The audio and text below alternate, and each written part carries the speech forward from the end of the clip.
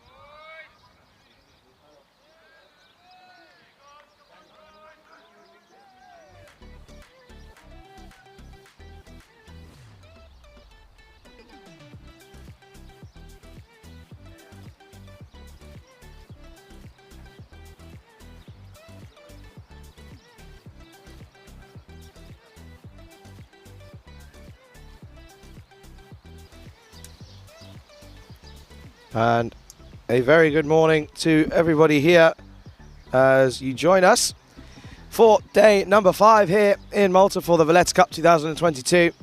As we go here for the final day of the group stage games.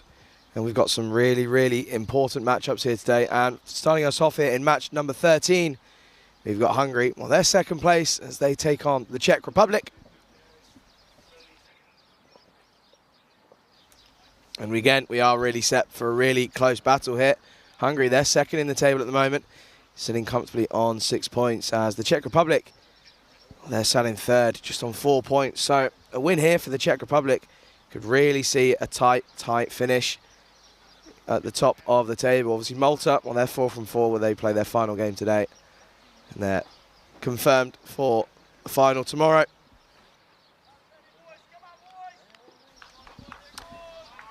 There's the Hungarian skipper, Marsa, well, he won the toss. He's going to put his team into bat first again, probably just thinking, after seeing what the Czech Republic can do with the bat, 258 off of their 20 overs versus Bulgaria just a couple of days ago now. Well, they're going to be thinking, let's just see if we can put a good total on score. As we're ready for day number 5 here. As it's a shotgun, the skipper to open up.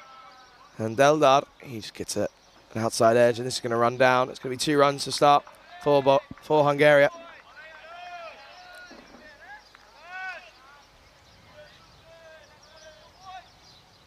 It's Deldar. He's off the mark straight away with 2 runs for Hungary. And he's going to be really key for Hungary to get a good start here in the power play. That's a good start. This is good areas from Alun a shotgun straight away. The Czech Republic captain losing the toss this morning.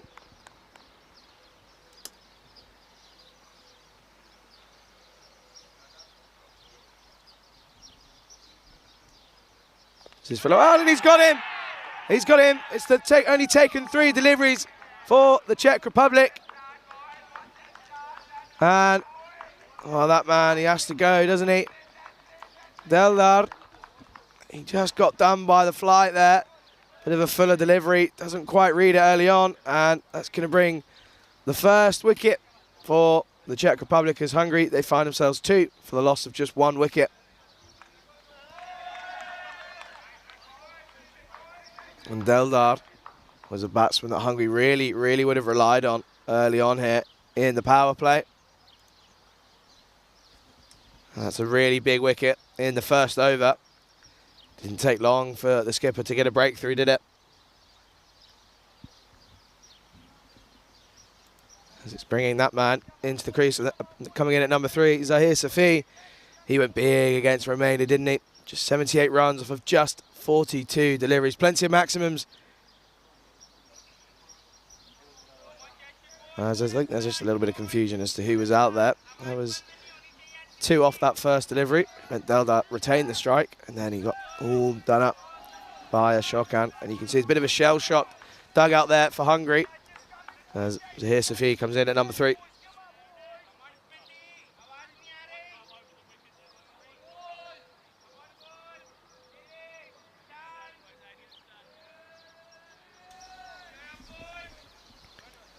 So here's Safi. A lot of pressure on these 2 batsmen. Marsa at the other end hasn't faced the delivery yet. We're just having a few issues our end, just on the scoreboard. Bit of a miss up as shotgun's continuing here. And Safi looks to go big. There could be another one. And he's just stepped away. You just wonder, is that going to carry? It's all happening here in the first over on day number 5. Take another look here. Safi looking to go big straight away. Doesn't get all of this. You just feel that was almost where he was stood as the bowler came in and bowled.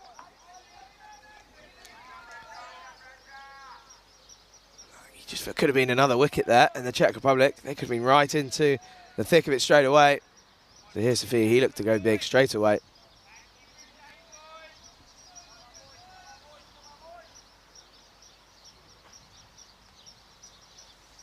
So after just the first 4 deliveries, Hungary are 2 for 1. With Marsa at the non-strikers and the captain. And here's Safi, he's on strike. Looks to go big as he's dragged into the leg side. There is a man there. He does really well. I think that's staying up there. as he brings that one in, and it's just going to be 2 runs to the total.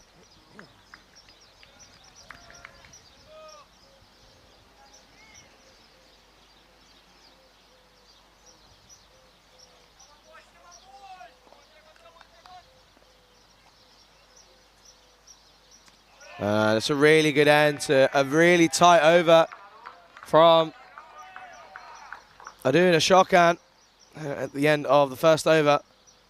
Hungary, well, they're 4 for 1. You can just see there the Czech Republic, 2 from there, 2 wins from their 4 games. Hungary, the unranked team in this tournament, 3 wins from 4, sitting pretty comfortably in second place, but they're not going to feel comfortable at the moment with Kaibal Deldar going early, bringing Bahir Safi in at number 3. Mark Hoja yet to face a delivery in this innings. We're going to see a seam option at the other end. Gives me a moment just to welcome everybody. If you're watching on our YouTube channel, the European Cricket Network, or if you're in India in the subcontinent watching on Fancode, very good afternoon to you. And I hope you're all looking forward to what is only going to be another day of exciting cricket here in Malta.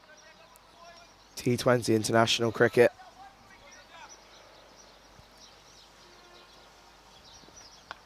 Marcus just plays this into the offside. It's going to be a dot ball as Satyadeep Sengupta opening up at the other end. It's a good first over from Ashokan, and it's not the first time that we've seen spin opening up in the power play. Obviously, Avinash Pai did so for Gibraltar, and he did a good job again as Sengupta continues here. Going to be down the leg side. It's going to be the first extra of this innings. Wide given.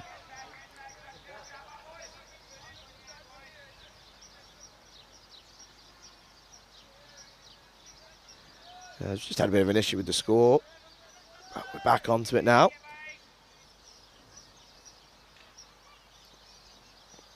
And Mark Hoja just steps across here and clips this into the leg side, and he's hit this well enough that it's going to run away. It should be the 2 runs as he gets off the mark.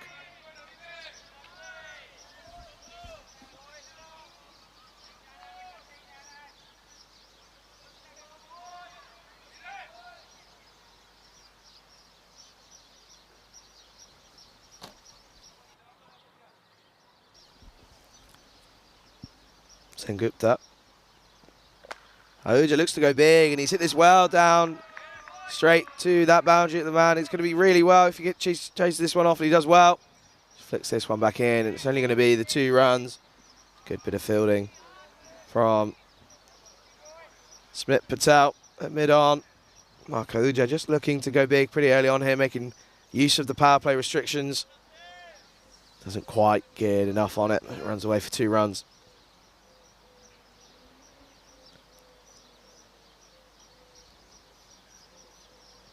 It's short, and Hoja looks to go big. Doesn't get all of this again. And the chase is on for Naveed Ahmed. And it should just be the 2 runs as they turn and go. It's good cricket from both teams here. Good work from Naveed Ahmed out in the deep as he chases that one through the leg side.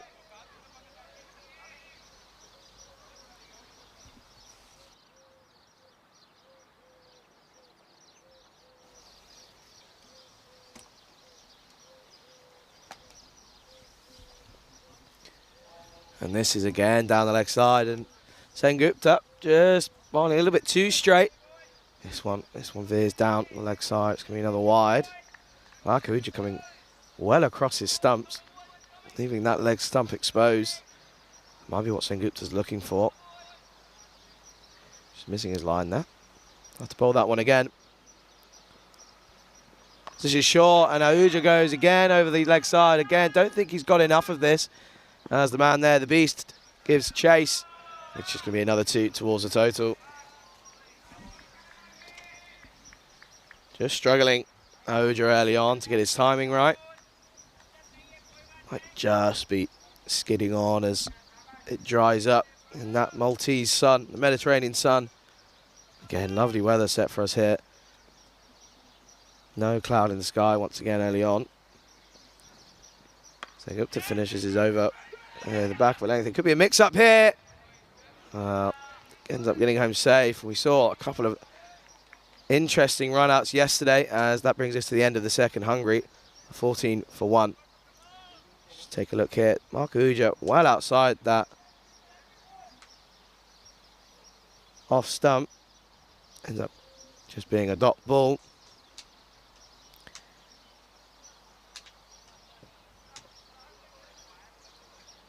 As it's going to be the skipper, Alena Shokan, to continue. It was a good first over. As we get to see here, Hungary and the Czech Republic sitting second and third, respectively. 6 points for Hungary, 4 for Czech Republic. Romania, well, they're sat on 4 points now as they come up against Gibraltar in the second game here. And then we see Bulgaria later on as they take on Malta. Again, Bulgaria looking for their first win. Can they get an upset? Make it interesting. We're going to have some really tight contests for all positions in the table later on today, as I'm sure net run rate will take a factor. And it's going to be a shocker to continue. 1 for 4 of his first over. It's his forward. Safi looks to go big. There's a chance here. He's going to take some catching. Oh, and he got there, did the man. Smit Patel doesn't quite take it. It just drops out of his hands, and they come through for the 2 runs. Good start this for a Shokan once again. Went high, had to come round. Didn't quite do enough. They come through for the second. Safi goes big, and he hits this one well through the covers. Safi, that's the first boundary in the Hungarian chase. First up here. And you feel if Sahir Safi can go big, and he could be in for a massive total once again. Obviously 78, just 42 deliveries against Romania. Did give some chances in that innings, but he made the most of his innings. As he times this one well again. Bit of a more smaller shot. This one just runs through to the offside. It's going to be 2 runs. Good cricket from Safi.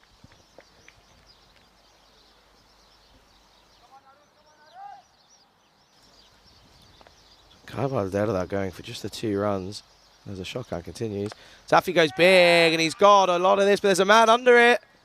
It's a really good catch by the Czech Republic fielder. Litik Tomar doing a really good job out in the deep, and Arin Shokan, that's his second. And danger man, Zahir Safi has to go. 10 off of just the 7 deliveries. Arin Shokan just getting it up there, just testing the waters. Zahir Safi can't resist, doesn't get enough on this. It's a really good catch by Litik Tomar. He has to go. Hungary, they're 22 for 2 now. Early signs of trouble for the unranked team. The new batsman going to be Stan Ahuja. So we've got the 2 Ahujas now out in the middle. And Mark Ahuja, he's just quietly been sat at the other end, really. Only the 6 deliveries for him. And he's watched his opening order just collapse for not many runs.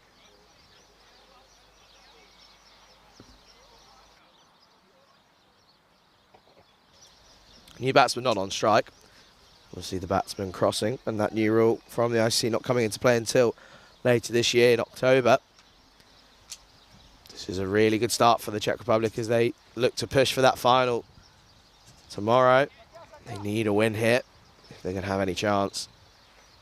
And you just think that massive total against Bulgaria could really come in handy as we get deep into the final day of the group stage later on today. Mark Ahuja on strike now.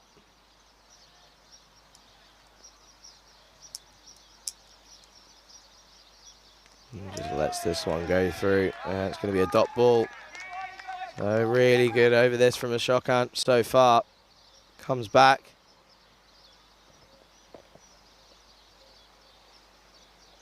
And Mark Ahuja, this is just going to go through the man. It short cover that, and it's going to come through for the single. Good push into the offside as that brings us to the end of the third. And Hungary, they're 23 for 2. gives us a chance. If you're in the YouTube chat, do say hello. Charlie Hunt here for the European Cricket Network. Really enjoy my time out here in Malta. It's slowly coming to an end, but plenty of exciting cricket still to come. Full day's cricket here today. And once more again tomorrow for finals day. We have the 5th and 6th playoff, 3rd and 4th, and then finally the final. And we do have a little bit of a later start time by half an hour tomorrow. So next half an hour in bed for everybody, all of the viewers. And it's going to be spin from both ends now. And it's going to be Naveed Ahmed for the Czech Republic at that far end. Well, he went really well again against Romania. Pick of the bowlers as the Czech Republic didn't quite get across the line. 2 for 34 from his 4 overs. And good to see Luke Belger in the chat. Michael. Alan Mount in there as well. Ahuja, that's a good start. Could be close here. They go to the strikers there, and then they come through for a single.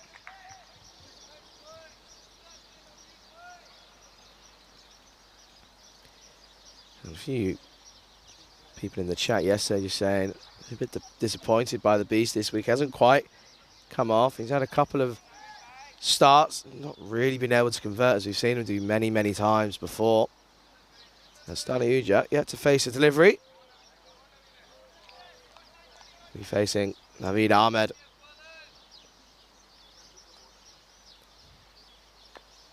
A good start for Stani Uja. Just blocks this one back to the bowler. And there is a bit of a breeze out here today. It's going left to right across your screen. So as Naveed Ahmed continues, it's a bit short. Ahuja, when he looks to go into the leg side, there's a man out there.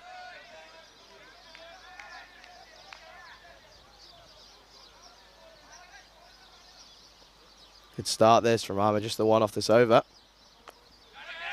As they just drop this into the offside. It's going to be a dot ball. It's a good bit of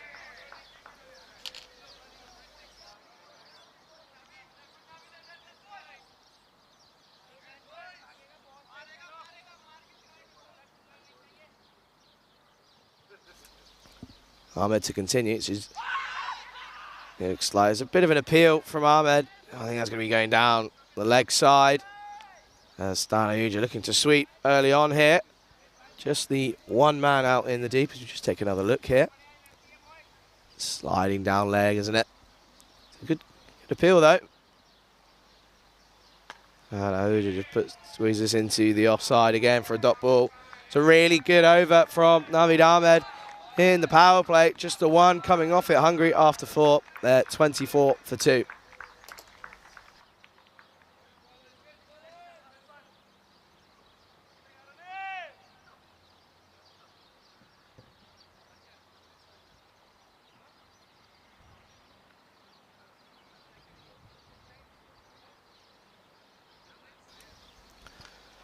There's a really nice comment in that from Alan Mount. Doing a good job there, much appreciated. Really having a nice time out here in Malta. Being well looked after, as are all the crew from everyone here from the Malta Federation. It's been a really exciting week of cricket so far. Day 5 now. Had some really tight finishes, haven't we? Some big hitting from multiple teams. There's a shock angle. He's going to continue here. That's going to be a wide there from the umpire. Shokan not happy. There's a tight one. Tim Wheeler hit at this close end. This is Fuller. And Ahuja pushes this one into the offside for a dot ball.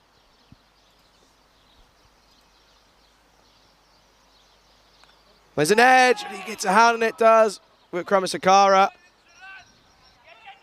It's a good hand, though, as it might have stopped a boundary there. It's Mark Ahuja living life on the edge. It's a 1 run for Ahuja there.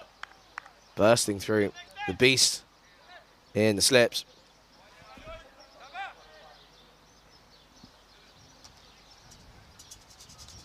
Shokan 2 for 15 off of his 2.2 overs. And only the one boundary for Hungary in their power play so far. She's might prove costly later on. So he floats this one up, and it's a nice shot, but not going to get him any runs is Oja, who's yet to get off strike after facing 6 deliveries now. Just getting a little bit frustrated. The shot got a bit of a false start. He's going to try again. Here's the skipper from the Czech Republic. Filler on the leg side, swept round the man, but the man there, Stain. Good job there. It's going to be another dot.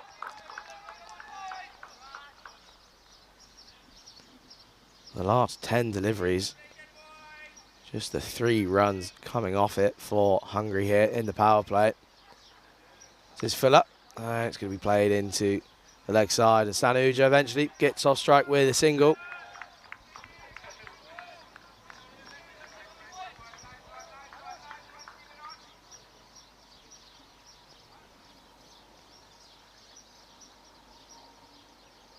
Brings the skipper, Mark Uja, on strike. Wow, plays all around this. Doesn't get anything on it. It's just anything too much on it. It's going to be an inside edge to Dylan Stain there. That's going to be a dot ball to finish. So just the 3 runs coming off of that one. 4 runs off the last 12 balls here for Hungary. Just struggling a little bit. Spin from both ends proving to be really, really effective for the Czech Republic. As we enter into the last over of the power play. We've seen some really high scoring matches. We haven't seen much of it here. Only the 1 boundary. 3 extras for the Czech Republic. Ahmed continues. He pushed this into the offside for a single. It's good running from these 2 out in the middle. So they're just going to look to rotate the strike now. It's the last over of the power play. They might want to look to go big. Wicket's not really in hand. They don't want to lose another one after the power play. Mark Uja just trying to drop this into leg side around the corner. Doesn't get anything on it. And it's just going to be a dot ball for the Hungarian skipper.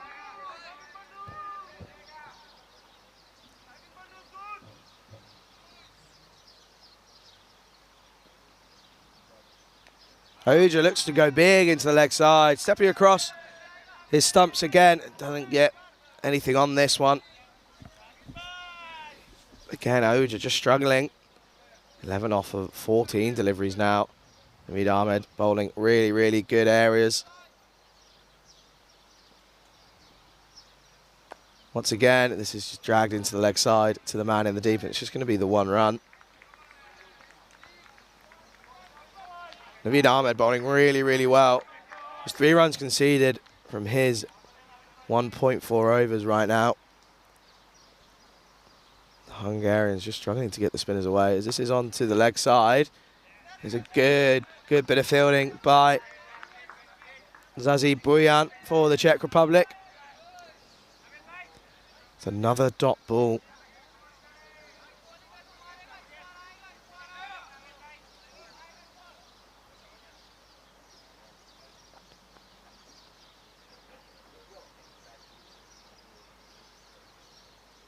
Can they just rotate the strike and keep that scoreboard ticking over?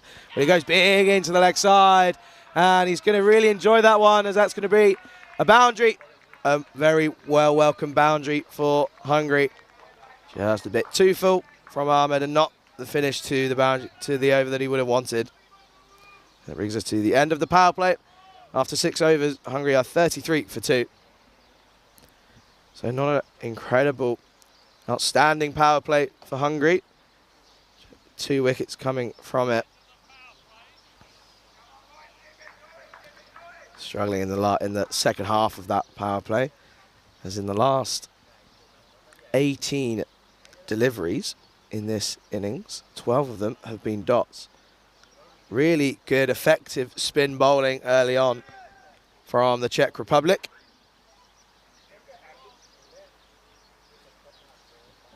And there's a question there from James Stewart. Just saying, any sign from the powers that be? Behind the mic again soon. Well, nothing yet. I'd absolutely love to. Wouldn't say no to the offer. Really enjoyed myself here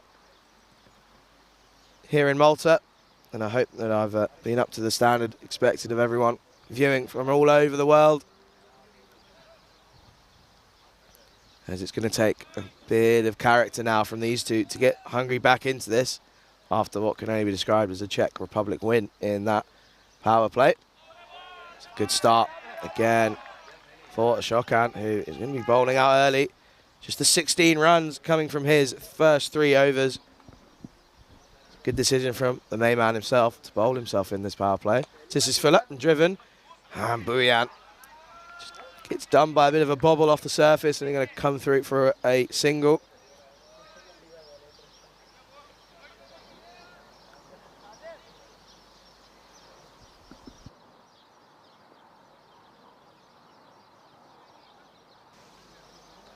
It's a really good delivery again, and Stano just getting stuck on his crease. Not a lot of foot movement from the two batsmen here as they're just struggling with a shotgun as he continues. This is going to be a wider delivery. It's going to be given wide by the umpire. So he's going to have to bowl that one again, the skipper.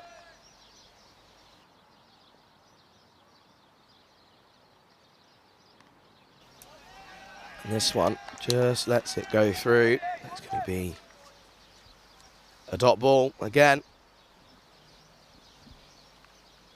Looks to go big into the leg side.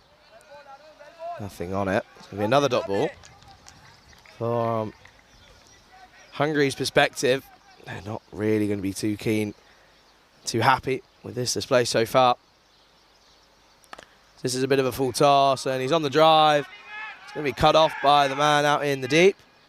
It's good work, and it ends up just being the one run. Well, that's that man out there, Sabawoon Davisi. Really good work from him, as we've seen. Really good bit of work out in the outfield from all the teams over the last 5 days. As Taranjit Singh in the chat. He batted really well yesterday, getting his maiden century for Romania in international T20 cricket. And what an innings that was. As Romania, they made it 2 wins from their 2 games yesterday against the Czech Republic and then against Bulgaria. Again, those 2 wins really making it interesting on the standings in the table. As it really could come down to net run rate, which is going to make for a very interesting night for the mathematicians. Ahmed to continue. And finds the outside edge. Dot ball once again. I think just proving here the Czech Republic, pace off. Those big straight boundaries. If you can cover the square boundaries, you can really look to struggle here. This is short, just back of a length, and Sanu just rocks back and cuts this one into the offside for a single.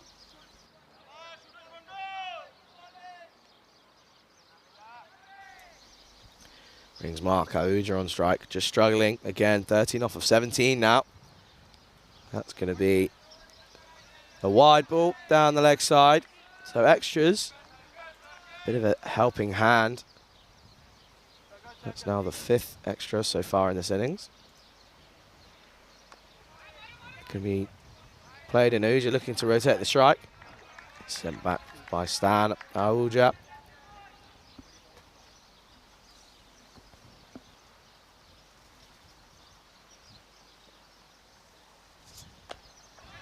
Ahuja hits this well. That's going to be picked up by the man.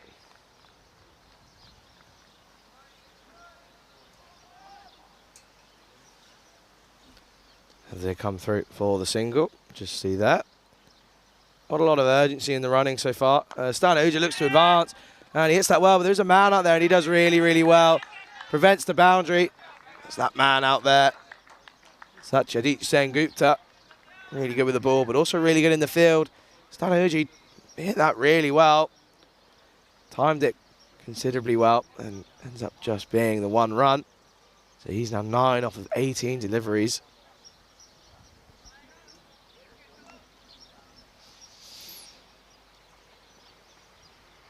Looks to go big into the leg side, and we're going to see the first maximum of the day here. Mark Uja saying he's had enough.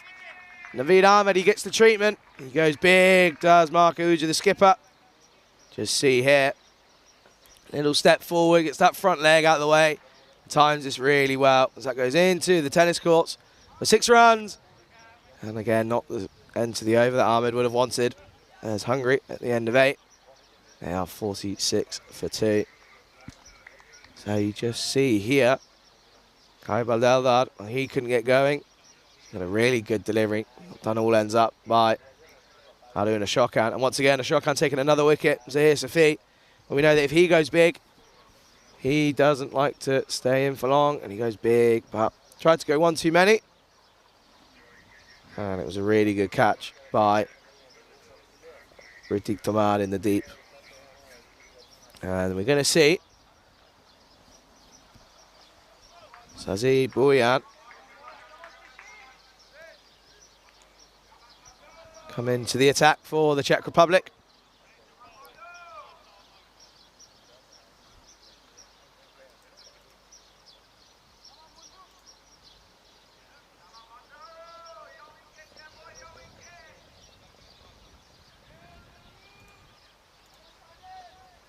Just a couple of field adjustments. Obviously, power play ending, so can have 5 out, must have 4 in the ring. Got 4 in the ring on the offside, 1 on the leg side. Plenty of cover out in the leg side and the deep. There's Bouyan here. It's a good shot from Ahuja, but just the 1 run to the total. So Mark Ahuja with that 6, taken into a strike rate of 100 now. He's going to really need to look on and push from here as he's made a start. Played the anchor role. He gets a lot on this. This is going to run away. It's going to take some chasing, and the man's not going to get there. It's going to be 4 runs for Hungary, as that brings up the 50. And Bouyan just a bit wide, and Mark Ahuja's not going to miss out there. Pierces the infield and runs away. 4 runs for Hungary. Mark Ahuja now. The last 2 balls he's faced, both gone the distance. 6 and a 4 for him. He moves on to 24 for 21 now.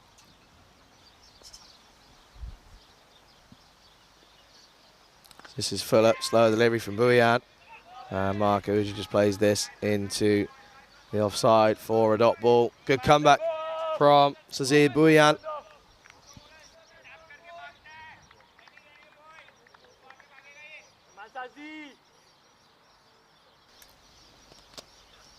Again, played into the offside, but he finds the gap this time. And it should just be the single. You can see there Mark Ahuja looking to rotate the strike now.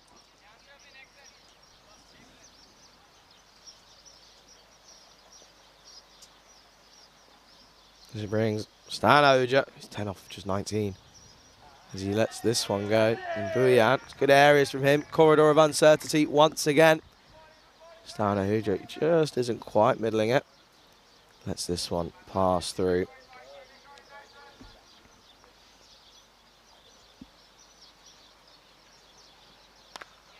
Again, plays this into the offside, which should be cut off by the man out there. And is. It's just going to be the 1 run.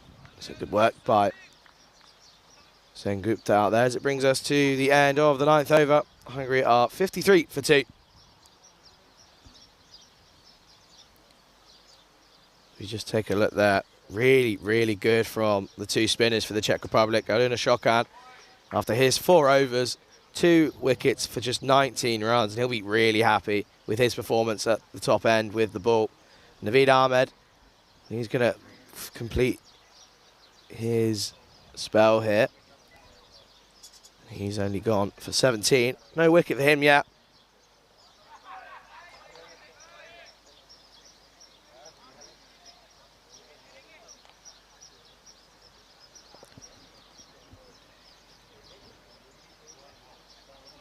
And it's going to be Naveed Ahmed to continue, finish his spell.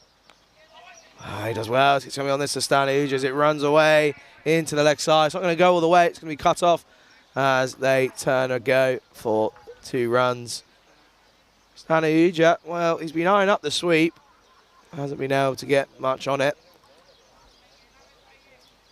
as he is 13 off of 22 now, as he lets this one through. It's going to be given a wide.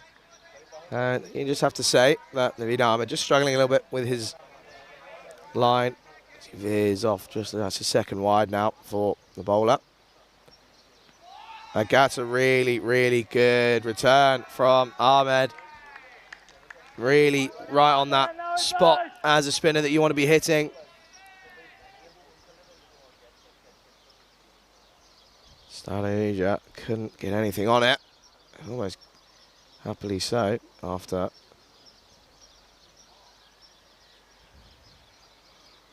Good delivery as he returns here, does Ahmed. Looks to go big on the sweep. And Stan Ahuja gets all of this. This flies over the infield, and that's going to be a maximum for Hungary. Been eyeing up that slog sweep. Finally gets enough on this, and he gets in the right area as this goes the distance for Stan Ahuja. 6 runs.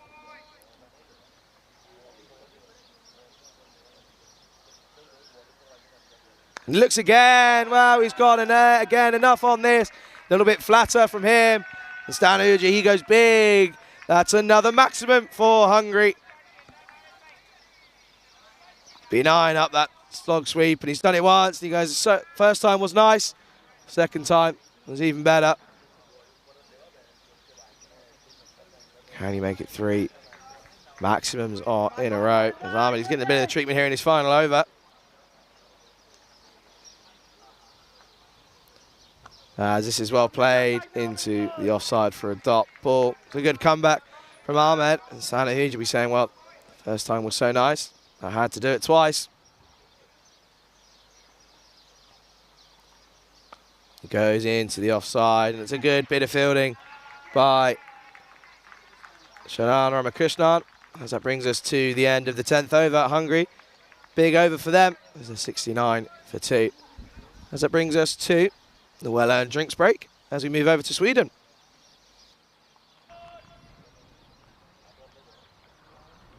Aslam once more. Goes short, and he's onto this pretty quickly, and that's powerfully struck. And the fielder, Umar Nawaz, is not too far away from this, but it's hit so powerfully that nobody's going to stop this. What a cracking shot this is. Just the length is short, and he just waits for it, rocks back, and hammers it through the gap. Yeah, nice placement. He picked up the length very early there, and Gupta managing to pull it well in front of square, almost out of the mid-wicket boundary. This one through, he's disappointed with himself there. It was the sort of length that Gupta normally does put the ball away. Looking to hit this straight, but just doesn't get his feet in the right position, and the head positioning was not right there as well. You can see he was disappointed, just missed out on that one.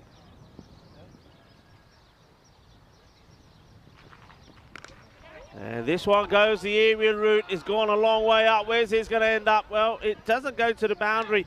Kiani makes the stop, the crazy frog, and does well in the end. He's got those shades on there. They're a cool looking set of shades there from Kiani.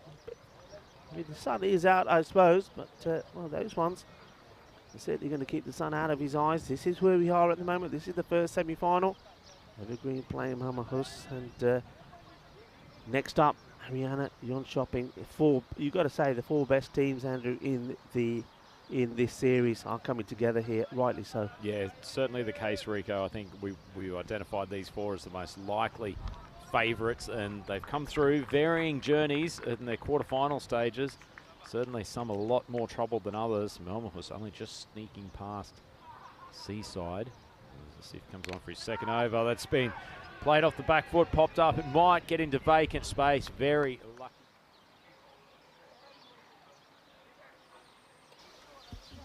Welcome back to live coverage in Malta, as we just break away from the coverage up in Sweden. Finals day up in Landskrona. Last day up there as we move on to Stockholm next week.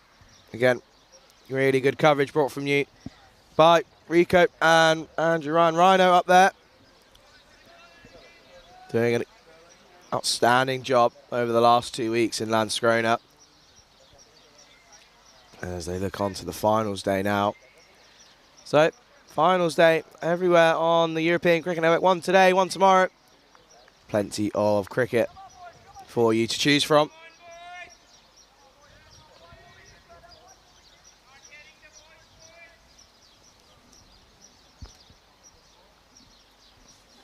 As we're going to see, Smith Patel into the attack for the Czech Republic. As this is driven down to the skipper, Aruna Shokan. It's going to be the 1 run.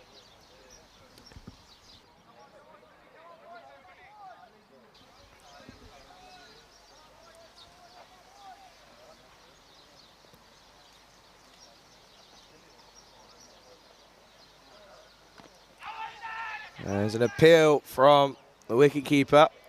You can just see that he was already angling down the leg side, so that gives you a hint as to where this ball was most likely going to end up, as it's going to be sliding down the leg stump as they run through for a leg bite.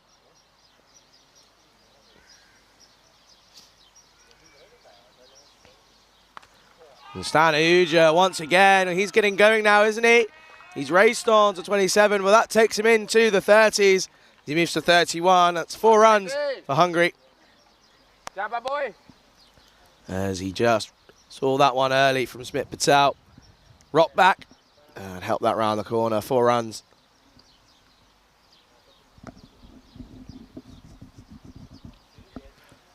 A good shot as we just trying to find the ball out in the bushes out there. And we've got it, so we're going to return to action here. This is really good from Hungary. Well, they struggled early on, didn't they? 2 early wickets from the skipper, Ashokan. But now, these two have built a really good platform, moving into good totals so far. It's a really good reply from Patel as this is right in the block hole.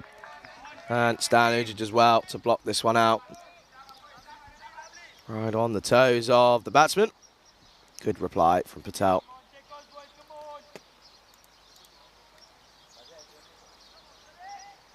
Good flurry of boundaries in the last couple of overs for Hungary. This is full and driven. It should just be the one as a Shokan out in the deep. Cuts that one off.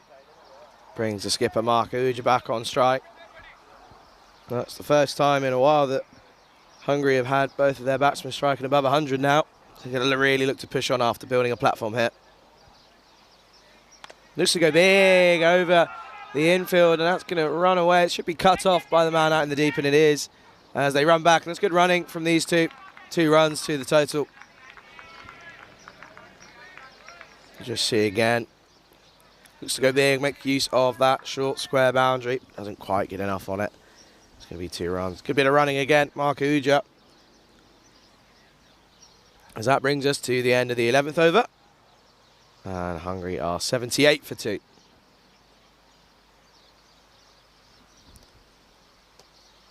They've done a really good job, have these 2 batsmen, after being 23 for 2 after the 3rd. These 2 have raced away and lifted the scoring rate. You see the projected score. Well, we've said, haven't we, that par score is going to look to be around 160, 170. And we have seen scores go above the 200 twice now here in Malta. And both those games, those opening partnerships were worth 100 plus.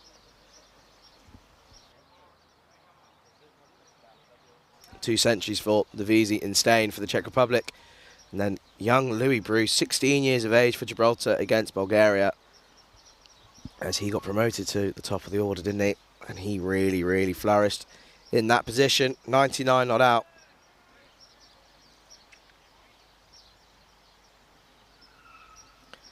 As we're going to see, change of bowler, Naveen Ahmed, as he bowled out his 4 overs, 33 runs. But no wicket for him, as he'll be a little bit disappointed as we continue with pace at the top end. As there's a bit of an appeal from the bowler there on your screen.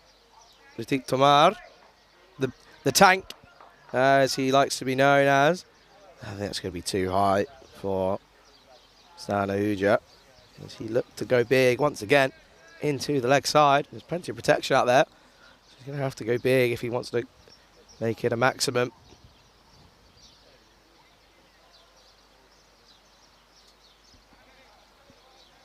And we didn't see Hungary yesterday or Malta, and both these teams coming back today.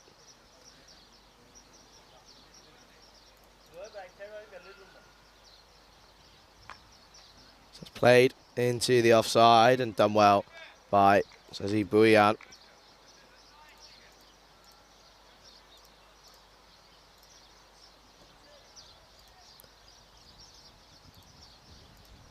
Come through for the single. As it brings the skip up, Mark Ahuja back on strike.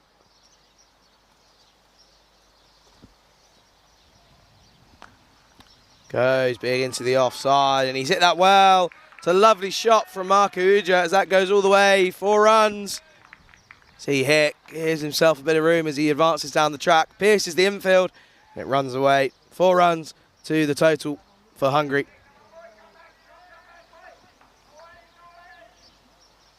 Mark Ahuja, well, he races on now to 32. These two doing a really good job. As there's just a bit of an issue as the bail just falls off. Again, gives us a quick chance. If you're in the chat, do get involved. There's some really good discussions going on about the importance of spin in this tournament, as we have seen it, haven't we, for all teams in those vital overs. We saw a little bit of a difference here as it came into the attack earlier than expected, as they opened with a Shokan, and Naveed Ahmed was introduced pretty early on. But they were effective, weren't they? And we've seen it plenty of times as after the power play.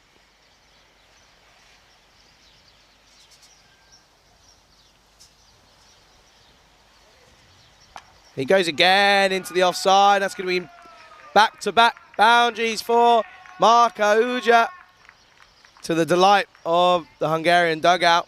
Again, advance down the track, over the infield, 4 runs for Hungary. Once again, doubling up on a bit of a wider delivery from Latik Tomar. He's going the distance in his first over in the attack. 2 really good shots from the skipper, proving that once you give yourself a base, you really can accelerate. And we've seen it time and time again here in Malta.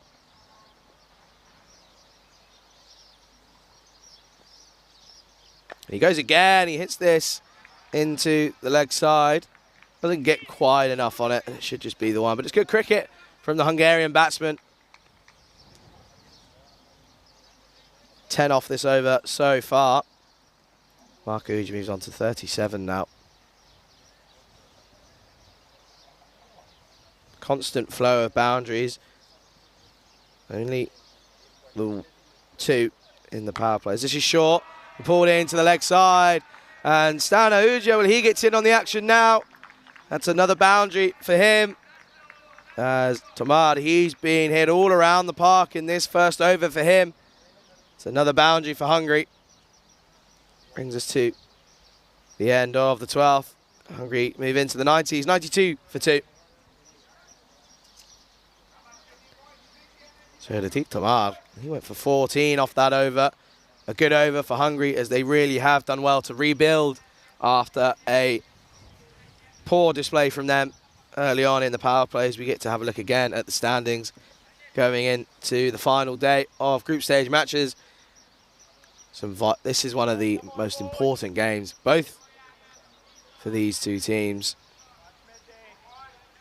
And there's no doubt that if the Czech Republic can do one over here on the Hungarians, it really sets up for some interesting maths later on today, with the net run rate playing a vital role. Both these batsmen on 37 now. As Brit Patel continues, this is squared in into the leg side. It's good work from staying out in the deep, and I think he keeps it to the 1. That's a good bit of work from Dylan Steyn.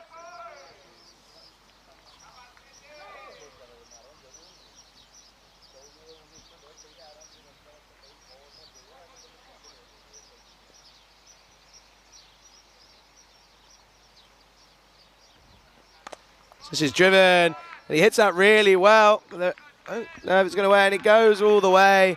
That's a lovely shot from Stan Ahuja, who's looking set now as he moves on into the 40s.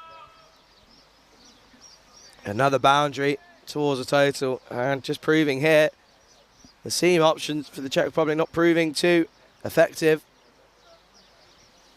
as that's now the 5th 4 in just 3 round overs here, as this one's really good cricket from these two, just rotating the strike, pushing this into the offside for a single, bringing the skipper Mark Ahuja back on strike. And this partnership, well, it's worth 75 now, and doing a really, really good job once again. There's no doubt that if these two go big, then we are in for a belter of a game once again. As he goes big into the leg side, doesn't get it all on this, and it's that man again, and he takes a really good catch, as it's that man, Ritik Tomar. He didn't really get the start that he wanted, did he, with the ball, and he takes a second good catch in the deep. Mark Ahuja, when he looked to go big, doesn't get all of this, and he holds out to the man in the deep. Hungary, well, they're now 98 for 3.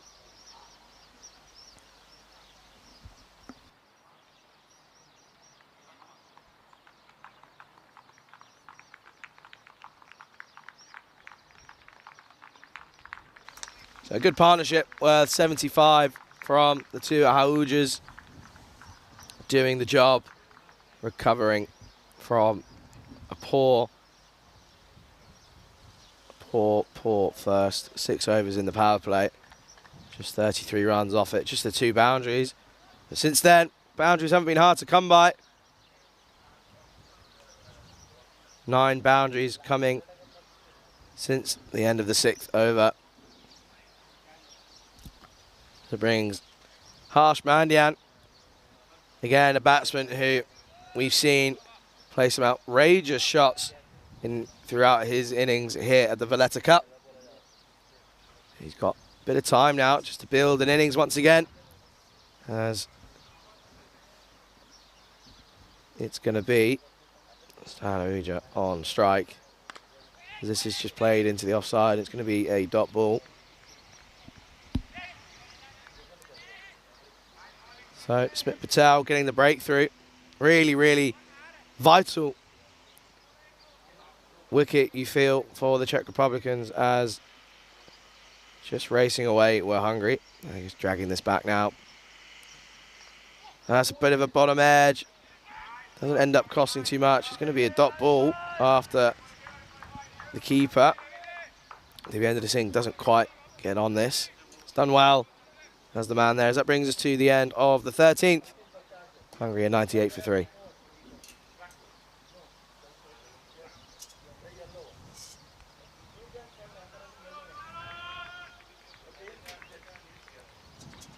We're going to see Sasib Bhuiyan, Ritik Tomar. He's going to be taken out of the attack after going for 14 off of his first over. But he won't be too upset. He's taken 2 impressive catches out in the deep. And you do feel Hungary, they're really going to look to push towards that 160, 170. 10 runs and over gets him to 168 now. And once again, whether you're watching on our YouTube channel, European Cricket Network, or on Fan Code in India, a good morning, good afternoon to you. Hope you're enjoying what has already been an innings full of twists and turns for both teams. This, again, another example of how tight this Valletta Cup has been in moments.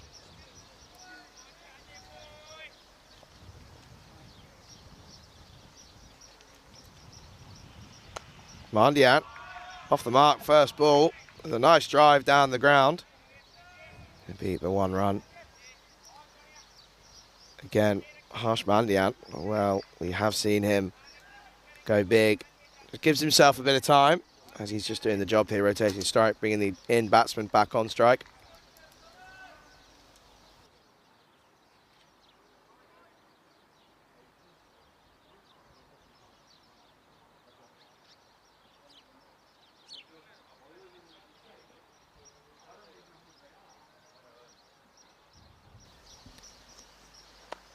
as this is played once again into the same area. Been busy down there as the fielder. Does well. Cut that one off. It's just going to be the one rung to the total. If you are in the YouTube chat, do let us know where you're watching from. So that brings up the 100 for Hungary. And plays this into the offside. And the fielder there, Krishnan, as well, keeps it to a dot ball.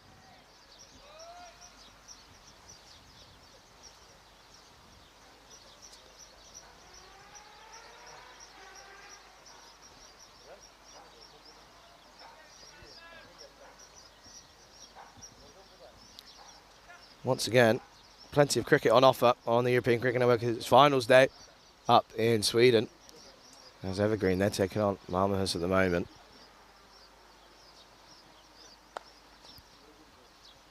There's this one, again, played out into the deep.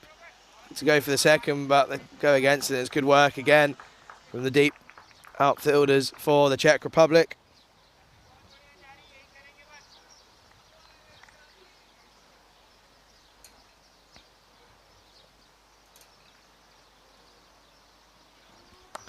Well, Stan Ahuja, he goes big into the leg side once again.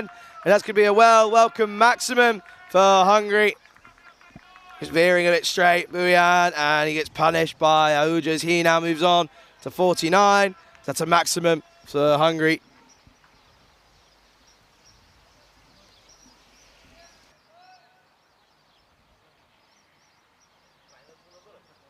Can he have a reply, Buyan? Full. And it's going to be pushed into the leg side. There's an early call of 2, and they're coming back. It's really good running from these two as he just gets hit by the ball. I think he's okay. Harsh Mandian at the non-striker's end, he does well. Come back for the second, and that's a 50 up for Stan Ahuja. He's done a really good job coming in at number 4 for Hungary. And he'll be really happy. 51 off of 41 deliveries. Took a bit of time to get going, took 7 deliveries to get off the mark. But he's done really well again, pushing on after making a platform, as that brings us to the end of the 14th Hungary, or 109 for 3.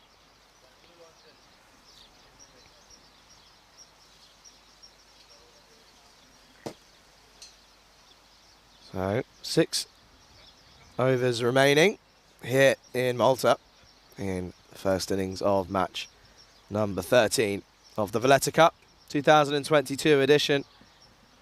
It's been a real pleasure bringing you the coverage this week. Still not over. 2 days of serious cricket still to come. Hungary in a field that they've recovered well. The middle order have done a really good job. Mark Ahuja and Stan Ahuja putting on 75. The 2. Now it's going to be Harsh Mandian to face Smit Patel. He continues, 1 for 15 off of his 2 overs so far.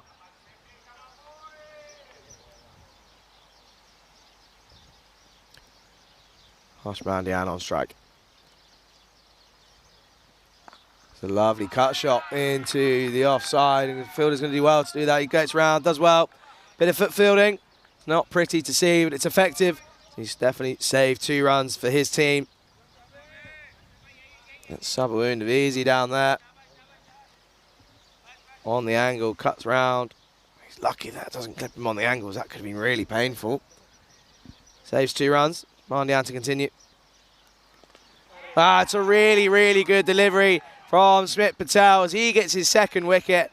Harsh Mandian, a really dangerous batsman. He has to go. You just see here again. Mandian with that trigger comes across. Plays all around this, tries to bring this into the leg side.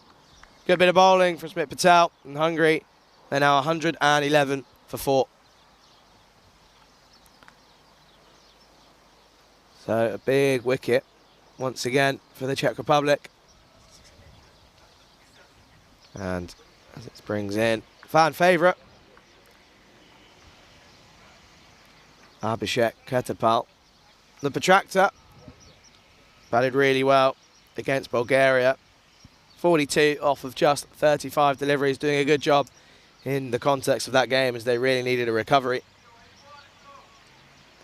And it has to be said, they have relied on Ketapal a couple of times over the last couple of days, have Hungary, not just with the bat but also with the ball. Got a bit of a job to do here. Going to look to push on now.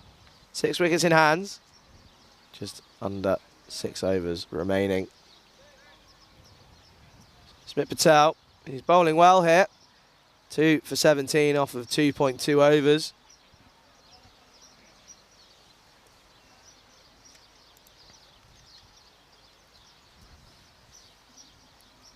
Can he get Ketapal early? If he can do so, then you feel Hungary are just slipping away again. Ketapal, he's on strike, faces up. Oh, that's a great delivery first up from Smith Patel. That's going to stick in Ketapal's mind. It's done all ends up. Trying to fishing at this one outside off. Ends up going through to Devinder Singh for a dot ball. Plenty of support in the chat for Hungary and also the Czech Republic. Tight game here in Malta. He cuts this one away. And he's going to have to go early without troubling the scorers. As he just picks out the man on the angle. And Ketapal, when he goes for a duck. It's a 3rd wicket for Smith Patel.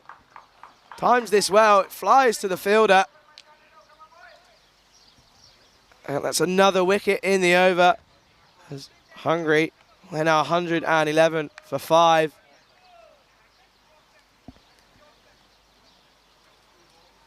Well, he was a bit wide, wasn't it, from Patel. But bowling to his field. Good field placement for Daruna Shokan and the bowler. As Ketapal has to go without scoring.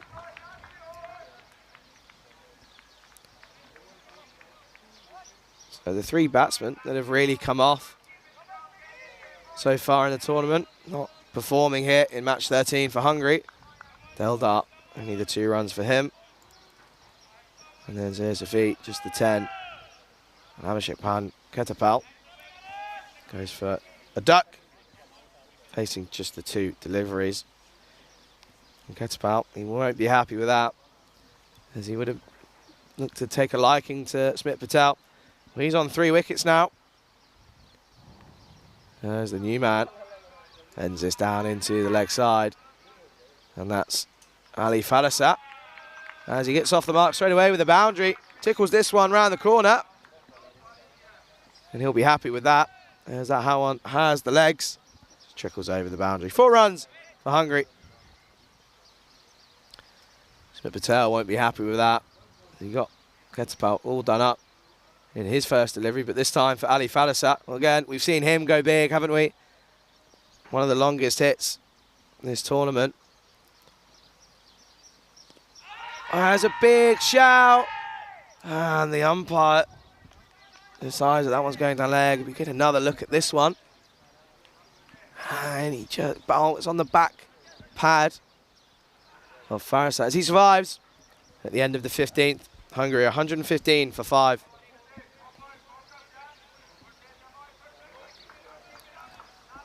Smith Patel, again, taking 2 from his 3rd over. And after 3 overs, he's only conceded the 21 runs for 3. So we get to take a look here.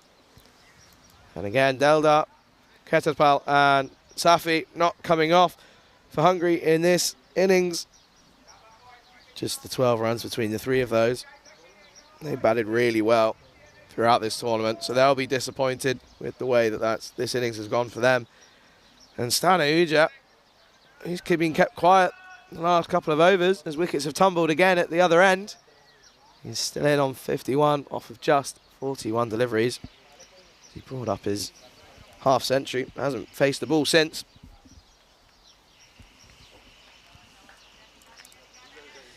And he's on strike now.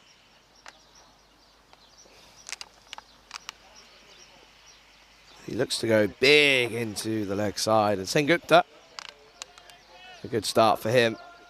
He comes back into the attack.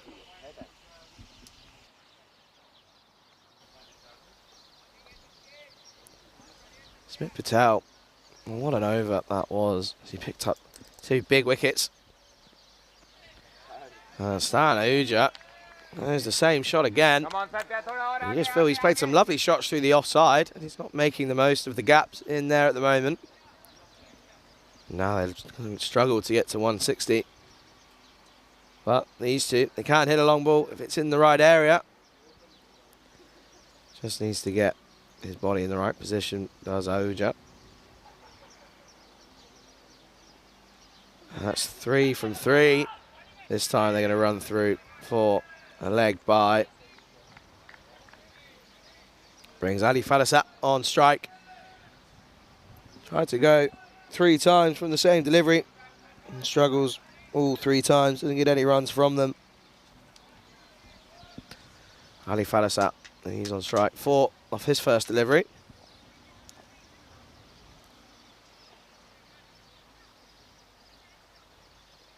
As this is going to be a wide delivery from Sengupta. And extras haven't been too dear. That's going to be the 8th extra of this innings so far as we enter the 16th over now.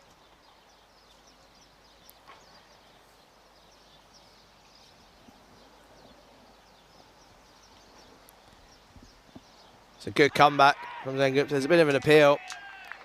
He's hit anything. As Ali Falasat looks to go big over the infield.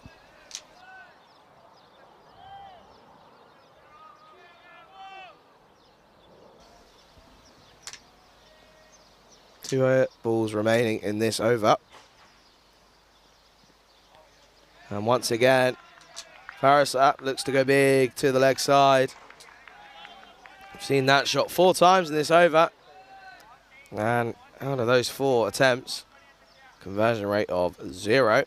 None of them going off the bat whatsoever.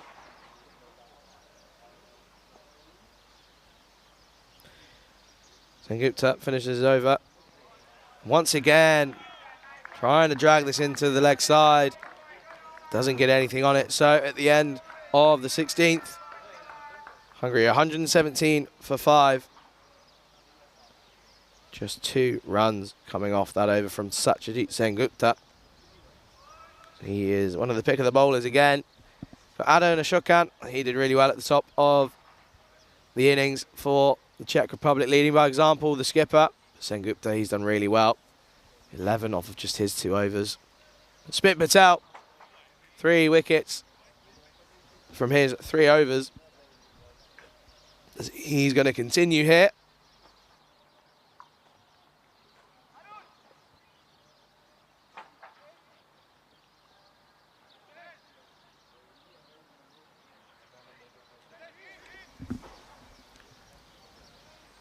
So Smith Patel, 3 for 21 off of just 3 overs for him. Going to need to finish up well here. Stan Ahuja on strike, 51 off of 44 deliveries now.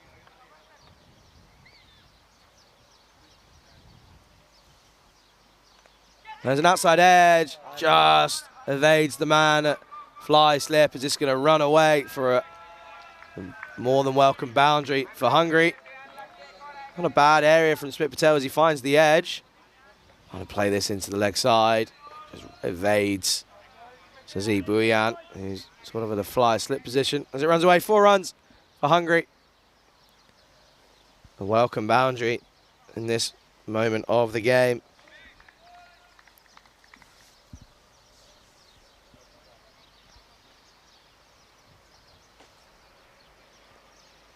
Does he have a reply in him?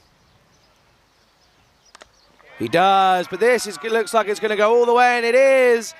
Stan Ahuja goes big once again over the leg side. This time connects well. It goes the distance. 6 runs for Hungary. Smith Patel, he bowled well in his previous over, but he's gone for 10 runs off of just his first 2 deliveries. And you do feel if Stan Ahuja can go big here, then Hungary are going to get a good total as he's going to come back in here. Here's Patel. It's Phil again. It's well dug out. He's done a bit right on the toe of Stan Ahuja. It's a good comeback from Smith Patel.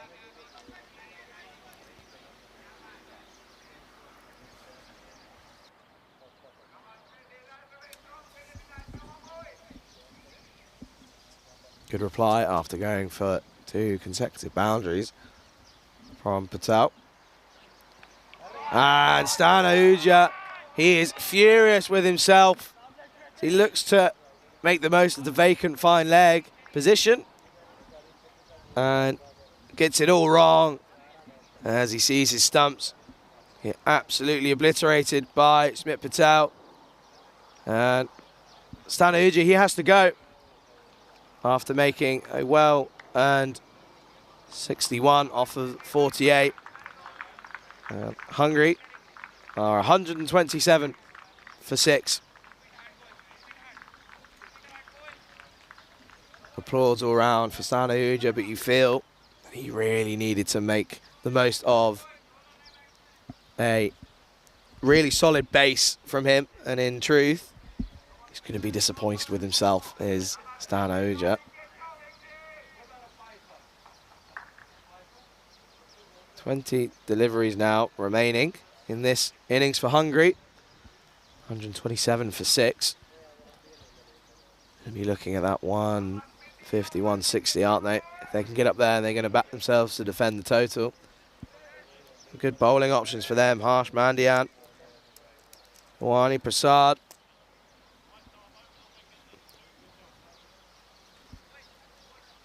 Smit Patel, we haven't seen a fifer yet here in the Valletta Cup.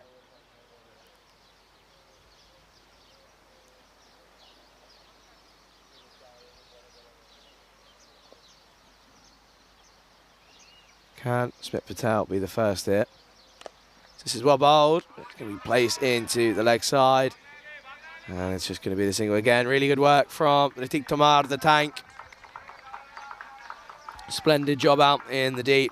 Cuts this one off, sticks it to the single.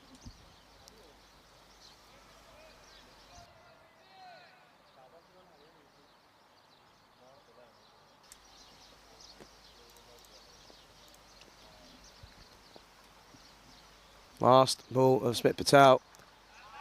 As this one is going to be played into the offside to Aruna Shokan. They go for the 2. Aruna Shokan, just a little bit of sleep here. As he put the hands up and apologises straight away. Good running from Hungary as they finished the 17th on 130 for 6.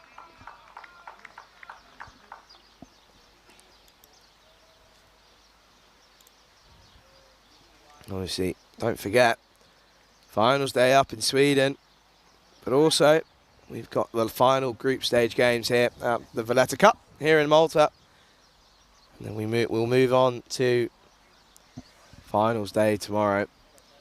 All teams participating today and tomorrow.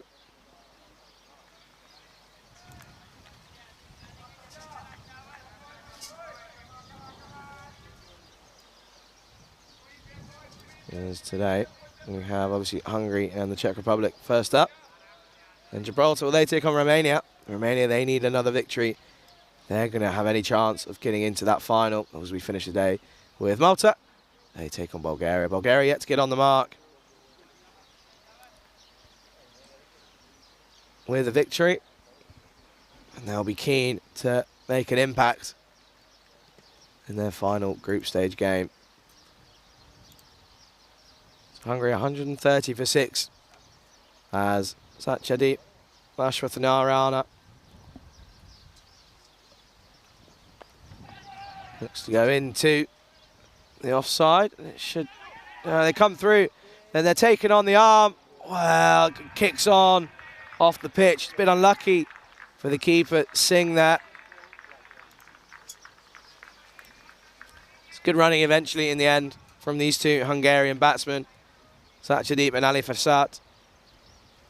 Good understanding that they've got to push on here now.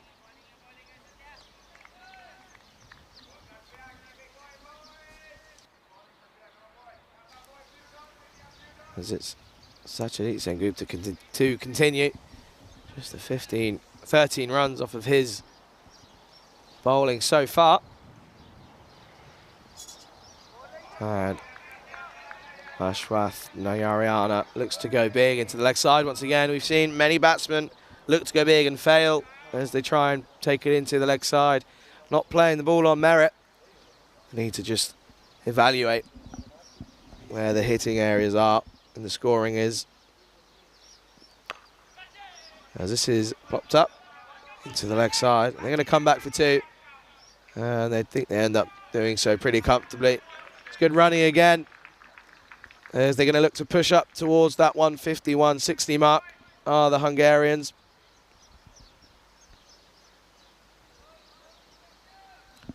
So Sacha Deep has done really a good job. Truth be told, these two are going to need to stick at it for Hungary.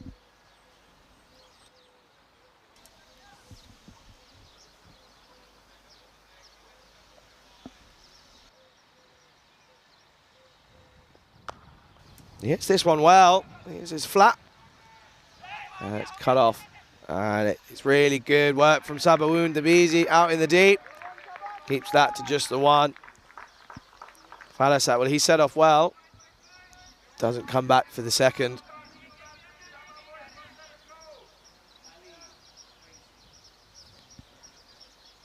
Sacha Deep. Off strike. Ali Farasat. Looks to go big, and this goes over. Doesn't quite time this. Going to be run away. It's good work from Stain. Just being the two runs. Dylan Stain has done a really good job out in the deep. As Farasat doesn't get enough on this, and he goes over the infield on the offside. Good work from the man out in the deep.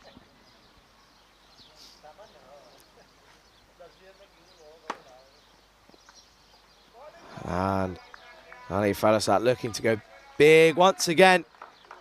And once again, doesn't get anything else. We see the Gib lads, the Gibraltar. And they got off the mark with a victory yesterday against Bulgaria. So they'll be happy. And it brings us to the end of the 18th over. Hungary 137 for 6. Just see here. Just struggled early on after 6 overs, but they've accelerated from the 10th. Wickets falling. The rate hasn't. They've moved on to 137 now.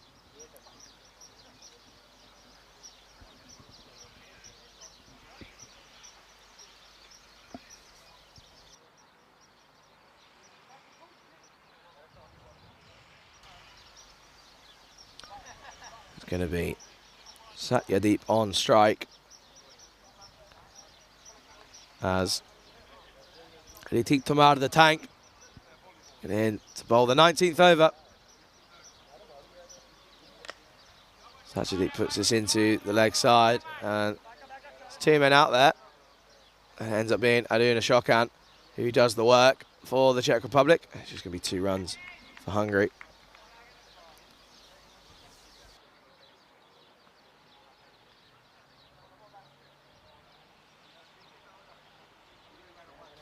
Going to take some big hits if they're going to get up to a par score here.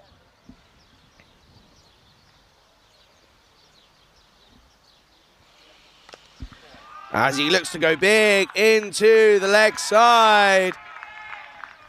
And Ali Farasat goes big. That's a maximum for Hungary. Flew over Aduna Shokan's head. And I think Tamar's going to need a big reply now, as that was Satyadeep, not Ali Farasat. Great shot from him. Again, not trying to overhit it. Just playing the ball on its merit, using his timing more than his muscles. Goes all the way over the boundary. 6 runs for Hungary.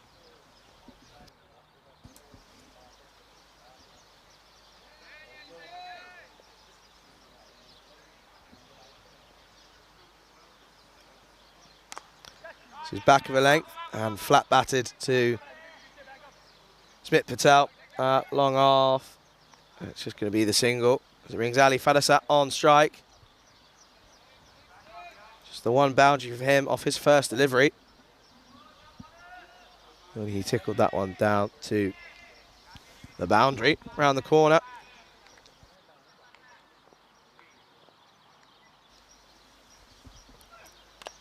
He's got all of this, and this goes over the boundary. 6 runs for the T20Is.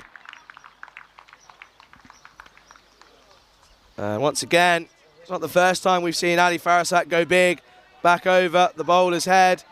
Just steps forward, advances ever so slightly, makes it what would have been a back of a length delivery, turns into a slot ball, and it goes the distance. 6 runs for Hungary. Vital runs these are now. Farasat on strike. It's a good comeback from the T20Is. The slower delivery. Farasat was through his shot before it got to him. He has to go. It's well bowled from the T20Is, the tank. As he comes back, gets a big wicket. Slower delivery. Does him all ends up. Farasat, he's not happy with himself as he misses a straight one. He's going to have to go. As he made 14 off of 10 balls. 1-4, 1-6 in his innings.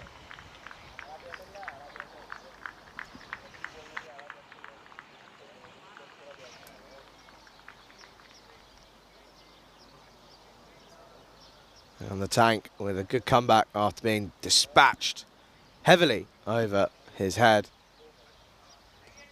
And it brings a Sankup Weligamagi to the crease. 7 deliveries remaining in this innings for Hungary. They're sat on 152 for 7.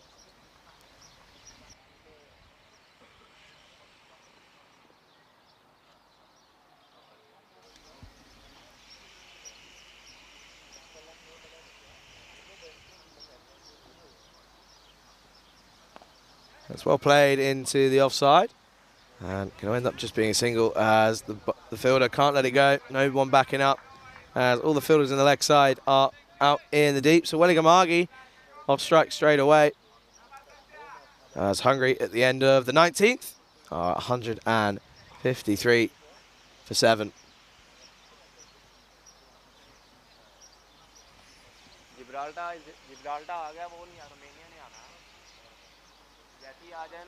We go into the final over of this innings. And it's going to be that man, Satyadeep Sengupta, to finish out. He's only gone for 18 runs off of his first 3 overs. What we've seen many times. Bowlers go the distance in their final over. Especially here in the 20th. As Weligamagi is going to look to go big from the off.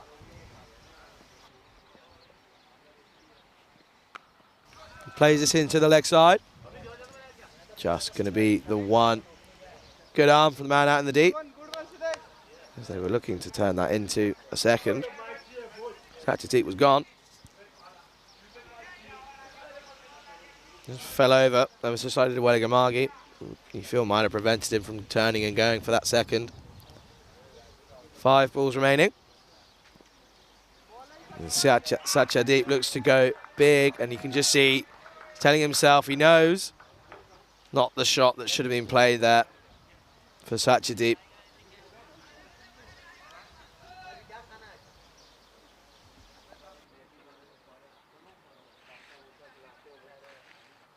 Ashrath Narayana to continue. Looks to go big into the leg side. Doesn't get anything of this right off the turn of the bat. They turn and go. That's really... Oh, does well to get back. Devyendra Singh, the wicketkeeper for the Czech Republic, took his glove off. Was unable to take this cleanly. He might have just been safe. Good running again from Hungary. 156 now on the board.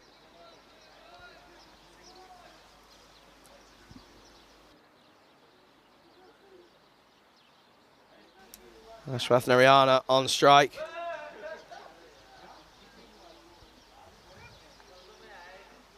And Sengupta, we have to puts the brakes on. Have to bowl that one again.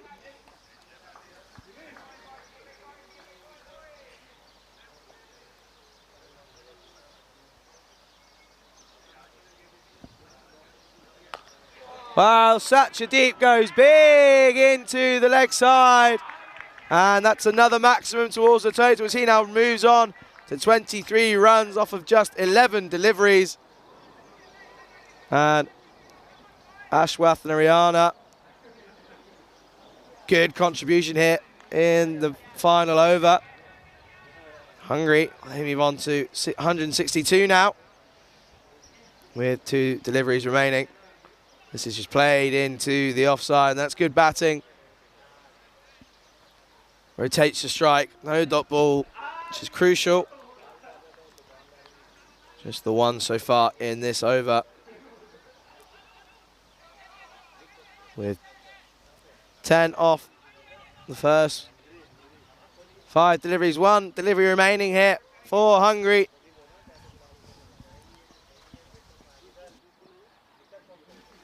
Wally Gamagi looks to go big and gets enough of this one as this sails over into the scorer's hut.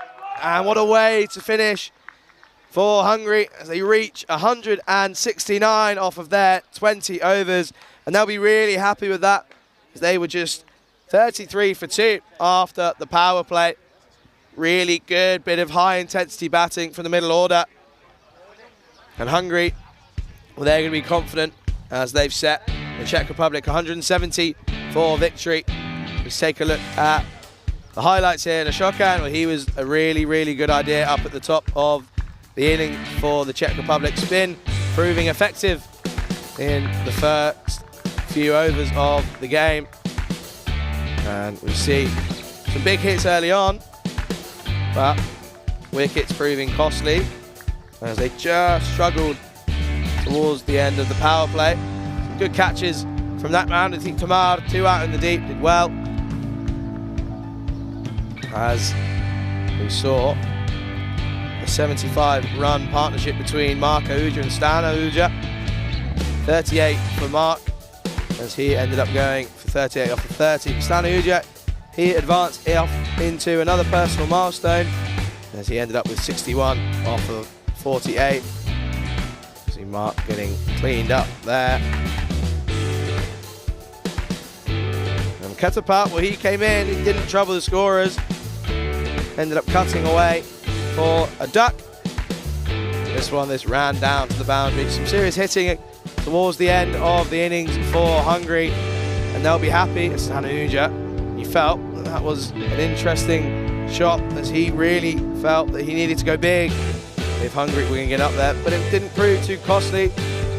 And good work up there by staying in deep, as we saw some huge, monstrous hitting in the final 3-4 overs for Hungary, as they ended up racing along to 169 for 7 off of their 20 overs. Satchidit Ashwatharia does really well, 24 off of just 12 deliveries. As we're going to take a little bit of a break here, but we're set for what's certainly going to be an exciting chase by the Czech Republic as we return in about 15 minutes or so. My name's Charlie Hunt, and you're watching the Valletta Cup on the European Cricket Network.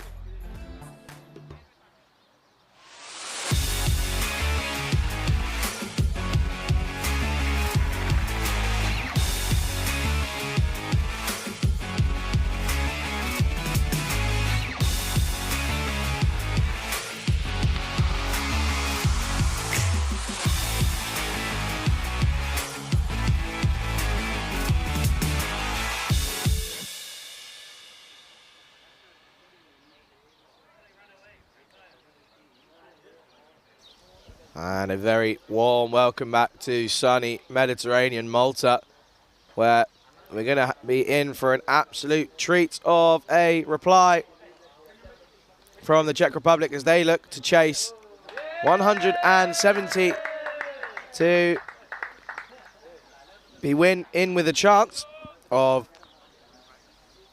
making it into that final tomorrow against Malta. And Malta, well, they're 4 from 4, aren't they? And they're set in the final as they continue their group stage, as they have to play their final game later on in the final match of the group stage in game number 3 today. We're going to see an unchanged lineup at the top of the order for the Czech Republic. Sabawoon, Divisi and Dylan Stein. Well, record-breaking partnership earlier on in the week. They went on to be the 3rd highest international T20 opening partnership. Just behind a small opening partnership of just a couple of unknown Australian batsmen, Aaron Finch and Darcy Shaw. As we're going to see, Sandeep Mohandas opening up for Hungary here. As we're just waiting on a couple of things on our end.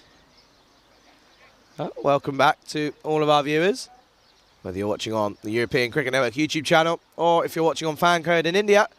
My name's Charlie Hunt, and it's been an absolute pleasure to bring you some exciting cricket over the last couple of days, as we're going to continue here with the Czech Republic.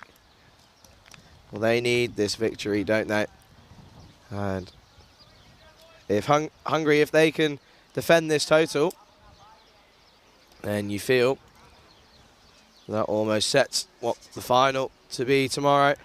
Hungary at the moment sat on 6 points. Czech Republic in 3rd.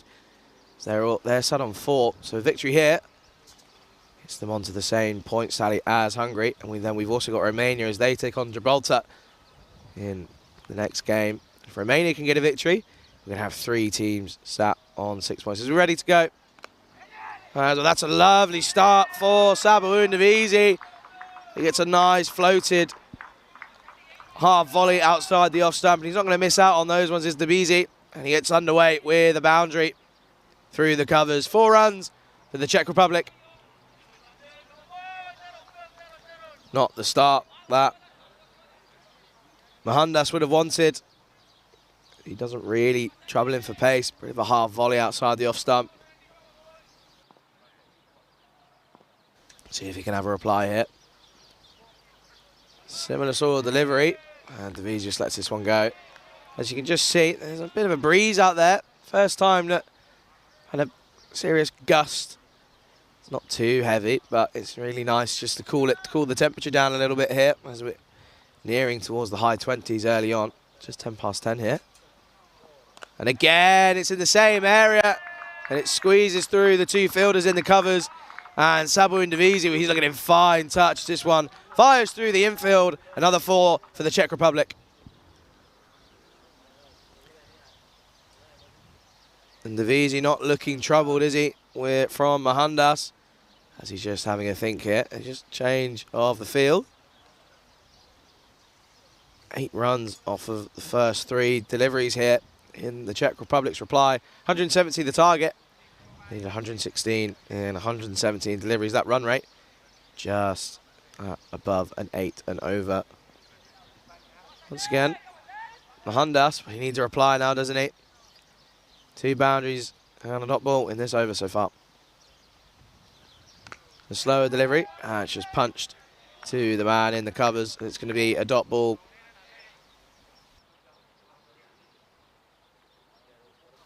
If you are in the YouTube live chat, do let us know. And it's again in that slot, and T20Is makes it a 3rd boundary in the over. T20Is looks in fine touch at the moment as the Czech Republic race away to 12 for no loss. And T20Is, textbook cricket shots here on the European Cricket Network. International T20s.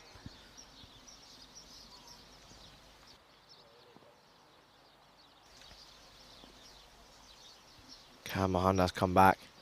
This is straight up and it clips him on the pad. And they come through for a single. So at the end of the first, the Czech Republic are 13 for no loss.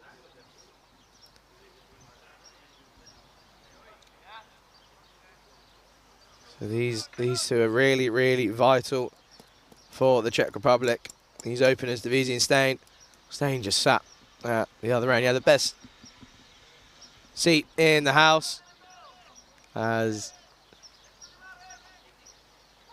he saw his opening partner, Sabo and T20Is, go straight from the off.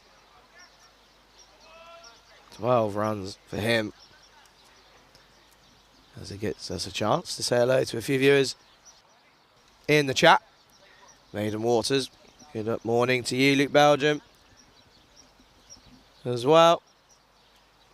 And I'm sure there's going to be some more regulars as the weekend starts. Saturday, what a way to spend your weekend watching some really enjoyable cricket. Obviously not just here, got semi-final and final going on up in Sweden today, finals day, where Rico and Rhino, they've been bringing you coverage for the last 2 weeks, and what a splendid job they've both been doing.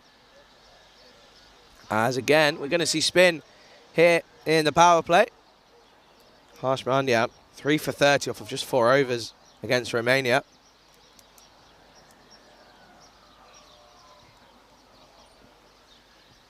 And there's just an issue here. Just trying to, I think there's an issue with T20Is bat. Well, it looked like it was going well. I think it might have just been that 3rd boundary where almost a bit fuller from Sandeep Mohandas, and he just clipped this through. And a good morning to Robert. He says it's still early here in the USA. Well, let us know where you're watching from, what part of the USA you're watching. And also to Arun Kumar. I think we're all doing well and looking forward to an exciting chase. And what a start for the Czech Republic. 13 off of the first over. As these two have provided some seriously entertaining cricket shots in their 4 games so far. That's not the start that Mandian would have wanted as he veers this 2 straight onto the leg side, and Navisi has 4 runs. Navisi, oh, he's carrying on where he left off, isn't he? Got out cheaply in the last game. He's motoring along here as he moves to 16 off of just 7 deliveries now.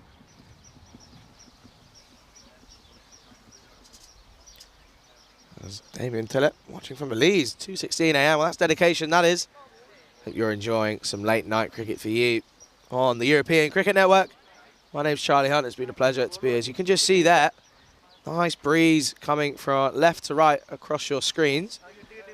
Navisi going to really look to target that leg side boundary for the left-hander as we eventually find the cricket ball.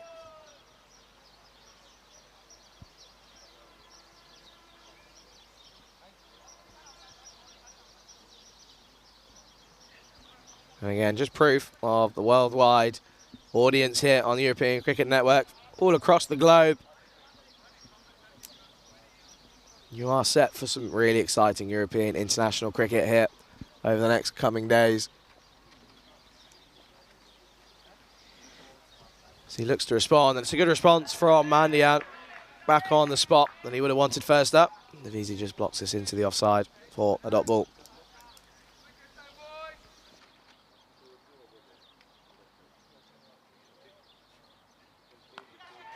Well, there's a man out there, and it's just gone over him as the wind looks to help the ball over. Sabu Navisi making light work of this bowling attack so far as it's short down the leg side from Mandian. Goes all the way. 6 runs for the Czech Republic. And Navisi, he's making light work of this so far. 22 off of just 9 deliveries now. Can Mandian reply? So it's Fuller, and once again dropped into the offside for a dot ball.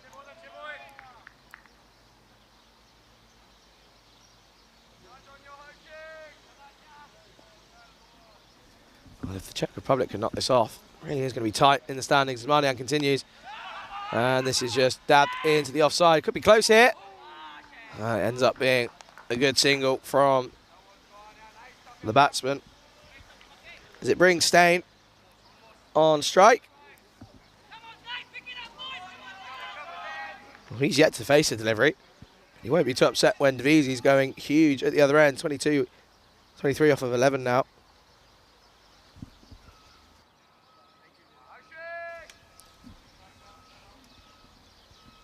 As Dylan Stain, well, he's yet to face, isn't he?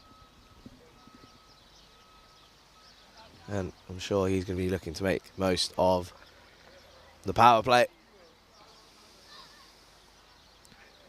As this is fired down the leg side. And the wicketkeeper does really well to stop this from going any further. Just gets a bit of glove on it, does Stan Ahuja. He did well with the bat. Did the wicketkeeper Stan Ahuja. He's going to be looking forward to do his second job here.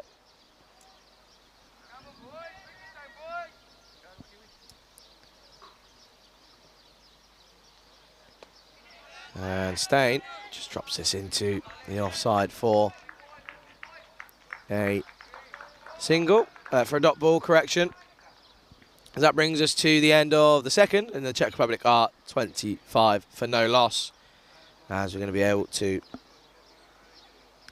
take a look here at the standings, and you can just see what this victory would mean for the Czech Republic. Extra 2 points, bringing them level with Hungary. Well, they need to win this, don't they? As their net run rate isn't up there at the same as Czech Republic. So if the Czech Republic can get the victory here, then it looks like they might make it into the final on that run rate.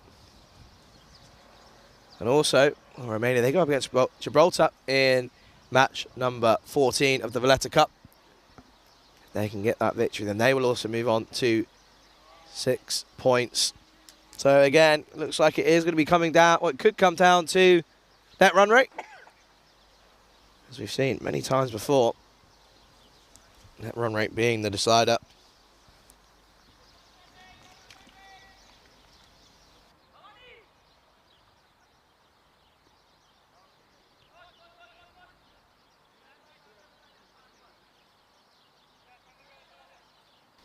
And interestingly, it's going to be Sandeep Mohandas to continue.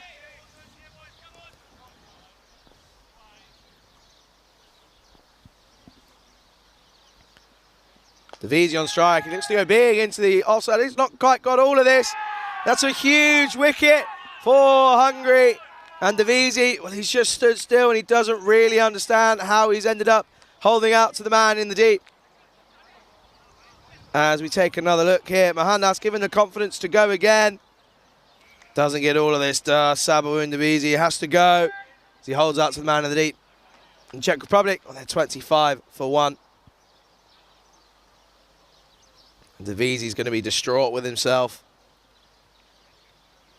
He knows that he's got a really good start there. And he would have been certain that he can be the man to get his country over the line. But he has to go as it brings the skipper, Aruna Shokan, in. Well, he had a good day yesterday with the bat. 49 off of 40 against Romania. And he did a really good job with the ball at the start, as you see. Gabor Torok, the 12th, doing the drinks duties for Hungary. What a character he is. Again, full of characters is this tournament. It's been really, really enjoyable. Thoroughly enjoyed our time here. As Aruna Shokan is on strike to face Sandeep Mohandas. He got a wicket off his first ball of his second over.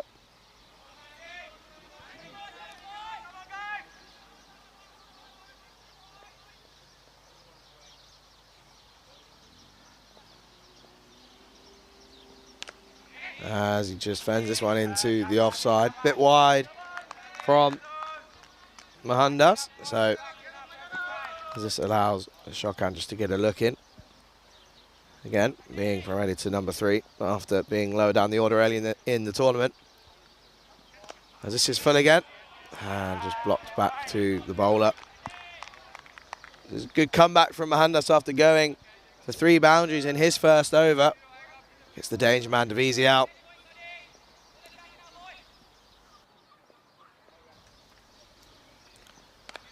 Shokan on the drive. Gets this past the man. It's Ali Fadasat in the covers. Come through for the single. He gets off the mark. Brings Stain. He's only faced the 1 delivery as Dylan Stain. So 2 new batsmen to the crease.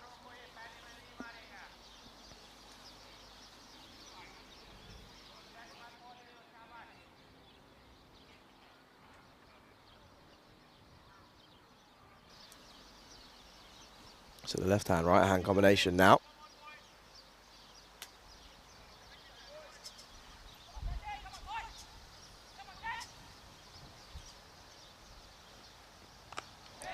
Stain pushes this into the offside. He's going to get off the mark as Satchadeep collects that one up.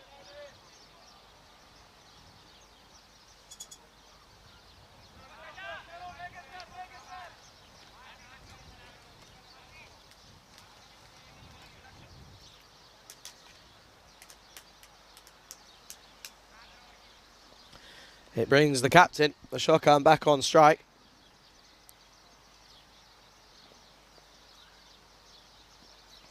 This is well bowled from Mohandas, just taking the pace off again. Hits it right up in the block hole and ends the over with a dot.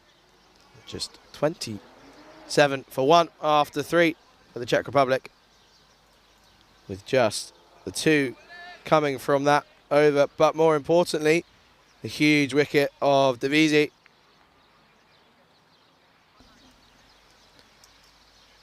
And it's going to be Harsh Mandian to continue at that far end.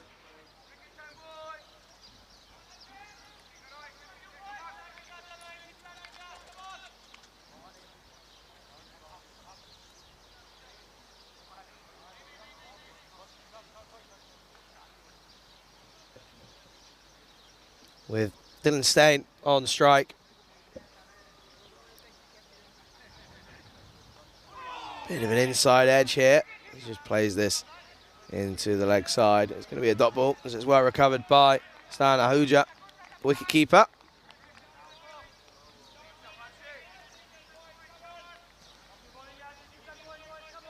Dylan Stain, just the one run for him so far. Plays this into the offside for a dot ball again. So pressure building here as these two just take a bit of time after the opener. Sabawoon Easy went big early on. 23 runs for him off of just 12 deliveries. Dylan Stain. And he's gone as he looks to advance down the track, and he misses this completely, plays all round it. That's a huge wicket for Hungary. And Dylan Stain is going to be disappointed with himself. Look to advance down the track and hit him over the top. Gets this all wrong, plays right around it. He has to go for just the one run. And Czech Republic are out 27 for 2. Very simple again. You miss, I hit, says Craig in the chat. And how many times have we seen that this week? Batsmen try to go big, try to go fancy, trying to make the most of this power play. We're going to see the beast, Sudesh Wickramasakara, make his way to the crease for the Czech Republic. A lot of pressure on the beast now. 170 the total required for the Czech Republic if they're going to take a victory away from this game and put their place into the final of the Valletta Cup. And in a sense, depending on what happens later on today between Romania and Gibraltar, if Romania can get a big victory over Gibraltar, then this is almost being played as a sort of semi-final. Wow, the beast looks to go big early up. Doesn't get all of this as it comes off the toe end of the bat. And it's going to be well fielded by Kaiba Deldar. Does a good job out in the deep as he chases that one. It's just going to be the 2 runs as the beast gets underway.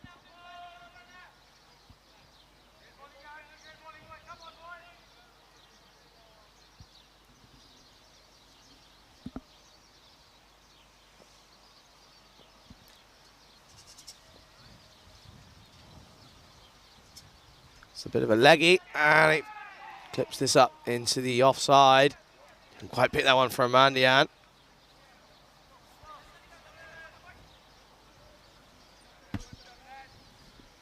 So Wickramasakara and Ashokan. A lot of pressure on these two batsmen. Obviously they've got batsmen capable of hitting long balls, but I do feel that these are going to have to go big. That's a lovely shot from the beast. Wickramasakara glides this along the ground. 4 runs for the Czech Republic. It's 2 full from the bowler. He gets punished by the beast.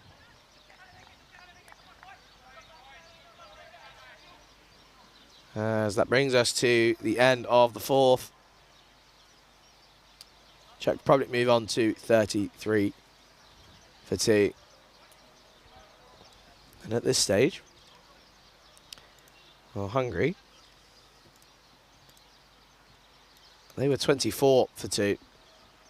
So, the Czech Republic already ahead, as Hungary ended up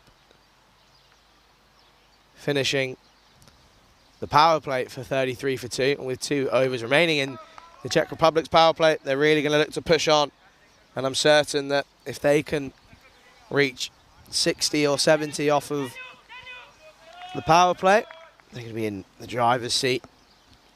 A bit of chat as to whether the beast are going to come off, and if he does, it'll be a tight game here.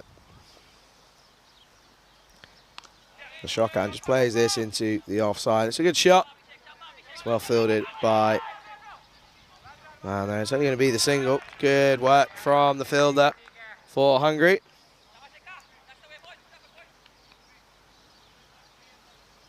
That's that man there, Protractor, Ketapap. I'm sure we're going to see him with the ball in the few overs' time.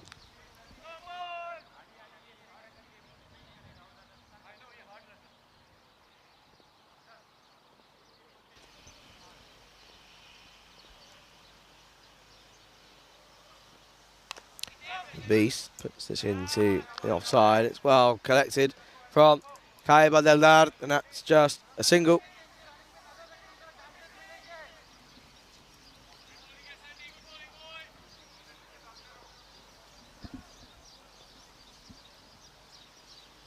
This is Fuller. It's a good ball from Mahandas as they clip this into the leg side and they come through for the single.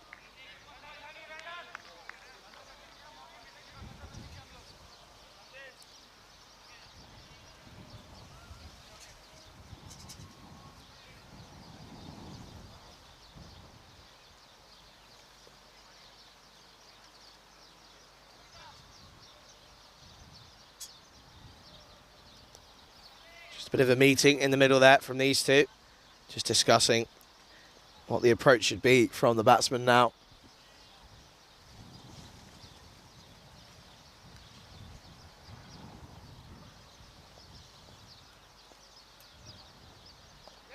And Ashokan makes the late decision to play this one and just dabs that down to the protractor for a single. Looks like he's just going to leave this one. Mahandas taking the pace off the ball 9 times out of 10, isn't he, the bowler? He's gone for 1 for 17.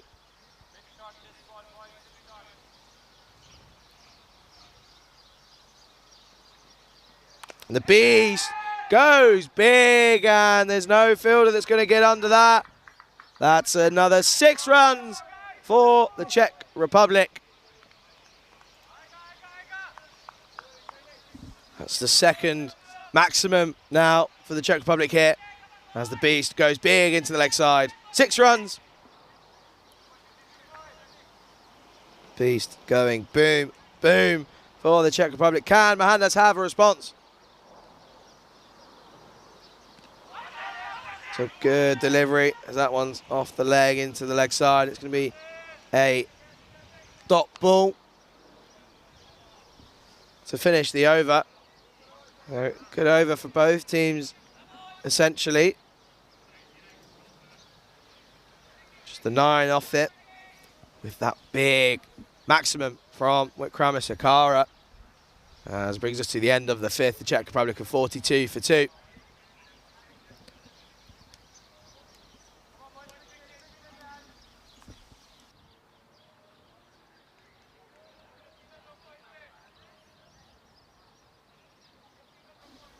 And as I said just a couple of balls ago, we're going to see the protractor, Ketapau, come into the attack.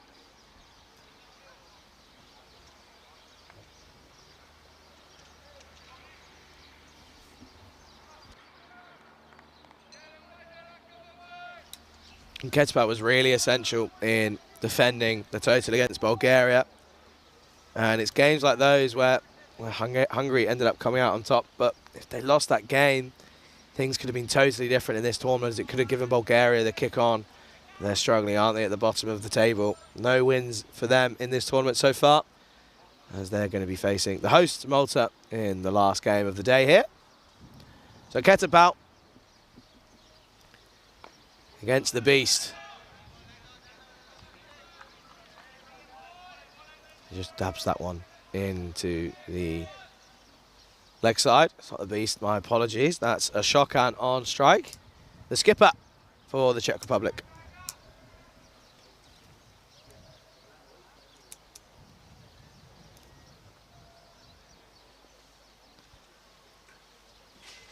And Ashokan dabs this down. That's a lovely shot. Just places this through the gap as they come back for 2 runs. And the Beast, well, he wanted 3. Didn't quite get enough there. It's a good shot from Ashokan. Once again, we know that some batsmen, they will give themselves a platform, as we saw earlier. Stan Ahuja, he ended up going big, as he really contributed well with the bat, as he ended up with 61 off of 48 deliveries. And once again, we've seen it before, Ashokan just take his time and then go big, and he goes boom, boom. And he's really looking to build here for the Czech Republic. Good start from them here. That run rate just creeping up towards 9 and over. This is played into the offside, and well done by the man there, Satyadeep Ashwanatharian.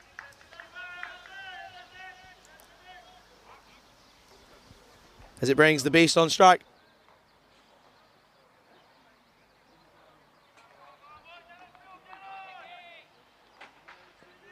We've been waiting for this matchup. Infamous on the ECN. The Protractor up against the Beast. That's a really good ball from Ketalpal, the Protractor. Just see this again. Just doesn't get that feet moving, does he?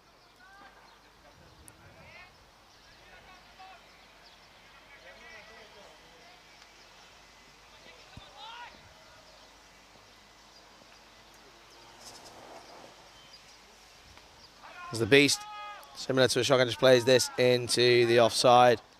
And they're going to come through for the single. This is what the ECN's all about. Players a platform on the big show. And well known all around the world in these two. The Beast and Ketalpal, the Protractor. Providing quality entertainment here on the European Cricket Network. As his innings finishes over, Ketalpal digs this into a shotgun. Just rubs this one, clips him on the hip. And you can see that. All competitive out on the pitch, but there's still good sense of friendship and sportsmanship between all players on the pitch. As that brings us to the end of the power play. The Czech Republic are 46 for 2. At this stage, we were 33 for 2. They're ahead by 13 at the moment. Same amount of wickets lost, however. It was from here, wasn't it, that Hungary rebuilt as the two Ahujas, Mark and Stan. Well, they went big as they just rotated the strike, and then there was a flurry of boundaries in the second half of the innings.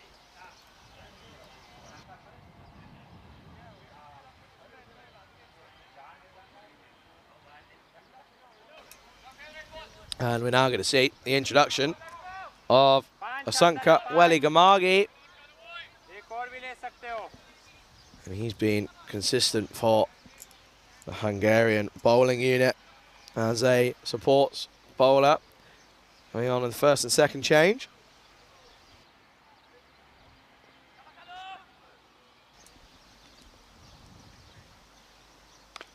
Weligamagi rides on the mark straight away as he recovers from his own bowling, and it starts with a dot ball. Good to see loads of people in the chat from all corners of the world. Really enjoying everybody's input. And if you have any questions, do get them in as Weligamagi continues here. It's not the start that he would have wanted in his second delivery. That's given a wide by umpire Tim Wheeler.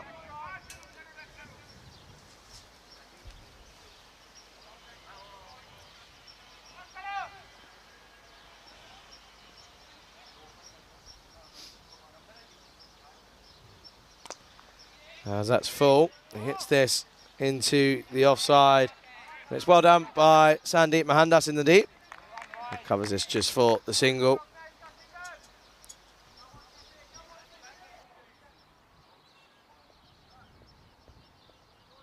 Bit of information there that Malmahas, as we continue here, as this is just dobbed into the leg side for a single. Well, Malmahas, they have gone on and put their place in the final up in Sweden. As Evergreen, they miss out. As we bring the Beast on strike. It's short. It's given a wide down the leg side, and they're going to come through for an extra run. It's good running from these two. And you can see at this stage, Hungary, they were 35 for 2. As these two edge closer to that 50.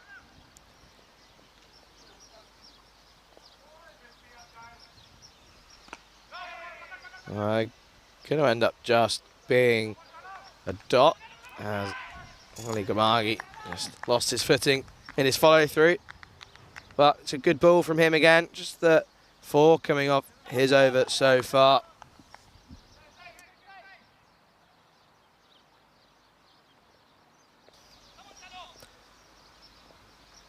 There's going to be a Shokan on strike. This is pushed into the same area. Mark Oja, the skipper, as he looks to go for the run-up, that ends up clattering the beast. Kramasakara right on the back of the calf, and that one going to be a little bit sore. It wasn't intentional. Just got in the way, did Kramasakara.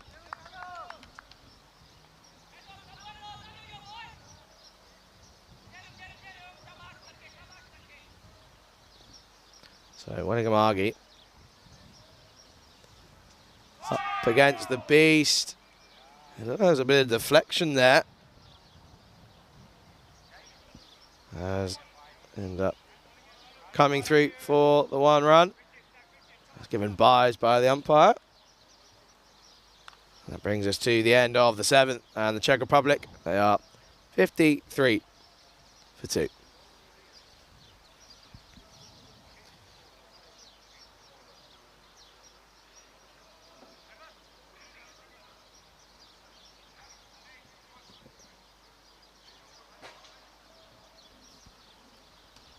So we're going to see Ketapal back in the lot into bowling attack. He's got a good first over for him. Just the 4 runs coming off of his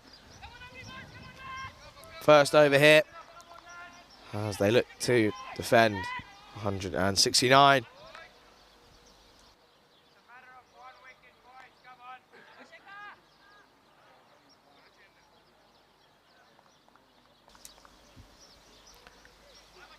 Going to be Ketapal to continue here, and we're going to see that contest once again. The Protractor versus the Beast.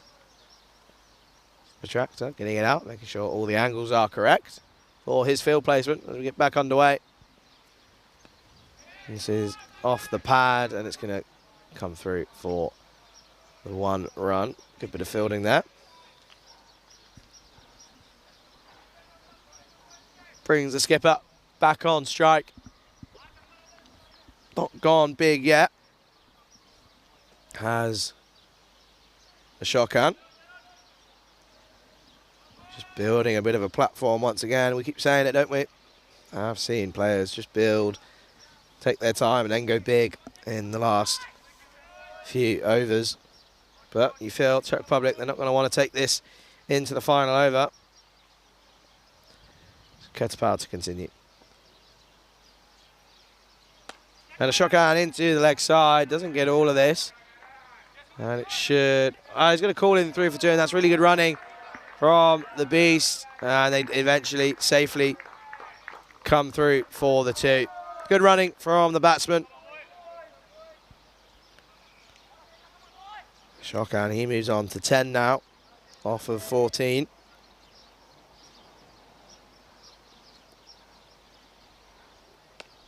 As he just plays this one into the leg side. It's going to be safely cut off by Mark Aoudja, the skipper.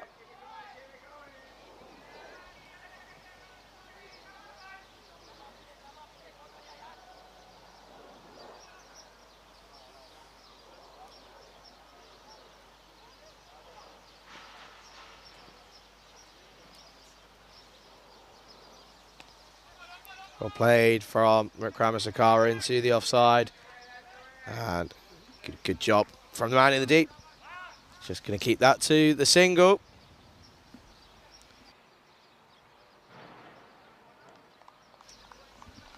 The Ketapal once again proving a tricky customer as these batsmen struggling to hit him away here.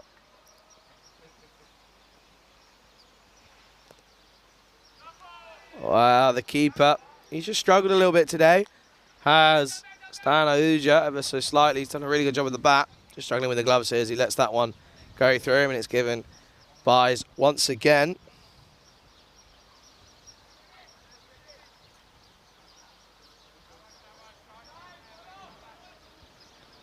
So, Ketapal. So he continues here up against the Beast. And the Beast plays this into the leg side. They're going to come back for 2, I think. I don't think they're going to end up doing so pretty comfortably, and they do. It's good running again from these 2. good bit of batting from the Beast. Drops this into the leg side. And they come through comfortably for the 2 runs. So that brings us to the end of the 8th over. And the Czech Republic are 61 for 2.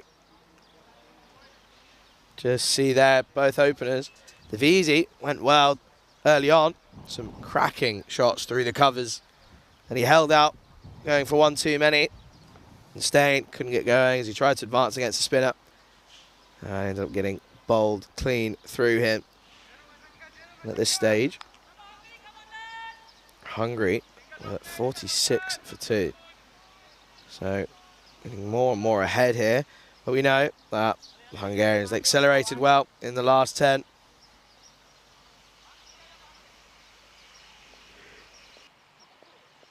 Welly Gamagi to continue. Just a 6 off his first over.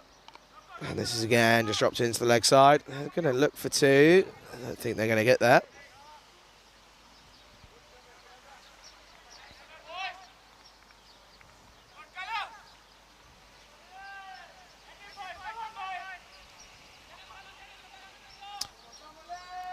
They don't need to go big, but that run rate is slowly creeping up. It's at 9.08 right now. Good bowling from Welly Gamagi. Back of a length, not giving him any room. You can just see the Beast looking to wind up.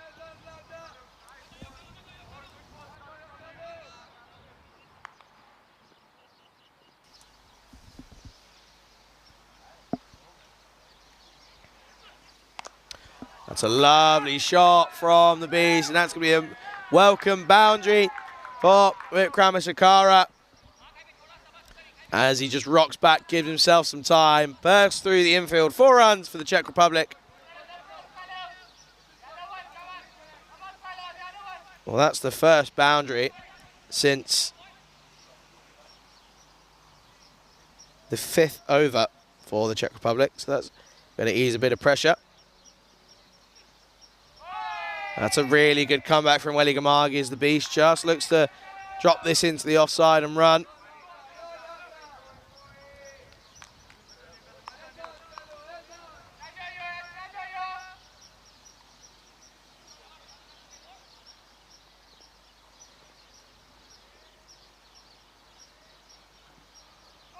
That's going to be not going to be called wide by the umpires. It might have just gone over the top here as we take another look. It might have been clipped off his thigh there. So it's going to be a dot ball. As the Beast, Wickramasakara, looks to go big once again. Well, and he's got some of this. I don't know if he's got all of it to go all the way. And he has, as it just gets over the man at long on of Wickramasakara. The Beast goes boom, boom. And that's going to be 6 runs to the total. Just teasing Satchadeep Ashwanatharian there.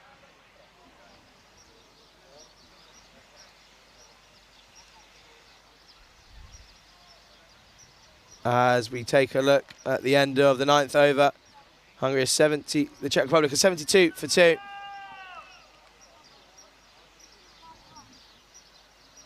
Again, could be in for a real tight finish here. Both these teams requiring a victory if they're going to make it into that final against Malta tomorrow.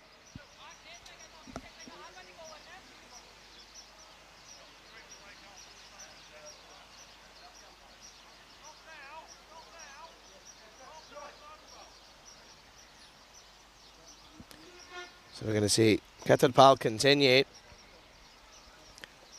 He's gone for just the 10 runs off of his first 2 overs in his spell. That run rate below 9 now. 98 off of 66 required. A Shokan on strike. Looks to play this into the leg side. Come off his pad.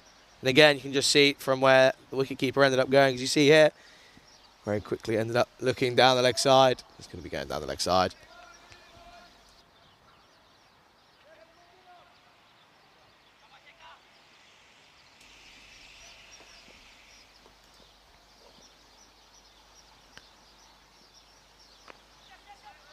As again, the Beast, sensible innings so far from him here. Just drops some runs into the offside.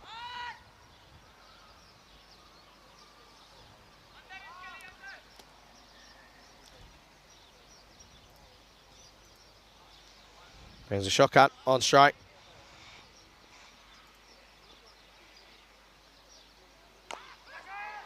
Just plays this one, lofts this to the man at long off. Again, just going to be a single.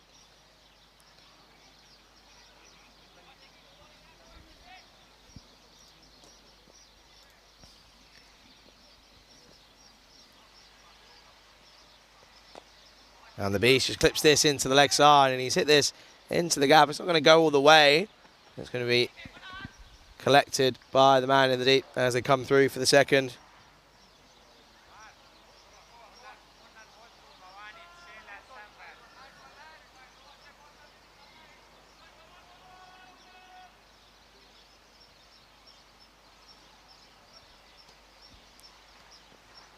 So the Beast, high score now in this week as he just again drops this into the leg side for a single. Sensible batting from the Beast. We've seen him a couple times just go big a little bit too early, but he's doing a good job here as he's giving himself a platform.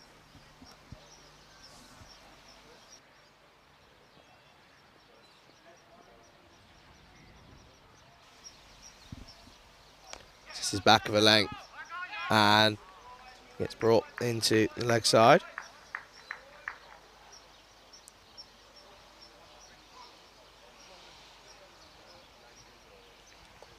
As that's going to bring us to the end of the 10th over. And the Czech Republic are 79 for 2.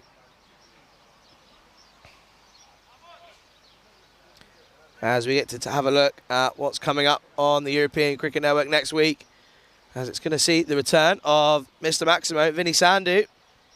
He's returning as he takes over in Stockholm, as we're going to see 4 games coming up on Monday. It's the first day of 12 Group A matches. Albi's at Zalmi and Budkitka. They're going head-to-head in matches 1 and 2. And then we're going to see Lipkoping and Indiska. They're going to battle it out in matches 3 and 4. And that's 7 o'clock time is when that starts GMT. 9 o'clock Central European. And 12:30 in India. Some serious cricket being played out in Sweden at the moment as they're in between games at this point. With the second semi-final coming up, Ariana, they take on John Copping, and that's going to prove for a good battle again. And obviously, the winner of that, they'll go on to the final in Landskrona. So a whole month up in Sweden. And I know the weather yesterday wasn't pleasant, but there's no issue of weather here, as you can see. Bit of wind around, bit of a breeze, but no one really complaining as it just eases the temperature ever so slightly. As at the moment, here in Malta, currently 25 degrees, and it's only 5 to 11 in the morning, so sun not even at its peak yet. So we're going to see high 20 temperatures again as we get into the afternoon. As the players make their way back to their positions, gives us a very quick chance to let you know, obviously, what we have coming up later today after this game. We have Gibraltar. Well, they take on Romania. Romania, they're in need of a victory if they're going to have any chance of making the final. Gibraltar, 1 victory for them yesterday versus Bulgaria. And they'll be looking forward to that game. And then we finish the day with Malta versus Bulgaria. As we return to live action with Welligamagi. And Ashokan times this well into the leg side. And the Beast turns and goes, and he's going to come back pretty comfortably for 2 runs. Good running once again, and these two really good bit of running as they push on now. 89 runs required off of 59 deliveries.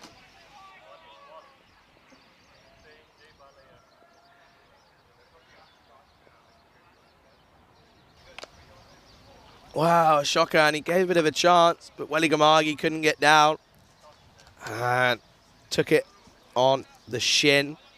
It looks like he's okay, which is good to see. Might need a bit of cold spray possibly. That's never nice. That's a tough one to take. If you are in the YouTube chat, do say hello. There's been some really interesting discussions so far this morning in game 13 of the Valletta Cup. There was a half chance. It would have been an outstanding grab if he could have got a hand to that. It came in pretty quickly. As that brings the Beast on strike.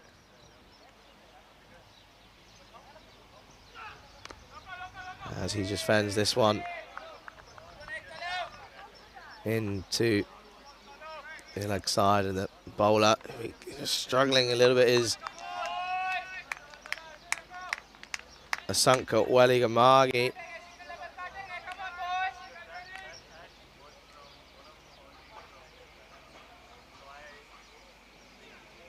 Wow, it was winding up there, and that's going to come through for the single, and I think that might have just clipped Tim Wheeler on the foot, the umpire. He apologises to the Beast. We don't want to get on his bad side.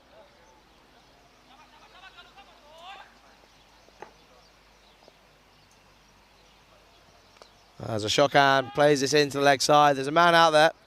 Doesn't really have to move. Ends up just being another single. Going well are these two at the moment. And there's no doubt if they don't take a wicket soon, might struggle to defend this target. Looks to go big, times this one really well, and he squeezes through the gap, and that's going to be 4 runs to Wikramasekara. It's a lovely shot as he just advances down the pitch. That's a really nice way to end the over, as after 11 the Czech Republic are 88 for 2.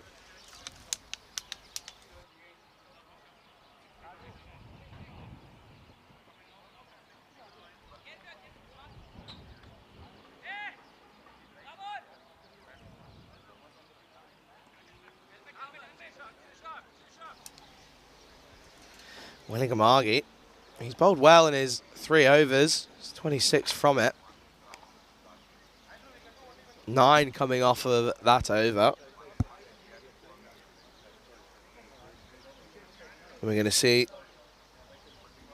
the introduction of spin once again. And it looks like it's going to be Avani Prasad. And he was a really vital bowler in Hungary's victory over Bulgaria, where he finished on 3 for 29 off of his 4 overs.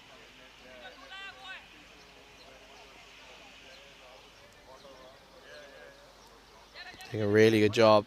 Again, the spinners proving vital, as we're going to see the 13th man. Just bring on the helmet for the wicketkeeper. Stan Ahuja.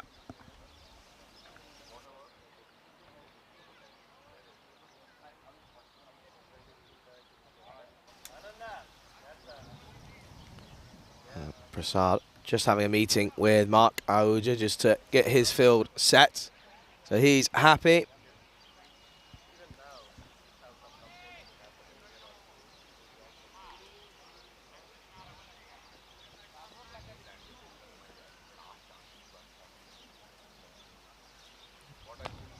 Prasad starts. It's a nice shot from a shotgun into the leg side.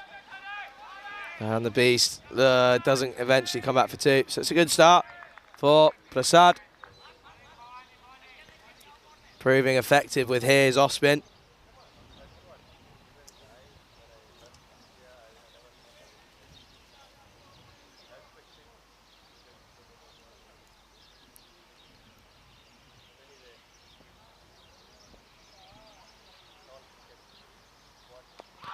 It's well bowled. It's darted in.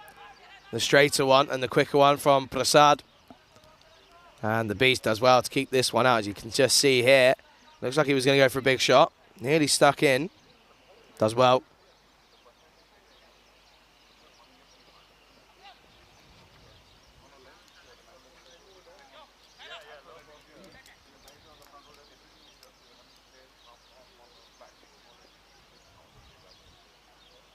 Shokan looks to go big into the leg side. Doesn't get enough on this. Going to be fielded for the one, and that's Malik Zada, the 12th man, substitute fielder on for Hungary. Keeps it to just the one. The Beast, and the Beast goes big. That's into the car park. That's gone all the way. 6 runs for Wikramisakara. Stand and deliver batting from him. So he goes boom, boom into the leg side. Lovely shot from Wikramisakara. And he moves into the 40s on 44 now, off of just 28 deliveries. It's a lovely shot, just 2 straight from Prasad. Just taking a look at the ball. Umpire says, yep, that's fine by me. Let's continue. Big shot from Wikramisakara.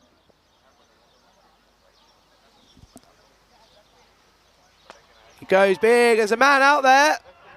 He makes the decision. He doesn't go for the catch and still gives away the boundary. So not good work from Zahir Safi as he's struggling today. Didn't go forward to attack the ball. Wikramisakara goes big again. 4 runs for the Czech Republic. Wikramisakara has moved on to 48 now. Prasad, last ball, and his over. And the Wikramisakara, the Beast, drops this into the offside for a single. As that brings us to the end of the 12th over. The Czech Republic are 102 for 2.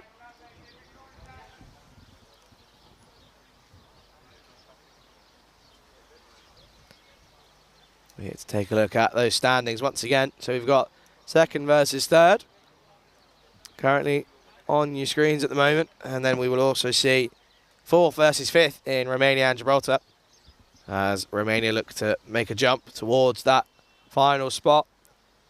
And then to finish off the group stage, we'll see 1st take on 6th in Bulgaria. Still yet to get a victory in this tournament. Played some good cricket, but just struggled when it comes to those vital moments. And Malta, as they've confirmed their spot on home soil. They look comfortable, haven't they? And it's been a couple of days. We haven't seen Boom Boom Basil. Fan favourite, certainly a fan favourite of mine. And we're going to see a change of bowling at this commentator's end.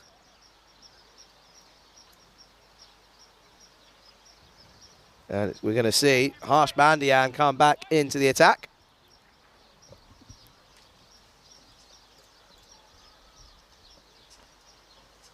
As he's in.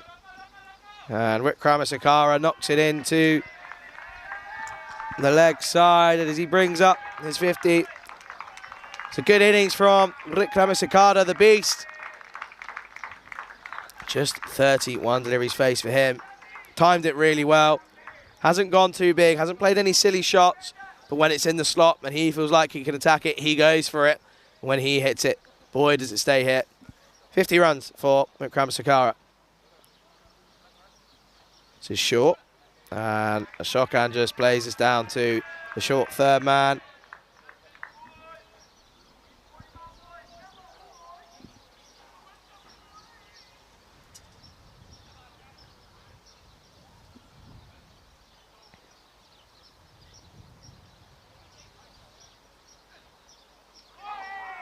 Oh, the Beast looks to go big. Doesn't get any of this. It's good comeback from Harsh Bandian.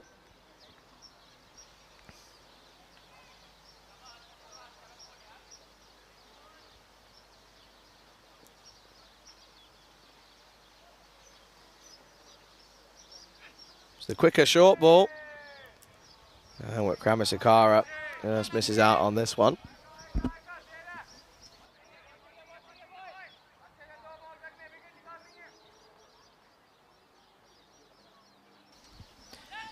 Mandian, not a terrible over so far.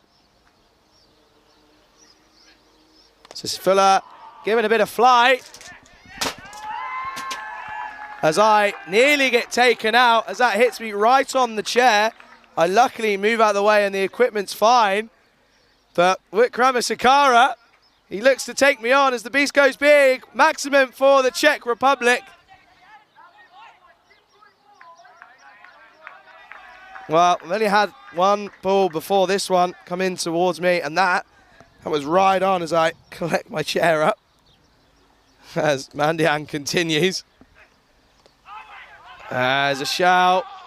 Not given. Vikramasekara as he comes in. They're going to come back for the two. That's really good batting from that man there.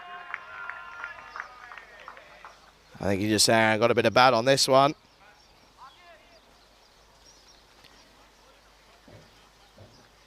As that brings us to the end of an exciting over at the end of 13. The Czech Republic are 112 for 2.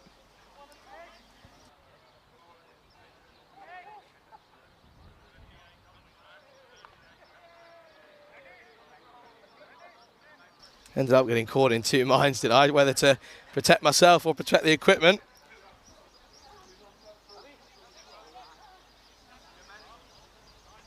I'm going to be having a few words with the beast later on.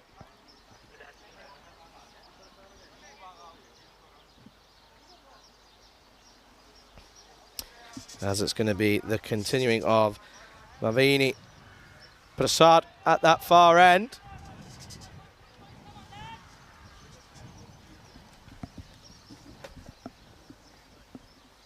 The big over that one. As we continue here, Ashokan just squeezes this one into the offside. They're going to look to come back for 2. I don't think they're going to, it's just 1.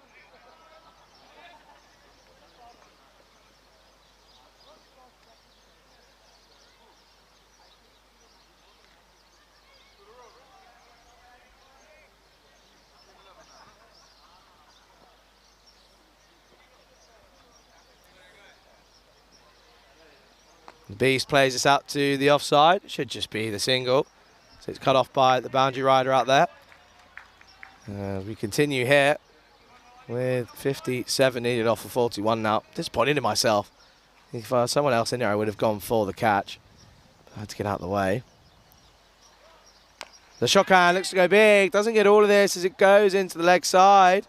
I think he's going to cut it off, and he does. Just does well down there. And they come back for the 2.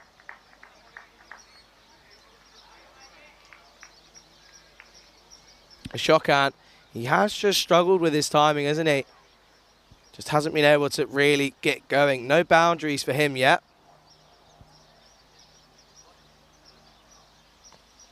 As he just drops this one into the leg side. And you have to say, Ashokan, he's not really had to go big when you've got the beast. Sudesh Vikramasekara going big at the other end. Just need to sort of drop anchor and play the supporting role, which we've seen him do before.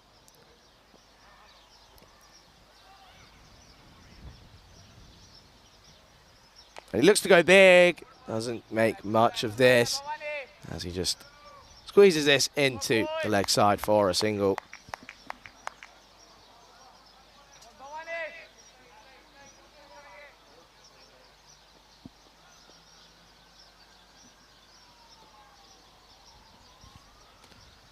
Wow, Ashokan, he's had enough, and he's going to get all of this. This is going to go over the trees. 6 runs from Arun Ashokan.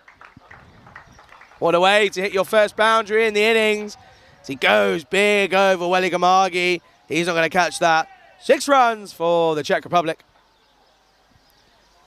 That brings us to the end of the 14th. The Czech Republic are 124 for 2.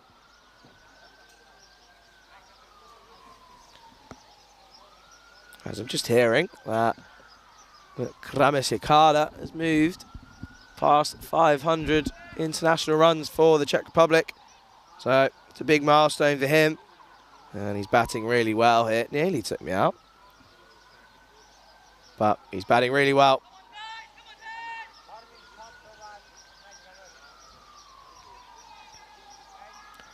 As he's back on strike. Marlian's continuing. Stand up, just in case this over. We'll see a repeat of that, what happened last time. Expensive equipment in here at the moment.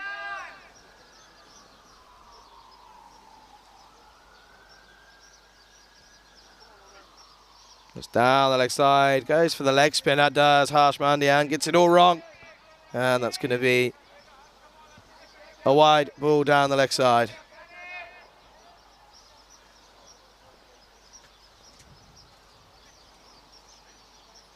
As this is full again. There's a bit of a half appeal. I think he knew that that was a bump ball. Saw it pretty early. But we're at Kamasakari. He's batted really well so far. 60 off of 38 now. Really mature innings from him. Coming in at number 4. He looks to go big. Hits this into the leg side. Doesn't get all of it. As the man there, Satyajit, does really well. Ashwanatharian.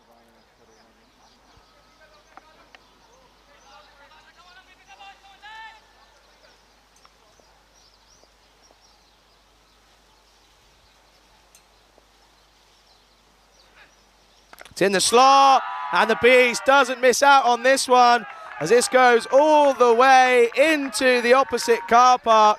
6 runs for the Czech Republic. And the Beast, well, he's seeing it like a balloon now, isn't he? Stand and deliver. Well, that wasn't the Beast, that was a Shokan getting in on the action. The big shot from the skipper. That's his second maximum now. As he races on to 37. We need a new ball as that one has gone out of the park. These two are looking set now, aren't they? Is that equation just 38 off of 33 now? They've really put a dent into this target. And they're going to look to keep going. Here's this is short. And good work from Stan Ahuja behind the glove, behind the stumps.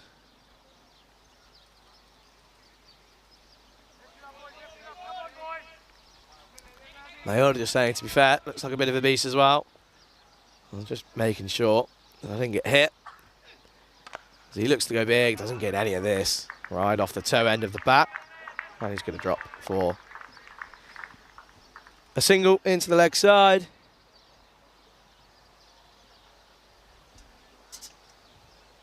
.38 off of 32 now. Kramasakara hits this well into the offside. It's not going to go for the boundary. It's going to be cut off by Lee Farasat. As these two. That brings up the 100 partnership between these two now. That comes to the end of the 15th over. And the Czech Republic, 135 for 2. They're just needing 35 off of 30 now.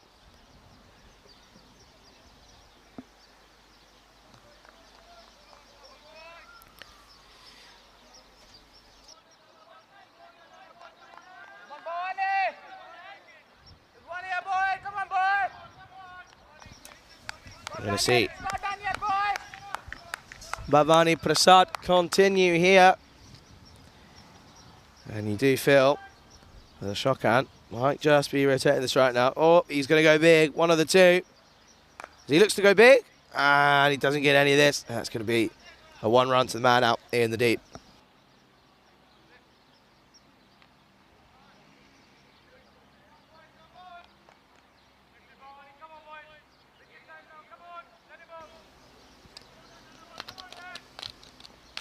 And they're well ahead of the run right now as the Beast is on strike. And this is going to go into the leg side, and he's taking it. It's a good catch from the man out in the deep. Didn't get any of this, did Wikramasakara, but he has to go. 63 off of 41 deliveries. It's a really good innings, and you feel he might have just done enough here, but are we going to see an upset once again as he has to go? What an innings that was. 4 boundaries and 4 maximums for Sudesh Wikramasekara as it brings the tank out next.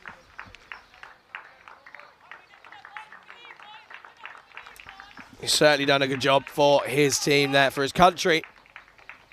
And he passed, obviously, 500 runs for Czech Republic in that innings. As it brings in Ritik Tomar, he's not going to be on strike. And a Shokan, well, you feel he's going to go big now, isn't he? Is he going to try and get this done as quickly as possible? He looks to go big. And he wasn't really paying attention. Was the fielder out there? But he does well. He recovers really well. And that's a really good piece of fielding from Wedi Gamagi. Take another look here. You can see in the top left, he wasn't looking, he wasn't paying attention. But he gets round, puts the dive in. So a great effort out in the deep.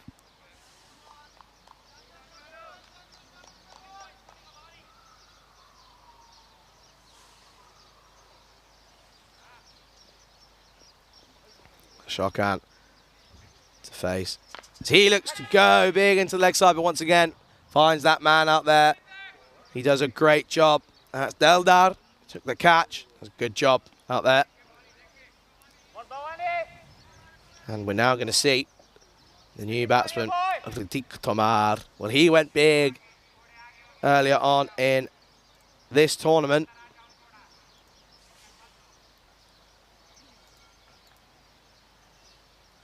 27 off of just 10 deliveries against Gibraltar.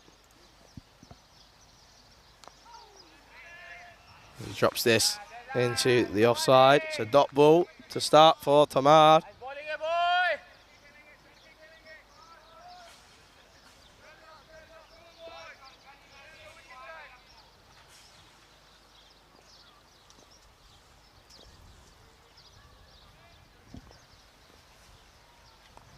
And he gets this up in the air, does Tomar. There's not a fielder out there.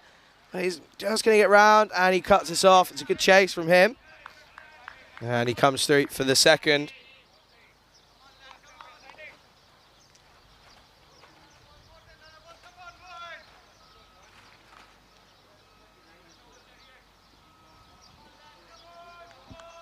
As that takes us to the end of the 16th over.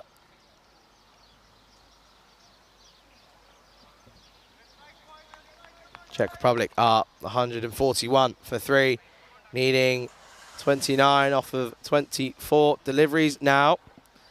A lot of support for the Czech Republic in the chat. We're going to see the return of Sandeep Mohandas.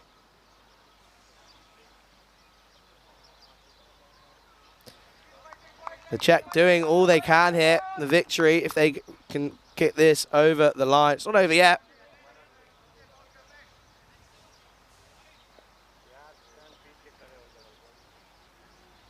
But you feel if they can get this victory, they could be right in contention for the final. Mohandas continues here. That's not the start that he would have wanted. It's down the leg side. Stanley, you can't quite get across. And Kespar's going to give chase. Going to cut it off, I think. Does well. There's the protractor. That comes through.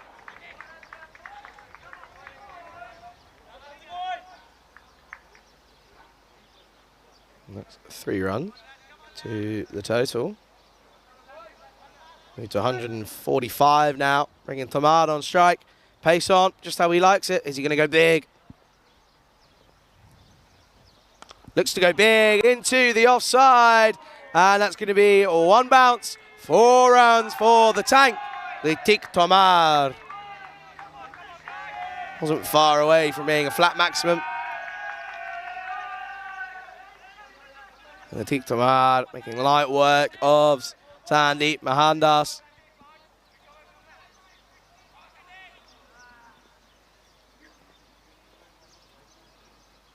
He goes big again. Even more on this one, and the tank goes big. Boom, boom from the tank. 6 runs for the Czech Republic.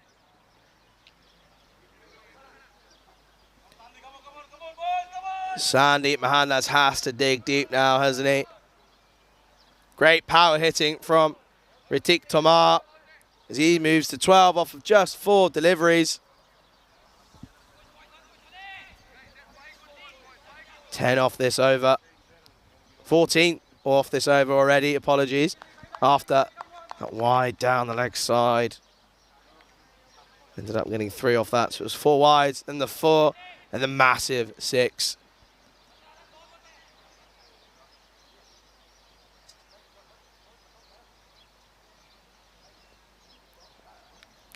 Mahanda's reply. It's a slower delivery, it's well bowled, good comeback. Takes a lot of guts to be hit over the boundary for 6 and to come back with a slower delivery. He's done well there.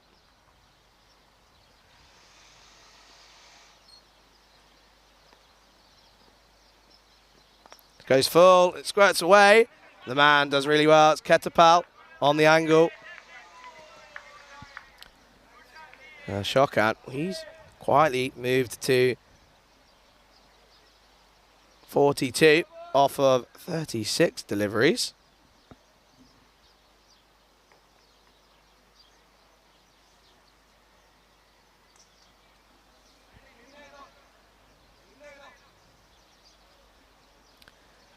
As Shokan, just struggling with his laces, has the skipper. So 15 runs required off of only 21 balls.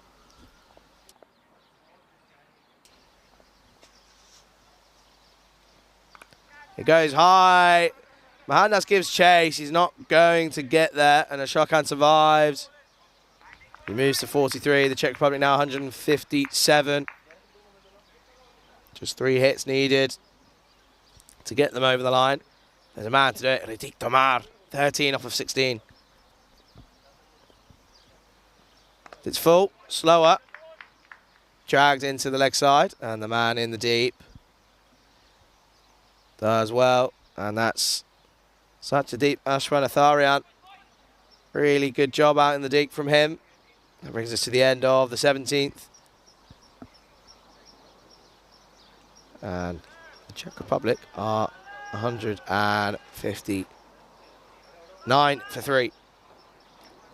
Gives me a moment before we get to the last couple of overs here. Shout out to my local team back in Spain, La Manga, Torrevieja Cricket Club. They've got their T20 season underway. They're up against Madrid. So a little bit of a shout out to them. They go well. Team, obviously, who has been seen on the ECM before, back all the way in the Alicante series in 2020, and again in the national finals that in 2021 as well. As we come back to the action here, the Ritik Tomar on strike, and it's up against that man, the protractor. 13 needed now. Into the offside, and Ritik Tomar continues where he left off. 4 runs for the tank. Lovely shot as he pierces the infield, and that runs away on that short square boundary. Single figures now for the Czech Republic as they look to book their place in the final of the Valletta Cup.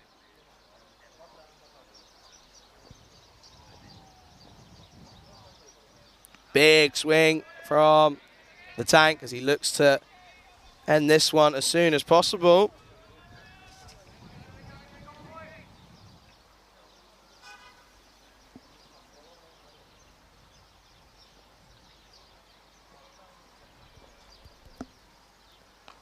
Into the offside, should just be the 1 run. I think it is going to be. It brings the skipper on strike. And Aruna Shokan, 43 for him now, off of just the 37. And a lot of contributions in the chat about him, saying what a good innings it has been again. Once again, we see him do it with the bat. He did it against Romania. 49 off of 40 for him in that game. This is going to be a wide delivery, and they're going to come through for an extra run as well. 1 hit needed now for the Czech Republic. Ketapal, he's only gone for 23 off of his overs so far. And Ritik Tomar into the leg side. Marco Uja just spilling it. It's not going to cost him anything.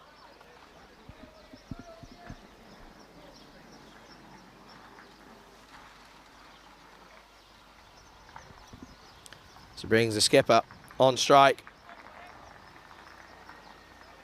Can he do it? Can he be the man to bring his team over the line? He's completely Q-ended this. They're going to come through for a single. Brings the T20Is on strike. Ashokan, he moves to 44 again. Outstanding innings from him in the context of the game.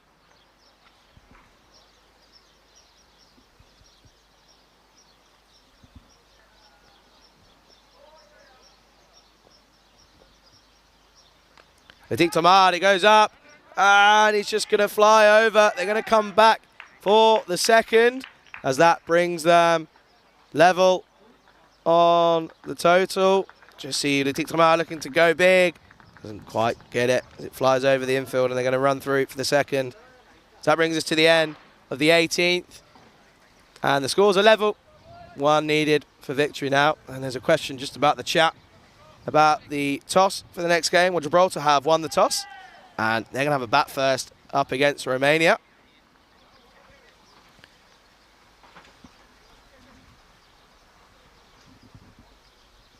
And we're going to see Bhavani Prasad. Looks like he's coming on to spell. We just see here Hungary looks like they're not going to put enough on. A really good batting display from the Czech Republic with Sakala going big for his team.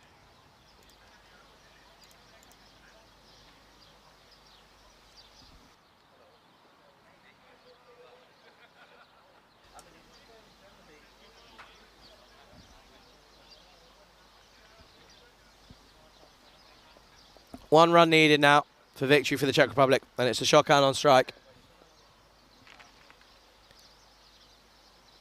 As he goes big, and he finishes it with a 6, and he brings up the 50 for him, and that's the game for the Czech Republic. What an innings that has been from Arun Ashokan. Did the job at the top of the innings with the ball, really restricted the Hungarian batsman. And again, a really mature knock from that man, Arun Ashokan. 15 not out off of 39 deliveries.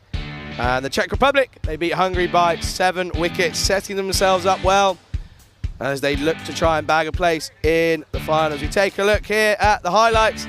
Oh, Sabu Ndivisi got off well, didn't he? Some serious hitting, 4 fours and a 6 from him. He started off the chase well for the Czech Republic. And we see there, big catch out in the deep as that brought them back right into the game for Hungary, but didn't end up being enough. Steyn looked to go big, then he played all round that one and missed that one. He went straight through the gate. He was bowled by Harsh Mandian. With that brought the man Sudesh Vikramasakara into the crease. Boy, did he go big. 4 fours and 4 maximums for him in his innings. See his highlights, stand and deliver stuff from him as he ended up going 63 off of just 41 deliveries. But not to be forgotten is the skipper for the Czech Republic, Arun Ashokan, 50 not out off of 39 deliveries. And really, really good contribution from him. A match-winning performance both with bat and ball for the Czech Republic. We saw him go big, and again he went big as he finished the game with a maximum. The Czech Republic, they beat Hungary by 7 wickets. But don't go anywhere, ladies and gentlemen, as the action returns in just under half an hour. As Gibraltar, well, they're going to take on Romania. Gibraltar winning the toss. They're going to have a bat first. Once again, we just take a look at the scorecards here. It just shows Ashokan and Vikramasakara, big hitting for them. And we're going to take a break here as we return for match number 14 of the Valletta Cup. And you're watching on the European Cricket Network.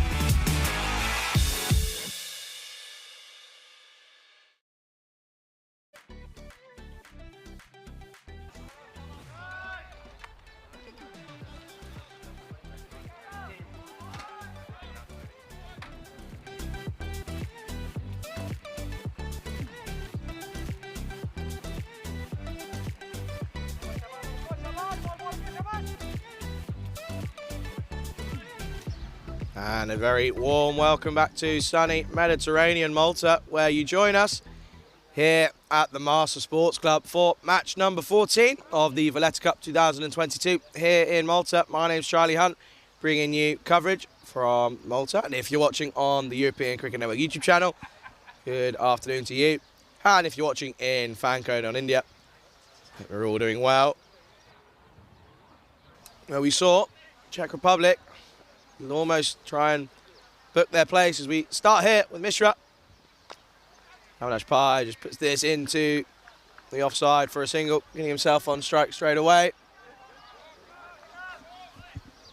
As that brings young 16-year-old Louis Bruce on strike. And what a day these two had yesterday up against Bulgaria. As Louis Bruce just fends this one back to the bowler. But what a day these two had yesterday. Opening stand of over 200. Louis Bruce just falling short. 99, not out. As Mishra opening up from the far end for Romania. And Bruce just plays this into the leg side. To that man, Taranjeet Singh. Dot ball for Gibraltar.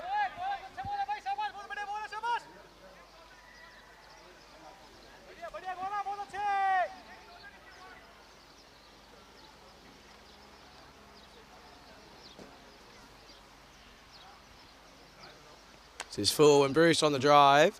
Just fends this one into the offside. And that's going to be another dot ball. So it's a really good start this from Mishra. Right on the spot early on. You can see on the shirts of the players, there's a nice breeze today, left to right on your screen. As Bruce just plays this into the leg side, it's going to be a dot ball. So Thisan, the Romanian skipper, well, he lost the toss. As Gibraltar, they elected to bat first here. Romania, it's a simple equation for them, isn't it? They're going to have to knock off whatever Gibraltar set in record time if they're going to want to try and book their place in the final up against Malta tomorrow. As this is going to be the first extra of match 14, as Mishra just is down the leg side for a wide.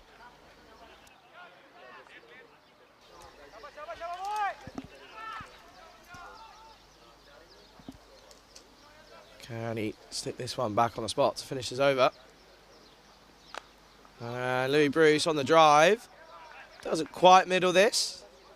As it brings an end to a tidy first over for Romania. Gibraltar, after the first, find themselves 2 for no loss.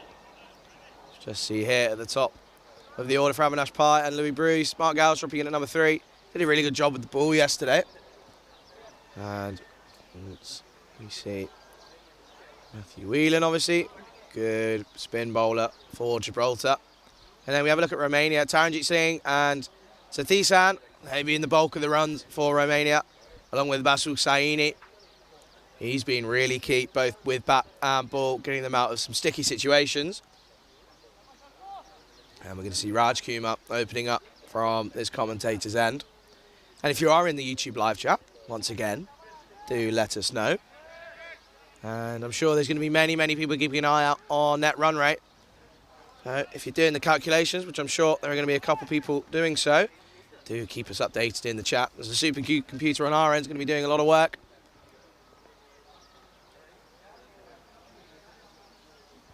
Raj Kumar slings this here. This is really nicely played as it's tucked round the corner. Going to take some catching off. I don't think he's going to get there. It's 4 runs to Avinash Pai. It's the first boundary for Gibraltar here in match 14. Just veering onto the legs of Avinash Pai, and Raj Kumar is going to look to make a comeback for Romania.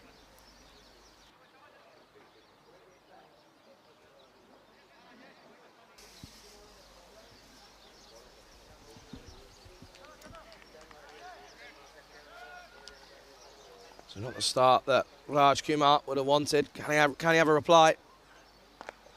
This is straight, and this is pierced through the field, and it's just going to be the 1 run for Avinash Pai, bringing young man Louis Bruce on strike. Hasn't quite gone off the mark yet.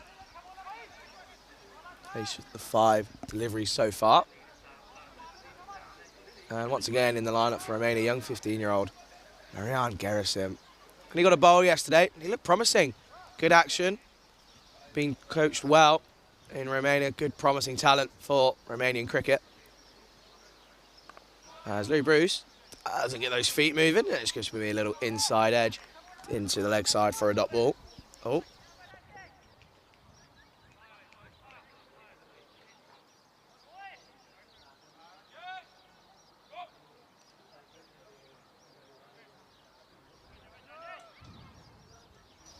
Crouch Kuma to continue it.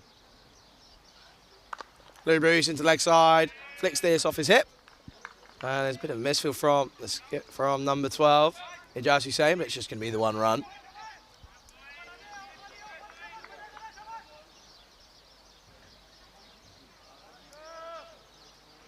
Again, I think it might have been almost a little bit unpleasant out there if there wasn't that breeze, as it's again a scorcher of a day here in Malta.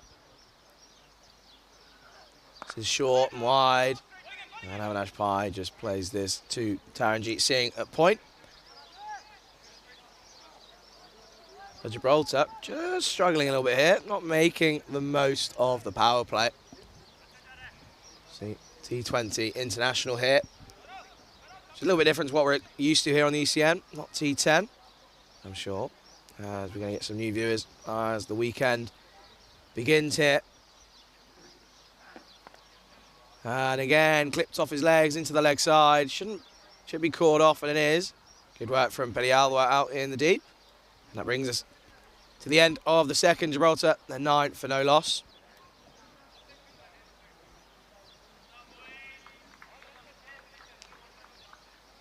As this is now going to give us a chance to take a look at the updated table after the Czech Republic. Well, they got a victory over Hungary, and we see they've swapped over, haven't they? So Romania, if they can get a victory here against Gibraltar, they're going to have to do it in record time. As the supercomputer's going to be churning away, trying to get those numbers.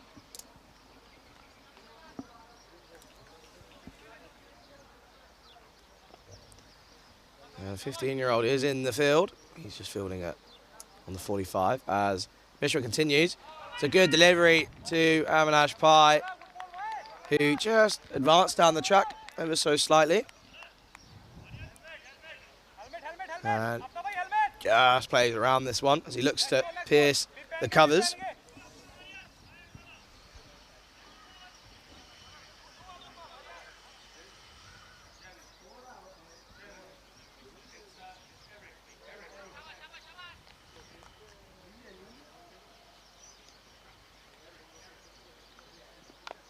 And Avinash Pai flicks this into the leg side, and it's going to be cut off.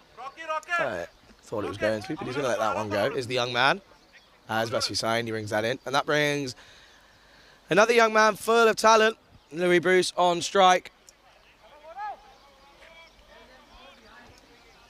And there's just a discussion about the maths, and I think we're going to have to wait to see what Gibraltar put on as a target for Romania, as Mishra continues here. It's Philip and Louis Bruce. Just plays under this one, and it's going to be hit into the leg side for a single. And I think it just proves how evenly matched these teams are, with that second spot in the final going all the way down to net run rate. Just proves we've had some incredible cricket here this week. This is Phil on the legs. This is going to be clipped off the pads, I think. It's going to run away as the young man gives chase. He's going to get there. He does really well. And he's going to get that bullet arm in. Great arm from the young man. As Louis Bruce comes back for 2. Being given as runs, I believe. So Louis Bruce off the mark.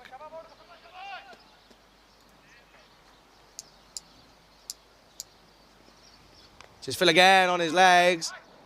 And a clip to that man. Gerasim, he does another really good job on the angle there. Well, those two. Louis Bruce hitting it to Marian Gerasim. Just 15 years of age, the Romanian. And the Gibraltar, he's just 16 as well. just showing emerging talent all around Europe.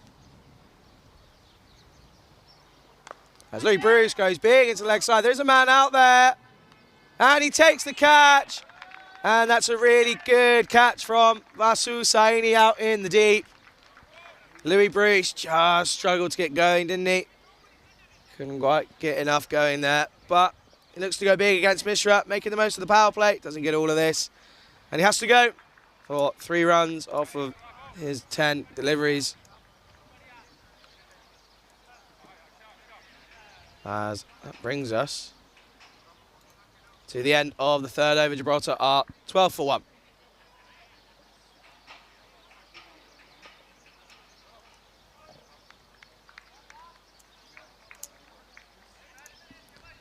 And we're looking like we're going to see a bit of a change in at number 3, as it's going to be the man who made his debut yesterday, Christian Rocker, coming in at number 3.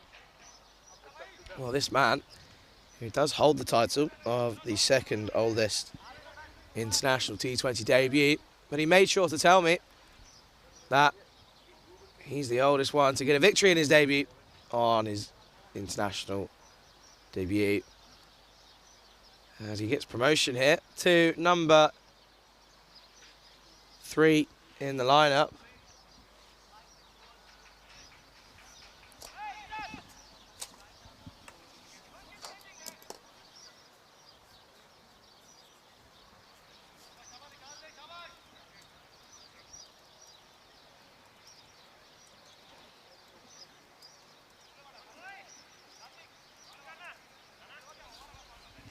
So he's going to be on strike, as that brings Raj Kumar back into the attack from this commentator's end. That's well played from Rocker as he squeezes this through. And they're going to come through for a single, as he gets through off the mark.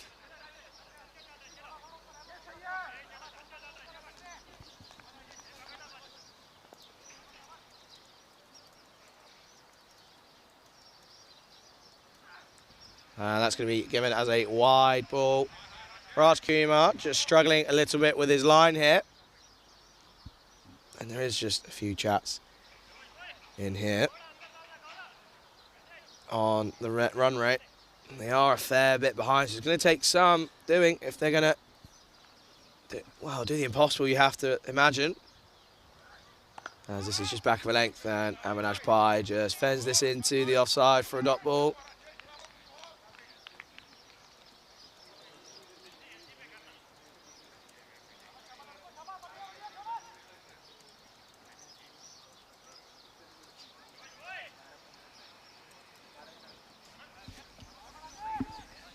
I think if Gibraltar, well, they're going to be happy. They'll be more than happy if they can get a win here.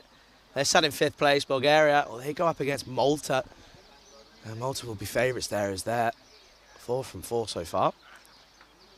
That's a good delivery from Raj Kumar and Avinash Pai. Just not making contact on this one. So Gibraltar struggling so far here in the power play.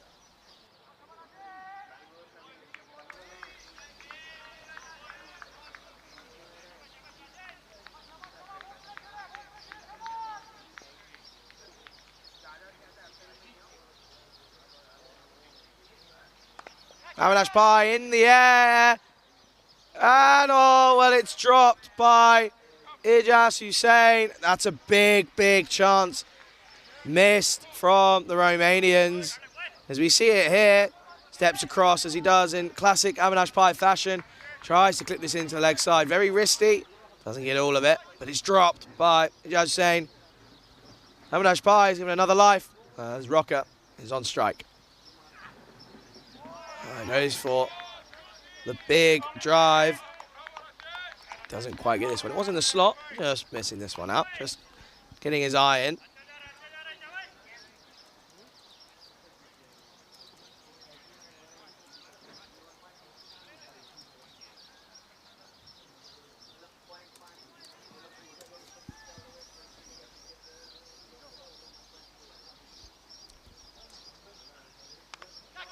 It's going to fly over the young man on the angle.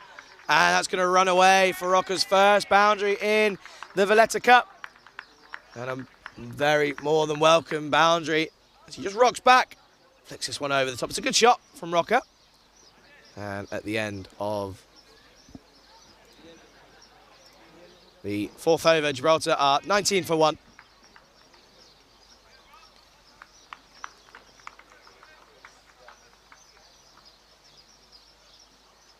So Christian Rocca with a promotion up to number 3 with his first boundary from Raj Kima. He went for 7 runs off that over, giving Avinash Pai a strike at this end.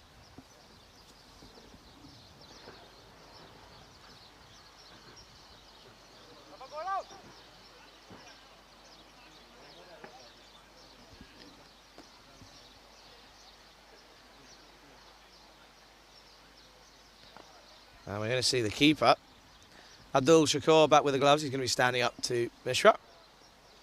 Well, and that first one is being given as wide. It's going to be a big chase on for the young man once again. He does really well and gets that bullet arm in as they come back for the second run. Just see here, he's left this one and wow, Abdul Shakur normally holds himself to higher standards. Just completely took his eye off that one as they run through for 2 more runs. So 3 off that first delivery.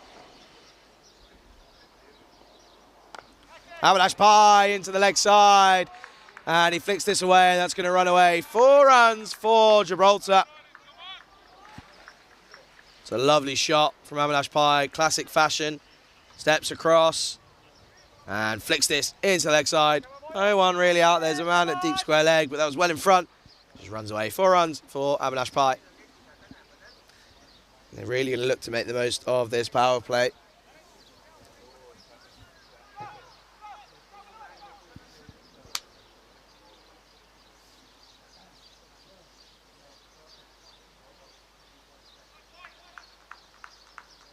So Mishra, not the start to the over that he would have wanted.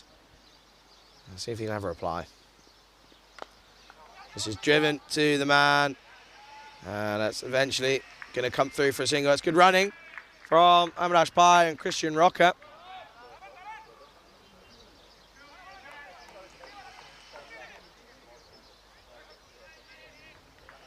You just wonder with that stat for Rocca if when they're running they're going to target his end a little bit. He's shown he's more than capable, hasn't he, so far, running between the wickets. And again, really, really hot and warm out there today. And there's some good spectators around on the Saturday. And Rocca, wow, it's straight to the man. And it's gone through him, but he's middled that, and that's going to go through for 4 runs. Christian Rocca on the drive as it races through that man again. It's the second drop for him at mid-off. Oh, Ijas Hussein not having a good time with it at the moment. Rocca on the drive, looking confident as he now moves to 9 runs off of just the 4 deliveries. You can see there now as he gets swapped out, does Hussein. And he'll just be disappointed with that one.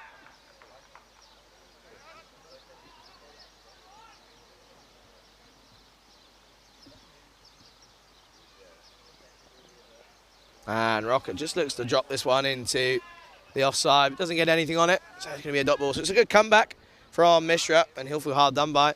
He feels he should have had a wicket there.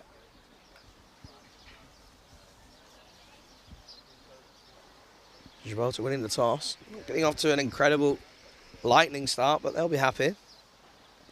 This is a full toss, and Rocca, and you can see there, he thinks he should have played this one into the leg side, but just fends this one into the offside for a dot ball. And again, I think just Rocca just obviously lacking a bit of time in the middle, not quite picking that one straight away. There's the back of a lane, and he gets on the cut.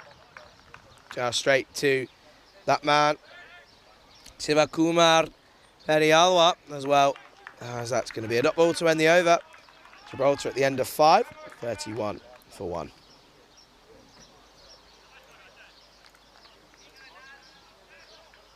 So, a good total, good few runs off of that over with Avinash Pai and Christian Rocker both getting boundaries in that over. And there's no surprise at this final over, which we saw them do yesterday. The man who took the catch, Asu Saini, he's going to come into the attack. And again, a really key bowler for Romania, really economically strong. Doesn't give much away. So Avinash Pai, as he's going to look to make the most of this power play. Final over of the power play.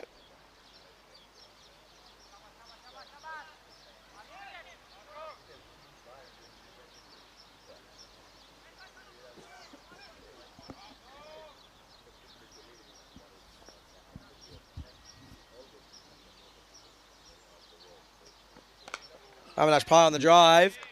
Well, the man, Satwik Natigotla, he's been pretty solid in the covers. Just lets that one go through as they come through for a single, and it brings that man again, Rocker, on strike. So Rocker just proving he just extends that batting lineup a little bit for Gibraltar. So he tries to get on the cut, but to no success. That's going to be a dot ball for Basu Saini. Obviously, still got to look out for Andrew Reyes.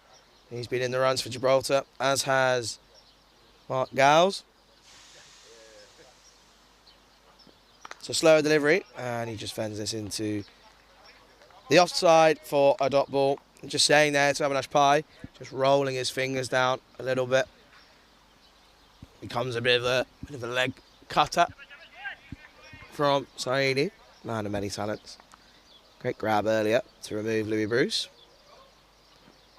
That's an edge, and should be cut off by the young man out there, and he does a good job. And Rocker just getting troubled with it by Saini. Abdul Shakur, it would have been a tough chance, but he would have taken it. We had an outstanding catch, one for the highlight reel for sure.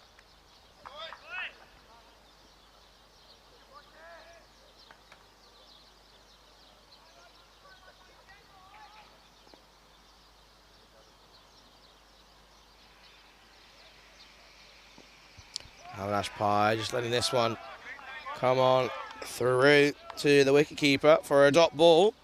So Saini, just the 2 runs off of his over so far. Bowling again very, very well. Now, these two teams separated by quite a fair distance in the standings, but Gibraltar, they'll be backing themselves for a bit of an upset here. Is this a short and slow? There's a man out there. It doesn't quite carry from Avinash Pai as he brings that one in for a single, as Gibraltar, well, they end the 6th over and they're on 33 for 1.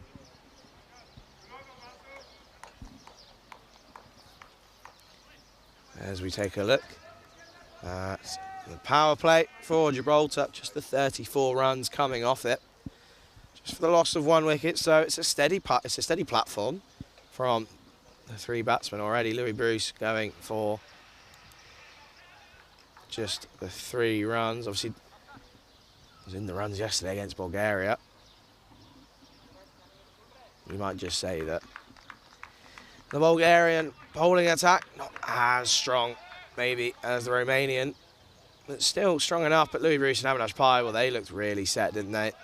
And some really good hitting from both of them. Avinash Pai also getting into the 80, not out. We're going to see the man who's put 2 catches down already in this innings.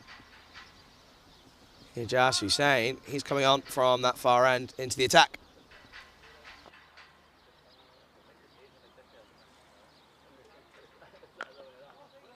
And Avinash Pai just drops some runs into the offside and calls Christian Rocker through for a single.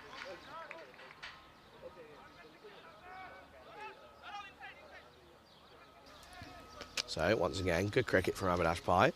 Just rotating the strike. He's 17 off of 16 now. The Gibraltar captain. Christian Rocker originally down as sort of the coach manager for Gibraltar, but injuries and player availability means he's in the lineup. He's not doing a terrible job so far, is he? In at number 3, he just fends at this one. And that one goes through for a dot ball. But he's got the skipper to keep him company at the other end at the moment.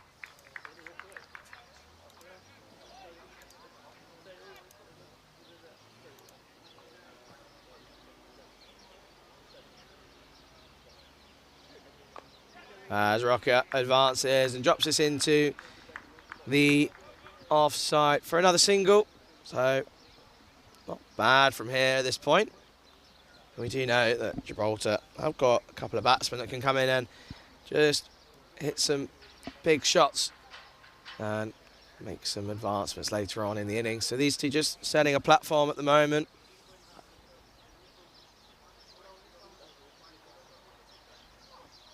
And Avinash Pai, solid defence. And there's going to be buzzers, unnecessarily you have to say. And they're going to happily take that extra single. You just have to question what was going through the fielder's mind at that point.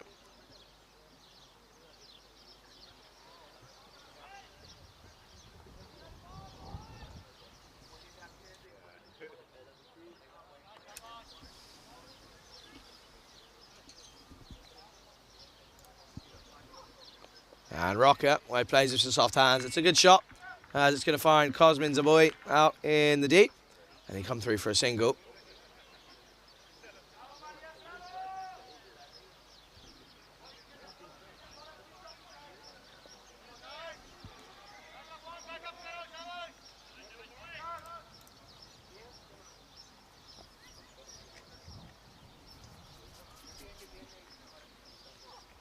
Avinash Pai looks to go big through the covers, but doesn't quite get on top of this one. And hits it into the ground, and it's going to end up being a dot ball to end the over. So at the end of 7, Gibraltar are 38 for 1. As Avinash Pai just changing out his helmet for a cap. As again, it is warm out there today. Being brought on by the Duracell Bunny. Zachary Simpson doing a splendid job with the drinks. And as I just look at the weather, it's currently 27 degrees. But that breeze just making it a little bit more comfortable out there. But there are plenty of spectators around the ground, as the Czech team have stayed behind and the Hungarians have also done so. And there's also some spectators on the far side of your ground on the right-hand side of your screen.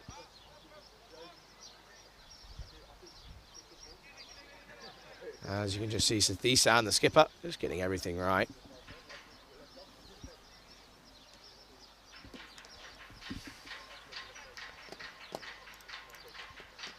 So, Christian Rocker on strike at the moment, 12 off of 13, a couple of boundaries for him. And it's going to be Marsa Hussaini to continue. It's just out of the reach of the man there. I think that's the skipper there. And it is Ramesh Sathisan, who's diving to his left. But it's well picked up by the young Marian Gedesim once again. Serious fan favourite. Just 15 years of age, making his appearance here in the Valletta Cup for the Romanian national side. And well, if they can do it, what an achievement he would feel he's accomplished by if they can reach the final here of an international tournament at just 15 years of age. Avinash Pai on the drive, and that's going to take 1 bounce and 4 runs for Avinash Pai and Gibraltar. And with his trigger, cuts across, and in vintage Pai style, clips that over the top, runs away 4 runs.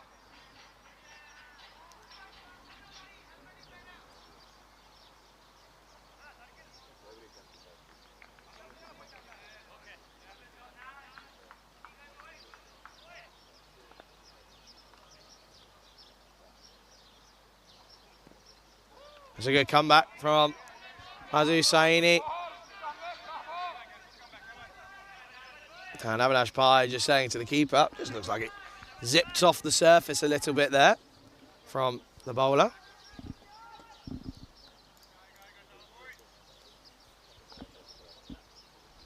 3 fours for Avinash Pai so far in his innings. As he drops and calls in Rocker through. It's good running again from these two. As that brings Christian Rocker on strike.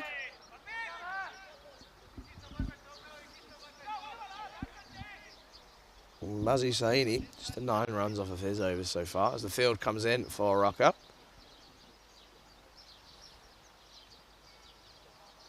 It's short and Rocker pulls into the leg side. Doesn't quite get all of this, it's just going to be the 1 run, and luckily so, there was a man out there. So, calls him through for the single.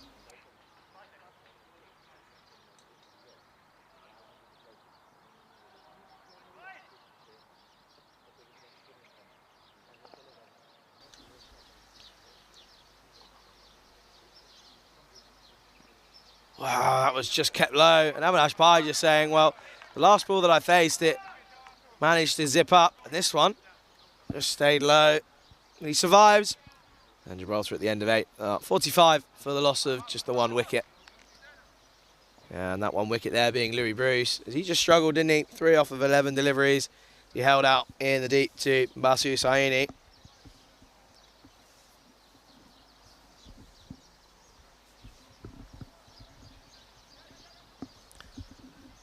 Again, you can just see that. It's just on your screen. There was some batting still to come. Obviously, Mark Gowles and Richard Hatchman can certainly hit a long ball. And Joseph Marples can certainly nurdle. And we've seen him hit some big hits as well. And don't forget Andrew Reyes as well. So there's plenty of batting to come. As we're going to see Taranjeet Singh introduced to the attack.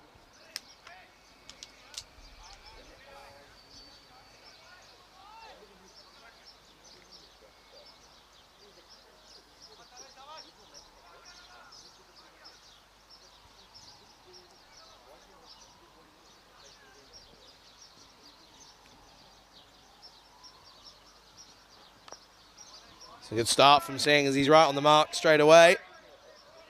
Top ball.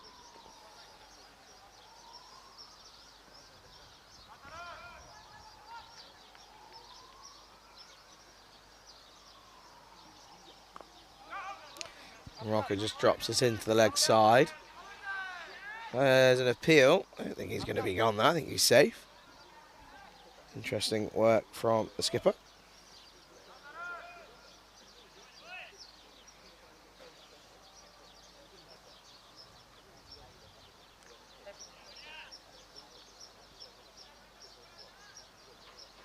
As there's just a question about Kenroy Nestor. Well, unfortunately, due to obviously work commitments, he's had to fly back to the Rock, Gibraltar. So he's unavailable. So that means that Christian Rocker comes on in. And just finding that man there. So Thisan, the skipper. And it's sort of a short square leg.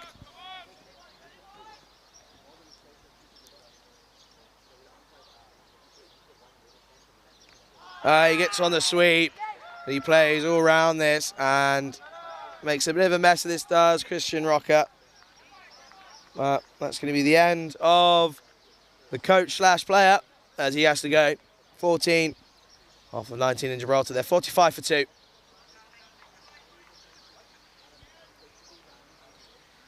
And it's going to bring in the man who we didn't see yesterday. We only saw 2 batsmen for Gibraltar yesterday. Let's just see Rocker going. He did okay, didn't he? 14 off of 19 because he got bowled by Taranjeet Singh. But Mark Gowles, he comes in, he's more than capable. And you feel that if Gibraltar are going to set a target here, these two have got to stick around and rebuild and then look to go big later on in the innings.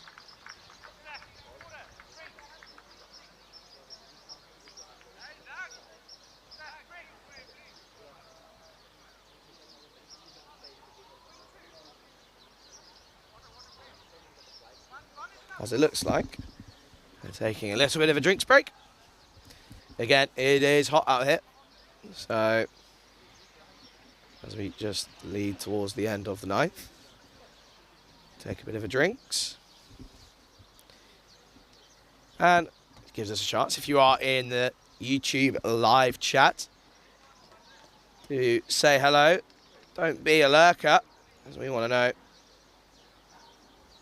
where you're watching from and what you're up to, who you're supporting and who you're backing for the winner of the Valletta Cup 2022. Do let us know your predictions.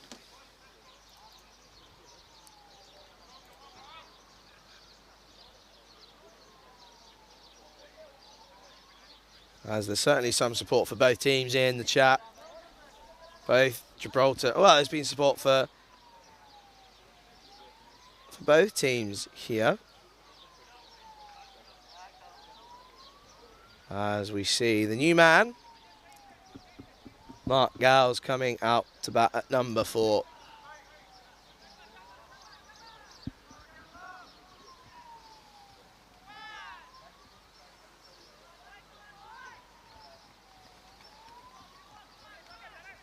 Kat Evans in the chat saying she's supporting Jib. Plenty of support for Jib, as Angie Perrier is also doing the same.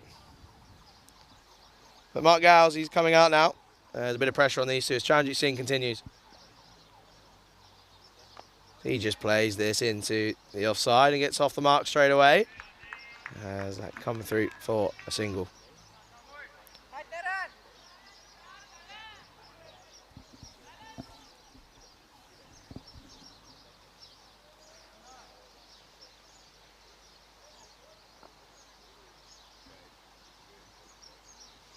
It's short from Taranjeet, but he gets away with one. And Avinash Pai just struggling to rock back in time. Doesn't quite get that one as that ends the 9th over. Gibraltar up 45 for 2. And there's now some support for Romania. Imali and Shadabjeet Kaur, I believe. That is Taranjeet Singh's wife. So hope you're doing okay. Watching your man perform out here on the international stage.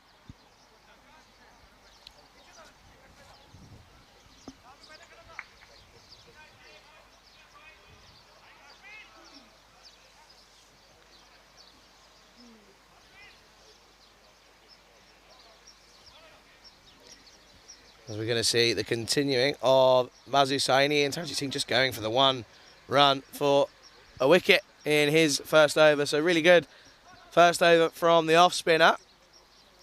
Mazu Saini is going to continue here.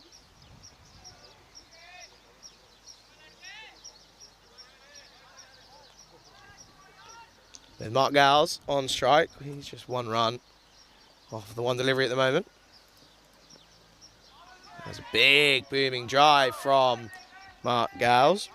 Doesn't connect with it. It's going to be a dot ball to start.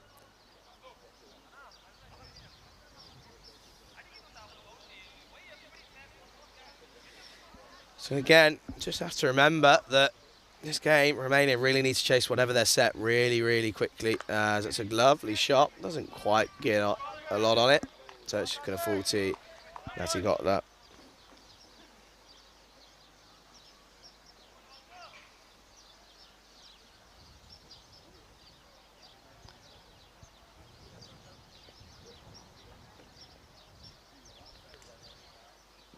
Mark Gow's goes over the top, doesn't get all of this, and Taranjeet Singh's going to give chase, and he's going to get there as well as they come back for a comfortable 2. Mark Gow's, again, we've seen him target over the top. We also know he likes to go big into the leg side. So anything straight from Saini, it's going to be attacked.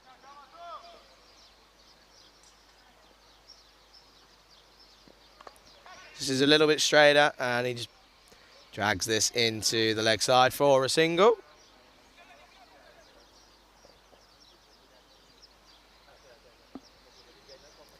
And it brings that man, Avinash Pai, back on strike. He's been in the runs, hasn't he, this week?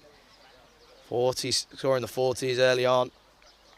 And then 80 on not out against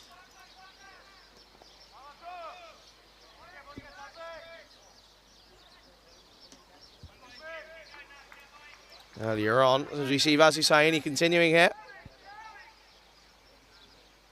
As it's short. He just gets him in the chest here. He's okay though. Doesn't rock back enough time.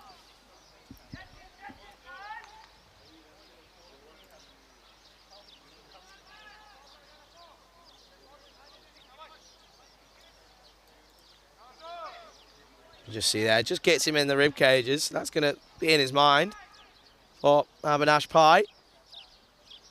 It's short again, he advances. And he just does enough, does it, as you're saying, this time not letting it go through him. And he does well as he just sticks it to the single. And that brings us to the end of the 10th over. I don't think we're going to get another drinks break in.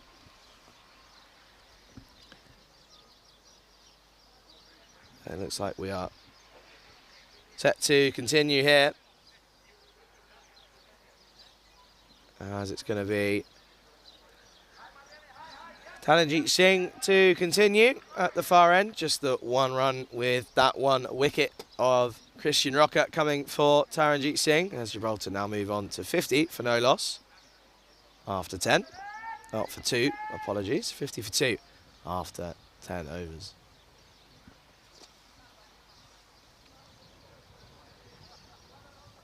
This is short from Taranjeet Singh, and this is just played to Nati Gotla. And then again, another question about Ken Roy, as he was just only available for the first half of this tournament. As he continues, it's a big shot. It's a lovely shot from Avinash Pai. Gets on the drive, pierces through the covers, and Nati Gotla's not going to stop that one. And that goes 4 runs for Gibraltar. It's a welcome boundary for Gibraltar and Avinash Pai as he now moves to 28.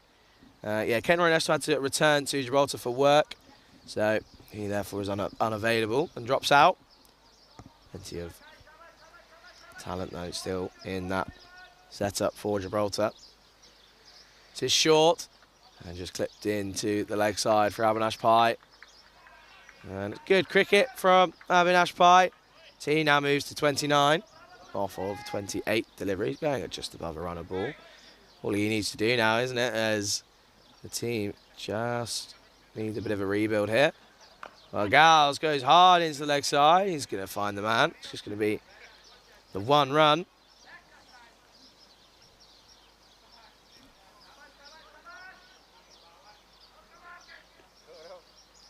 Maybe a bit of a change in field. And once again, any more questions, like Liam Day just did there with Ken Roy, do get them in the chat. I'll do my best to answer them as well as I can. Avinash Pai, well, it's a bit of work from Abdul Shakur. Once again, it's a good over so far from Taranjeet Singh.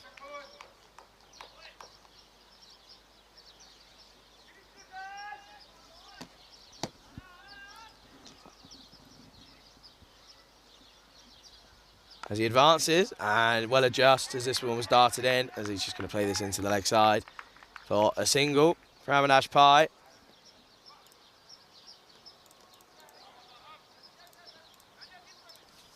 As that's going to bring us to the end of the 11th, and Gibraltar are 57 for 2.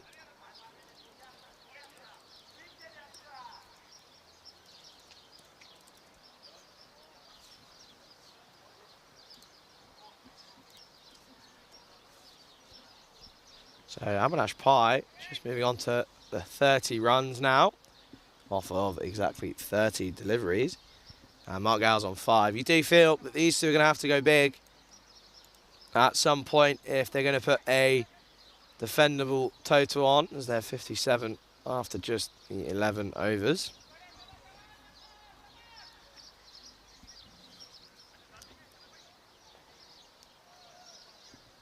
And we're going to see the skipper come into the attack. He went big yesterday in that last game where he scored a really mammoth total of 80 once again. As he's into the attack. Avinash Pai hits on this one as an early call of 2, and they should come back pretty comfortably. And Avinash Pai does. It's good running from these two out in the middle.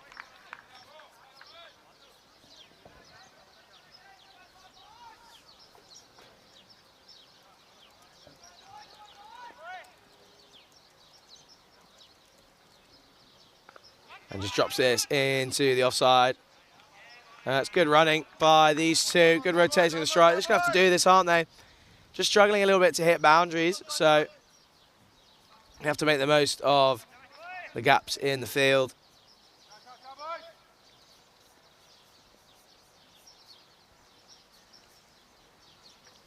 It's full up. Oh, Mark Gowles gets an under edge on it. He squeezes through. And I don't... Oh, they're going to go for it. They're going to take the young man on. It's a bit of a wayward throw. So they do come back for two for Mark Gowles. Just see here. Goes for the big shot. Does well not to drag that one on. He's trying to hit that one rail into the leg side. It's miles outside the off stump. It's a bit of a dangerous shot, but Mark Gowles, he's still there. And this is it up, and it's just going to go over the man. That's Natty Gotler once again. And it's just going to be the one run.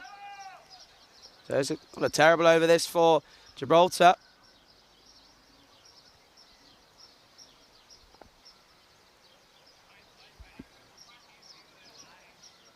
Wow, that one just stays low. And Avinash Pai just saying, well, there's not lots I could do. And it ends up just being the one. So that's, again, really good work from Adian Gedessim, the young 15-year-old down there. Just see here, just stayed low, didn't it? Not even the keeper could do much about that. Starkey may have risen too early, didn't stay low long enough, but this is darted in and well kept out from Gals. That brings us to the end of the 12th. Gibraltar are 65 for 2. So Thisan going for the 7 off of his over. So Gibraltar not going terribly at this point. They're still there. And you can just see there, well, Romania, they're sat on 4 points. They're going to need, if they get this victory from there, they're going to be level on 6 points with Hungary and the Czech Republic, but they're going to really need to chase whatever's set by Gibraltar here in record fashion. Taranjit Singh is continuing here. And Avinash Pai with, again, vintage Avinash Pai with a lovely in-to-out cover drive. Beautiful, beautiful shot. One of the best shots I think we're going to see all week as he advances down the track to Taranjit Singh and clips it over the cover. That's going to be a lovely shot. It's 4 runs for Avinash Pai.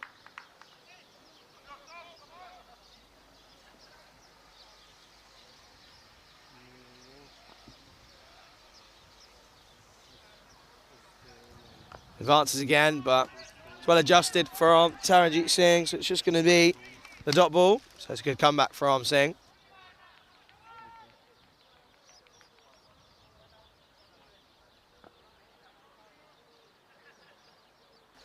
As he's going to change his angle, and he's going to come around the wicket.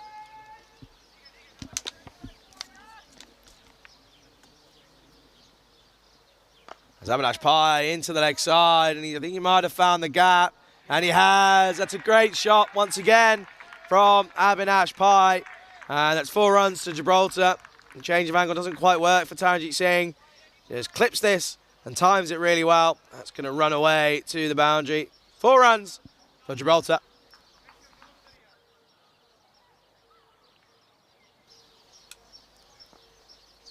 We're just having a bit of an issue with our scoring again as Avinash Pai just drops us into the offside, and the pressure on Simakuma Pedialwa. They end up coming back for 2. So good over this so far from Avinash Pai and for Gibraltar.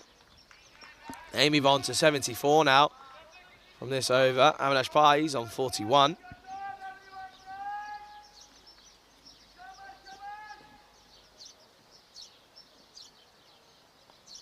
And he's just dropped this into the leg side. That's well played again.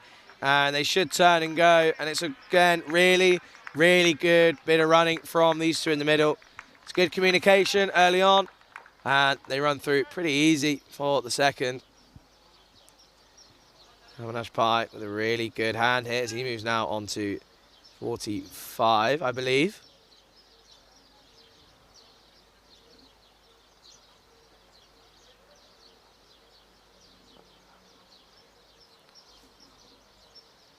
And Avinash Pai goes again over the top. And that's going to be another 4 runs. So Avinash Pai, great over for Gibraltar. And Taranjeet Singh, well, he gets a bit of tap. And again, just waits for this one, meets it, and it goes all the way for 4 runs. And there we go. So after 13 overs, Avinash Pai moving Gibraltar on to 80 for 2.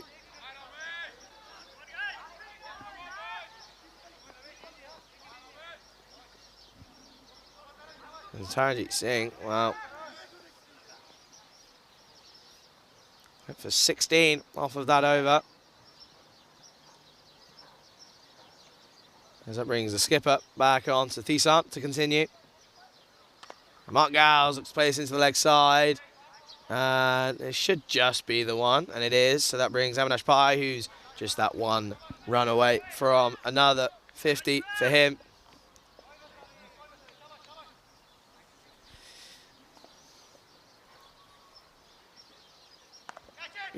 Plays this away. Oh, and that's an absolutely massive wicket for Romania. As Avinash Pai just looks to make the most of a short and wide delivery. But he has to go. It's a good catch by the man at point, as he has to depart on 49. Really good catch. And I think that's Vasil Saini doing a really good job. It's a huge wicket in the context of this game. And Gibraltar, well, they're now 81 for 3.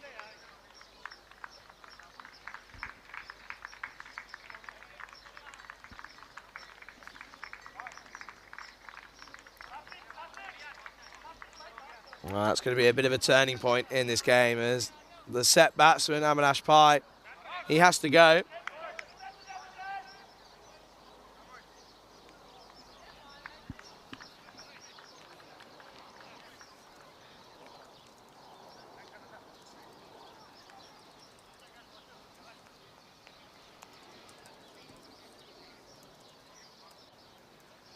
Brings that man, Andy Reyes, in. Well, he's done well, hasn't he, this tournament?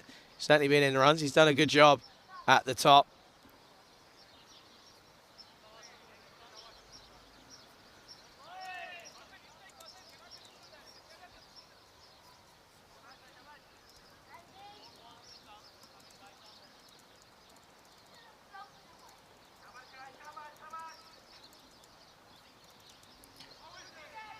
It's a good start for Sathisan to give Reyes first up.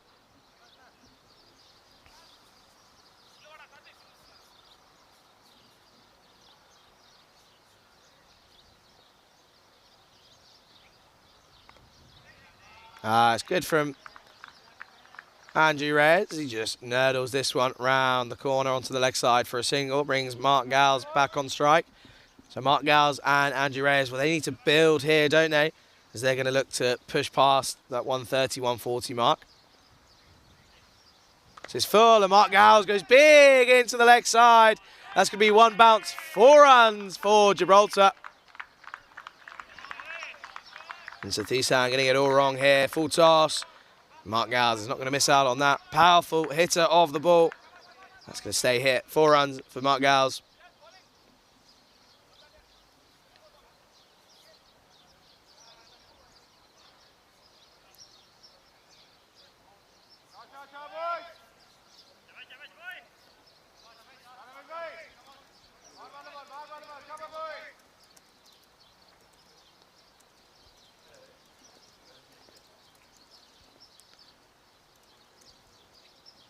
As Gowles goes into the leg side, it should just be the one.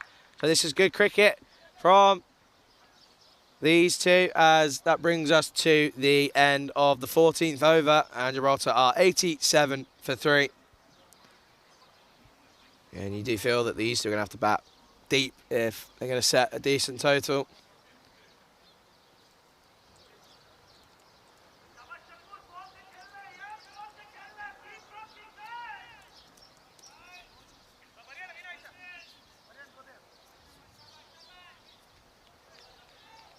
So we're going to see the man who's had a bit of a hard time out in the field so far, Ijaz Hussain, is going to come back on into the attack. As Taranjit Singh is being taken out of the attack by Avinash Pai. Avinash Pai, well, we just take a little bit of a look into his innings. 49 runs, 40 balls with 7 boundaries to his name. So strike rate of 122. As Hussain to continue here. It's full. Squirted into the leg side from Mark Gowles. And there's a call of 2. Wow, they're going to go for it. And he's taking him on. They do well. They come back pretty comfortably for the 2 runs. You can just see early call. Yep, let's go. And off they go. It's good running.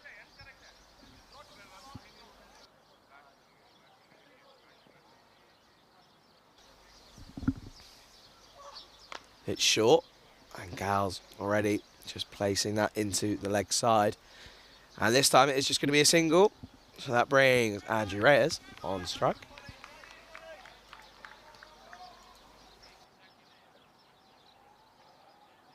Reyes just taking his guard. Well, he hit 44, didn't he, against the Czech Republic. So he's going to be feeling confident with the bat. Hussain. As Reyes just plays us through. And once again, Hussain really struggling out in the field with the ball in hand. Lets this one go through him. And it ends up being a single, which brings Mark Gowles back on strike.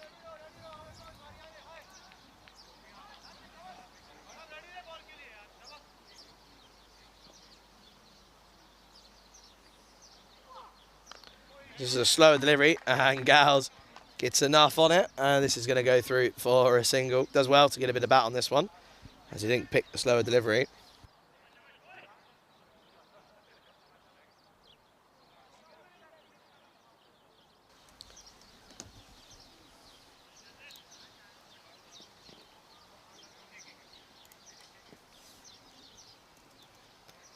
That's going to be a wide by Hussain. So I'm going to have to bowl that one again, as he's just edging closer to the end of the 15th over.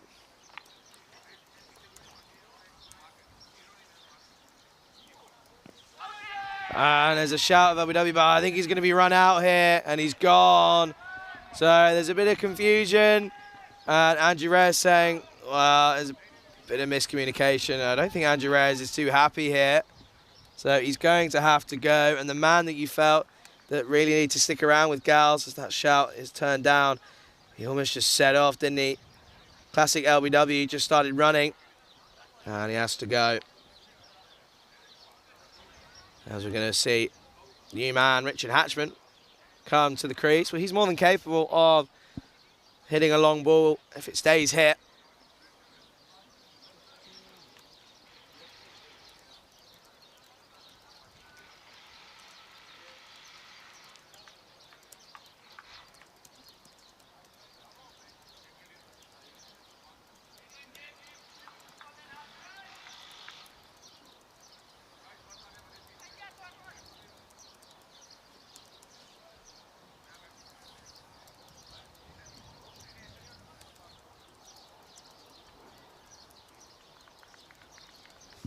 So Richard Hatchman comes into the crease to face Hussain. Gets his first. And Hatchman, in Hatchman style, rocks back and nurdles this one around the corner. As that's going to be a good arm in from Taranjit Singh. So that brings us to the end of the 15th in Gibraltar. 94 for 4.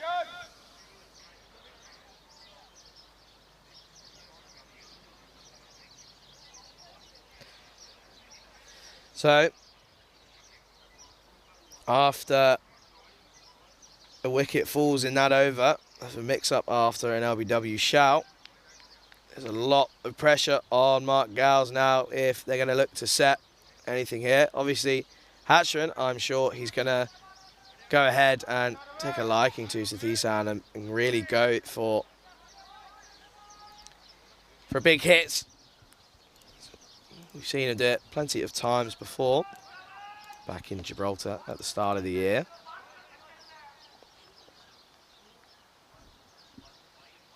Is this going to be a wide from Sathisan? He looks to dart this one in.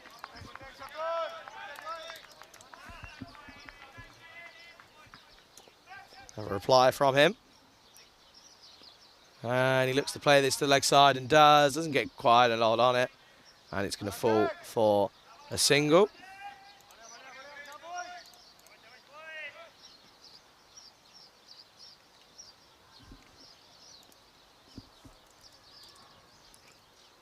And Mark Gowles goes big into the leg side.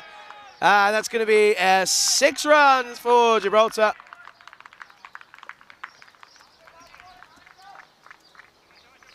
That's a big hit from Mark Gowles, as this one's just back of a length from Sathisan. And it goes the distance, Mark Gowles. He moves into the 20s. It's a full toss. And it's going to go for another maximum from Gowles. Sathisan, he's getting a bit rocked here, as he doesn't quite get all of this, but he's got enough. It goes all the way. 6 runs for Gibraltar.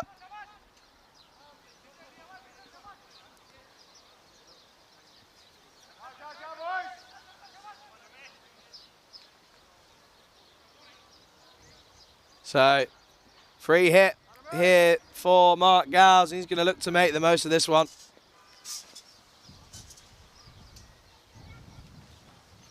He's going to have to do that one again.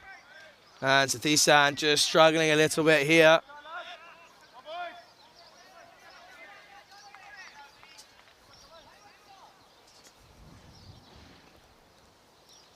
Advances early. He's going to have to bowl this one once again. So it's going to be another free hit. Sathisan really struggling here.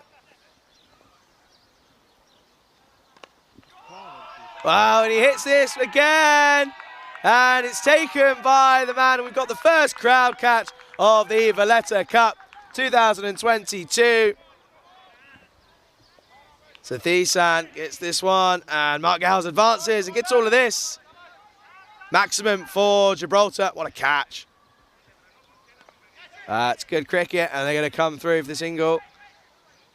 And that's again, really do well here.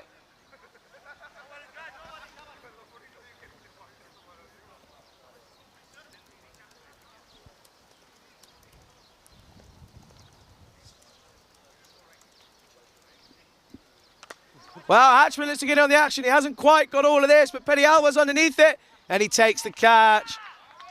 Good work from Sivakumar Pedialwa. It's a great take, as Hatchman was looking to get in the action. It was a good slot delivery, so he picked the right one. Just didn't get, got a little bit underneath this, a little bit too much.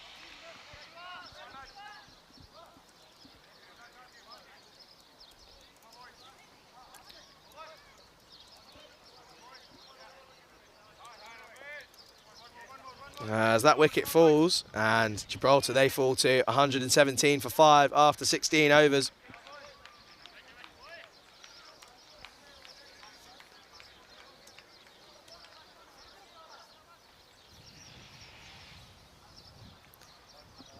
So that brings fan favourite Matthew Whelan in now.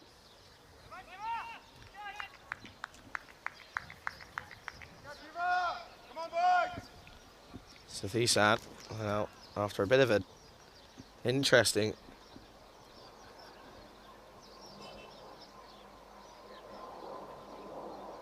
well, Mark Gowles, this has gone up, and this is going to take some catching. And he goes once again.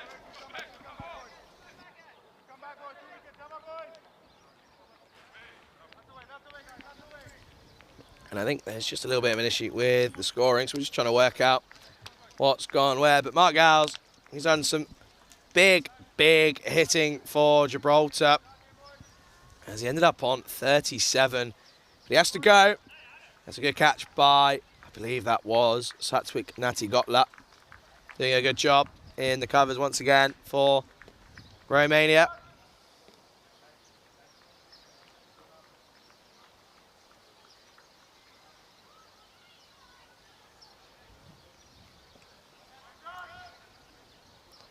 As that brings in wicketkeeper Joseph Marples in to the crease. He's got a bit of time here, has Marple, so he's going to really look to maybe build a bit of an innings and then try and go big.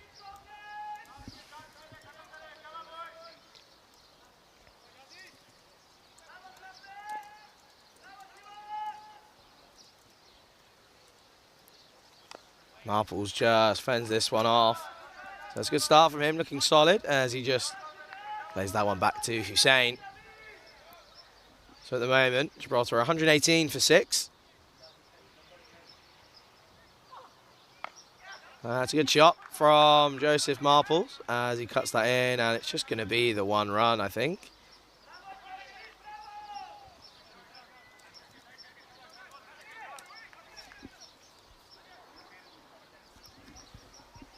So as we see, Matthew Whelan facing up here. Face the delivery yet.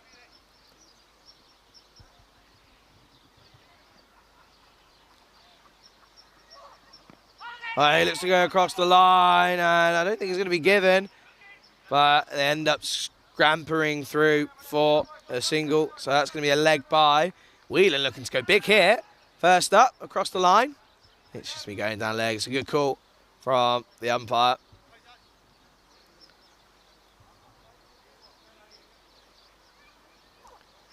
Marples, well, he just lifts this one into the offside, and the young man Garrison gets this one in for a single. So Marples off strike now as well. Brings Whelan yet to get off the mark. Obviously with that leg by. Is he going to go for the same thing again? And it's a similar again, but this time definitely sliding down leg, not even an appeal. So this goes for another leg bite. And Gibraltar then move on to 120 for 6.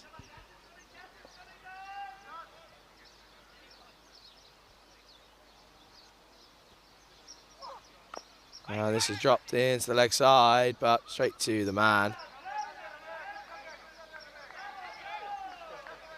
And that's going to bring an end to the 17th over. And Gibraltar are 120 for 6. Yeah, do apologise, just having a couple of issues with our graphics for on-screen scores. So I'm going to do my best to keep you up to date. As correction, at the end of the 16th, Gibraltar are 122 for 6.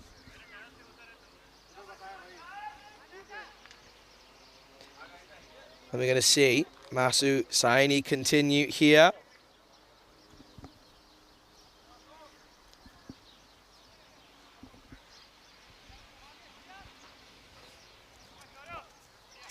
$122 for 6 off of 17 now for Gibraltar. So at 150 still a possibility. These two need to go big if they're going to reach that. They quit between the wickets.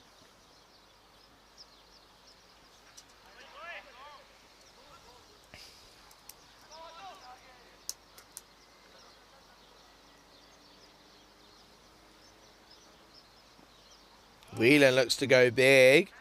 Doesn't quite connect with this one.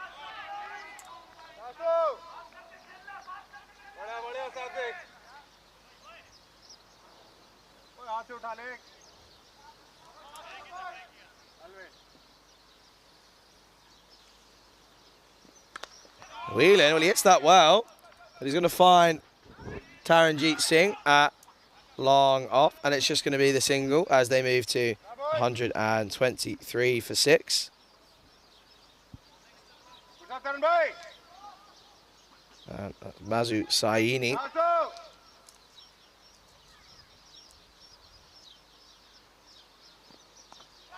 That's just clipped to the young man. That's going to just come through for a single. There you can see the score is back up on your screen.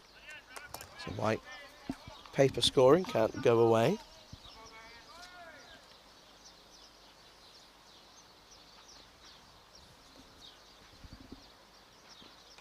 So slower delivery, Marple just pulls us through into the leg side. And it's Whelan, correction, should just be the one, and it is.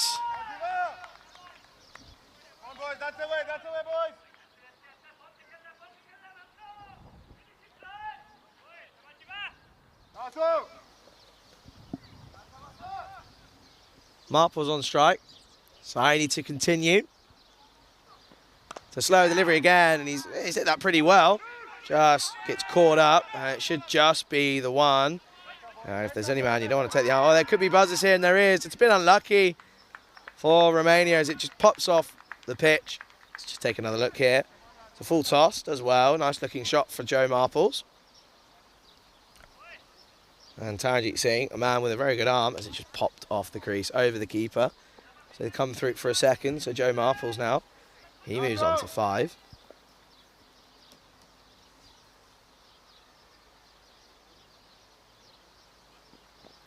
And he's got him as Joe Marples looks to play this into the leg side.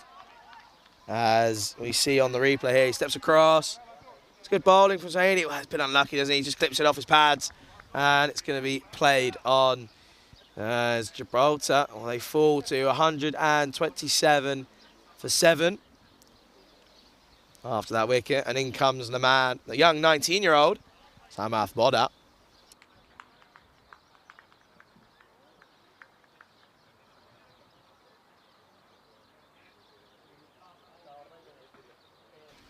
Samath Bodda comes in to join Matthew Whelan.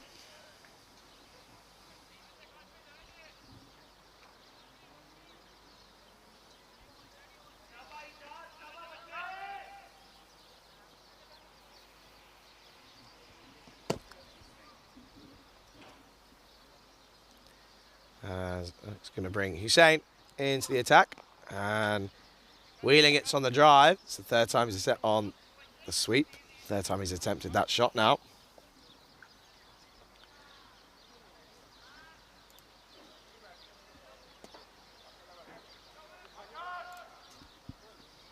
As that's going to see Samath Bodda, the young 19-year-old. He can hit a long ball.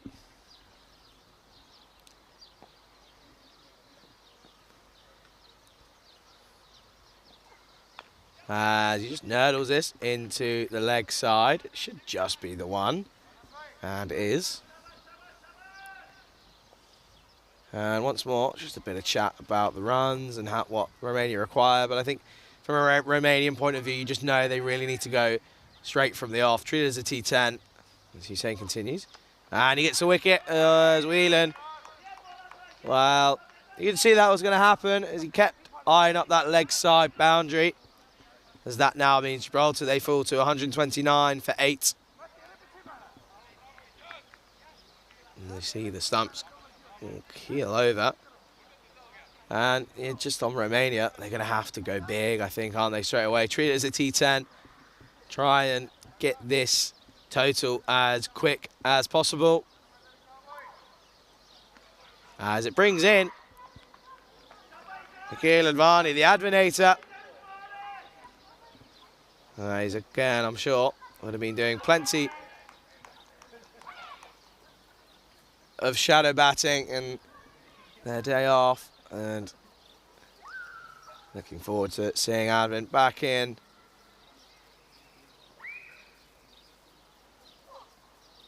As that's Hussain with the effort ball. Drops, it's going to be a leg side wide, so more welcome runs for Gibraltar.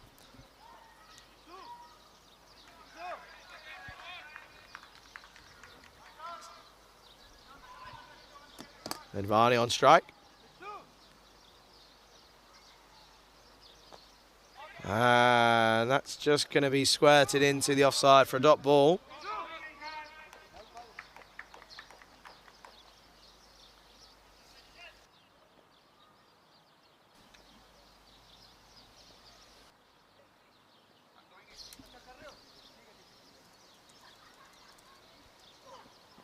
Wow, that's a big shout from the bowler. It could be gone here. I think he eventually gets back safe.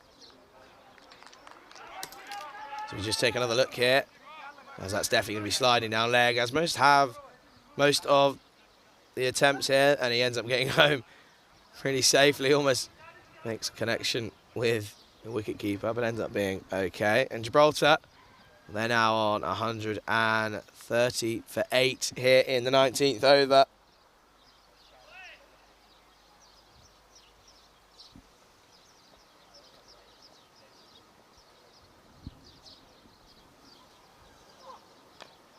And this is just going to be squirted into the leg side for a dot ball. As that brings us to the end of the 19th. Gibraltar are 130 for 8.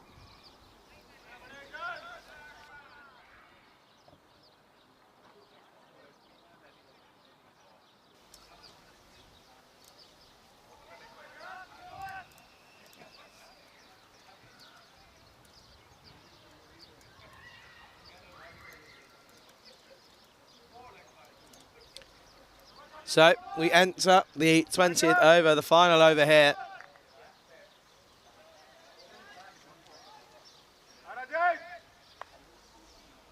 Final over here for Gibraltar as they look to set a total.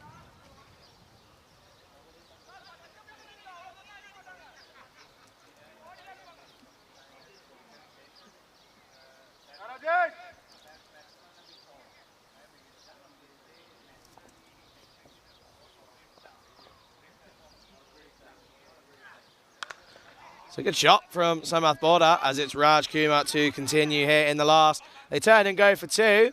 It's going to be a good bit of running from these two. Much to the delight of the Gibraltar dugout. You just see turn and go. Good running from Advani as he just sets and he's on his way.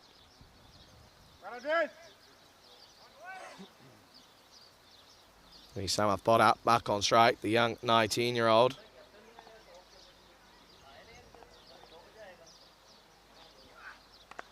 And he looks to go big into the leg side. And he's got all of that. And that's a lovely shot from Samath Border. And that one's going to go all the way. 6 runs for Gibraltar. The slot delivery. And Samath Border just says thank you very much.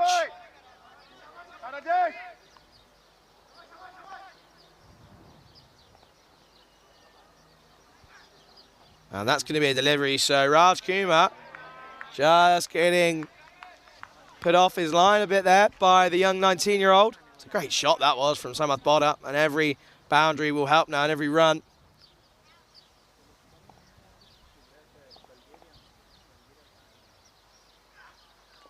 Well, it's going to be an edge and it's going to run away. He swung really hard at this. It's a big chase on for the young man and he does really well. And they're not going to come back for the third, so it's going to be another 2 runs. So good cricket from Gibraltar. Doesn't really matter how you get them, it's how they look in the book.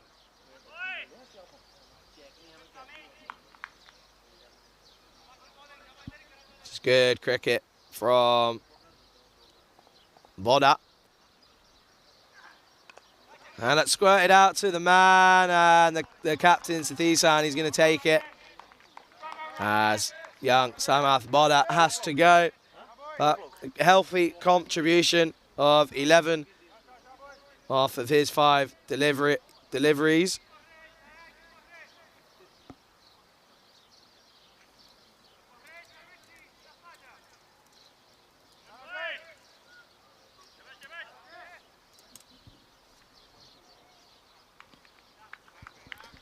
And this brings in Richard Cunningham into the crease as Advani is facing up here. 2 balls remaining. Gibraltar 141 for 9 so far. It's going to be another one, so that's going to be Gibraltar as they are bowled out in the 20th over. So Richard Cunningham doesn't get to face a ball. He has to go.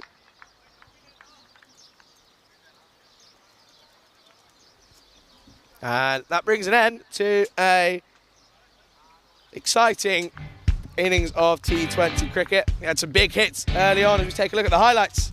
Avinash Pai, well, he was really good at the top of the order, wasn't he? he ended up on 49 off of 14 deliveries for Gibraltar, with 7 fours in his innings. As we take a look here, and again, we just see that man, as you're saying, just struggling ever so slightly in the field. But Christian Rocket, well, he tried to go into the leg side, played all around this, and ended up being a wicket for Taranjeet. But Avinash Pai, he took a liking to Taranjeet Singh, and he sent him to the boundary multiple times in the 1 over. He ended up holding out to the man as he was trying to chase that 50. But Mark Gauss, he gave it a good go, and he went to the skipper, Satisan, as he ended up on 37 off of 20 deliveries with 1-4, but with 3 maximums in his innings. Andy Reyes, well, he got done, didn't he? Ended up being run out.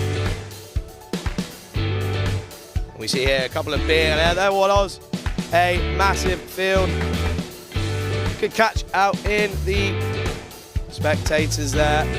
And then again, for the Alwa, as Mark Gauss squirted this one up into the man in cover, Natty Gotla. And there was a bit of a demise as wickets kept tumbling for Gibraltar. As you're saying, you just see him there, getting Matthew Whelan doing a good job, as you're saying, eventually with the ball. Less said about the fielding, the better for him. And this was a close score, wasn't it? The LBW not given from the umpire, but he was just in, wasn't he? For the run out. So, Gibraltar, they ended up on 141 all out. Some good hitting from Samath Bodda towards the end. But they'll be happy with that, and they'll be really happy with the way that they performed. Romania, well, it's all on them, isn't it? They need to go and go big and go hard as they look to get into the final of the Valletta Cup. And we'll be back in 15 minutes for the reply here in Malta.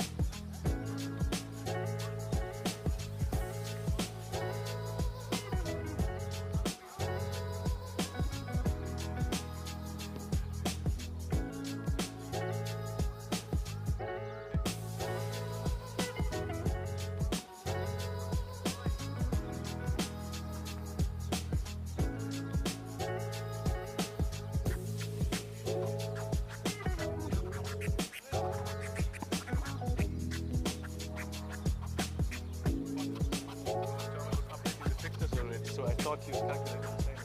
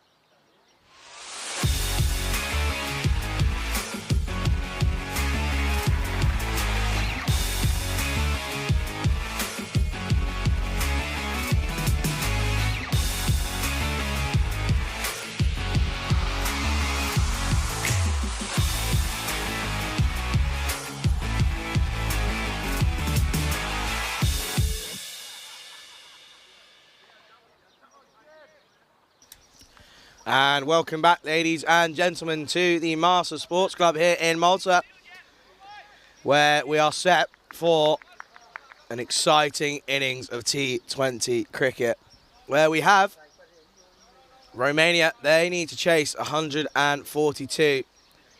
But it's not as simple as that for Romania. It's not as simple as just knocking these off. They need to get these runs before the 13.4 over mark if they're going to jump into second spot to take on Malta tomorrow in the final. So the equation, well, it's pretty simple, isn't it? They need to score these runs, and they need to score them quickly. And it's going to be the usual pair that we've seen throughout this week. Ramesh Satisan and Taranjit Singh opening up for Romania, as Avinash Pai is going to start with spin.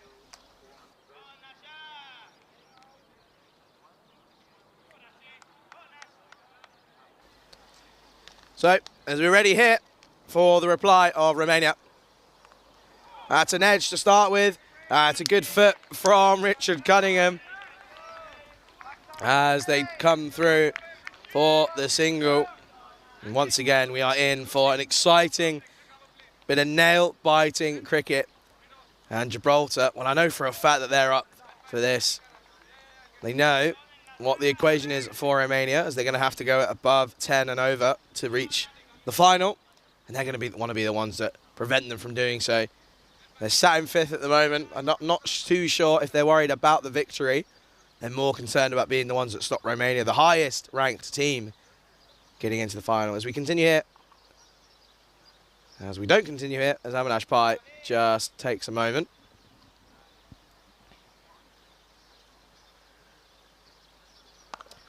Singh, that's really good. Bit of fielding from the young 19-year-old Samath Bodha. At that point, Taranjit Singh, well, he hit this with force, didn't he?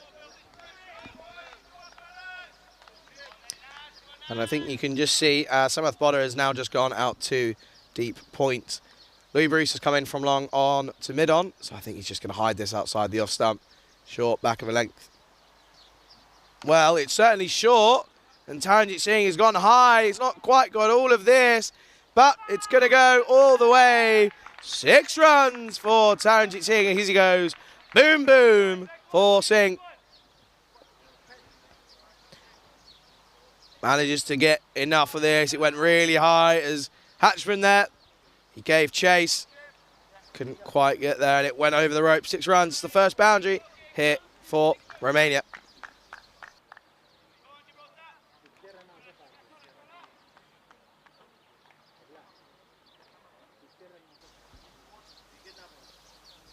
So, Avinash Pai is going to look for a reply here. As it's outside. It's gone high. Going to take some catching. Andrew Reyes underneath it. Oh, it just burst through his hands as they come back through for the second.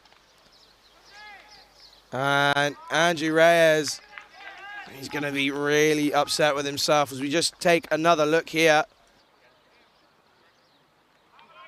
Right up into the sun, and it just burst through his hands. It's not the first time we've seen that happen here in the Valletta Cup 2022. So Taranjit Singh survives his first life in the reply.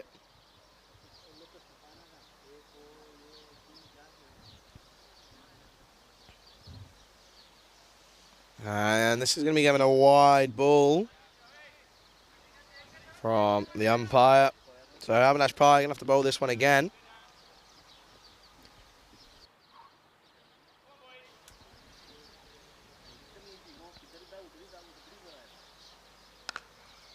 And this goes straight to Christian Roca, who does well, keeps this one up there. Just for his hand, bit of an interesting drop there. I do have to say that that is right in the sun. I did a bit of catching practice in between the innings there, and even I dropped one out there as it was right in the sun. It is also windy. Can't quite see that as Avinash Pai continues here from Singh, and he just misses out there, doesn't he? As this is going to end up being a dot ball. As that brings us to the end of the first over. Romania are 10 for no loss. But yeah, just again on that, it is actually pretty windy out there. Can't really see it on your screen, but the trees are moving ever so slightly. But as soon as that ball goes up high, it does swirl quite a bit. So it does make it a little bit difficult for the fielder. But he looks set. He just struggles to keep that through. Does Reyes, but got to move on. Big, big chase here for Romania.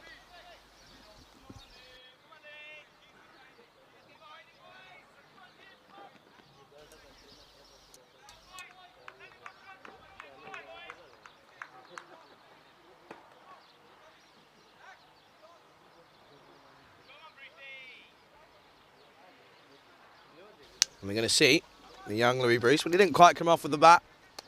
Just struggled to get it away as he tried to go big. Ended up holding out to Marsa Hussaini in the deep.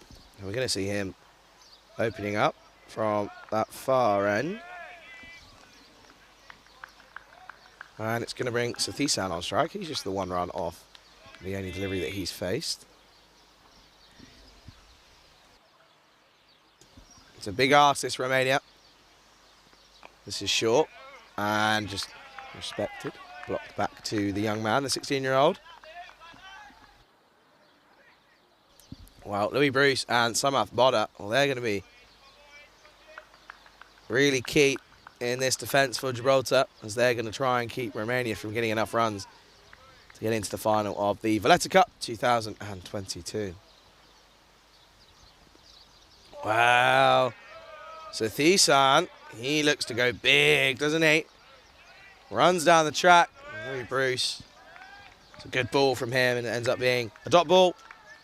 Went early. Only misses the off stump by whiskers there.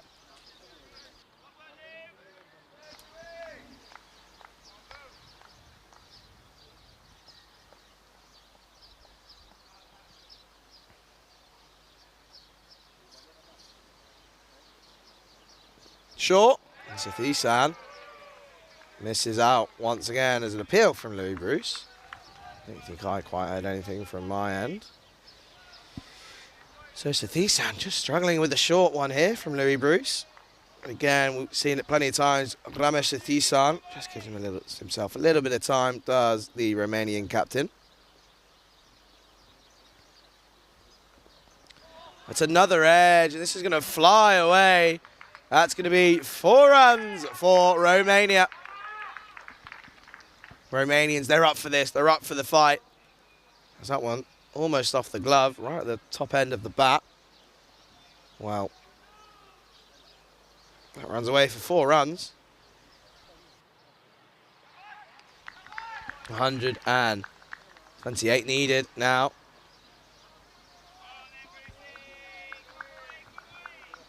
And remember, ladies and gentlemen, that the 13.4 over mark is the cutoff for Romania. And there's an appeal, but it's just going to run into the leg side. It should just be the leg by, and it is going to be.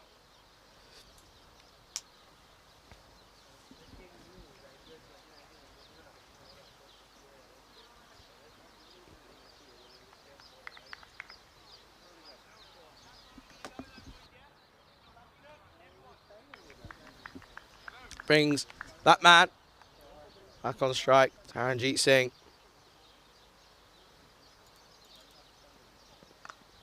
Wow, this is going to be taken into the leg side, and there's a man out there. Samath Bodda does well. Cuts that up, so it's just going to be the 1 run to the total. And that brings us to the end of the over, which is a really good over from young Louis Bruce, just the 6 runs off it. And at the end of the second over, Romania are 16 for no loss. Again, good afternoon to everyone.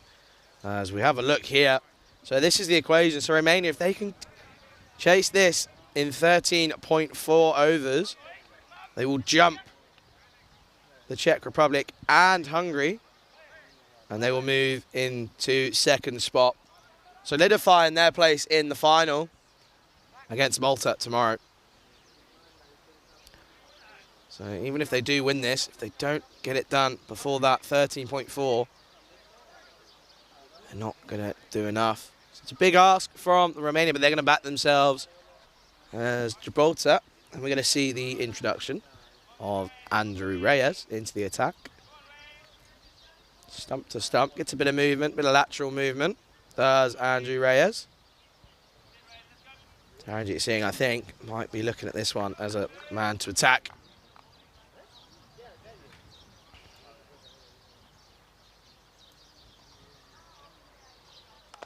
And that's a good start from Reyes, as this is just played into the leg side.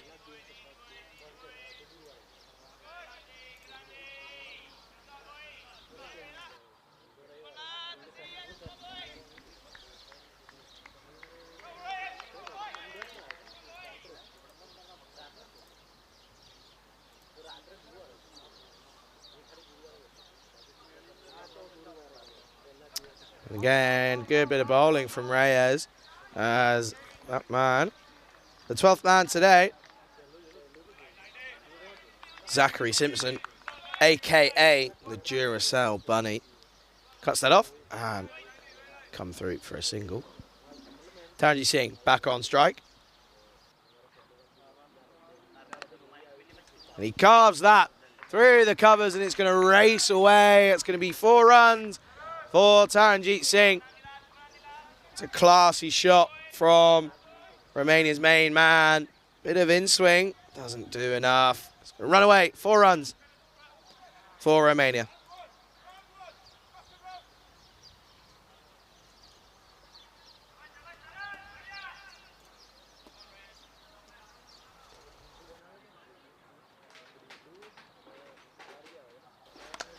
He goes big, and this should run away, and it does. It's another 4 for Romania. Reyes, this just goes big here, over the infield. It's going to run away. It's 4 runs for Taranjeet Singh.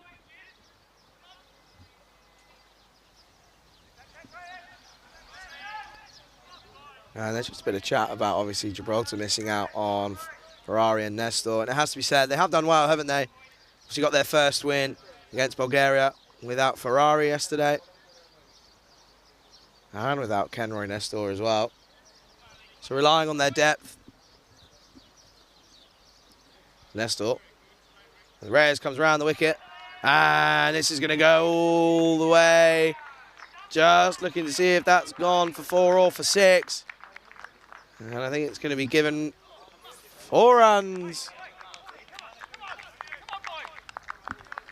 Another 4 for Taranjeet Singh. So the change of angle doesn't quite work for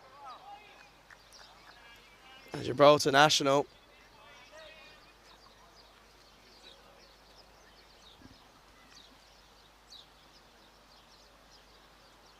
And again into the leg side, and there is a man out there.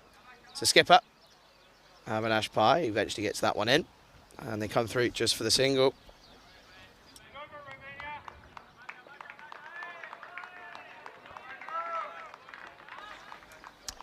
As that brings the end to the over. And after 3 overs, Romania are 31 for no loss.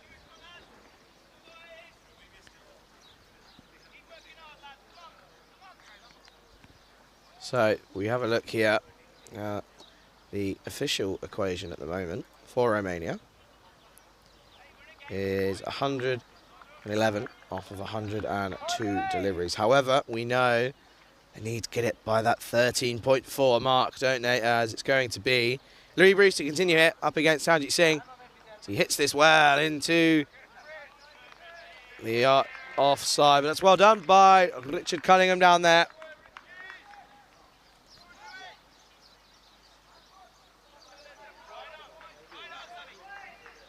So if I am correct,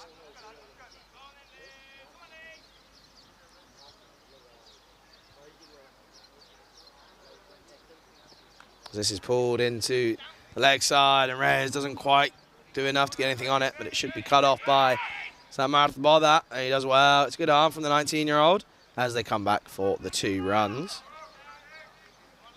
So the equation now, I think, is 108 off of 62 deliveries, is my estimates. That's going to help, isn't it? Satisan just rocks back, and that runs away. 4 runs for Romania.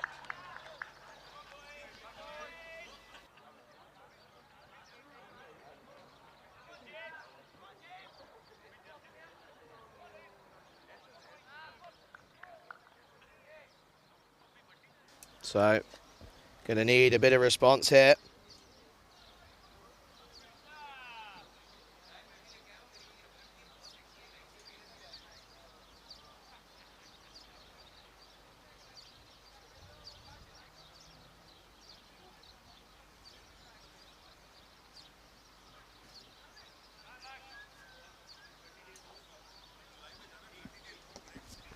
So Louis Bruce, there's just a couple of field adjustments. And I think he's ready to go again. As Hatchman's gone out deep. Wow, and it's not yet. I think it's going to evade him there. It's another 4 runs for Romania. Sathisan, he's on the charge. And the field was set, but it still managed to evade the man. And that's now a good dent into this target.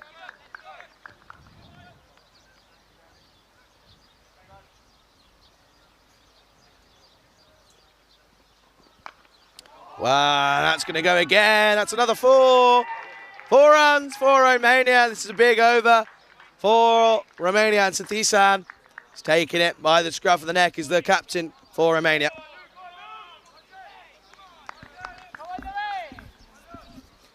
This is really going to help Romania as they look to chase this target as quickly as possible.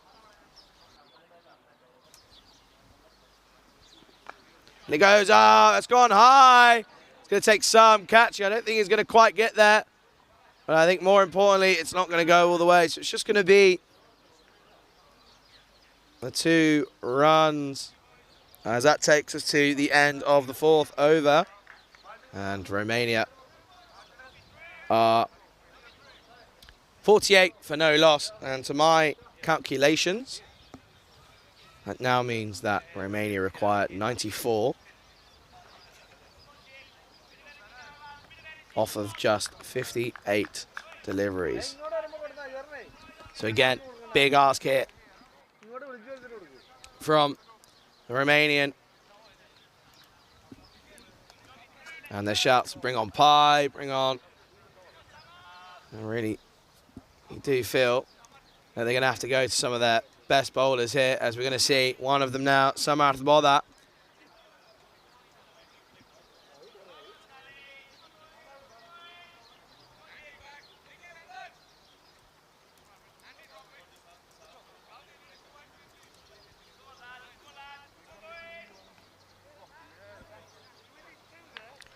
And then just a few field adjustments. Obviously still within the power play restrictions here. So just the 2 allowed out for Gibraltar.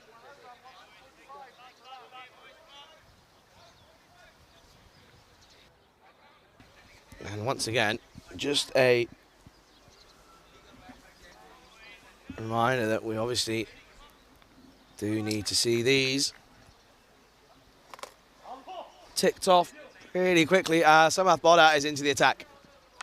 And he starts with a full toss, and that's going to go all the way. 6 runs for Romania. Taranjeet Singh goes big, and Louis Bruce is never going to get there, was he? And that sails over his head. And just for context, in terms of the ranked teams, as we're just going to get through this reply from Bodha. It's full again, but this time it's gone high. It's going to take some catching. I think it's going to fall safe. As they're going to come back for 2 runs. But once again, just for context, Romania 37th in the world, and Gibraltar are the lowest ranked team at 68th. So it's going to be a big ask for them to defend this, but to defend this in 13.4 overs as well.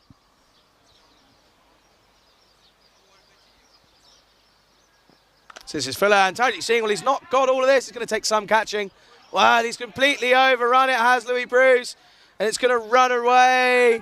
4 runs. Louis Bruce just completely misjudging that. And he's furious with himself as that just didn't really have the legs, and it was a big opportunity. But Louis Bruce, you can see here, completely overrunning it, losing his footing, and then makes a bit of a howler there as it runs over. 4 runs for Taranjeet Singh.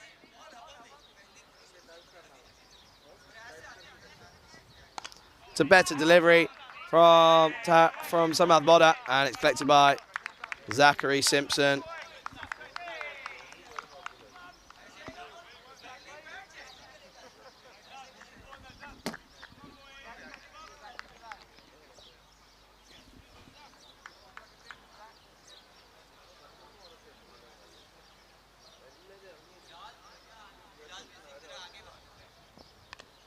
And that's going to be clipped into the leg side, and that's well done by the man down there. And they come through for the single. And again, just proves the wind is a little bit strong up there. And Louis Bruce is really good in the field, doesn't normally misjudge it that far, but the wind just taking it. This is full, and this has got the legs. That's going to go all the way again. Another maximum for Romania. And at the end of the 5th, Romania is 67 for no loss.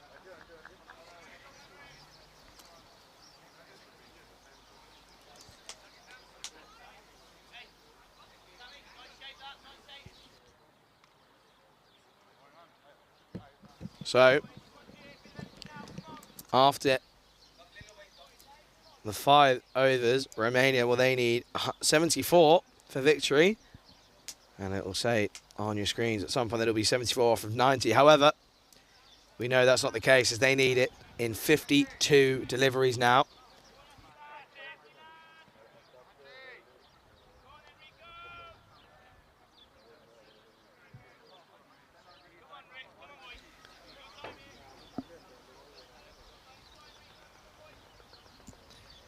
As we're going to see Richard Hatchman now.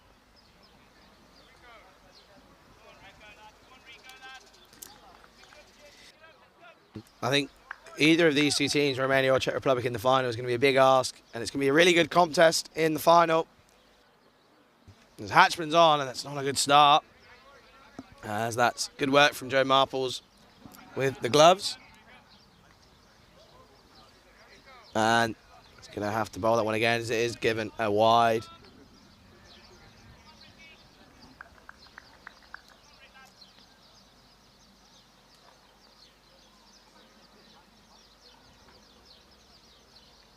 And Satish, and he goes big, and that's flat, and that's gone all the way. 6 runs for Romania. Satish moves on to 30 now off of just 14 deliveries.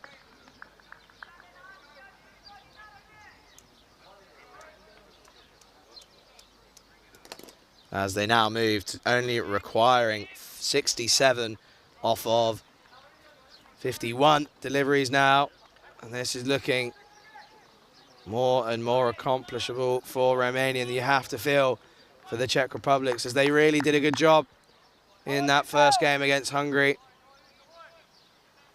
But Romania just look as if they might do this. Country is going to take some tight bowling now.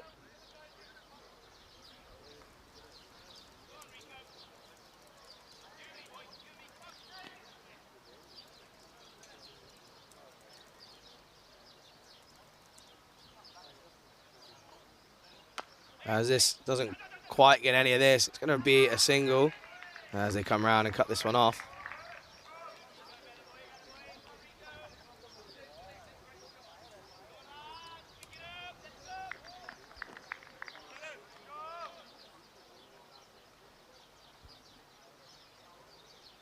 So Hatchman, he's in again. And Taranjeet Singh doesn't get a lot of this, but it's going to have the legs, and it's going to go all the way. It's another boundary for Romania. And you do feel now that this is getting really comfortable. And not even the Duracell Bunny can chase that one down.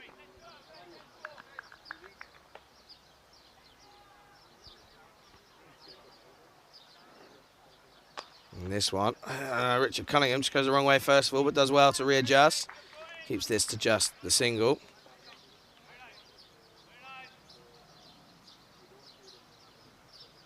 So, 61 required now.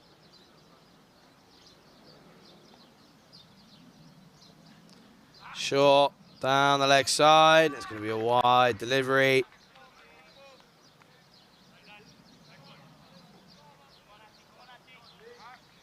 So Hatchman for 14 so far off his over, with 2 deliveries remaining.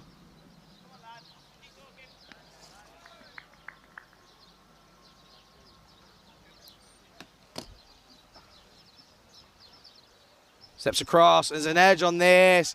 And when things are going your way, they really do go your way, as that trickles down over the boundary. And it's another 4 for Romania. And you have to feel for the Czech Republic, because everything is going Romania's way, as that just hits over Joe Marples with the gloves. There's not much he can do.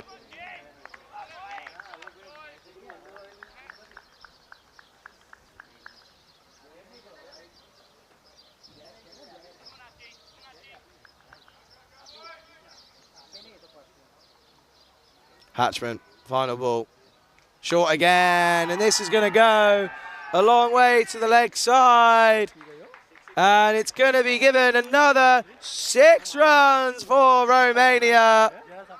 And you do feel for the Czech Republicans now, as Romania are making light work of this chase. All the way, 6 runs.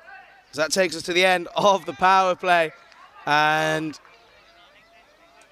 Romania 92 for no loss. And from my calculations, they only need the 50 runs off of just 46 deliveries now. And I have a feeling, I don't think we're going to see them slow down. I think if it's there to hit, they're going to go for it. As we're going to see the young Louis Bruce back on into the attack. Hatchman, 24 off of his over. And you have to say, credit where credit is due. The ball might be there to be hit, but you still have to hit it. And some of these boundaries are not short, so they are taking some hitting. As Taranjit Singh, well, he's on 48 so far. That's well bowled by Louis Bruce, and they're going to come through for the one. I think it's going to be given as leg byes. It's good work from Marples as he manages to get on top of that one. There's a good question there from Liam Day, which I will address at some point. Might not be this game, might be at some point during the next game, but I will address it. So Thisan hits this down the ground, and Samarth Bodha is going to collect this one up.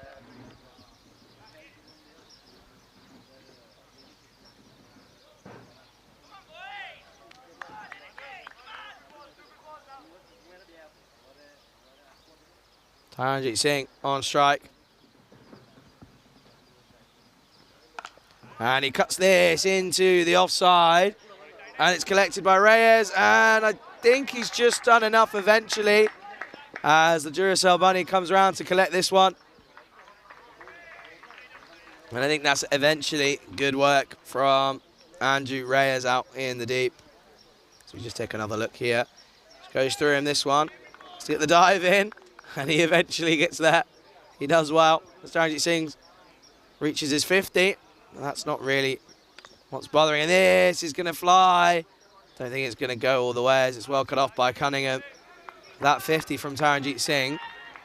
It's gone a little bit unnoticed, as they now realise that he's reached the milestone. And he raises the bat just off of 21 deliveries that came up of. Incredible hitting here.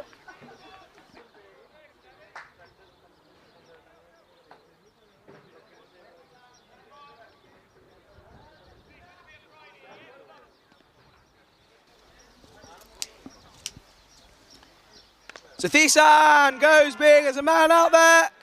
Oh, wow, he's recovered. And what a grab that is from Andrew Reyes. And that's got the entire crowd on their feet. There's a good amount of spectators here now. And Andrew Reyes, well, you have to say, he didn't really have much of an idea. He's there ready. And what a grab. Manages to stay in the in-ring there.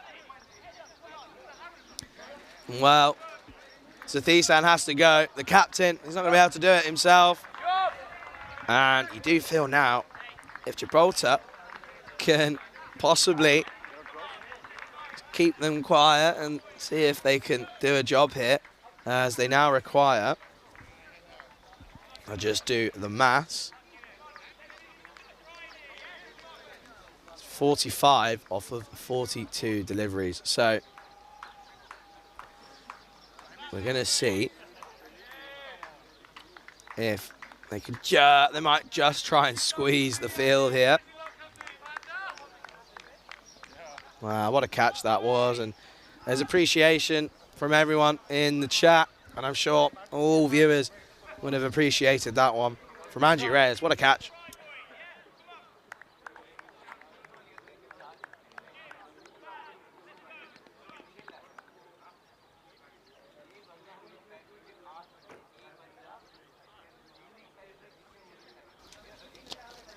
So Louis Bruce gets the wicket of the skipper, Sathisan, as Taranjit Singh's on strike. As this is driven hard into the offside. I think this might go all the way, and it does. 4 runs for Romania. As that brings us to the end of the 7th. As 9 come off that over. And most importantly, the wicket, as Vasu Saini is the new man for Romania. So the equation now, Romania need 41 off of 40 deliveries here. And we're going to see one of the nicest men in European cricket that you will ever see. Richard Cunningham is coming on to bowl for Gibraltar. Which is really good to see here. I think Gibraltar's just saying, look, there's not a lot of pace on this. So if you're going to go ahead and hit them, you're going to have to generate the power yourself.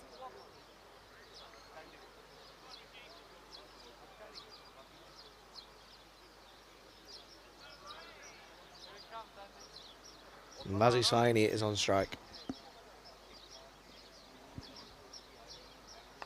As he just pushes this into the offside. It should just be the one, and it is going to just be the one. So it's good work by the man out in the deep.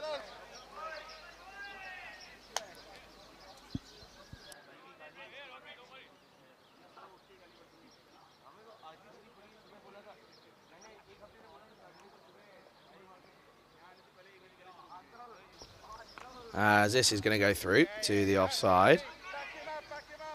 It's a good bit of work from Avinash Pai in the covers there. The skipper, I think he knows at this point that see the game is almost, well, 98% gone. They're going to try their best here to keep Romania out of the final.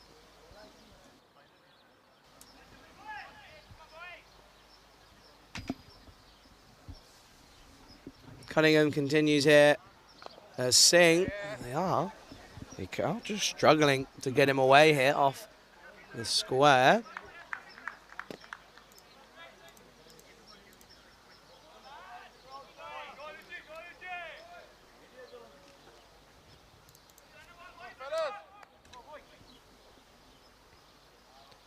And Saini pushes this into the offside, and it's going to be collected by the young Lou Bruce as they come through for the second.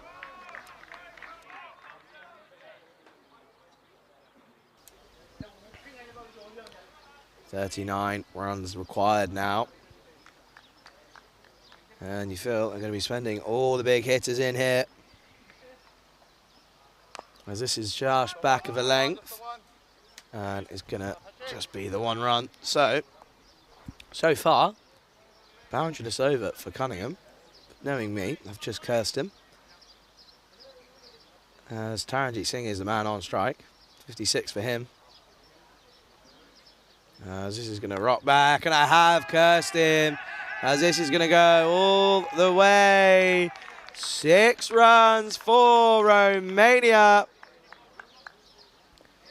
And just as I said, it's been a boundaryless over until that point. But all in all, in the context of this game, it's not a terrible over with just 11 coming off it for Richard Cunningham.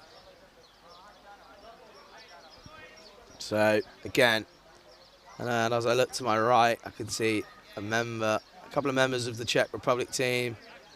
As I think they've come to the sense now that they are out of the final. But you have to say, fair play to Romania. The ball still has to be struck, as they now need 30 runs to win here against Gibraltar. Again now under runnable 30 off of 34 deliveries for Romania.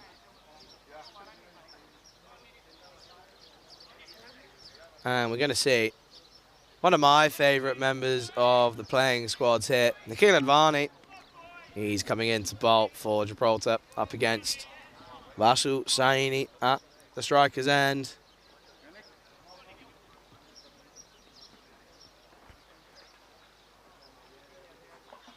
The advances. Oh, well, you have to feel for Advani, as that might have been a missed stumping chance from Joe Marples. As we get to see here very quickly.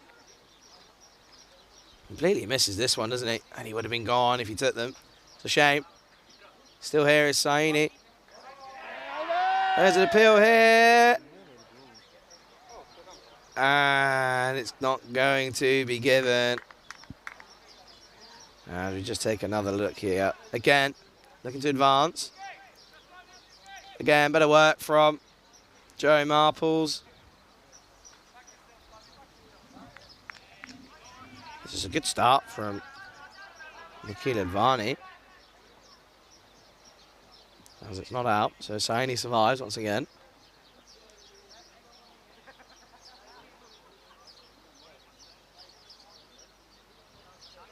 And he advances, and he hits this well into the leg side. I think it might split the fielders. And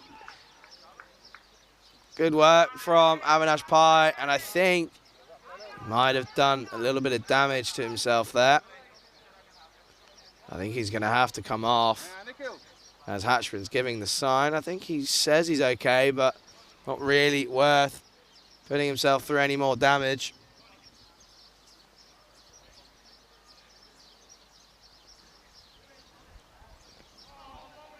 As this is just hit into leg side, they're going to run through for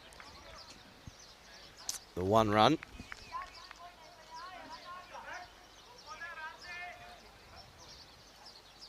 Goes off the pad. Avinash Pai has actually been carrying an injury throughout this week. You wouldn't have known that unless you were here. He has just been struggling. As Taranjeet goes big, doesn't get all of this. There's a man out there, and he does well. It's just going to be... Well, they're going to come through for the second. That's cheeky, but it's good running, and it's going to help them out here as they now just require 25 to get into the final.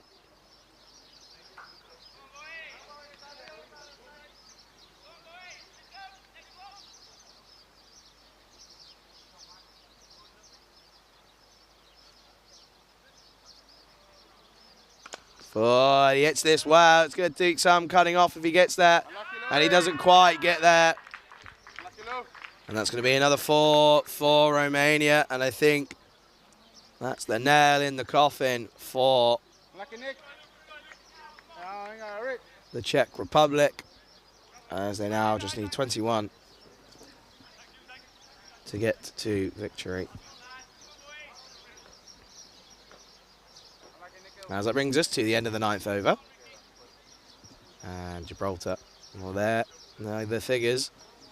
As the Romanians are 121 for 1.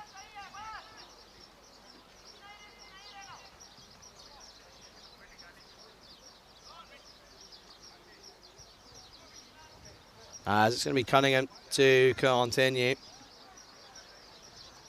So it's 21 needed off of 28 deliveries now, as you can see. The Duracell Bunny is just going to have to take his batteries out and going back and collect that. But he continues on. So Cunningham continuing here.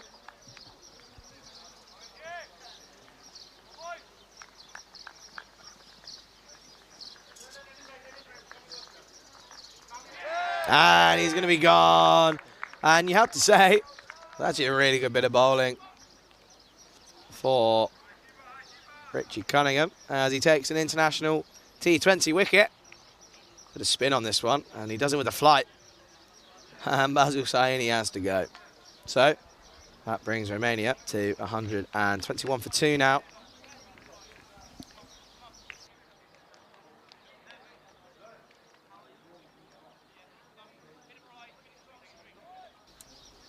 As that's going to bring in the man. And it looks like we might be taking drinks. I think they're just going to say, no, not really much point. Let's just get on with it, which is a fair play. I think that's what he should have done. It's been a couple of times where I can't remember which game it was exactly.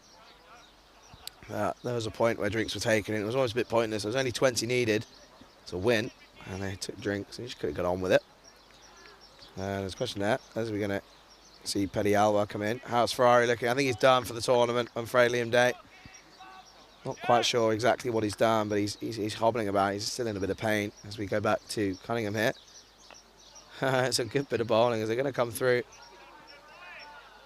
for the single. And Avinash Pai still putting his body on the line. As it brings that man, Taranjeet Singh, on strike.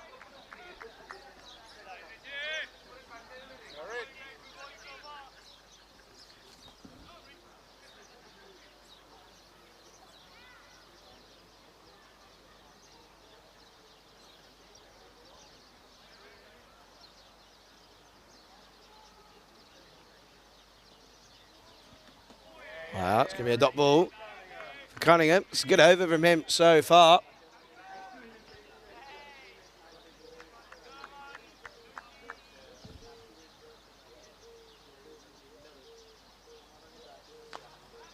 Singh looks to go big. Doesn't get all of this again. And it's going to be Mark Gowes who does the work.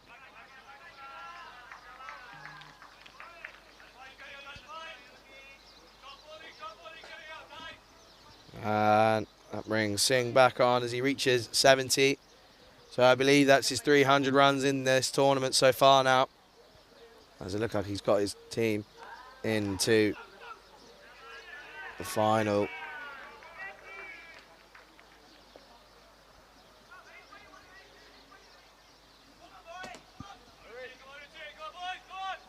As it brings Petty Alwa back on strike.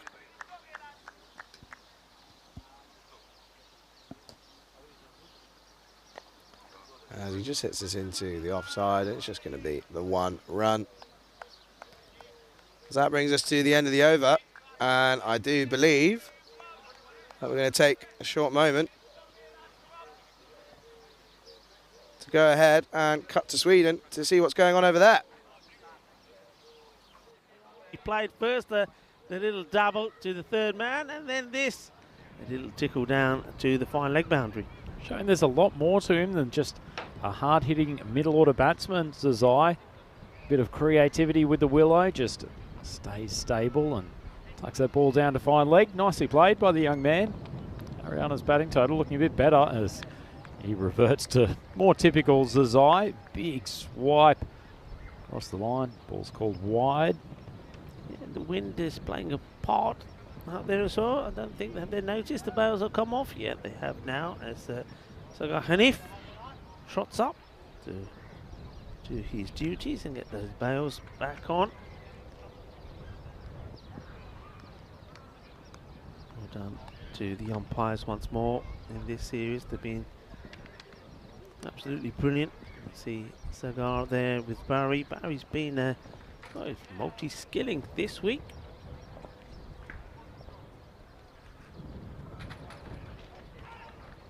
So, well bowled. Gets that one right up there. Sneaks it through. And led very well by our tournament referee as well, Sir Rob Kemin.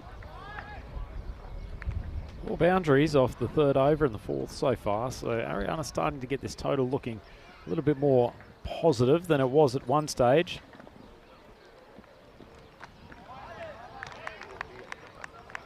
So we're going to miss.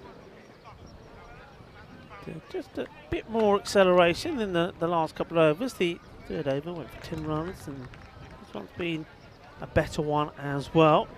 Looks like Zion.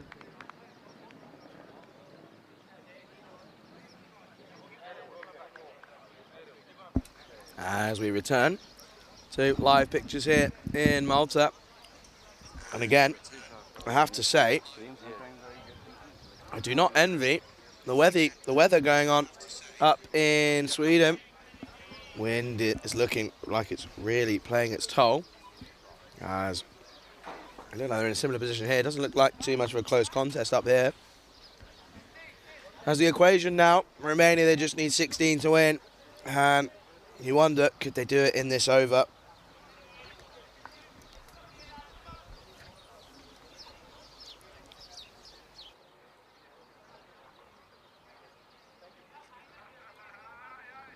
And we're going to see Advani continue. That's well bowled from Advani.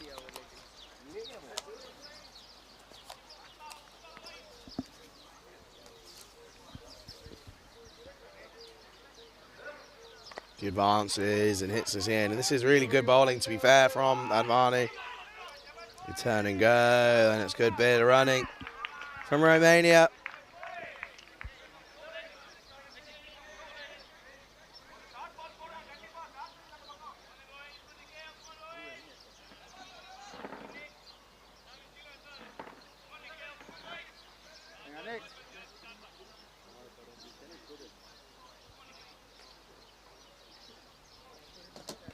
So Advani to continue to Petty Alwa.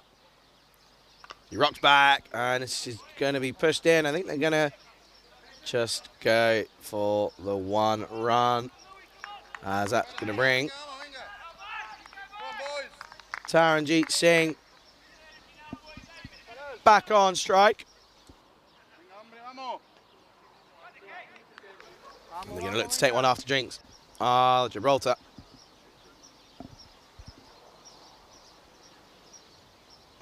That's well played, but wow, a bit of controversies. It might have been a run-out chance. They both apologise. Again, good to see some really good cricket here in Malta.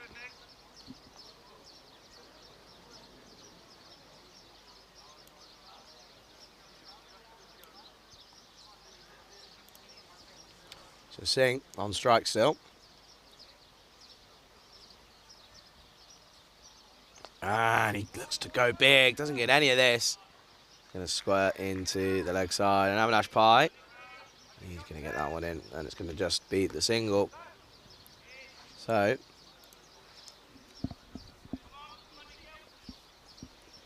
just the 12 needed now.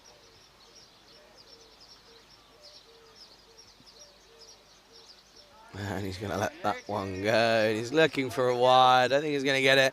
As that brings the end to a really economical over from Nikhil Advani.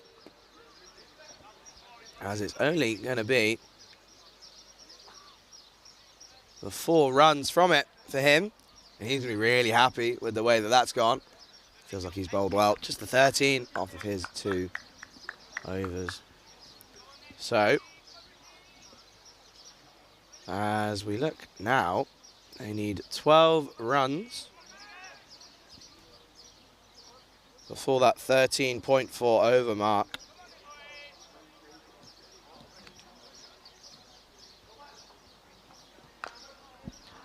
As he's hit this, and I think he's got all of it, and that's 6 runs for Romania. And they're now just the 1 hit away from the Valletta Cup 2022 final. As Taranjit Singh moves on to 78. So 6 runs needed now. 6 runs off of 15 deliveries now. As I think we're just trying to find another ball.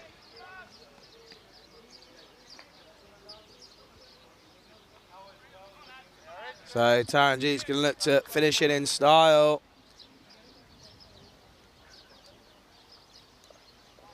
Cunningham. And Taranjit looks to go big. I don't know if he's got enough of this. And he has. And well, there we go. Romania have done the unimaginable. And they have chased this target of 141 in the small time of under 13.4. As they do it with 52 balls remaining in the innings, and they complete the task in the 12th over. So Romania, they beat Gibraltar by 8 wickets, but more importantly, they do it in enough time to get themselves into the final of the Valletta Cup 2022 here in Malta. You see that man, Andrew Reyes, what a catch he took. Some moments of brilliance here in this innings as we take a look at the highlights, and it was always going to be a tough ask for Gibraltar. As they really, as you see Reyes missing a simple one there, but we'll go on to see later on. He made a really good catch, but we see here, really started well. They just advanced, and it didn't look like they were ever going to stop. Did Romania, and maybe Bruce just misjudging that one, didn't he? He bowled well, as you saw Taranjit Singh. Well, he went big, and he ends up on 84 not out off of just 35 deliveries. So if you were watching and you're a little bit more used to the T10 format, that was a little bit more your style, as it was go from the off. You see Reyes, well, he nearly made a bit of an issue there, but the next ball took a one-handed blinder on the boundary to remove the Romanian captain Ramesh Atisan. Well, he had to go on 42, but Taranjit Singh, 84 off of his 35 deliveries. There were 7 fours in his innings, but more importantly, 6 sixes. So Romania, well, they've done it. They're into the final. So that sets all the games for tomorrow as we finish up here in match number 14. But don't go anywhere. If you do come back in about half an hour's time, as we're going to return for the final game here in day number 5 in Malta, as we're going to see the host Malta, they face Bulgaria. My name's been Charlie Hunt, and you've been watching the Valletta Cup here on the European Cricket Network.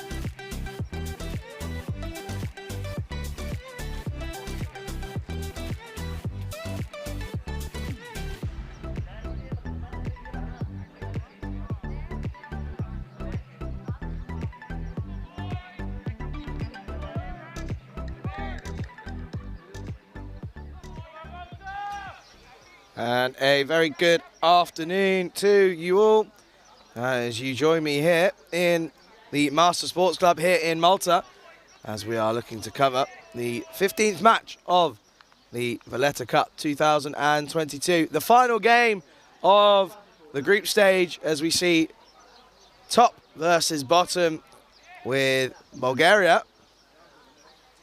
They have won the toss and they've gone ahead and elected to bat first here in Malta.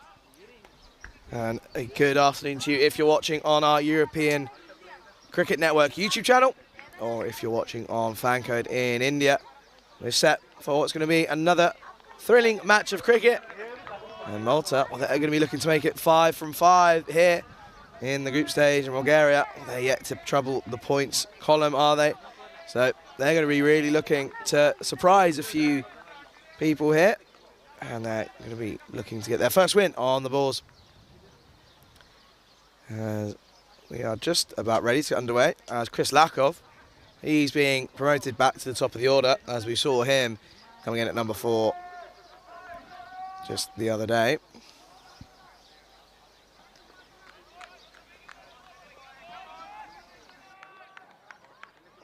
As we're just about ready with Bilal Mohammed.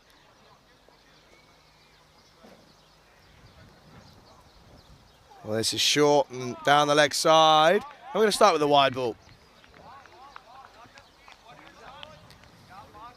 And once again, if you are in the YouTube chat throughout this game, please do get involved.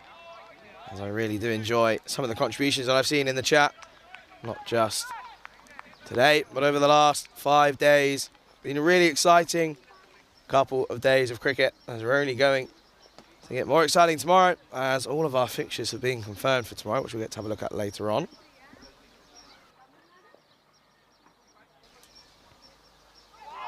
It's short again. There's a bit of an appeal from Bilal Mohammed, but Chris Lakov just lets this one through to the keeper, and the keeper was a bit of a change behind. That's a good start from Bilal Mohammed after that wide. As we see behind the stumps, Heinrich Gedeke has been handed the gloves. He's going to take the wicket-keeper's position as Vikram Arora is back into the squad as captain after he was unavailable for their last game. And there's an appeal, but this is going to be going down the leg side. But early signs again from Bilal Mohammed.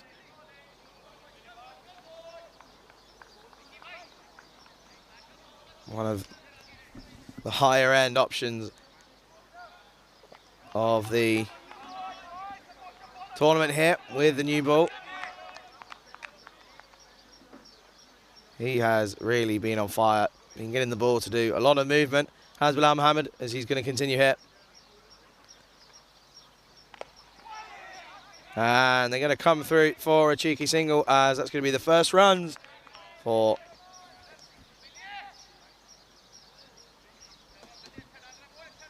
Bulgaria off the bat.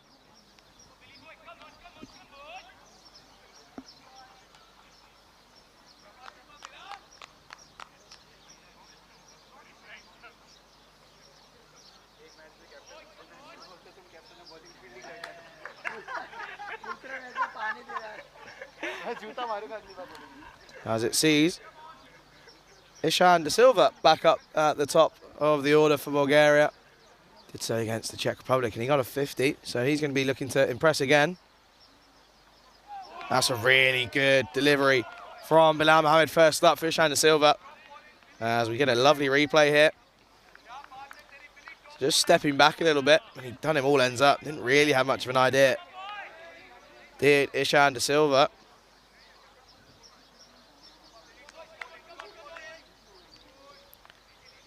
Again, we're just having a little bit of an issue with the on-screen graphic for you, so we're just going to get that fixed. As at the moment, Bulgaria are 2 for none.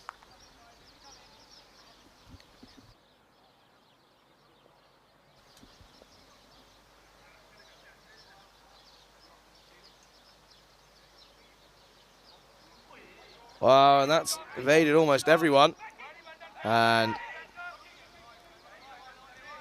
They're going to come through for the run after the wide delivery from Bilal Mohammed. This would be my only criticism of Bilal, is he just struggles with his consistency throughout his spell. Really, really good, as he can really swing the ball almost both ways. However, just lacking from the consistency point of view. Still 2 balls remaining in this over. That's a good delivery, but a good shot from Lakov, but it's going to be hit to the skipper, Vikram Arora, in the covers.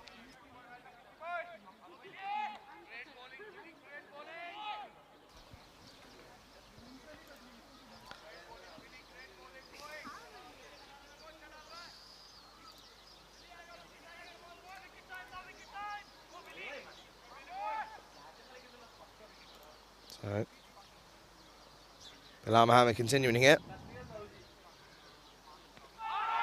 There's an appeal, but I think that's going to be pitching outside leg, as it's going to end up being a dot ball for Bulgaria, as that brings us to the end of the first over. Bulgaria, they're 4 without loss.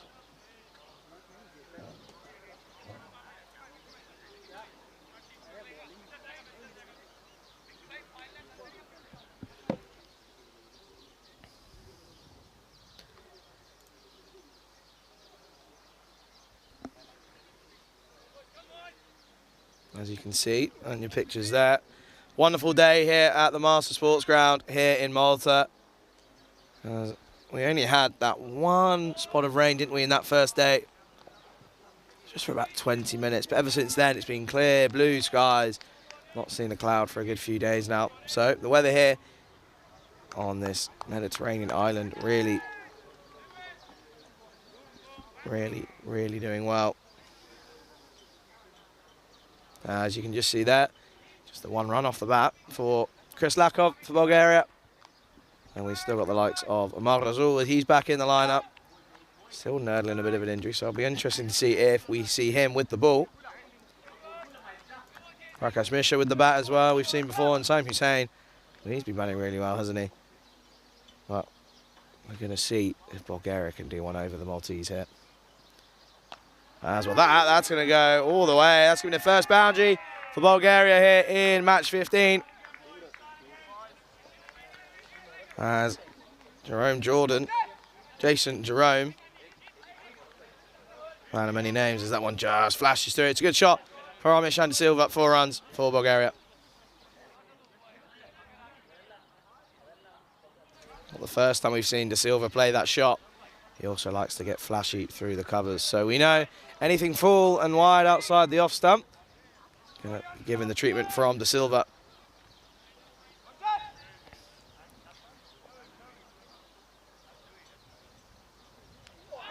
As he tries to get out of the way of this, but ends up just getting into this one, as we saw. Jason Jerome, well, he made his debut in the first game of the Valletta Cup, and he's played in a couple of games since then, but he hasn't been able to get a wicket. So he's really looking for that maiden scalp in international cricket, is Jason Jerome.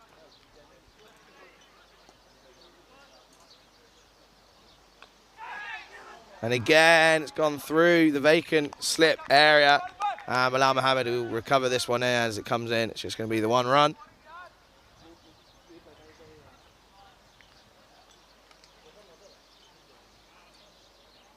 As it brings Chris Lakov on strike.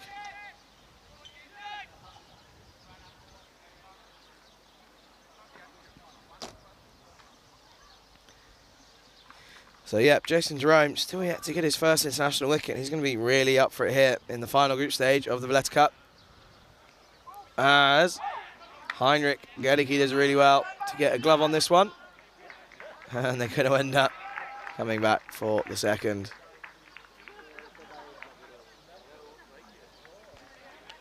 As gets a bit of bet on that.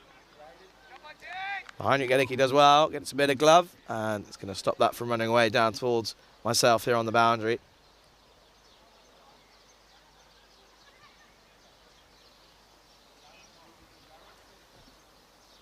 Jason Jerome to continue here as it's a big swipe.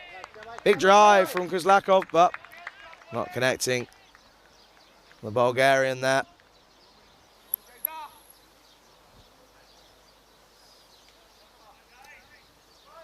Jason Jerome, well, he bowled well against Gibraltar. Just the 22 runs off of his overs.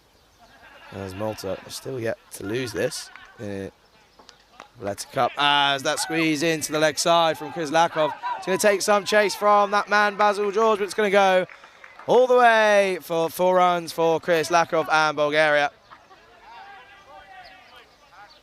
What a terrible delivery from Jason Jerome. But Krislakov, anything straight, he's going to look to take to the cleaners as he does well there. 4 runs to the total as we end the second. Bulgaria are 15 for no loss. And a little bit more as we take a look here. Malta, 4 from 4. Bulgaria, well, they're 4 from 4, but in the wrong way. Not yet to get a win on the board, but they're going to be looking to change that here against Malta, who will be going up against Romania in the final tomorrow. And that's going to be a thriller of a battle between Romania and Malta. Malta, obviously the home team, but Romania, well, they will be almost going in as favourites due to the ICC ranking. Malta have already done the one over on Romania, so they're going to be confident. As we see Bilal Mohammed returning to short. Shanda Silva looks to go big. Doesn't quite get anything on this, and it's going to be a dot ball to start. Just the 4 runs coming off of Bilal Mohammed's first over.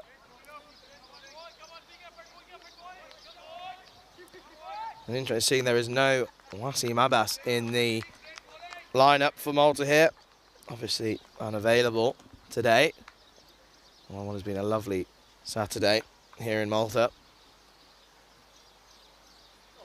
That's just back of a length. And Shanda Silva playing all around this. He's struggling here against Bilal Mohammed. Doing him all ends up as that. Wow, that one was coming in and then just nips away. He'd do really well if he was able to get anything on that. Shanda Silva. He's batsman, more than capable of going big, just needs to give himself a little bit of time, you feel, as there is plenty of time in this T20 match.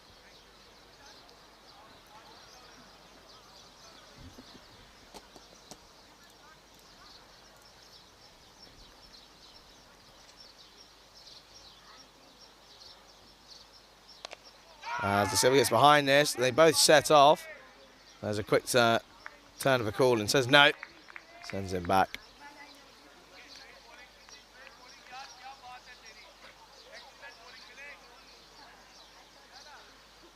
In the end, it's a good bit of work from Zishan Khan, who's in there at point.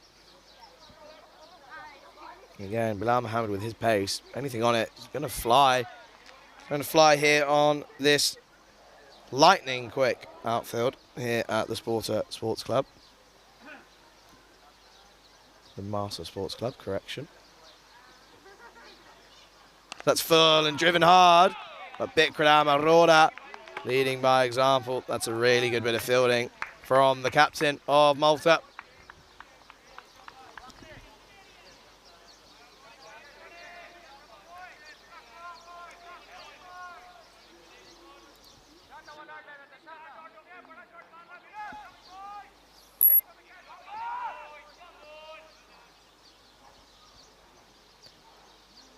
So Bilal Mohammed to continue here.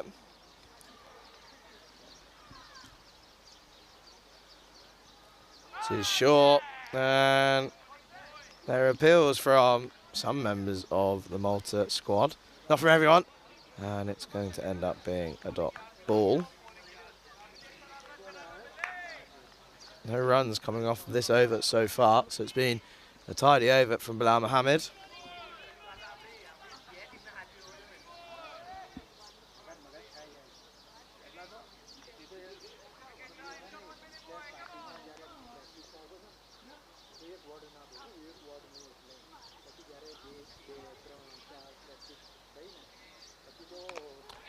This is just back of a length, and he just plays this into the offside, and they come through for a single. on the penultimate ball of that over. It was the ultimate ball. So at the end of the over, just the one coming from it. So it's a good start from Bilal Mohammed. As Bulgaria at the end of the third are 16 for no loss. I think this move of having Ishan De Silva might want to be made permanent, I feel. As you don't think that Chris Lakov gives away too many opportunities. But Prakash Mishra just gives you that little bit of uncertainty at the top. As we know he can hit a long ball. But opening up, you just want to have that bit of stability. And I think Ishan De Silva is a really good idea. And I think he's going to be more than capable of providing that stability at the top of the order.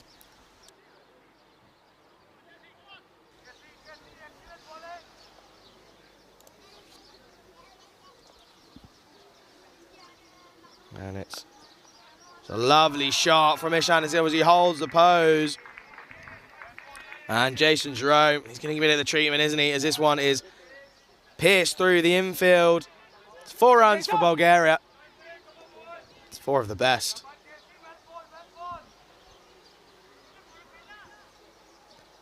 So Ishan De Silva moves on to 10 now. It's a good start to the over for De Silva, and you think they might just go over after Jerome. He's not a bad bowler. He's just struggling a little bit here this week. Doesn't quite get that right line and length all the time.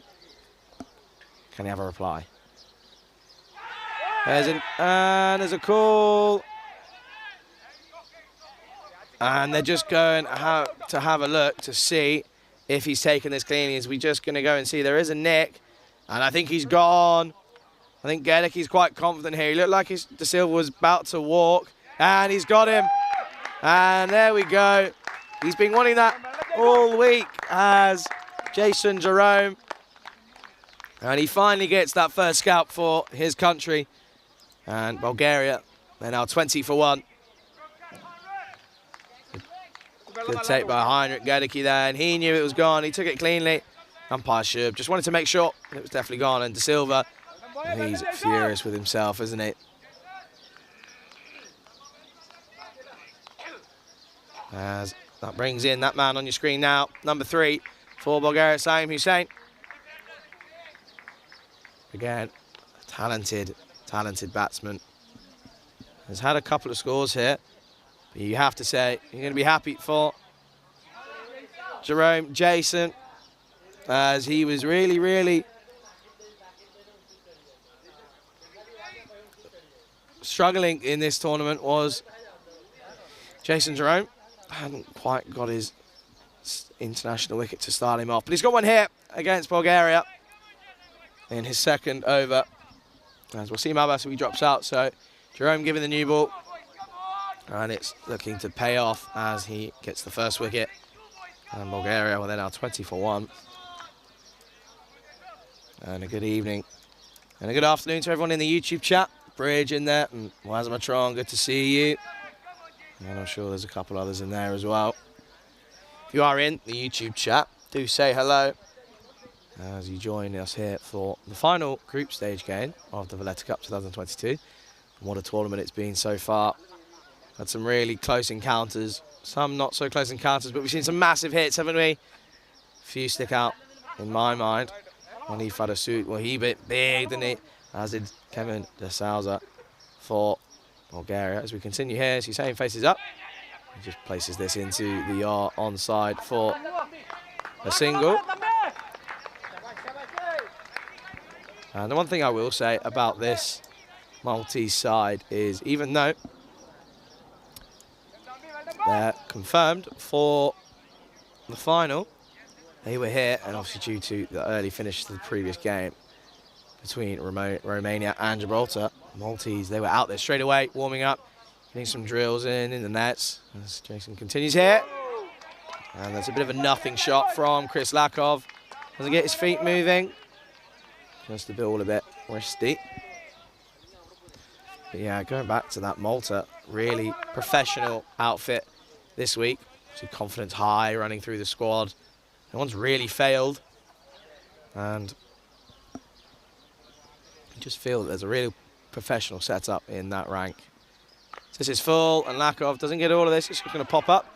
And it does. Ishan Khan with a spin. He's been very good in the field throughout the entire week. Just misses that one there as they come through safely for the single.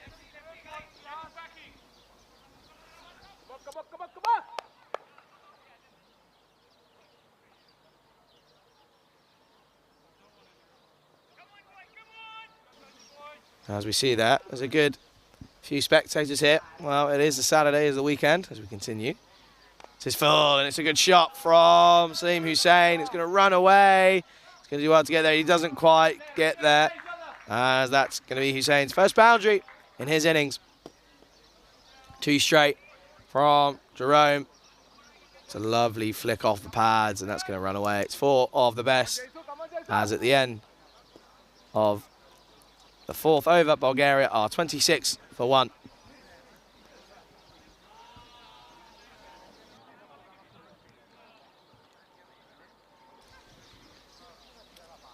Good shot from Saim Hussein, as that's the 4th boundary of the innings so far.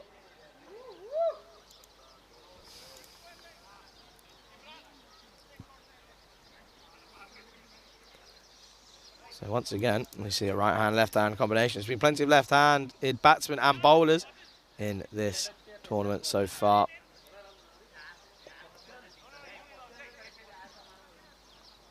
As we're going to see a change of bowling from this near end. We're going to see Jitesh Patel on to bowl.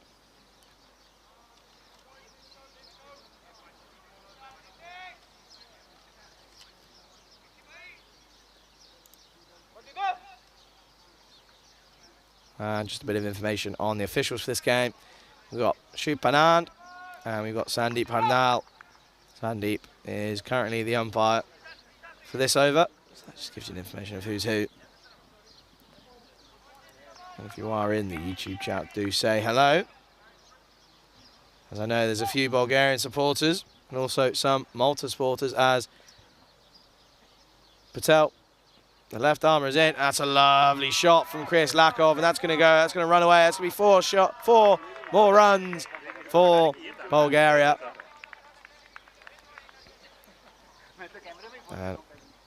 Jitesh Patel is with the angle. Doesn't quite get it right first up there. As this is Jitesh Patel's international debut for Malta. And he's been given the ball early on, and that's not the start that he would have wanted. But the left-hander, he's in again. Lakov in again, and he hits this into leg side. I don't think he's going to go all the way, as the man in the deep does good work. And it's just going to be the 2 runs. As that's good work from Divyesh Kumar out in the deep.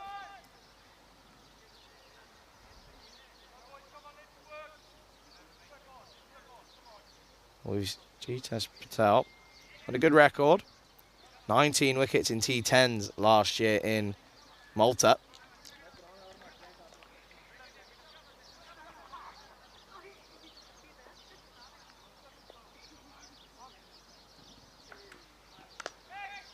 And again, it's going to end up being a double. So a good hand from Jitesh Patel.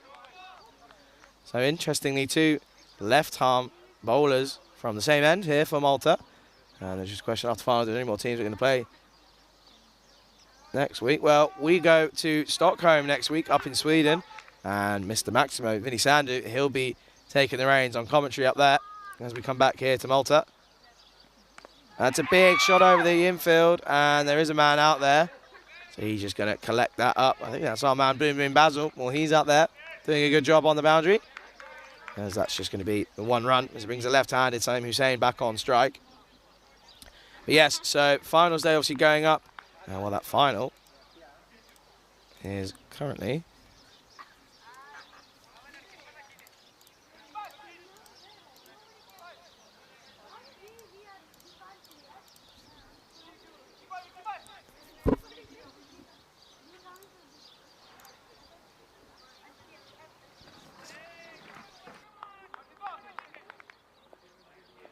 we're going to see Patel up against the left-handed Hussein. back of a length and punched into the offside. It ends up just being a dot ball.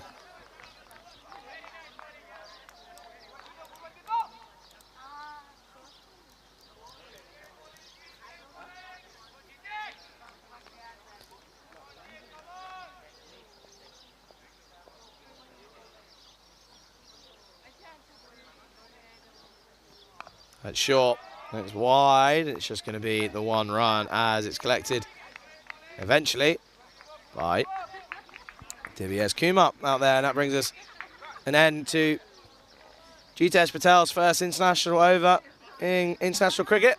Just the 8 runs off it. It's not a terrible start for the man.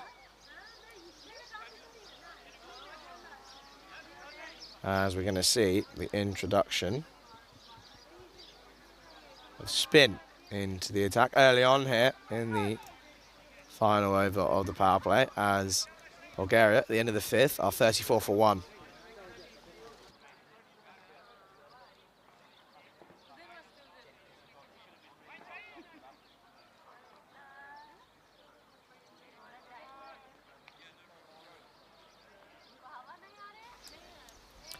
As we're going to see the introduction of, I believe, Imran Amir at the top of your screens.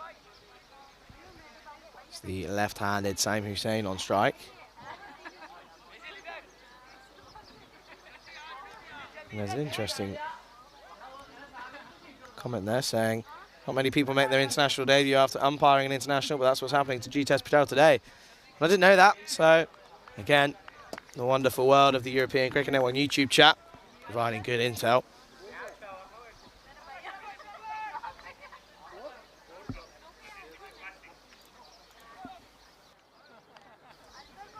As Jason Jerome comes out of the attack, and we are going to see the new bowler come in. And that's going to be a good start from Gadicki with the gloves early on here, as it is Imran Amir.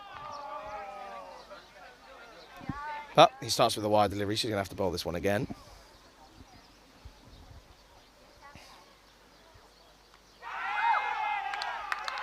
Well, Saim Hussain is saying that this has come off his pad. The umpire, well, he's not too short, so unfortunately he's not going to be able to give it.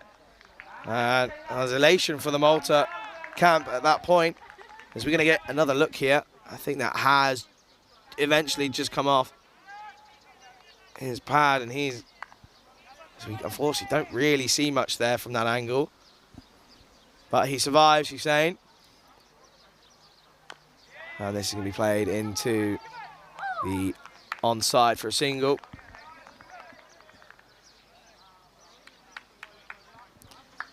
Not too sure what happened on that previous delivery, but we move on.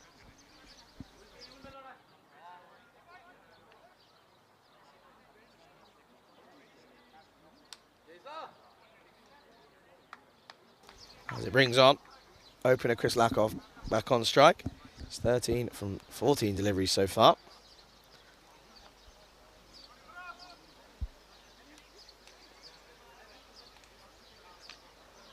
As he looks to sweep hard into the leg side, but Boom Boom Basil's out there. Eventually picks it up. And they're going to come back for a second. Well, it's a shame. Should have only just been the one, but they come back. It's good running from Bulgaria. They look to make the most of this final power play over here.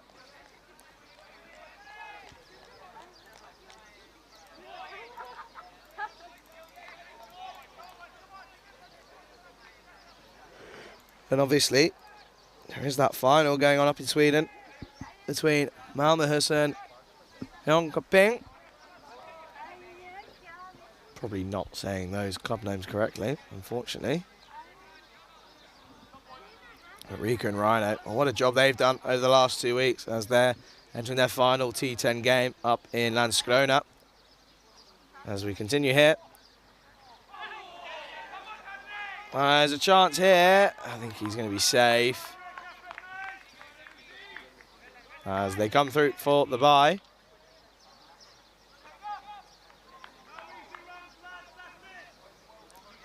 Henrik Gadicki just struggling a little bit standing up so far. Interesting to see him take the gloves here in this game.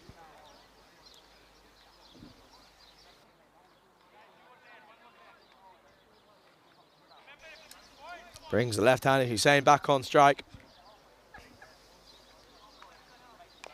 Wow, doesn't get much of this as it squirts into.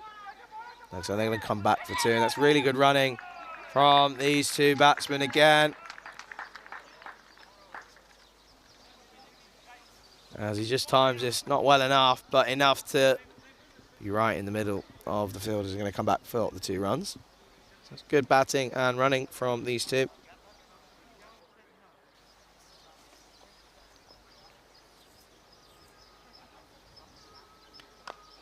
He lifts this over the top. There is a man out there, and I think he's going to come around and cut that off, and he does really well. Does the man out there. I think that's Ishan Khan. A good bit of work from him.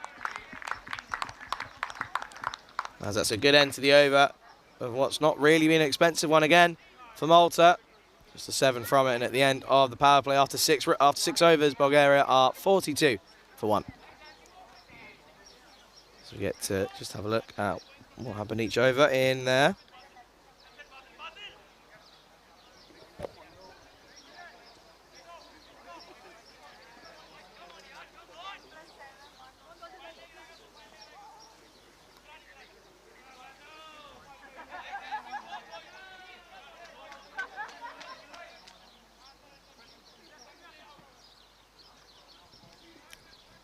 And we're going to see Jitesh Patel continue here from this near end.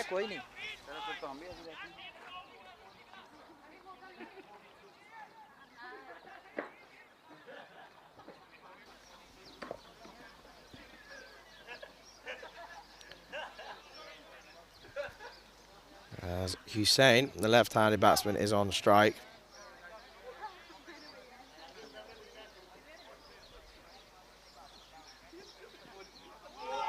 That's a great delivery from Patel as he gets a bit of everything off it there. Bit of nip, bit of jag, and a bit of bounce, as you see it here. That's done everything, and it's a good take from Gedeke with the gloves. What a start for Patel in this, in only his 2nd over of international cricket.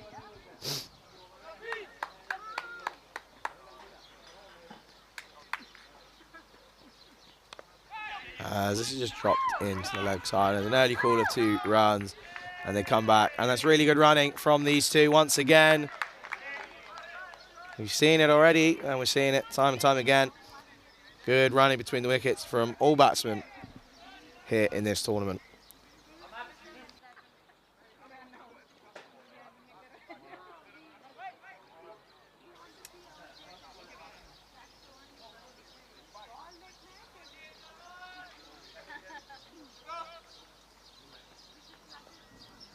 Again, if you're on the YouTube chat, do say hello as Patel continues here. As he's saying, just defends this one back and respects this one. He advanced, didn't he?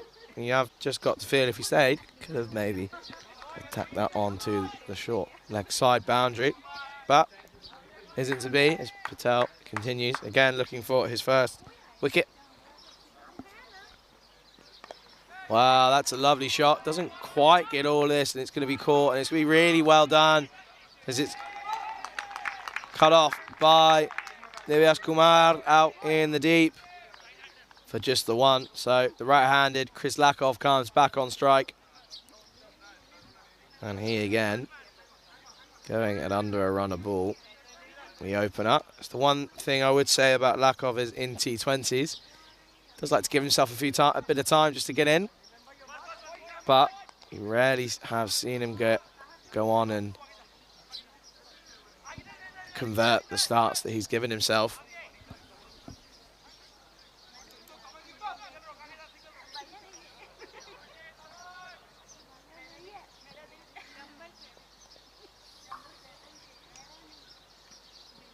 And this is driven to Bikram Arora, and it's going to be the 1 run. It's good running again from these two as Jacob Bananowski in the chat. Hope you're doing well.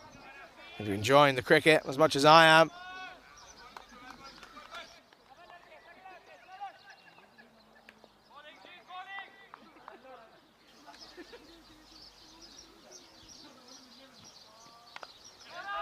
And once again, it's just dropped into the offside as they run through for a single. So again, good bit of running from Bulgaria as they finish the 7th on 47 for 1.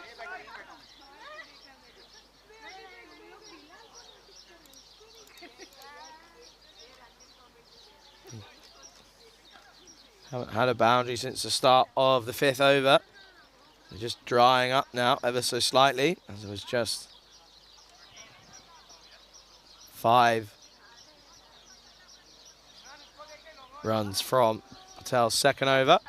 And we're going to continue with Imran Amir, just the 7th off his 1st over. So good tight bowling from the spinner.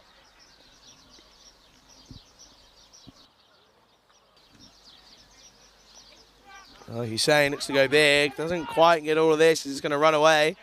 And I think the fielder's going to do well, and he does. That's that bowler from this end. Jitesh Patel doing well.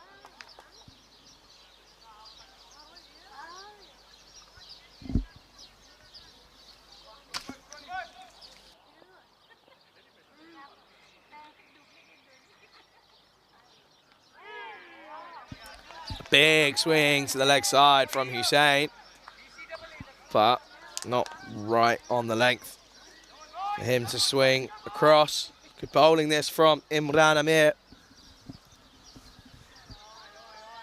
As this goes big. Don't know if he's quite got the legs. I think he has. As that goes all the way for the first maximum hit for Bulgaria. Rocks back. Hits this well and attacks that short leg side boundary. It goes all the way, 6 runs for Bulgaria.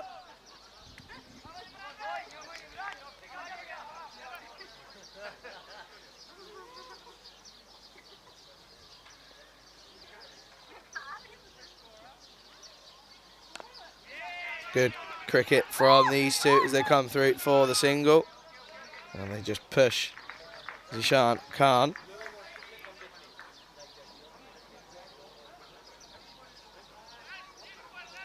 Question about will there be ECN, ECS 50 over games. Well, you never know. Only time will tell. But with the growth of cricket here in Europe, certainly will be a possibility at some point.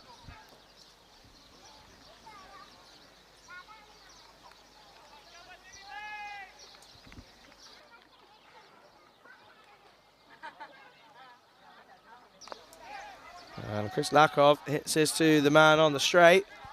They're going to come back for 2, and I think it's going to be good running. It is, as they come back for the 2.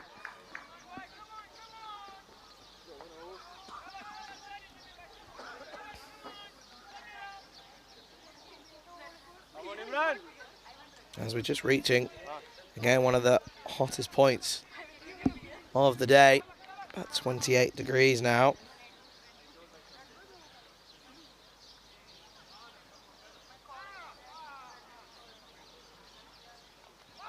And he's got him.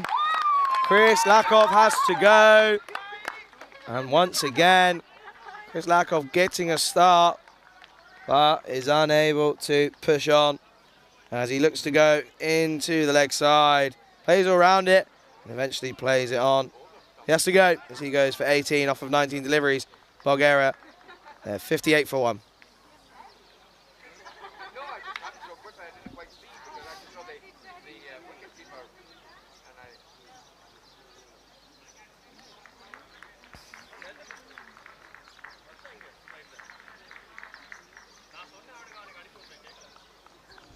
As we're going to see, new man coming out to bat. Still no sign of Prakash Mishra, as it's going to be the man who rested yesterday after injuring his shoulder. Ahmad Azul, again, a more than capable batsman. We've seen him do it plenty of times out in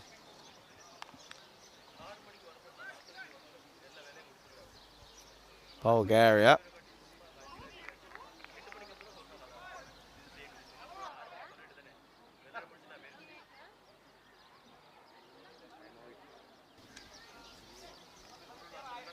So yeah, still no sign of Prakash Mishra yet. And I'm sure we're going to see Amar Azul advance down the track, as we've seen him do many, many times before. I think there'll be loads of people that'll be happy to see Amar Azul getting a bit of promotion up to number 4 for Bulgaria. People saying that he should be up in opening and he should be at number 3, should be number 4. So he's got a good chance here to prove himself and get some runs on the board for his country.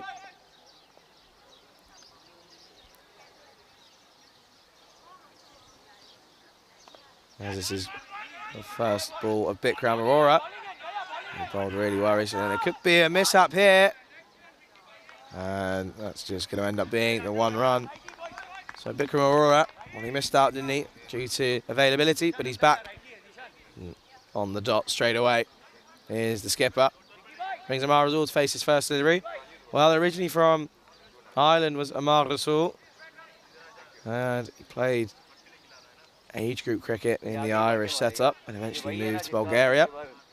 And we've seen him play for Academic MU Sofia in the ECS. Again, this man really liked facing Malta last year, as he ended up with 63 not out against Malta in the Valletta Cup 2021. So once again, plenty of opportunities here for him.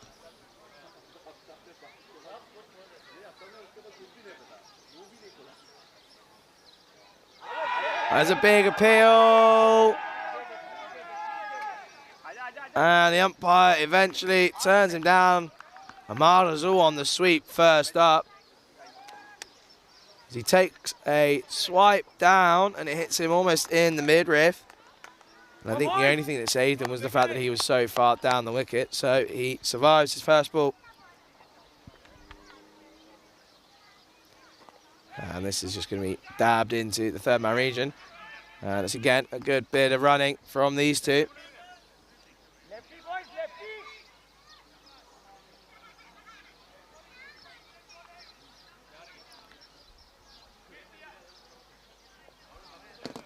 Brings the left-handed Hussein back on strike as he's 24 off of 18 now. He advances. Doesn't get all of this, but it's going to squeeze through for the 1 run.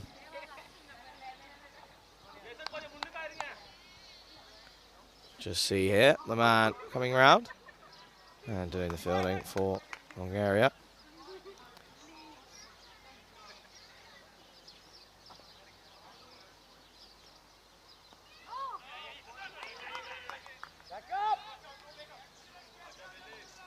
As that brings us to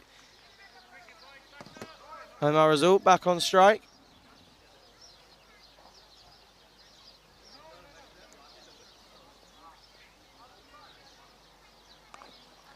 As he's going to play this to Samuel Stanislaus in the covers, and it's going to be a dot ball. As that brings us to the end of the 9th. Bulgaria 61 for 2.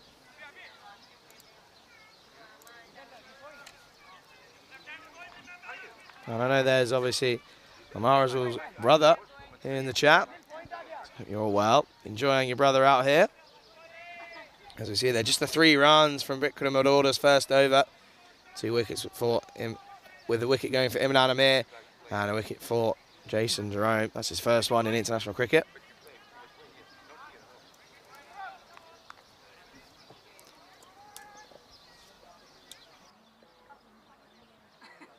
Imran Amir continuing hit.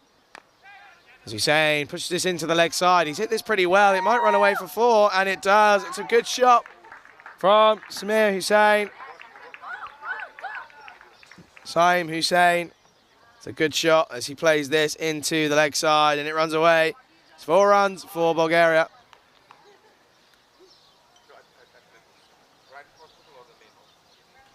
And you can see a big group of spectators around the ground now. It's nice to see here in Malta, as it's a good response from him. There could be a run out here. Oh dear. Well, they do eventually come through for the single.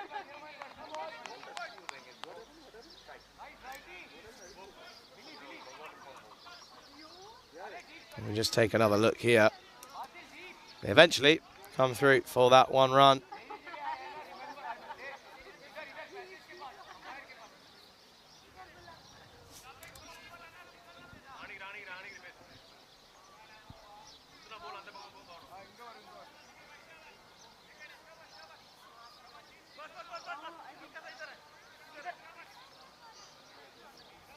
And obviously brings Rasul back on strike.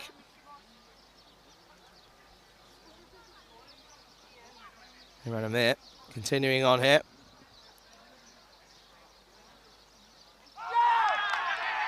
Wow, and he's gone. He's been given by the square leg umpire, and he has to go. Omar Rasul only with the one. And Hani Gedeki, good start for him behind the stumps. And that takes Bulgaria out to 66 for 3. And we just get another look here. A bit of work from Heinrich Gericke. So he has to go, as they now move to 66 for 3. And we're going to take a quick drinks break here in Malta.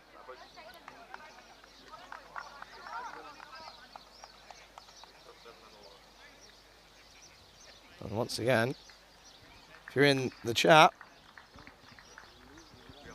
do say hello, as I know it's going to be some upset Bulgarian fans after seeing Omar Rasul go for just the one run.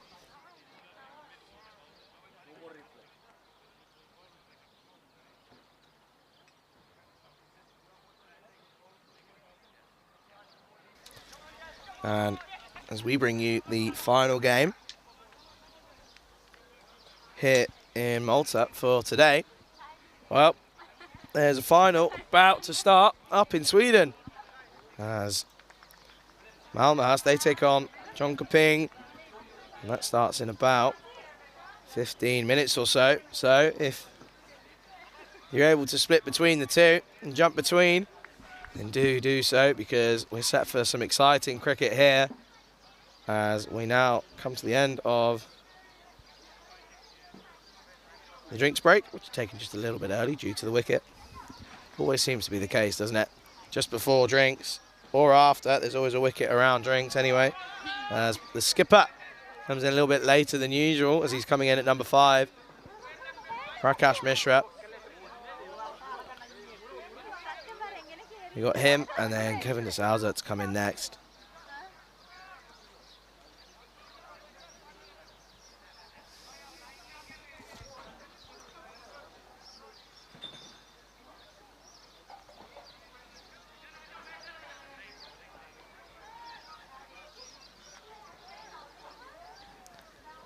Mishra faces up here first ball. Just plays this into the offside. And I think this is a good move from the Bulgarian skipper. Just giving himself a bit of a demotion, but I think in the long run, I think this is probably a good idea as a batsman. As this is again just played in, Bilal Mohammed just comes in and collects that.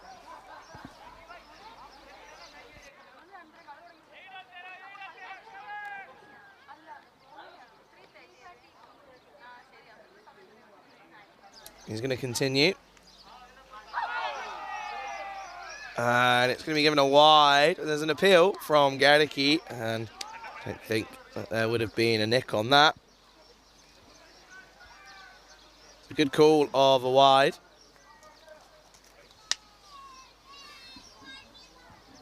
Mishra, well, he goes big. He hits that one well. That's going to go all the way. 6 runs for Bulgaria. And take another look here into the leg side. He goes boom, boom, 6 runs.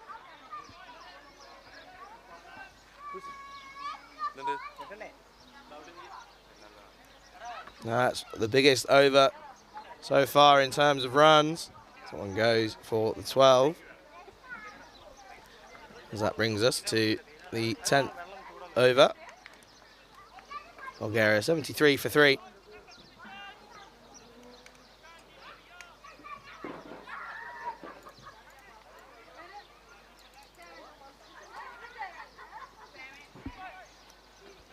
And it's going to be Bikram Aurora to continue. The skipper.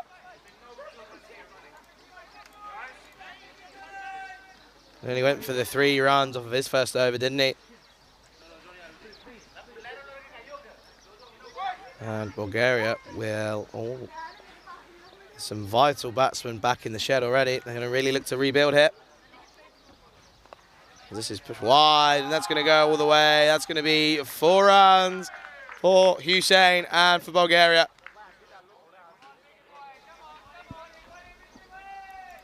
A lot of pressure now on Hussein's shoulders as he now races on to 34 off of just 22 deliveries. That was a great shot through the offside. And Hussein continues here against Aurora. That's again short. And he's punished that wide. I think it's going to be consecutive boundaries, and it is. It's another boundary for Saim Hussein as he moves on to 38. 4 runs for Bulgaria. Good cricket here. Good textbook cricket shots from the Bulgarian.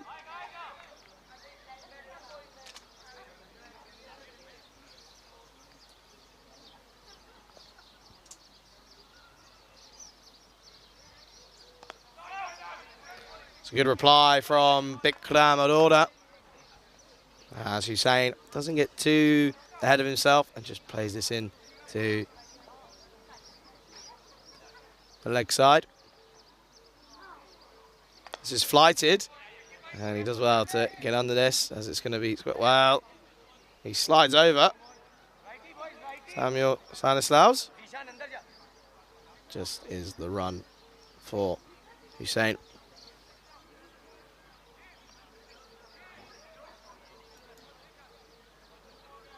So, Prakash Mishra with the 6 runs for him so far. After that maximum into the leg side.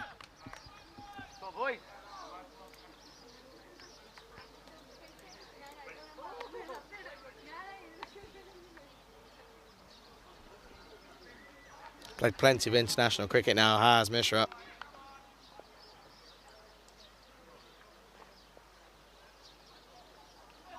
Looks to go into the leg side once again. Not going to quite make contact for the runs. The highest score against the Greek. He scored 53. That was back in 2021. So we can bat. That's sensible cricket from Mishra. Just plays this one back to the bowler as that brings an end to the 11th. Bulgaria are 82 for 3.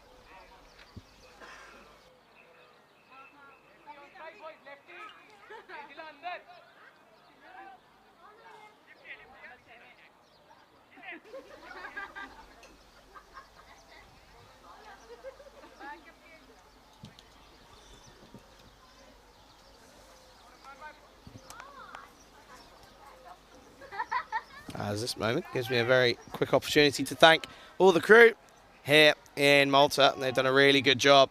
As Maxi, the project manager, Samir, who's been on the scoring duties, and then all the crew at Spring Productions who have brought you the pictures today and throughout the entire week. Got Martins, Kadils and Elvira. Done a great job, as they always do. As we're going to continue here with Imran Amir. That's a good stop from Zishan Khan in the covers. That's a dot ball to start. But yeah, without those names I mentioned, none of this would be possible, along with the umpires and officials. This is just uppish a little bit, but it's going to be played into the offside for a single.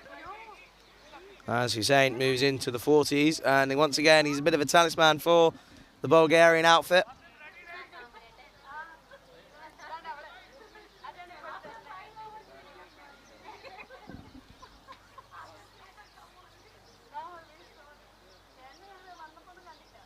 Prakash Mishra back on strike. Pulls this into the leg side. It should just be the one.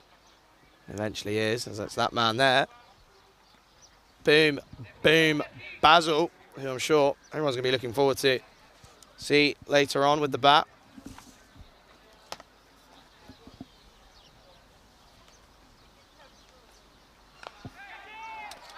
Oh, it's a drop there from the skipper. Didn't really have to move as Hussein just chipped this one up. We're going to take another look here.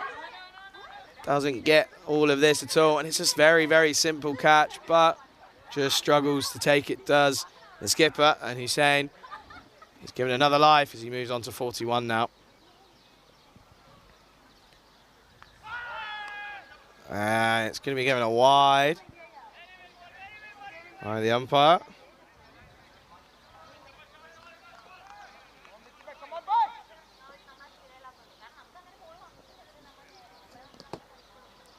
Mishra into the leg side, and there is a man out there, and it's Basil George. Once again, doing a good job out in the outfield.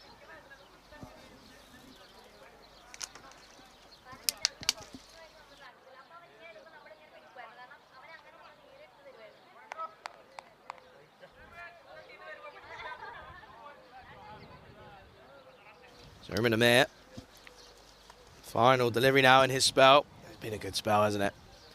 The spin up.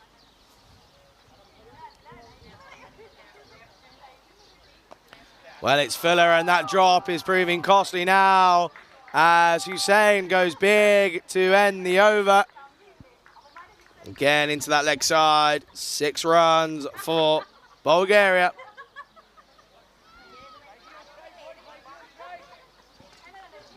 And that takes us now to the end of the 12th. And Bulgaria are 93 for 3.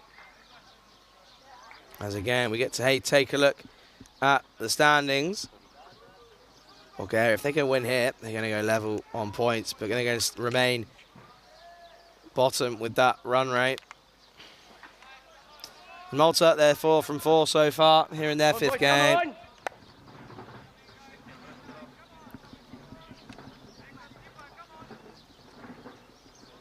As it's going to be the skipper after that drop. Continuing here. Bikram Aurora.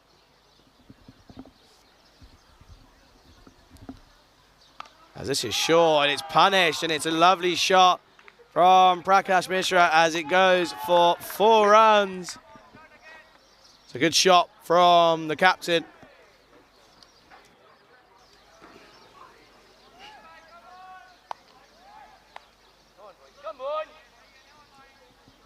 Well, he's having a bit of a torrid time at the moment. It's Bikram Aurora after that drop. As Hussein dispatched one of the following deliveries for 6. Just been hit for 4 by Prakash Mishra. And he goes again, and this is going to be even bigger. And this is 6 runs, 6 of the best from the skipper Prakash Mishra. Again in the slot, and he's not going to miss out. And he adores that leg side, doesn't he, Mishra? As that goes the distance. 6 runs. Come on, boys. No mind, boys. Come on. Put it on, boys.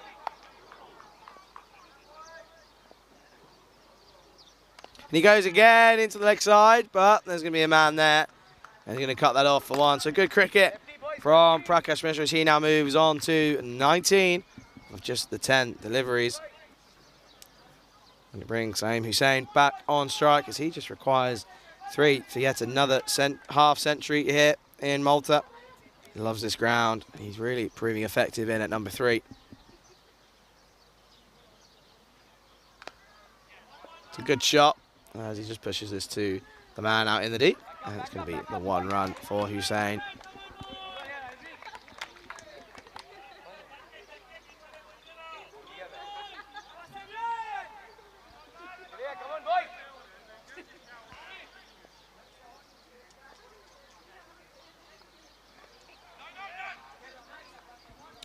So Just someone. Toe end into the offside for a dot ball for Mishra. And Aurora continues. And wow, this is really good cricket from Prakash Mishra. There's a side to his batting that, well, to be quite frank, we very rarely see. As he normally comes in at the opening end, just likes to go big. But that brings us to the end of the 13th. Bulgaria, they are 106 for 3. Mishra, as I said, with that 50 runs against the Greek, a more than capable batsman, as we've seen him do it plenty of times on the ECS. For Indo-Bulgarians in Sofia.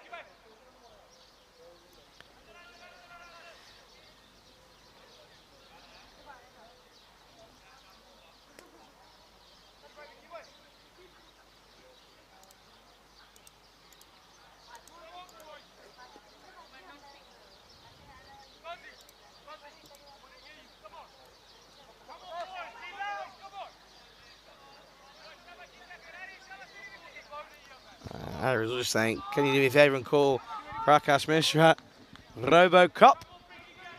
I have a feeling. I can't understand why.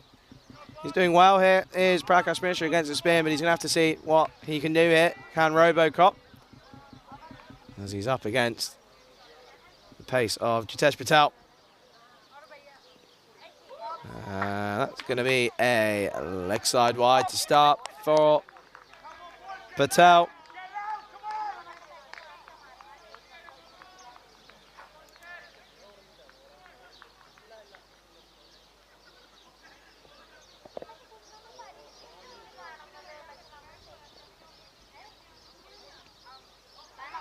That's going to be another wide from Patel. So not the start to the over that he would have wanted.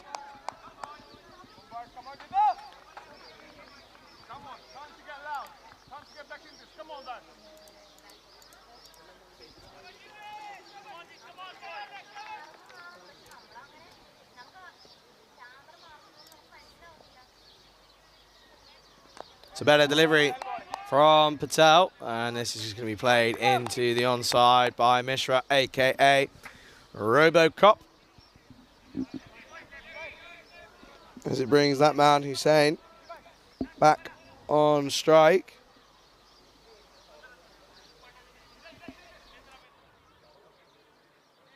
Come on, Malta, let's get loud. Come on, boys. Just needing the 2 for his personal milestone now.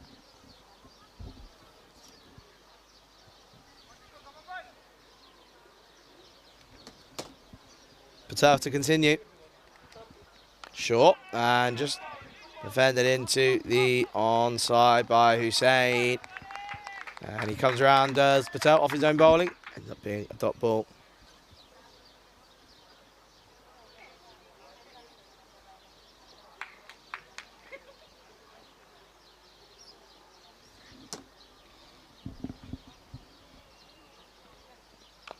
Full delivery for Hussain, and he's going to push this into the leg side. I think it's going to come back for 2 with Mishra at the other end.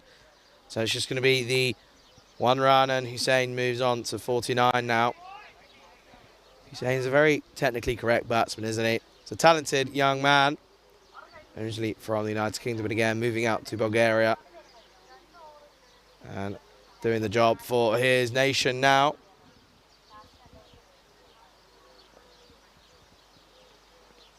Mishra! Well, that's huge from Prakash Mishra. That goes all the way. Boom, boom, Prakash Mishra. 6 runs. That's one of the biggest hits we will see today. That goes over the pavilion.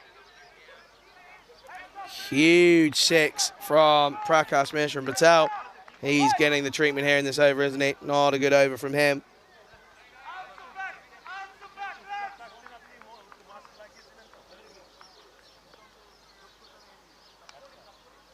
Can he have a reply?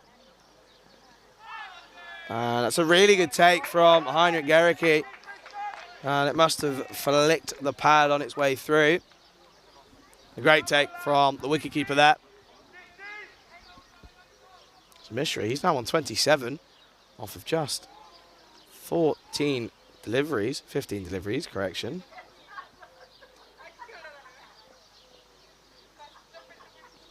And it's again down the leg side, and Patel, well, he is seriously struggling here.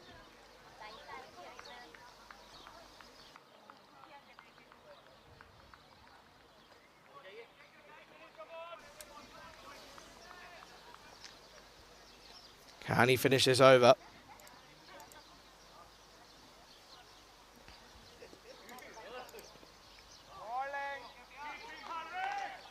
And well, if it wasn't for the keeping of Heinrich Gericke, you feel there might be a few more runs on this over already. That's now the 4th wide in this over so far.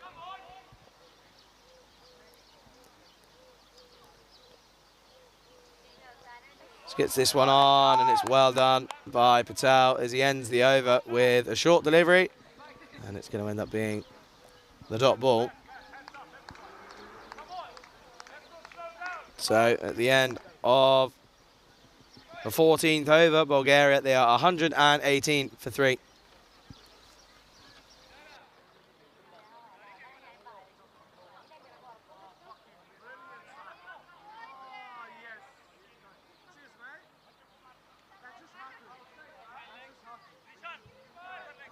So the 12 runs off of Patel's 3rd over means we're going to see Bilal Mohammed back into the attack.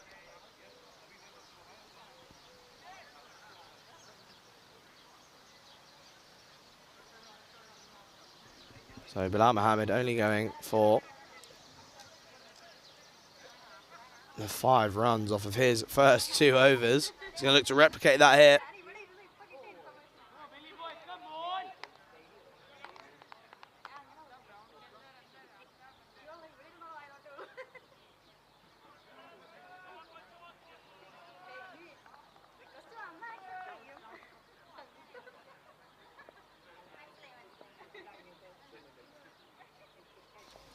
Mohammed to continue.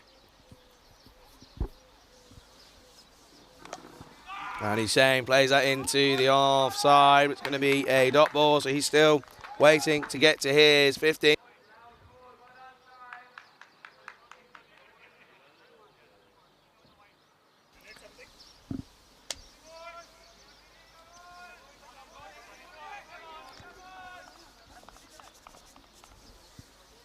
It's a good start from Bilal Mohammed with Hussein still on strike. 49 off 33 now for him. Flicks this into the onside, and it's going to be another 50 for number 3, Saeem Hussein, as he lifts his bat in recognition. And he moves on to 50 off of just 34 deliveries. And again, he's been a serious talisman for Bulgaria. And you do just wonder what would happen to this Bulgarian side if they didn't have him at number 3. Just provided that stability again in this lineup. That Rock at number 3, doing really, really well in this tournament.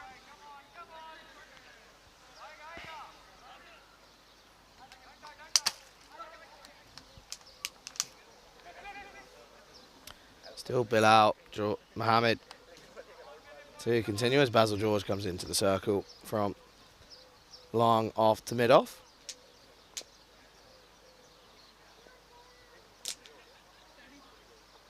Goes for Mishra. I think he's hit that well enough. And it's a huge 6 from Prakash Mishra. He's doing really well here, is the skipper for Bulgaria. And that moves on. Mishra, well, he now goes to 32 now for him. 33, correction.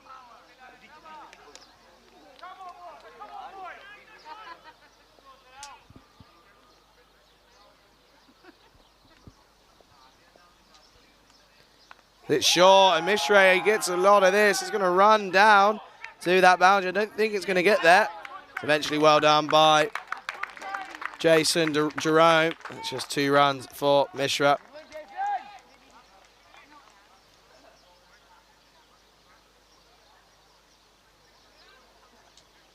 This is, again, really good batting from these two. It's a great partnership, as it's now just 3 runs away from... It's over the 50 partnership. And again, I think Prakash suits fit coming in that middle order, with Ishan De Silva and Amara's all moving up. As he's saying, hits that hard, and there's a man out there, so it should just be the 1 run. And eventually, it is going to be brought in. As a partnership, you can see there, 58 off of just 31 deliveries. Mishra and Hussein with equal parts to play. So you can say really good batting from these two. And it's really good to see here from Bulgaria.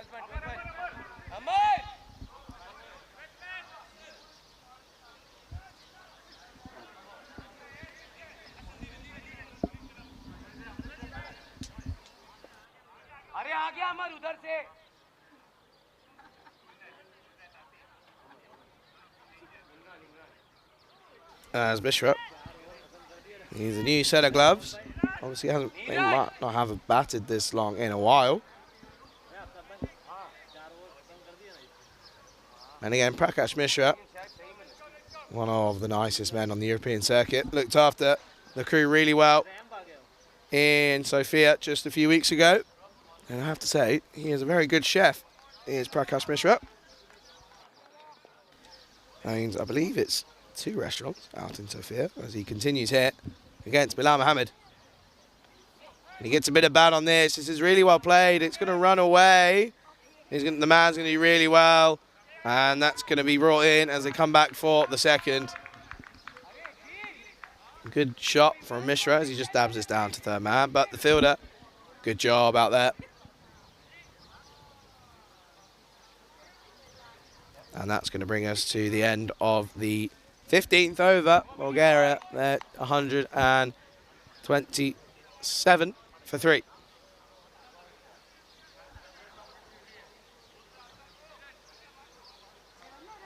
And again, beautiful pictures brought to you by the crew. From Spring Productions. There's just a little bit of an injury to the man who just did the fielding out there. As we take a look here. Again, Chris Lakov getting a start, not able to build. Ishan De Silva, he struggled, didn't he? And Amar Azul, he got stumped. But again, good work by Heinrich Gedicke. As there's going to be a substitute fielder. As the fielder's gone down, and he looks like he's in some pain there. So obviously wishing him well.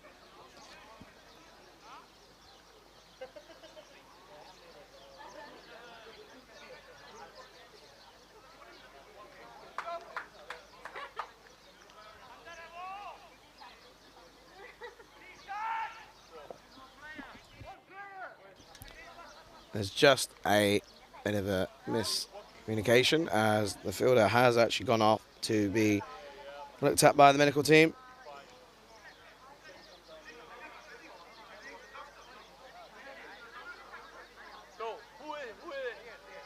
Who? This guy? As you can just see there on your screen, just getting looked at. He might have just rolled his ankle.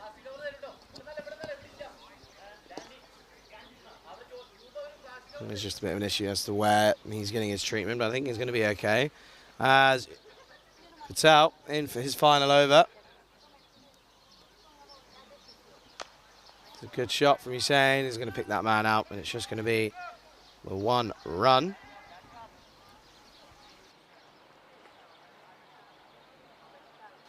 It brings that man, Prakash Mishra, back on strike.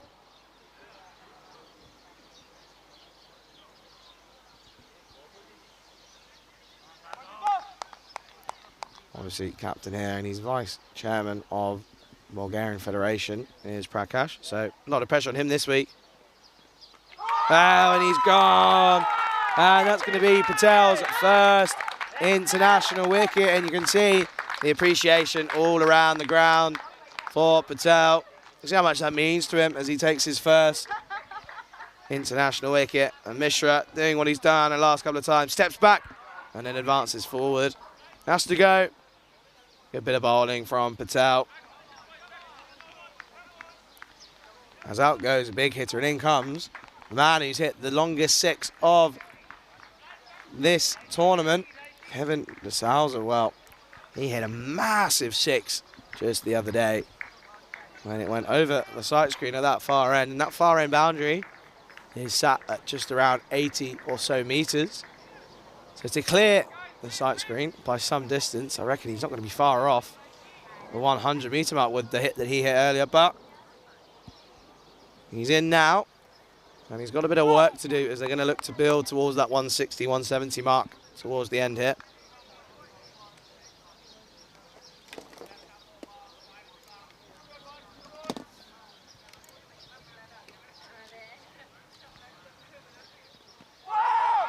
Big appeal from Patel.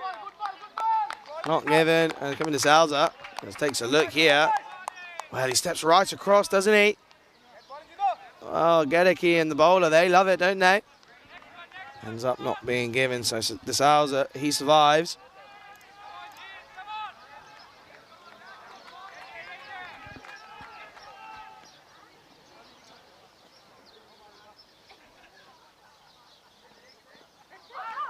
And this is going to be another leg side wide, so wide's being a bit of an issue for Patel.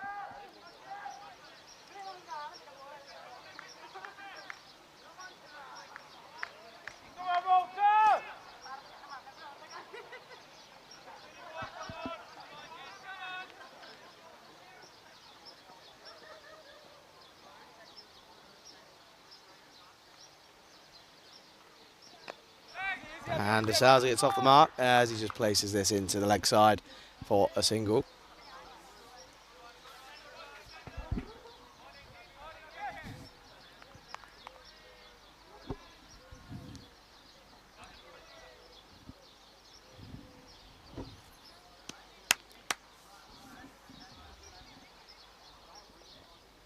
As that single brings Saim Hussain on strike, who is now 52 off of just 36 deliveries. Looks to clip this into leg side and misses out. And it's going to end up being a dot ball, and he feels like he's missed out there, doesn't he? Likes to attack that short leg side boundary, but can't quite get that. So it's a dot ball for Patel. He's got one left in his spell. Can he take another one with him? It's be a big wicket if he can.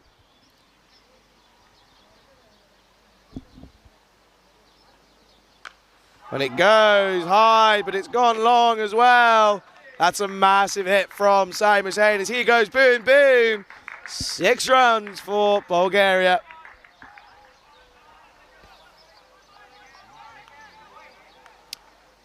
It's a big shot from Hussain. He's just got bogged down a little bit the last couple of balls, but that's certainly going to ease the pressure.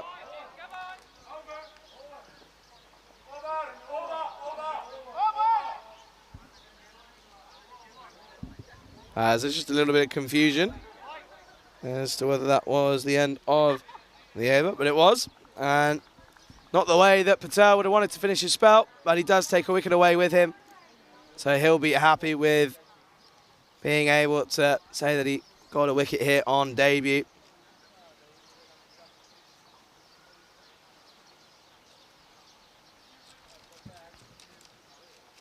Take a look there. Well, he went for 8.5 and over, didn't he?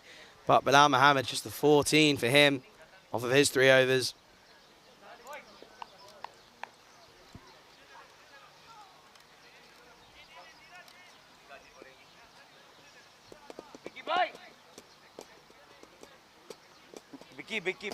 As it brings the skip up back into the attack, Bikram Arora. Hussain, he's 58 off of 38 now, and he's going to need to look to go big in these last 4 overs for Bulgaria if they're going to set a defendable total. And we know that Malta, they've got some really big hitters. Obviously, Bikram Arora doing well with the bat. And Basil George comes to mind. Boom, boom, Basil. And there's plenty of others. As Heinrich Gedicke is more than capable of hitting a long ball, and so is Bilal Mohammed. There's plenty of them in that lineup. So tomorrow, as we just having a bit of a break, as there's something to sort out. Tomorrow, we start, I believe, at the delayed time of 9 o'clock local time, so half an hour later than. So we get to take a look there. And there's a break in the game. We start tomorrow. Get half an hour extra in bed as we start at 9 o'clock Central European, 7 o'clock GMT, 12:30 in India. The 5th place playoff between what looks like it's most certainly going to be Bulgaria and Gibraltar. And then we have Romania. They're going against Hungary. And then the final is going to be between. As there's an appeal there. It's a good bit of work from Jason Jerome. And that final tomorrow, it's going to be between Romania after some really good batting against Gibraltar today. Ended up chasing 142 to win in just 13.4 overs. So they're going to be the final as they take on the team on your screen at the moment. Malta is there. Doing a pretty good job in the field here. So far, restricting Bulgaria to 137 at the moment with 3.5 overs remaining.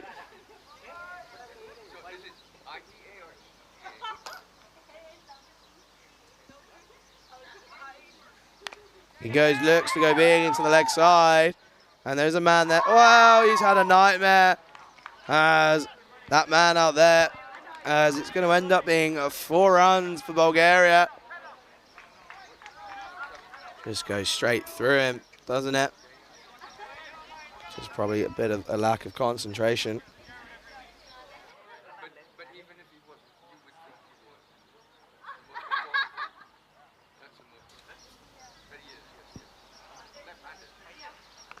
Wide outside the off stump and played into the offside. And it's just going to be a single. Good work from the man in the covers.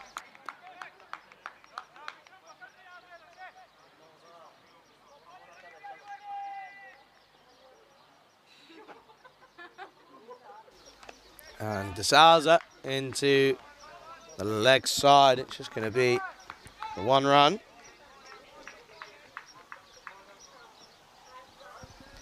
As that brings us to halfway through this over. And he's heading back on strike. It's wide. He's hit this. He's hit this really well. And that's going to go for a boom, boom. Maximum for Bulgaria.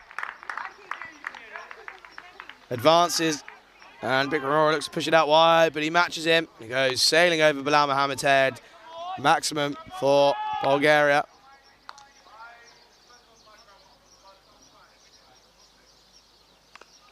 As this is going to be played into the offside for a single. So good cricket from Hussein as he now moves into the 70s. That brings us to the end of the over. Bulgaria are 150 for 4 after 17 overs.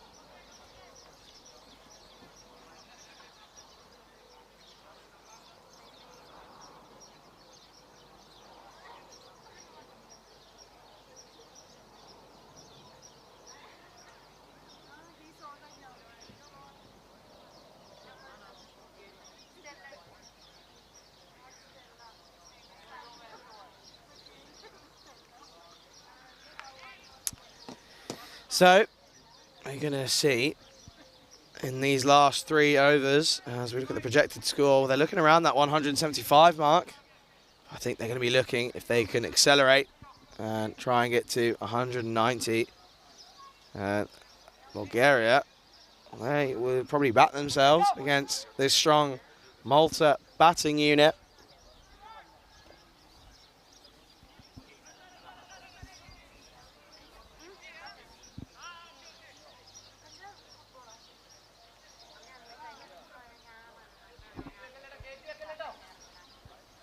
And there's going to be obviously a change of bowling at that far end. Bikram Aurora, not a great day for him with the balls. He goes for 39 runs off of his spell.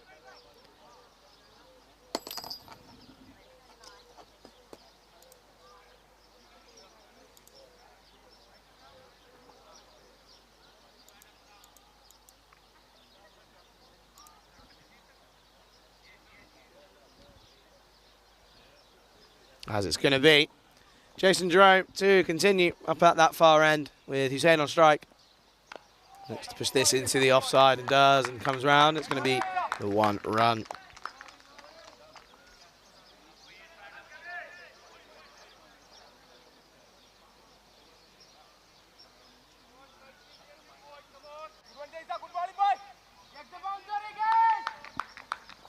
So that brings De Souza on strike. Well, he's only gone for the 3. He's only faced those 4 deliveries. We know he's capable of hitting serious sixes here in Malta.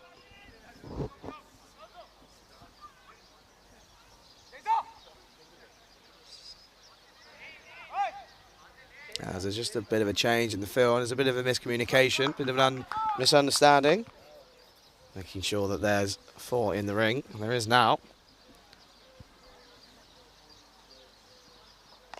De Souza, well, he just punches that into the offside. Should just be, wow, they've come back for 2. It's good running from these 2. Pushing that first one hard makes that second one so much easier. We've said it throughout the week. You can just see, they just turn and go. It's good running.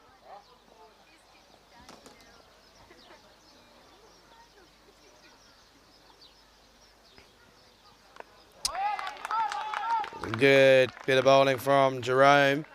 As De Souza as well to keep that one out.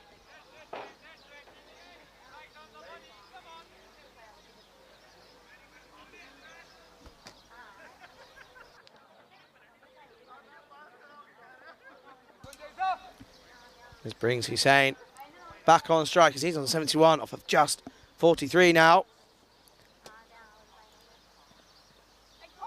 Looks to go big into that leg side once again. Doesn't quite get enough on it. And that's going to be a really important dot ball for Malta.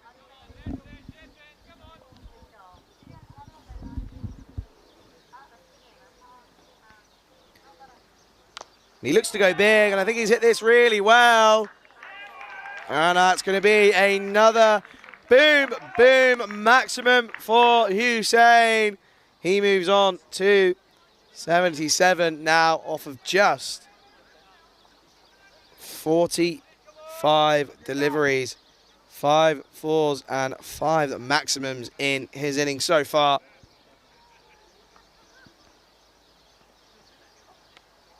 And that's going to be given a wide delivery. So Jerome goes the distance and then just struggles to get his line back. He's going to have to go again.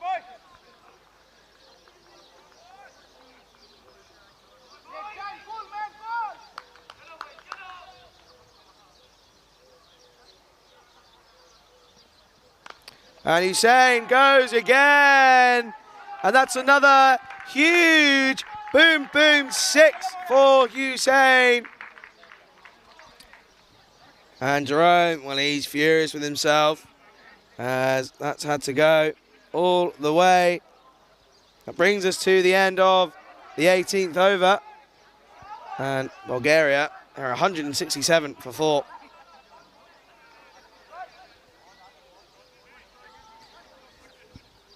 As they're just going to try and find the ball after it's gone into the jungle out there.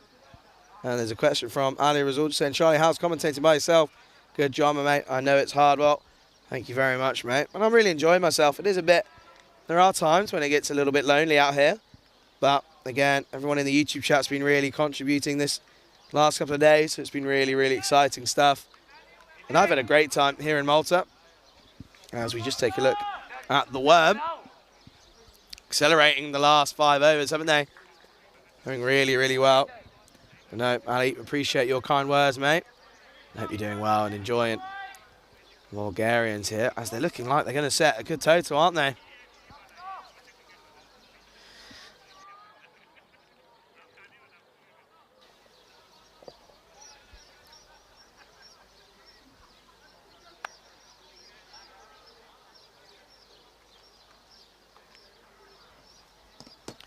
As that takes us to bring on Bilal Mohammed back into the attack 14 off of his first 3.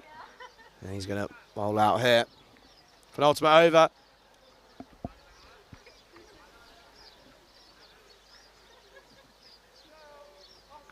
It's a good start from Mohammed as Kevin De Souza just looks to play that into the offside. Doesn't quite get anything on it. There's a bit of something going on in the middle. Not too short. And I think it might have been given a no ball as there's not enough people in the inner circle, and that is the case. Wow, that's sloppy from Malta. Poor from them, as it's now going to be a free hit for Kevin De Souza off of Bilal Mohammed. As there wasn't enough players in the ring. So Bilal Mohammed, it's a free hit.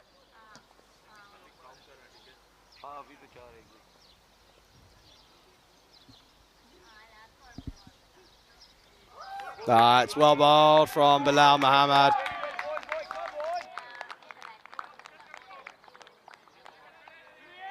He deals with the pressure well there. As De Souza just stepped away, looked to give himself some room, but gave himself too much room. He couldn't do enough, as that's a good dot ball for Mohammed.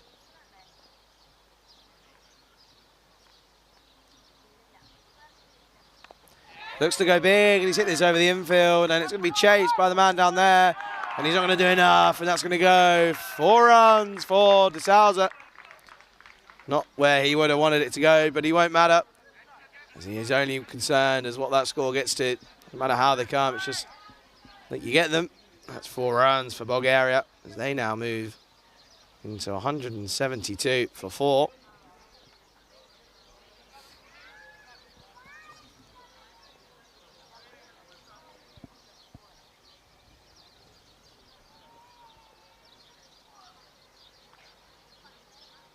It's a good comeback from Bilal Mohammed. Ends up being a dot ball, and it's a good dot ball from the bowler.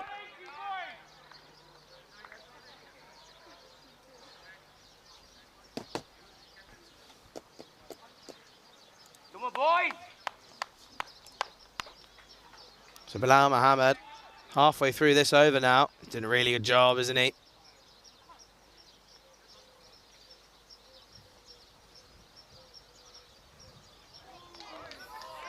And it is going to be called the no ball. So we're going to get a second free hit, and that's going to go all the way as well. So that's really not good from Bilal Mohammed, just struggling here. You just see that one trickle over the boundary. So, De Souza, he's about to face his second free hit. Didn't quite get it done on the first one. He's got another chance here.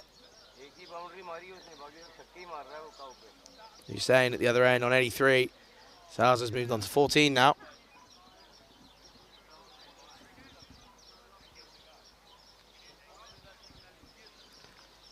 So they're just making sure that we get that right for the scorer. So it's 4 runs off of the no ball. So we're going to see another free hit. Bilal Mohammed struggling here in his last over.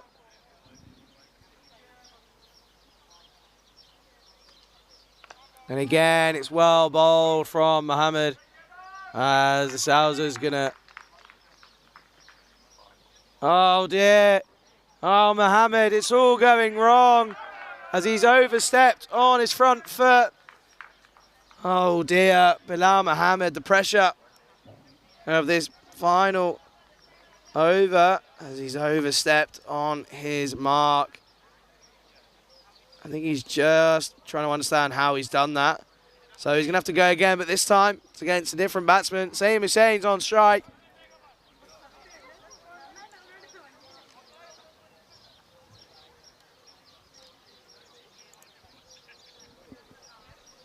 So the fielders all change.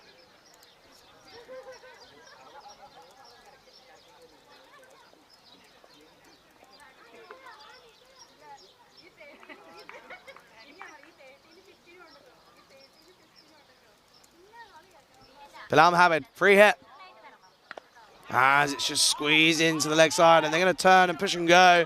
They're going to come back for the 2, and they're going to come back safe. It's really good running from these two as they move past 180 now. And Hussein, he's up to 85. So he's edging closer to that personal milestone.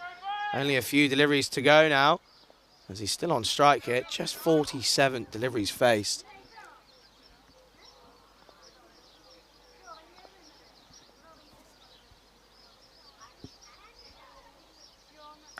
He goes down the ground. Doesn't quite time this. Malal Mohammed begging. Well, that's again really good bit of running from the Bulgarian batsman. A great understanding between these two. They just turn and go, and you can just see Bilal Mohammed saying, come on, come on. Cannot be 2 there, and they do get it. It's good running from these two.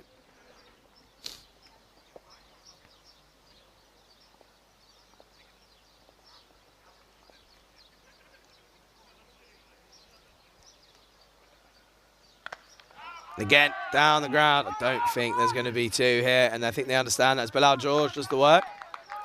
And they come through for the 1 run.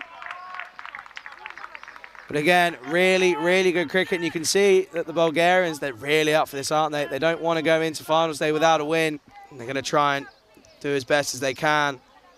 So after the 19th over, Bulgaria are 184 for 4, with Salza on 11 off of 12. But that man, Saeem Hussein, 88 off of just 49 deliveries for him.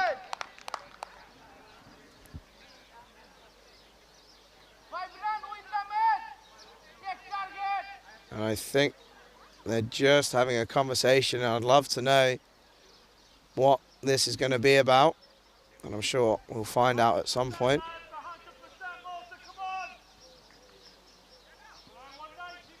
There's a lot of support for Malta. There's plenty of spectators around the ground. There's just something going on between the captain and the umpires.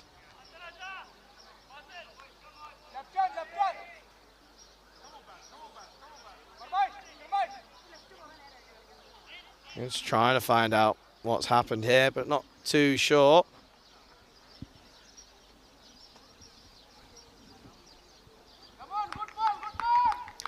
As we're going to see, Jason Jerome in the last over here. Hussein hits that really well. That's a great shot from him. And that goes all the way. 4 runs for him. As Hussein drives his way into the 90s now. Nervous 90s in the final over here in Malta. And questions being asked of Malta now. 188 the score.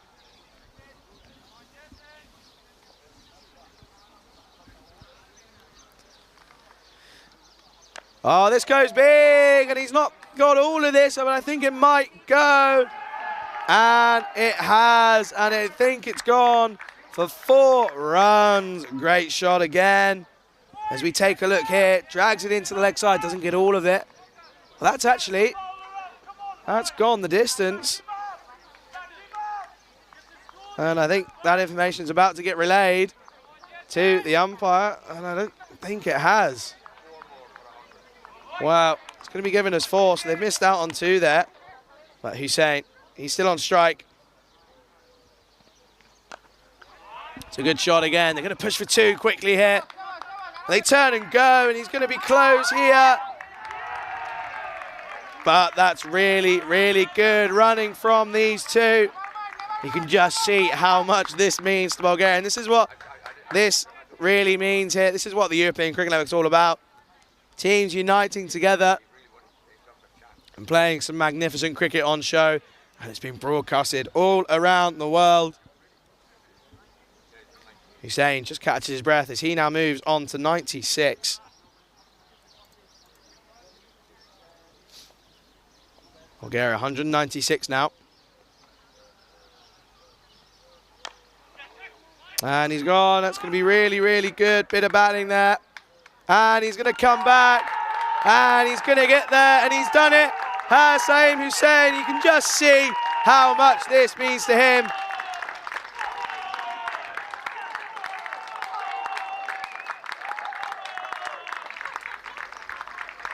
Well, applause all around the ground. Mutual respect for what we've seen here is an absolutely incredible bit of batting from the number 3 batsman, Saeem Hussain. And I know that there's plenty of Bulgaria supporters and neutral fans, and they'll be really, really happy to see him go through to reach triple figures. His maiden ton in international cricket, up against a strong Maltese side. But there's still 3 balls to go. This goes into the leg side, and that's going to run away. It's going to be another 4 runs for Bulgaria. And that, I believe, brings up the run rate to 100 to 200. That is the 200 up for Bulgaria now. This is going to be a really, really big chase from Malta in their reply, but there's still 2 balls remaining. Might be the one. And he goes big and straight. I think he's middle this. And he finishes the innings with a lovely drive down the ground, and that's 4 runs to Bulgaria. Saeem Hussain finishes as he started.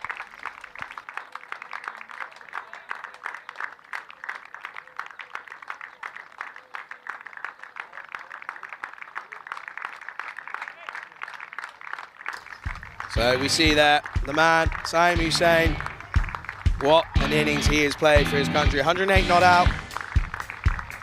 Coming in at number 3. As he ends with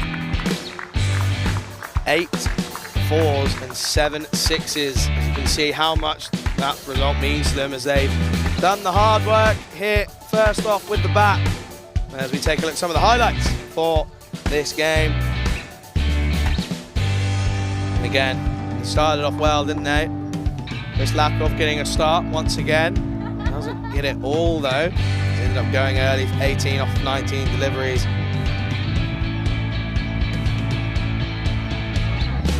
And you can just see as we go through these, Silva just getting caught behind, but Bulgaria, well, the Altars are going to be up now.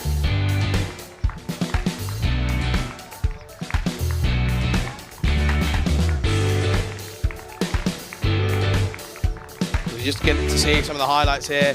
Some huge, huge shots from all of the batsmen here. And the only batsman not to hit a boundary was Marsa, as we just see him there getting stumped. A good bit of work behind the stumps from Heinrich Gedeke as he stands in today with the glove. He's done a really good job. Prakash Mishra, the skipper, he came in a new role, came in at number 5, and he went big straight away. 34 off 20 for him, 2 4s and 3 maximums. Sporting Kevin Sauser as he got the best seat in the house, as he was able to see Saeem Hussain go all the way to his century. And again, what a century that was. As Bulgaria, well, they finished their 20 overs on 204 for 4. Setting Malta 205 required to make it 100% victory rate in the group stage, as we're going to take a 15-minute break and we're going to return with the Maltese chase. And you're watching the Valletta Cup here on the European Cricket Network.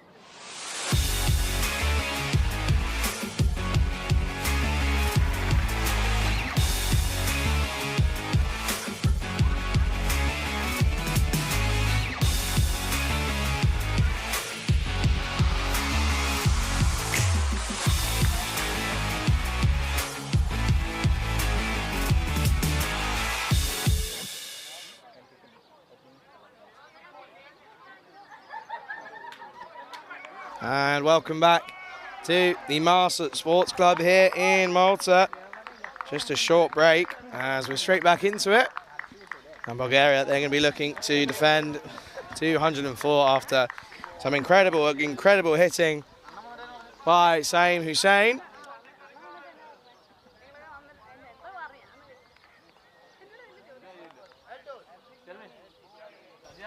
As you can see on your screen, teams are on their way out.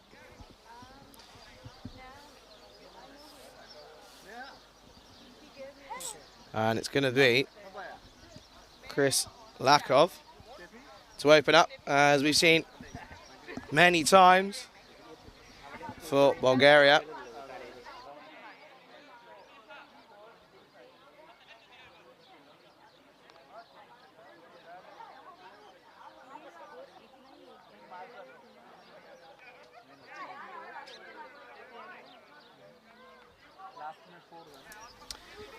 So there's going to be a lot of pressure on the opening batsman of Malta, as they're going to look to make it 5 from 5 Bulgaria. They're going to want to get that first win on the board and not go into finals they winless.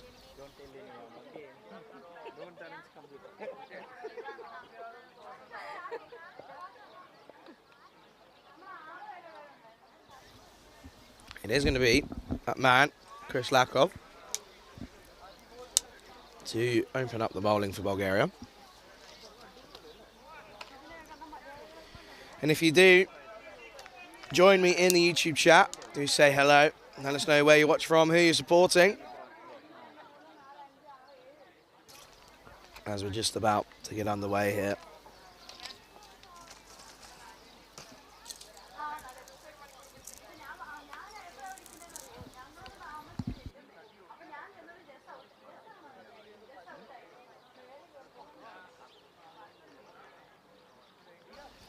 As we're just about to get underway here for the reply and the final innings here on day number 5 here in Malta for the Valletta Cup 2022.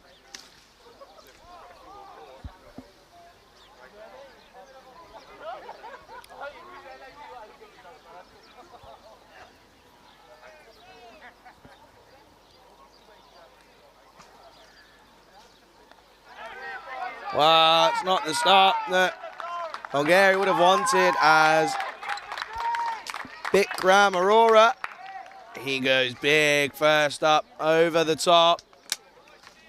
4 runs for Malta here, first up.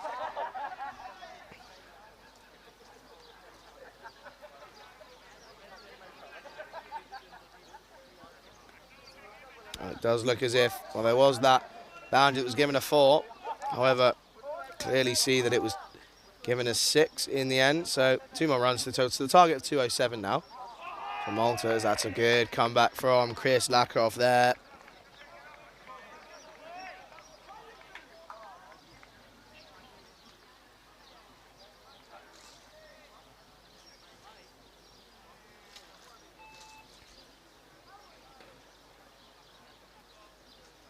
Chris Lakov of Bulgaria. Bowled well throughout this tournament, so it's a big shout. I think it's going to be too high. As I am just getting some confirmation that the total is going to be 204. So 205 is the target. Just a bit of discretion about what's going on with the boundary. And it is going to be 204. So target is 205, not 207, but that will be changed as soon as we can. As it brings Ishan Khan to face his first delivery. And there's a nick, and he's gone.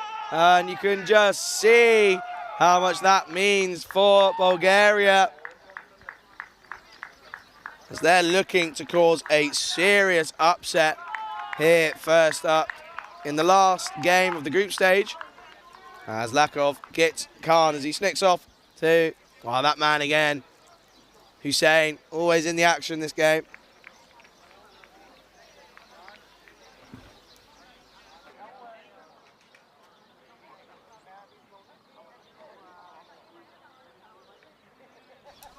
Well, that wicket brings in the danger man for Malta. It's the return. We've missed him the last couple of days, but he's back. And it's time for Boom, Boom, Basil George. I'm excited to see how he takes on the bowling of Chris Lakov.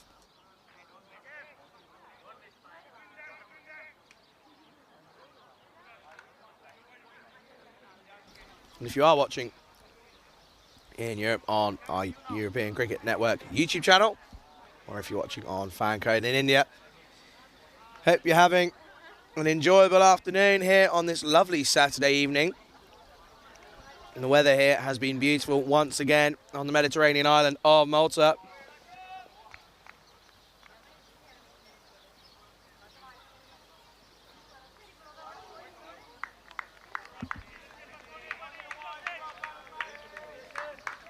So that means that's going to be given as a wide delivery down the leg side.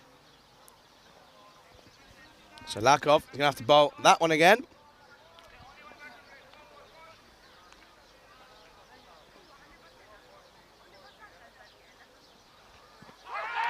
It's a big appeal. And I have a feeling that that was just pitching outside leg as he remains over the wicket for Lakov. And I think that is what's getting him there. And he looks like he might have gone over as well, over the stumps.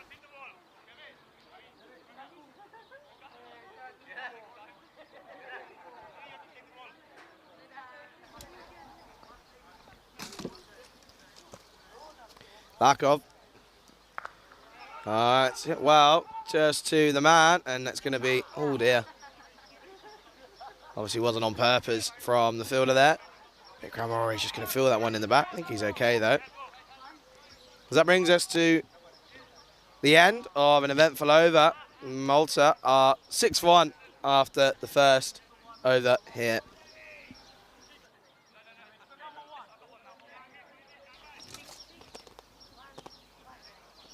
And good to see. Ali was all saying that he's got it on in the bar.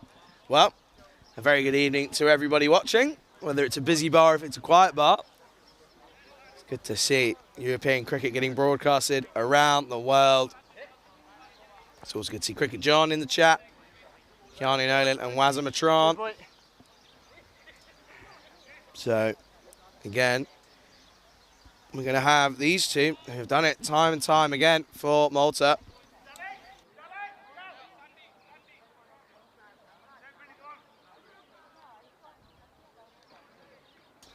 And it's going to be Delric Vinu to open up from the other end for Bulgaria.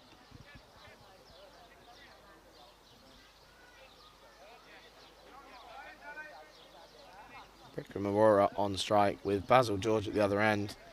Yet to get off the mark. That's the two balls face for him though.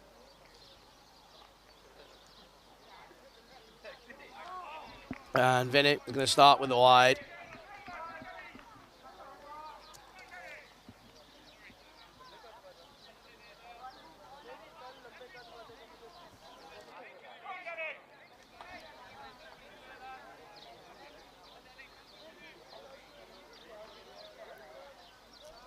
Vinu. All right, it's much better from Derek Vinu, and that's going to come in.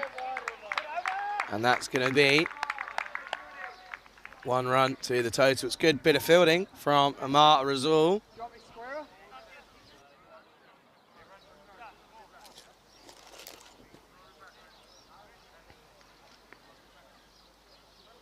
And that's going to bring on the dangerous Boom Boom Basil George to strike.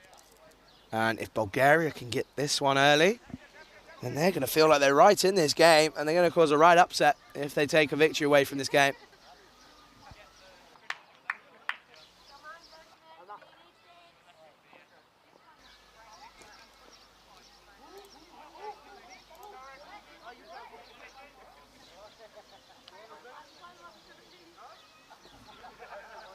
And gets a bit of battle on this. It's going to run away to Valletta Katarski, who's been ever present in the field for Bulgaria throughout this tournament.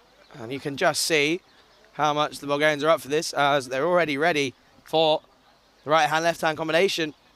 And that's something that we've rarely seen, as we have seen a bit of a delay for all fielding sides due to the combinations of left-handed and right-handed batsmen. It's going to be given a wide from Derek Vinu, and umpire Sure puts his arms out. Signals a wide ball. Get a good bit of lift though, didn't he? Bit of lift off the surface.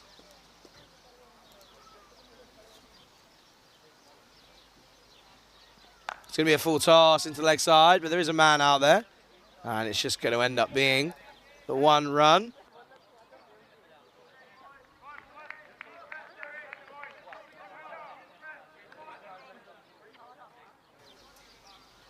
And again, electric out in the outfield as the fielders are instantly ready. It's good work from Bulgarians. You can see how long it lasts. Derek Vinu to continue. And boom, boom, George. I think that's gone all the way. That's going to be another boom, boom maximum for Bilal George. First one for him in his innings. That goes wide of the crease, and he just chips that over. Bit of a 9-iron. It goes the distance for 6 runs.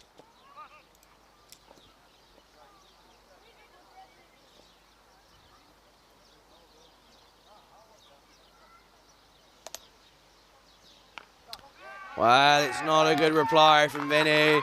Jacob Albin gives chase. He's going to do well to cut this off here. And he does chase it down as they're going to come through for the 2. So good bit of fielding from Jacob Albin.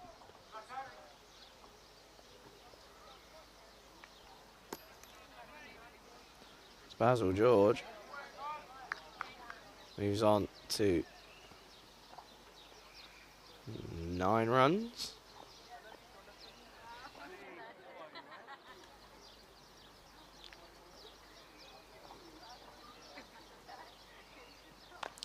And there's an opportunity here. It's just going to evade Valletta Katarski. Boom, boom, Basil. Wow. Living life on the edge, isn't he? And that brings us to the end of the second, Malta. They're 20 for 1.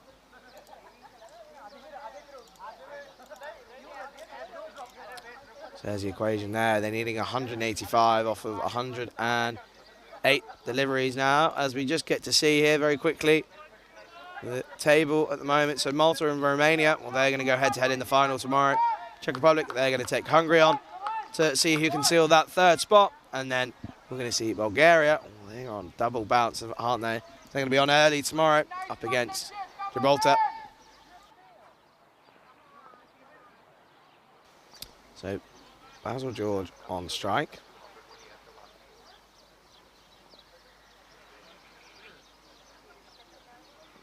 As it's short and wide, and he looks to take this into the offside, but doesn't quite get anything on it, so it's going to be a wide ball from Chris Lakov.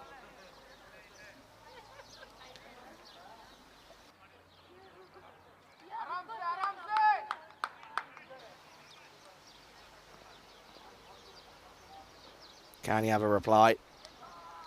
As he does, and that's well played from Basil George. It's going to be put into the offside for a single.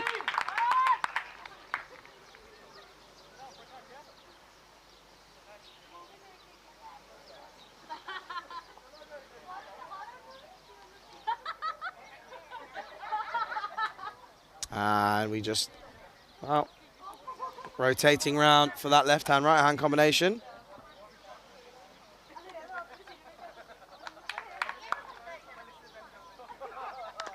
That's well bowled from Chris Lakov for a dot ball.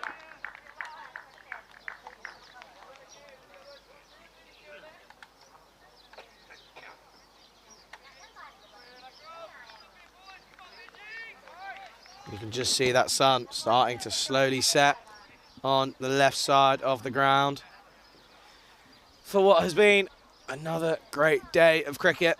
We've seen century, we've seen incredible catches, as this is just lifts over the wicket keeper, and it looks like it's going to run away for 4, and it is. And Saeem Hussain, it was a good effort from him. Just too high though, just evades that webbing in between the thumb and the finger of the glove. Runs away, so it's 4 runs for Bikram Arora. Man who we've seen normally just takes a bit of time just to get going and then really does explode, but you do feel he's going to have to go big hit from the off.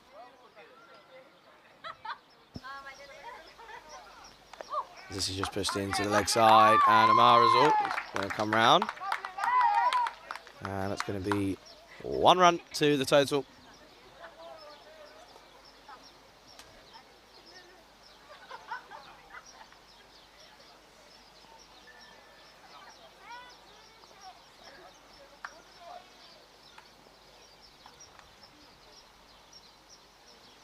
It's short, and it's going to be given as a wide ball as it lifts over the head of Basil George. He is only a short man, but that is a wide. It's a good call from the square leg umpire.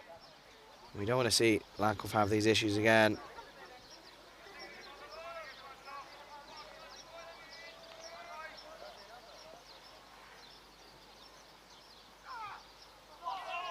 That's a good comeback. Well, Lakov, yes, ends up giving a wide. So Lakov, wides being his enemy here.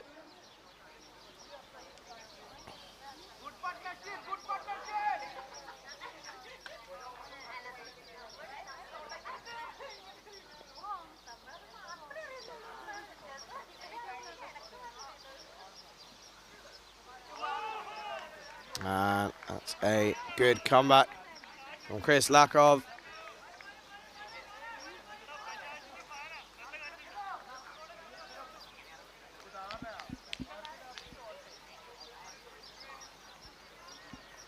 So Chris Lakov proving feisty once again, as he's going to look to continue here.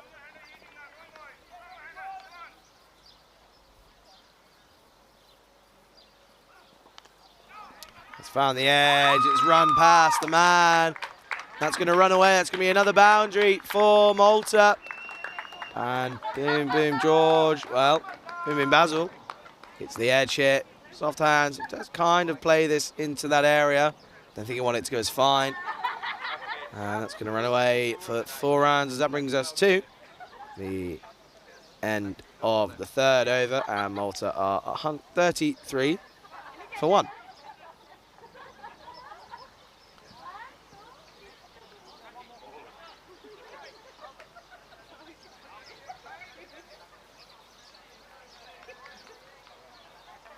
And I get to take this time, once again, to thank everybody in the YouTube chat and everyone who's tuned in today. It's been another incredible day of cricket, as we go into the last and final day of the cricket here in Malta. Finals day tomorrow for the Valletta Cup 2022, and what a week it's been, hasn't it? We've seen some incredible moments of cricket history, some record-breaking moments. We all also have seen some not so great moments, But it's all part of the European Cricket Network, and it's been a pleasure. Myself, Charlie Hunt, bringing coverage here, providing some interesting insights, to say the least. Some accurate, some not so accurate. As we continue here with the Eldrick minute. That's a good start to the over from the young man.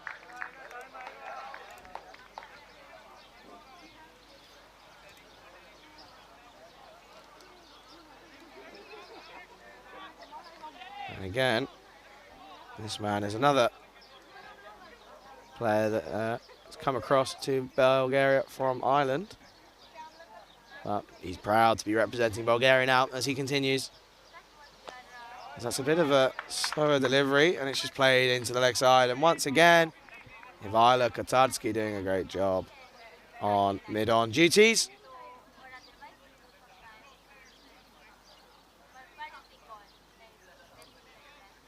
As it brings Boom Boom Basil back on strike.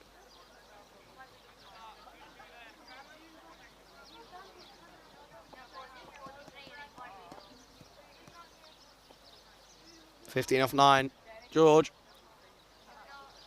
And I almost expected that to go miles into the leg side. He doesn't get anything on this, and it's going to end up just being a dot ball.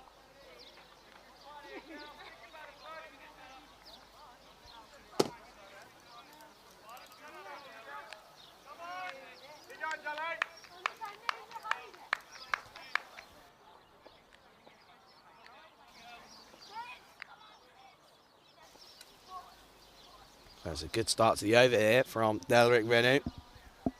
Can he continue? And that's going to be flashed into the offside.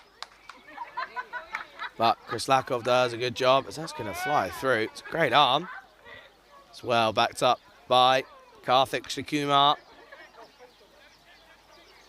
And that's going to bring Vikram Arora on strike. So Basil George moves to 16.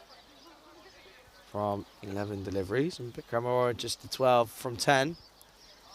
170 needed of 98 deliveries now.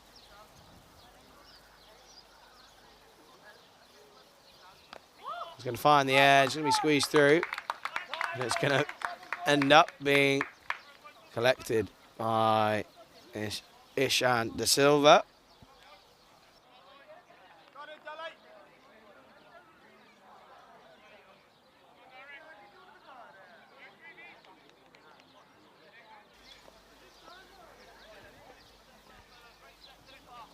And again, it really is good to see. There's a couple of spectators around the ground. There's a group going on now. There you go. A few drinks as that's going to be squeezed out to the man in the covers. He does well, and that's Prakash Mishra, the captain. Well, he'll be happy with himself. He was able to contribute with the bat with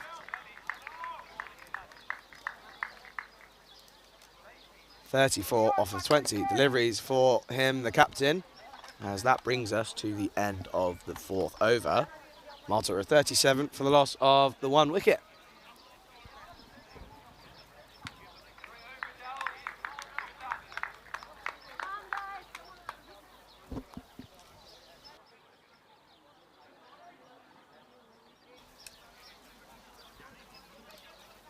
And it's going to be Krislakov to bowl his third here.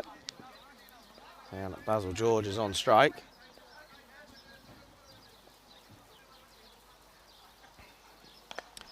Basil looks to go big into the leg side, but it's well picked up from Prakash Mishra. And that man's on fire today. He's going to have a job to do with the ball as well. He came in down the order at number 5 earlier on, and he looked really good. And I think he might do well to settle into that position. I think it suits his game a little bit more. Got the license to really go from the off. Vikram Arora on strike. It's short. That's a good short delivery from Chris Lakov. That's going to be the 1 for the over.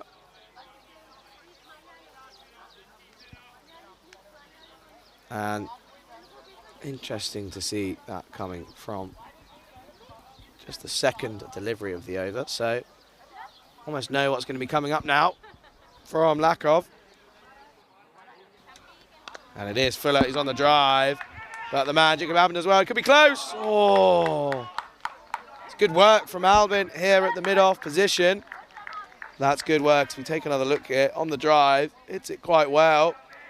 Takes the run. Well, he would have been gone, wouldn't he?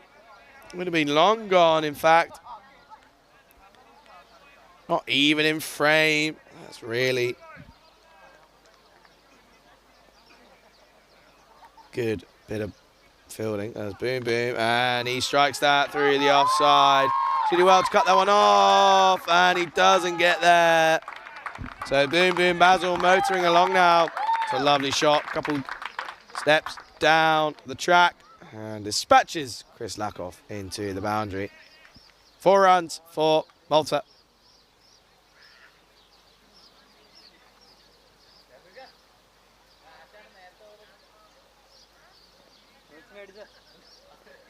Can he have a reply? Chris Lakoff. Sure. Well, there's an appeal.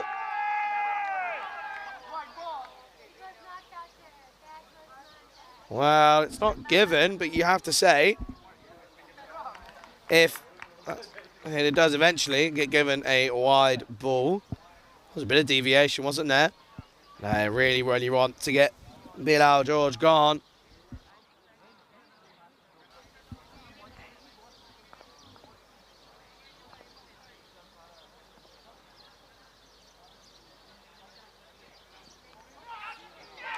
Wow! That's an absolutely outstanding grab. And you can see how much that means to Bulgaria. What a take that is from Saim Hussain. And the man can't do anything wrong today. A century with the bat and an absolutely outstanding grab to remove the dangerous Basil George. That is a really good bit of bowling. What a grab from Saim Hussain as it just sticks into the gloves. And they're off. There's no stopping them. Great catch. As that ends, Basil George, he has to go for 22 off of 15 deliveries. And Malta are 44 for 2 at the end of 5 overs.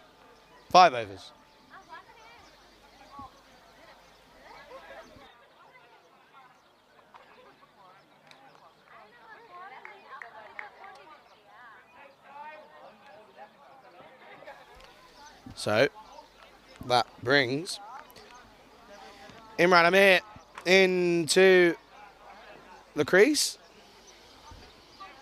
And just having a discussion are the umpires.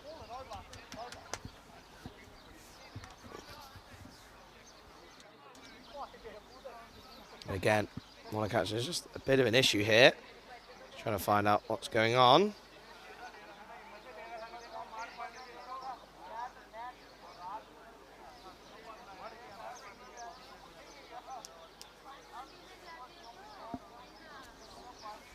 And I think there might just be one ball remaining. So, bit of an issue with the umpire just losing count there. As Chris Lakoff, he's going to have one more go, isn't he, at the new batsman. Imran Amir. What a grab that was from Saim Hussain. You have to say that Chris Lakoff has really deserved these 2 wickets. He's bowled well.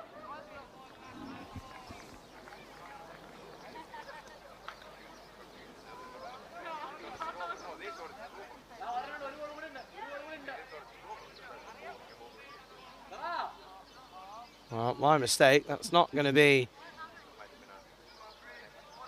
Imran Amir in. It's going to be Aftab Khan. And he has a big job here, doesn't he? Coming in at number 4. So it's a good start from the man as that's cut away. And that's going to be 4 runs for Malta as they eventually finish the 5th on 48 for 2.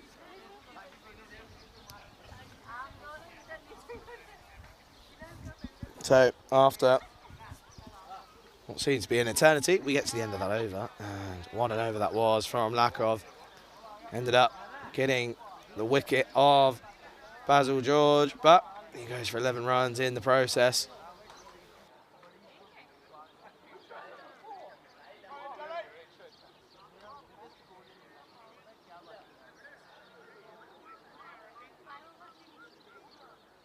Still plenty of batting to come for Malta.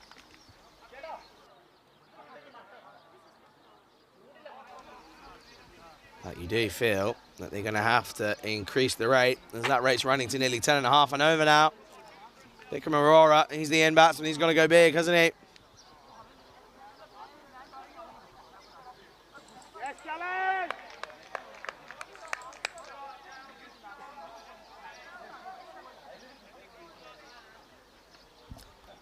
It's going to be Vinny to continue from that far end.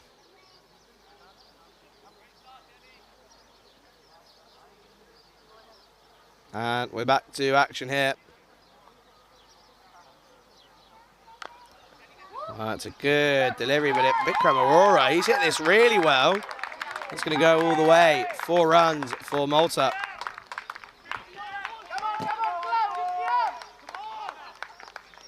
Just see again, doesn't really play a big shot. It comes out in the middle and it's going to run away. Sandeep Nair there in pursuit. He's not going to catch that one off.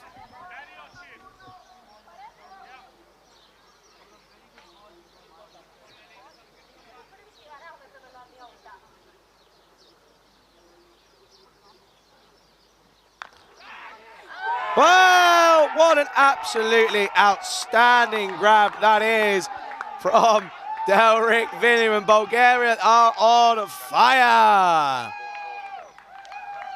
You can just see how much that means, and the Maltese fans around the ground have been silenced. He goes for the pull shot, doesn't time it, and that's an absolutely outrageous grab, and well, Vikram Arora doesn't really know how that's ended up going straight to the bowler. As it brings Heinrich Gedicke into the crease. And Malta, they're in trouble, aren't they? They find themselves 52 for 3. The number 5 batsman in already in this 6th over, with just the 1 remaining. 1 over now of this power play. You see that man on your screen, Aftab Khan. Some pressure on him now, isn't there? And Heinrich Gedicke, he's got to go big here. There's lots of support for him. Bit of a fan favourite, especially in the ground and online on the YouTube chat.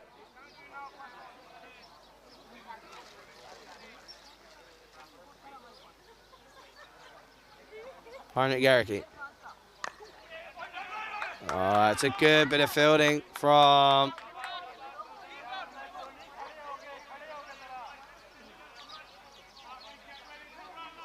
Prakash Mishra there.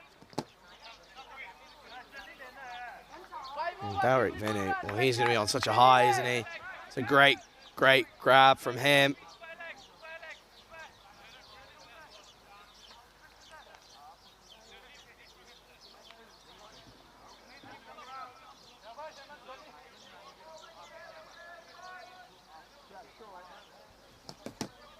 So, Aftab Khan, he went for a lovely boundary off of his first delivery. And we're going to see him face up. Delrik Vinu, tails up for him. That's well played, and there could be a chance here. Wow, it's good running from the Maltese batsman. Applause all round the ground. Drops and runs straight away. It's a good ball from Vinu. Bowling really tight areas. I think they're trying to target this vacant area behind square leg.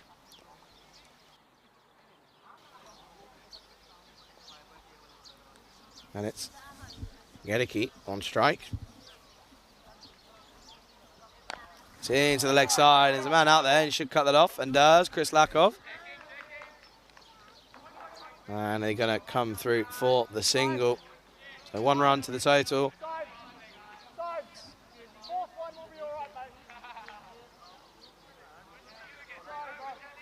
And that brings them to the end of the over. At the end of the power play, Malta, well, they find themselves 55 for 3. So that's the difference there. 3 wickets falling in the power play for Malta. And I think Romania, they'll be watching on, and they're going to be happy at this site, aren't they, as they take them on in the final. And it's nice, and they're going to be happy to see that just having a bit of a struggle here. And we've seen, man on strike now, Gericke. Well, he's hit some big bombs, hasn't he? He's gone boom, boom a few times. But Prakash Mishra is coming on to bowl. He did a really good job coming in at number 5, did the skip up. So he's going to be up for this one.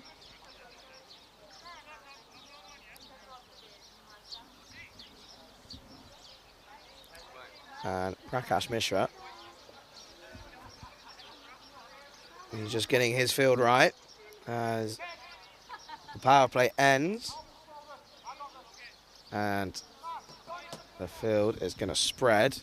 Again, what a catch. Seen 2 great, outstanding catches in this innings. One from Saeem Hussain behind the stumps, and Derek Vinny, just a bit of an instinct catch as he went to his left.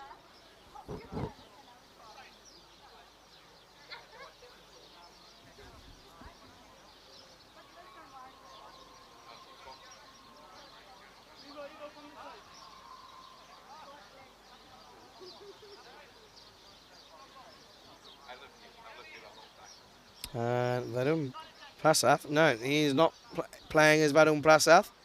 There is a couple of big names missing for Malta, however, still have to do the job. They want to make it 5 from 5.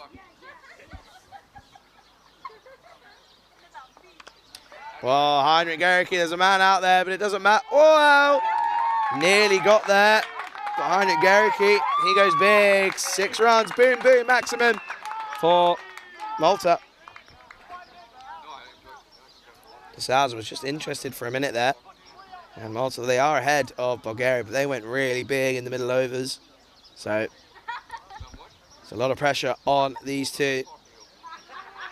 Not the start that Prakash Mishra would have wanted for him.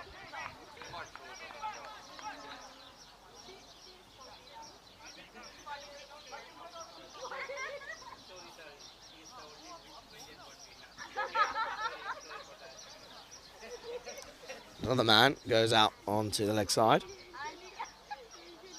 Short into the offside and piercing him, but Derek Vinny is on fire, isn't he? And he's going to take that one in. It's going to be the 1 run.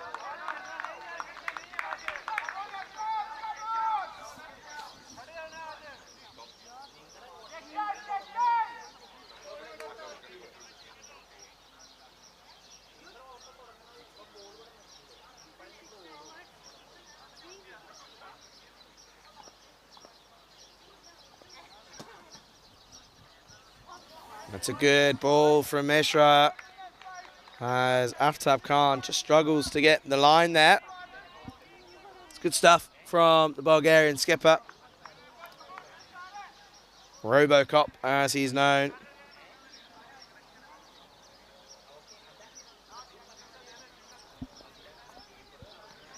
One more wicket, and Bulgaria feel like they're right in this. And that's going to be a well ball from Mishra as he hobbles and collects that one up, but he's still confident in, isn't he?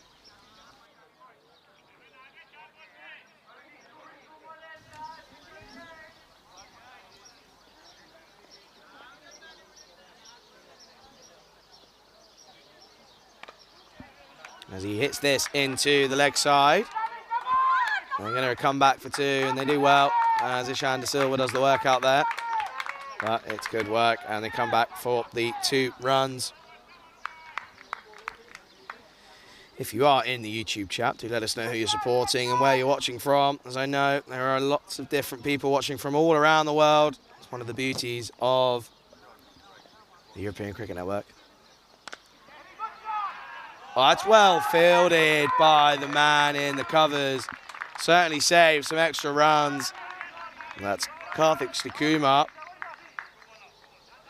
And I think that's going to be the end of the over, and it is. So, after 7, Malta is 65 for 3.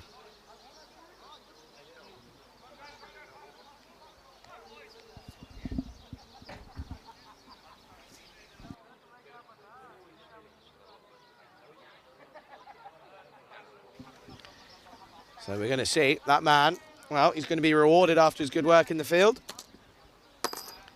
Karthik Sukumar is going to come on and have a bowl. And again, what these can only be described as vital overs for the bowling side. And it's really good to see that Bulgaria, well, there's smiles on their faces, aren't there, as he's more than happy to, and they're all more than happy to play as a team. And we know that even though this week's not gone well for them as a whole, they're still playing with smiles on their faces, which is really good to see.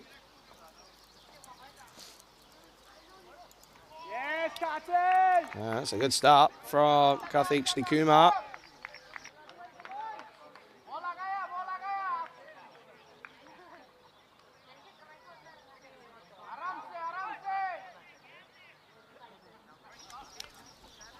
Kumar in again. This is Fuller, and it's hit on the full.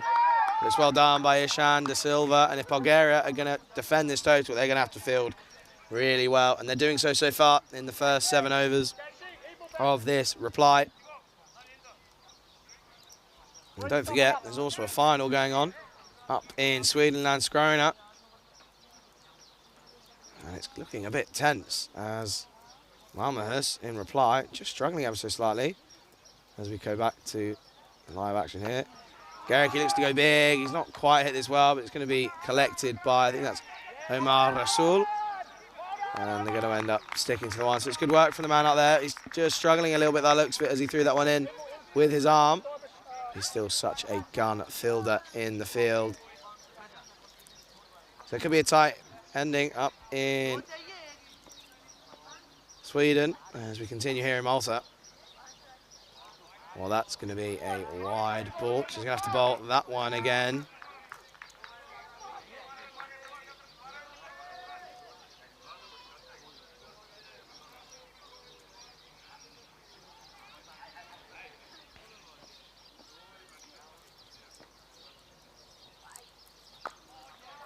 And he hits that well, but again, really good fielding in the covers from Ishan De Silva. He's having a good day in the field. Didn't quite come up for him with the bat.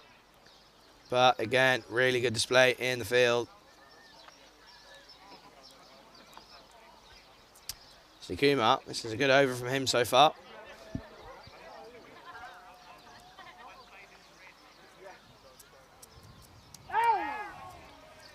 Well, and again, he's going to be given a wide ball. But overall, this has been a tight over from Karthik Kumar.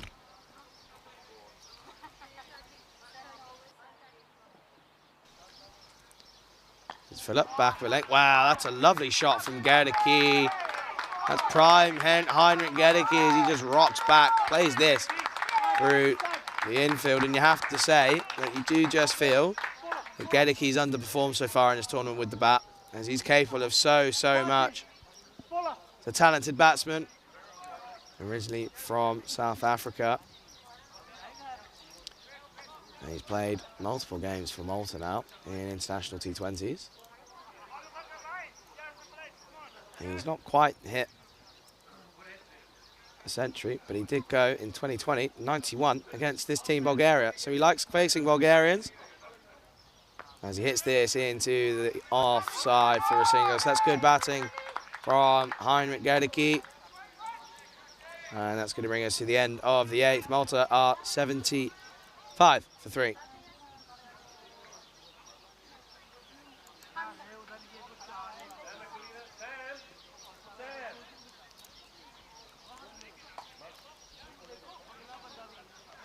And I'm just paying attention a little bit, one eye on what's going on in Sweden.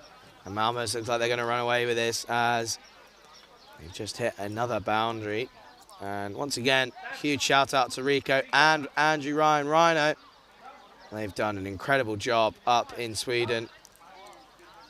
And I'm sure that they're going to enjoy the rest tomorrow. But there's no rest for us here as we return for finals day tomorrow. So finals day today up in Sweden and finals day tomorrow for us down here in Malta. As Prakash Mishra continues That's going to be a 1 run.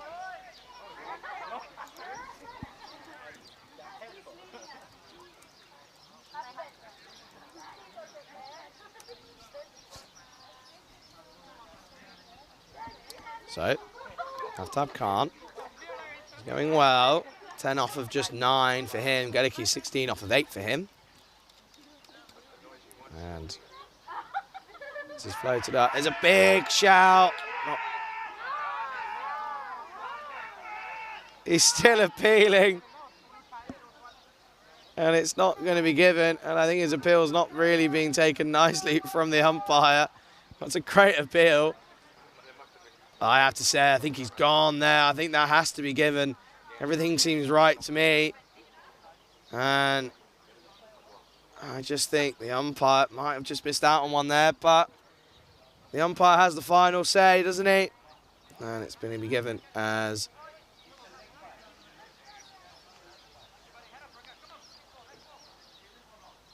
not out from the umpire.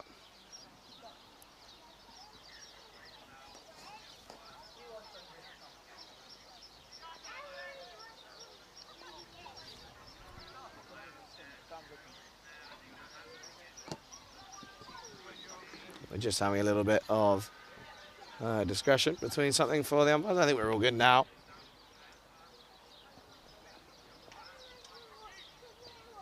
And we look to continue here, but there is just a little bit of an issue here.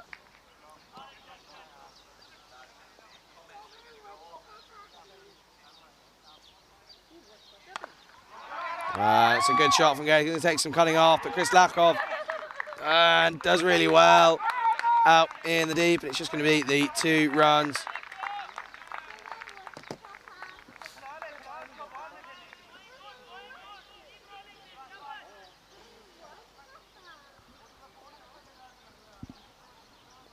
Mishra to continue.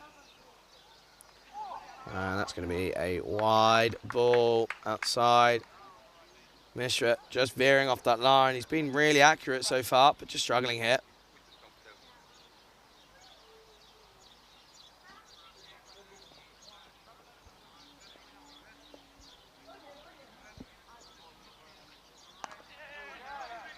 Again, hits that well into the offside, but Chris Lakov again does a great job out in the deep.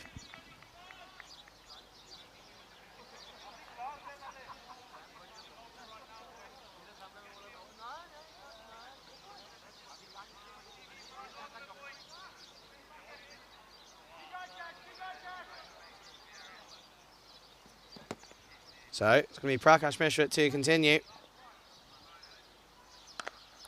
This is driven well. There's a man there. He does really well, does Derek Vinny. He keeps that to just the 1. That's really good. Bit of fielding.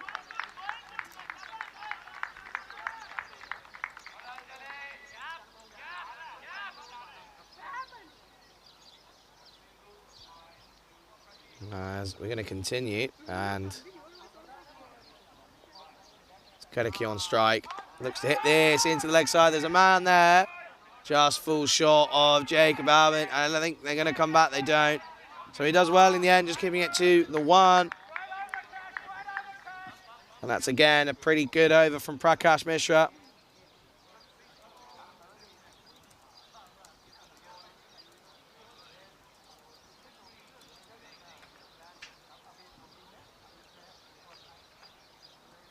As we get to have a look here at the stats at the moment for the bowlers, and you can just see bowlers put pretty well. Karthik Sukumar just going for the 10 off of his over. As Malta at the end of the 9th, they are 83 for 3.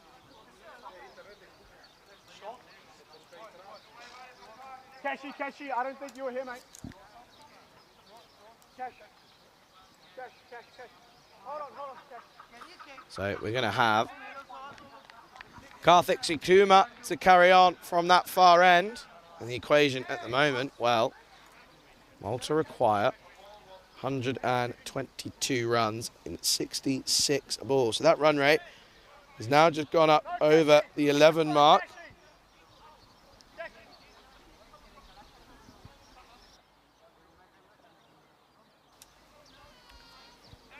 But there's a lot of pressure on Heinrich Gedicke, as we've seen him in this position before already. He's gone big early, but has yet to make a huge impact, as he hasn't quite moved on and made a big score yet. As this is played well into the offside, it's going to run away. I don't know if it's got the legs. And he does really well, the man out in the deep. As they end up, I think they've come through for 3, so that's really good running from the batsman there. Quick running. Still ahead of where Bulgaria were at this stage. They're going to feel comfortable at the moment.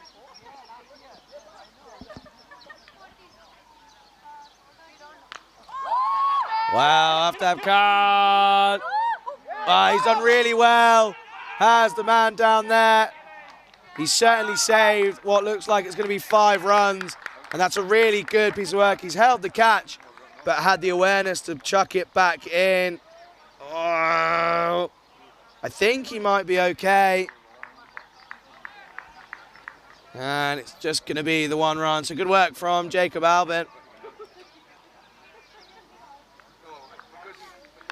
Well, this time, that's going to go all the way. That's going to be a boom maximum. And Heinrich Gedicke, he's looking to go big here, isn't he? That's huge into the leg side. 6 runs for Malta.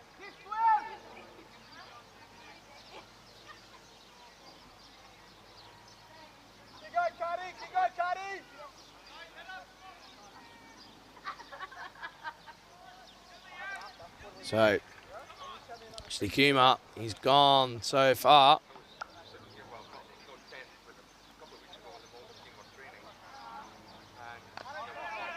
It's good cricket from these two. And they're going to come through for the single.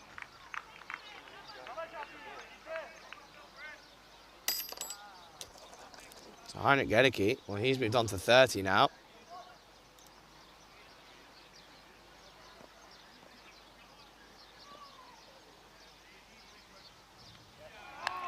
This is a good comeback from Kumar.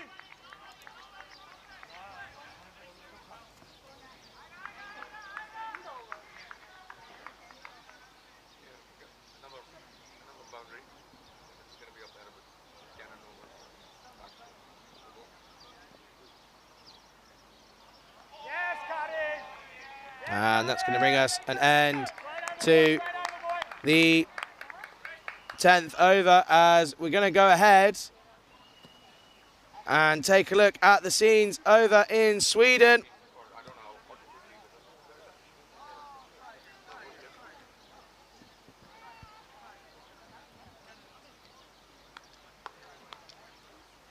Cricket series event, but let that take absolutely nothing away from the brave effort of Jönköping.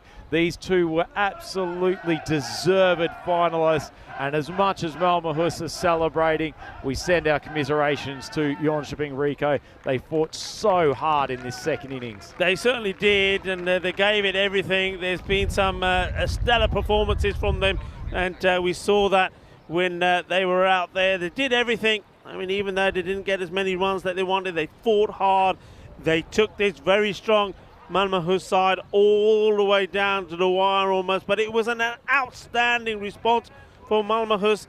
It was a great partnership, 64-run partnership. We always say, Rhino, don't we, you got to make partnerships. If you can make partnerships and you play smart cricket, then you will go on to have moments like this. You will have moments where you are the champions, and Malmöhus, they are the champions. They didn't start well, we know that. They lost their first 3 matches, and Ankit Gupta didn't know what he had to do to get it right, but then they got it right, and then they got it right, they were performing.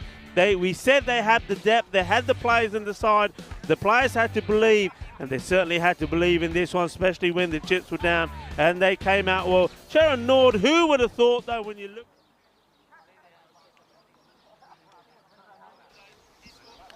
Well, what about that for some drama as we see the champions of the T10 in Sweden being crowned.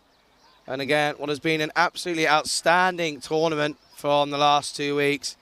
And you have to say a really well done to all the crew and all the officials and everyone involved, and certainly on the comms as well.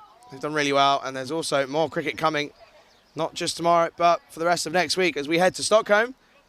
And we're there for another 2 weeks, with 4 games coming up on Monday. Salmi, they take on Botrikla in a double-header, and then we go to Linköping as they take on Indiska in match 3 and 4, again in a double-header. But we're not quite there yet, are we? As we're set for what looks like it could be a bit of a nail-biter again here to finish the day. And we're also looking forward to finals day tomorrow.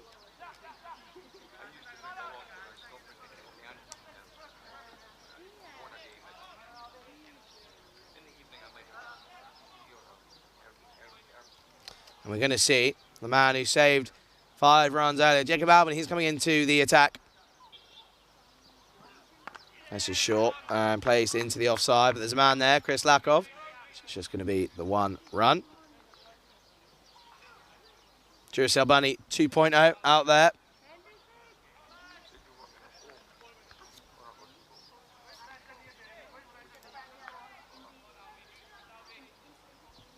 So the equation now for Malta is they need 110 off of 59 deliveries. It's a lot easier said than done, as they are now into the 95 for 3.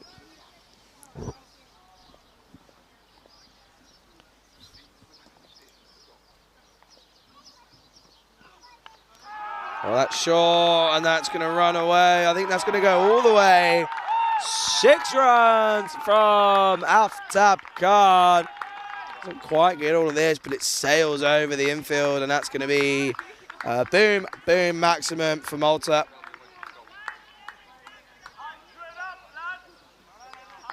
As that brings the 100 up now for Malta. And you have to say, just edging further and further towards Malta's favour. They need to take a wicket, don't they? 1 wicket and the game changes, doesn't it? Jacob Albin, is he going to be that man when he's gone pretty early here?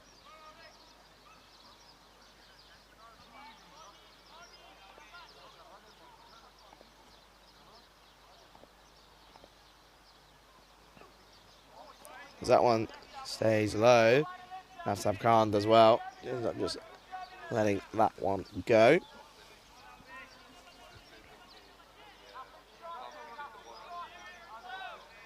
And if you've come over from Sweden, welcome here to Malta, as there's plenty of incredible cricket still yet to come, with another day of cricket tomorrow.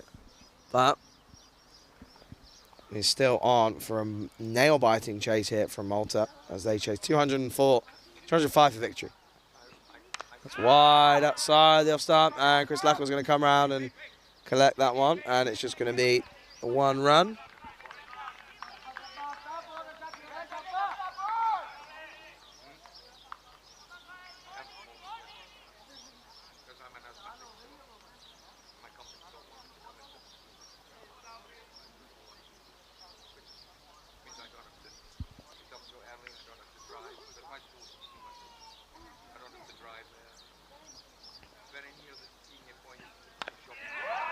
That's a lovely drive from Heinrich Gericke into the offside. Pierces through the covers. 4 runs for Malta. And that's a lovely shot, isn't it? It's timed that to almost perfection. That runs away. No one stopping that one. 4 runs to the total for Malta. Albin needs a response now, doesn't he? He's been hit twice to the boundary this over. Can he finish it well?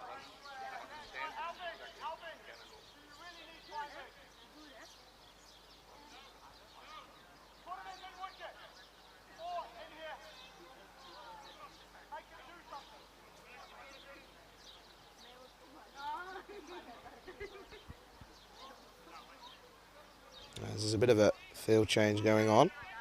Just wanting to get everything done correctly and make sure everyone's in the right position, as Bulgaria are really looking for their first victory here. That's going to be off the pad into the leg side for a single. It's going to be a leg bye.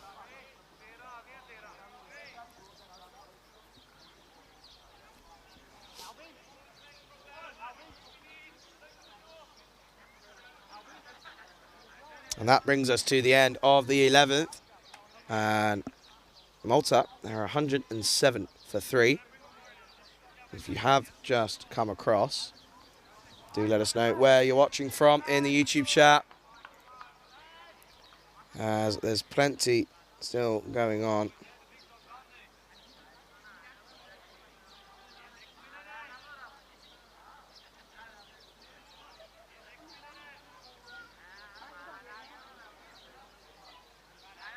And you see on your screen beautiful pictures here of the Marsa Sports Ground, and it has just been a beautiful setting for some incredible cricket over the last couple of days. Just that one spurt of rain early on, but we end up with beautiful, beautiful sunshine and highs of nearly 30 degrees. 28 we had yesterday and 28 again today. As we're going to see the leg spin of Amar Razul into the attack.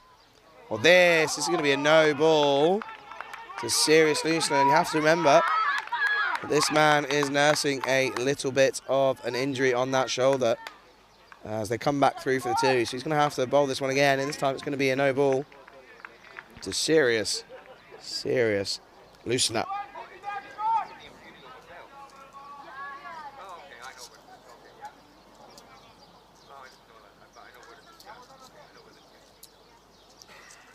Free hit. It's a wide ball, so he's going to have to bowl that one again. Try to push that one in quicker, just to rush Gedeke. And he did rush him, but it was down the leg side, so he's going to have to bowl it again.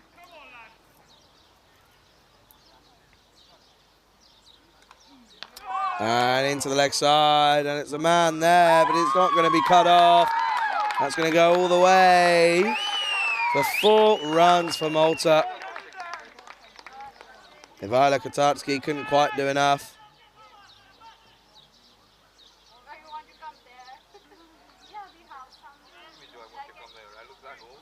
As there's a bit of advice coming in now.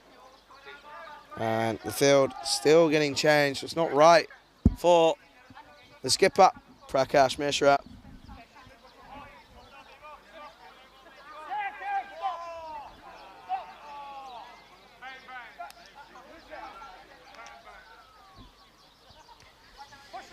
Amar Razul to continue. It's a half tracker. Oh, he's not got any of this, has Gedeke. Ends up just being a dot ball. Missed out there, did Heinrich Gedeke. And again, you have to remember, his highest score was against this team, Bulgaria, as this looks like, and he's going to go all the way. That's another boom, boom, maximum. You can just hear how much this means to all the spectators supporting the national team of Malta. As Rasul just struggling with his line and length. It's a great, great shot from Gedeke. And he moves now on to 45 off of just 21 deliveries. And it's a good stuff from Rasul. It's going to be a leg bye. So they rotate the strike and they come through for the 1 run.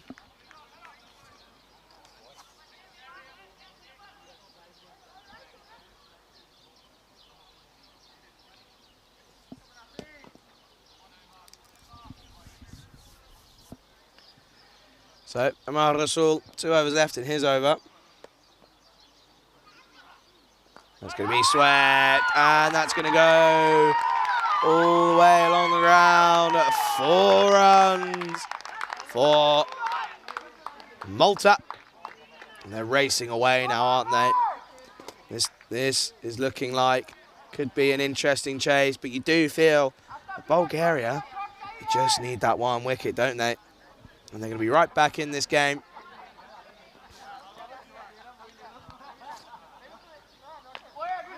And that's going to squeeze through, and that looks like it's going to go all the way. And again, it is. It's a lovely shot from Aftab Khan. Again, more than capable batsman. And that runs away. And Malta, after 12 overs, are 130 for 3.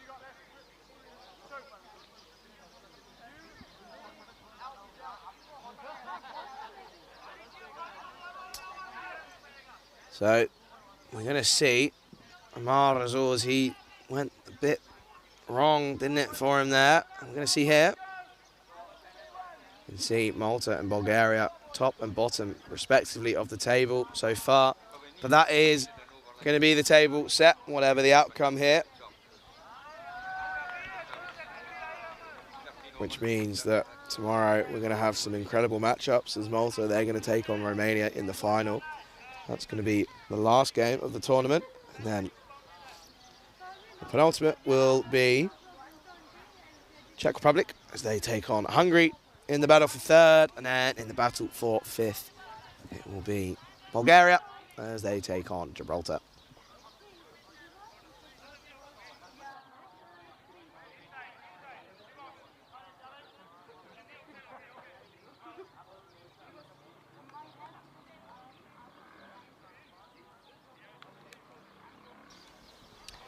And interestingly, we're going to see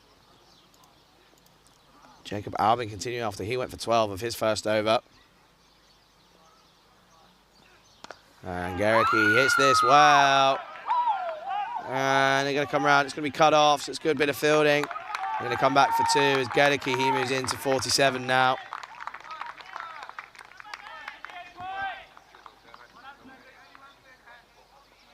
So you do just feel that these 2 batsmen taking the game away from Bulgaria, as it's just 73 required off of 47 now.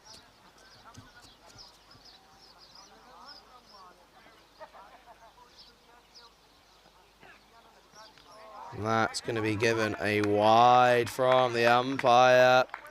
Every little helps now, doesn't it, for Malta? That's now the 12th wide from this innings. 18 extras in total, which is also not going to help the cause, as that just brings them back to less on the total. And brings them close to Bulgaria, who are 97 for 3 at this stage. So Malta well ahead now. Gericke does well, and it's just going to end up being the dot ball. It's a good bit of work from Jacob Albin. It's a good response.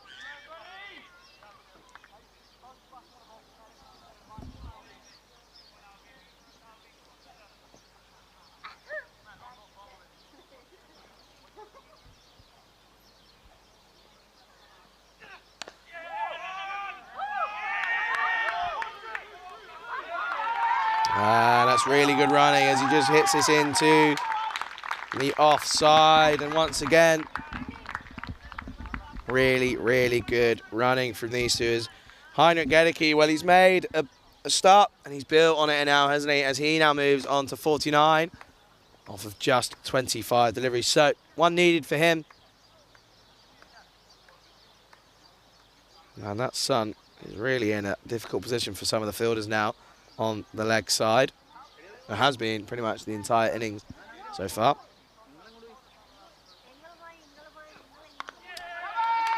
That's well batted from Heinrich Gericke as he moves to 50 off of just 26 deliveries.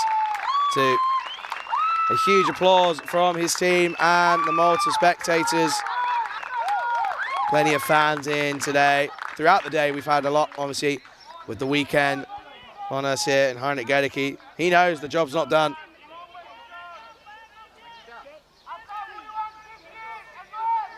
And someone just saying to Aftab, we want 50 from you as well. I'm sure he's going to try, as 69 off of 44 required now. Certainly is Wazamatron. It's certainly game on.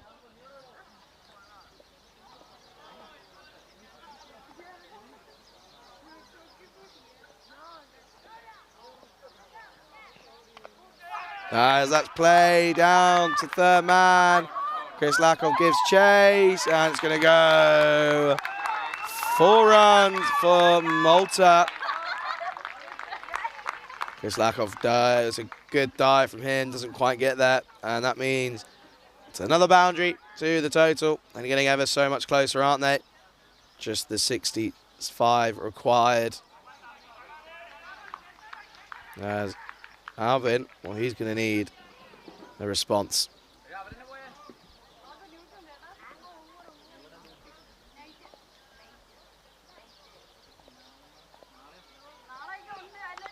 That's well bowled from Jacob Alvin. It's well played from Aftab Khan. He just drops this and runs straight away.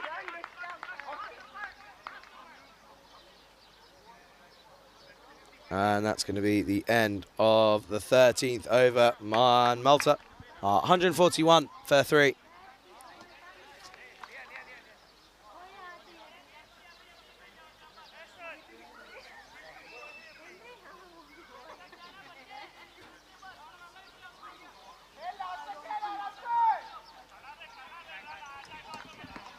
Just a couple of drinks being brought on. Again, it is still warm here in Malta. It may be 6:30 in the evening as we're going to get to take a look at tomorrow's schedule. So we're starting at the later time by half an hour of 9 o'clock local time. So that's going to be 7 o'clock GMT and at 12:30 over in India.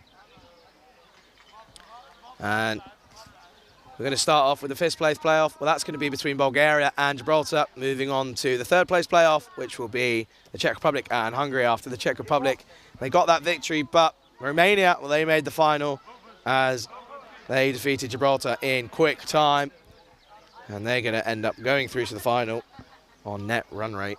Who they face? Malta, who looked like, at the moment, pretty happy is the run rate. Well, it was at about almost 12 and over, but it's now down to 9s. So these two, they've really accelerated and they've done really well, haven't they?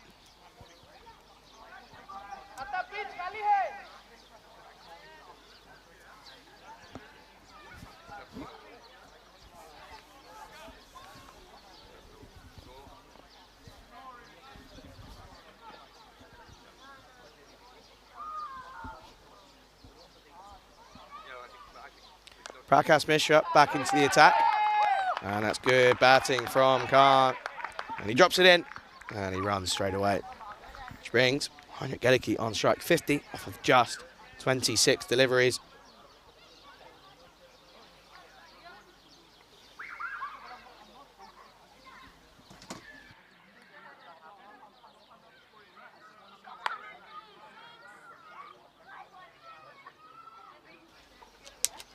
So Mishra just making sure his field's set. Any catches available, he's going to want to take them. Omar, point! Point! Push around. Sandy! Just a bit of a delay as they make sure that everything's set and ready as we continue here for Prakash Mishra. Heinrich Gedicke goes big, doesn't get all of this. Going to take some catching, it's going to run down. Is he going to get there? No, it's a good effort from Ishan De Silva. But it's going to go for another boundary. And these boundaries are becoming almost too constant for Bulgaria as it looks like Malta, they're going to move closer here to victory. What a chase this would be if they can chase off 205 off of what isn't a lousy bowling lineup whatsoever. That squirts through into the offside, but it's really done well by Omar Rasool. And this partnership now worth 95. So they've done really well to recover after being in the 50s for just 3 wickets down early on. That was in the power play, wasn't it? But these two have done really well.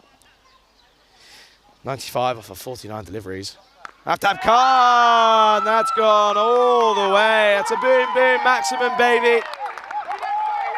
as that brings that partnership over 100 now. And there's a serious amount of support for Malta. As I just look to outside of the commentary box, there's probably about between 30 and 40 spectators, which is always positive and nice to see. So Mishra, well, he's just gone for a massive 6. From Aftab Khan, he moves into 39. And that's going to go through to the offside. There is a man out there, so it should just be the one, and it is. So good work from Kevin De Souza out there in the deep once again.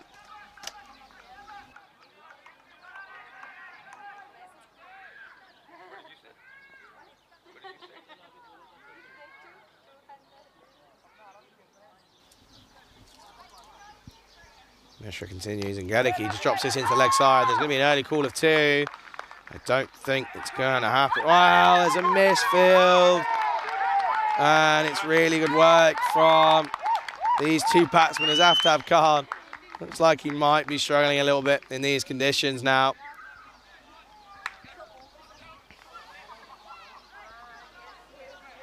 As Prakash Mishra continues. And Garicki goes big, doesn't get any of this. It's an outside edge. It's going to run around. They're going to push for 2. Oh, this is lazy. This is poor from the Bulgarian fielders. And you can just see the heads is starting to drop a little bit. The constant flow of boundaries is getting to them. And that was really poor from Kevin De Souza. Just didn't attack the ball, did he? But that brings us to the end of the 14th. Malta 156 for 3.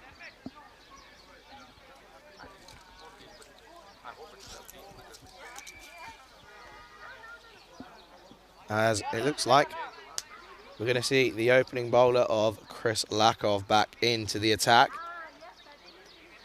Well, he went for 29 off of his 3 overs, but more importantly, he got 3 wickets, and he got 3 vital wickets of Zishan Khan, but also the big man, boom, boom, Basil, he went. And it's going to be Aftab Khan on strike. He is now in the 40s, and the crowd are begging him for a 50, and he's certainly going to try.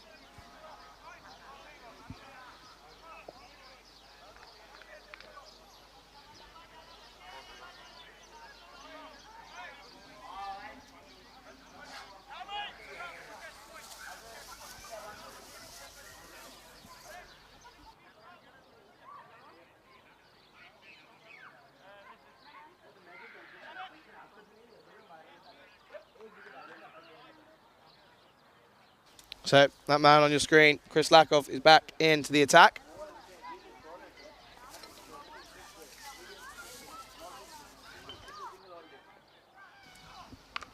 Well, it's not the start that he would have wanted, and Aftab Khan rocks back and drops this into the leg side. 4 runs for Malta. And Lakov knows that's not the start that he would have wanted to finish his spell here, as he now has 5 deliveries to make up for it.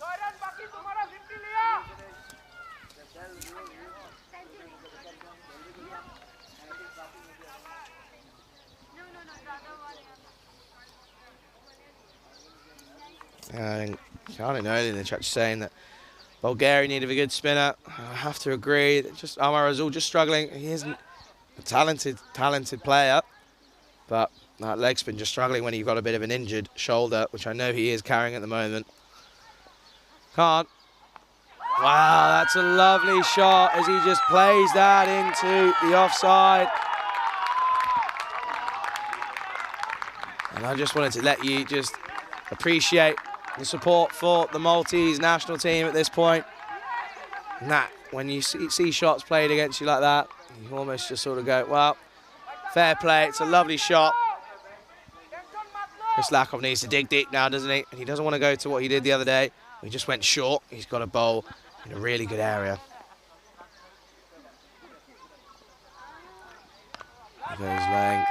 That's well done from Prakash Mishra as they come through for a single, and that moves Aftab Khan on to 49.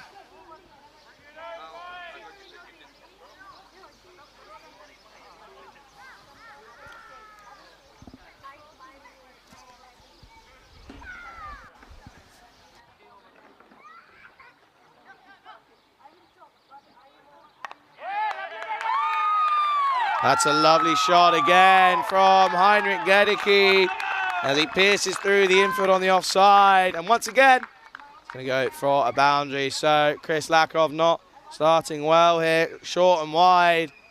It goes all the way for 4 runs as they get ever so much closer now. 34 required off of just 32 deliveries.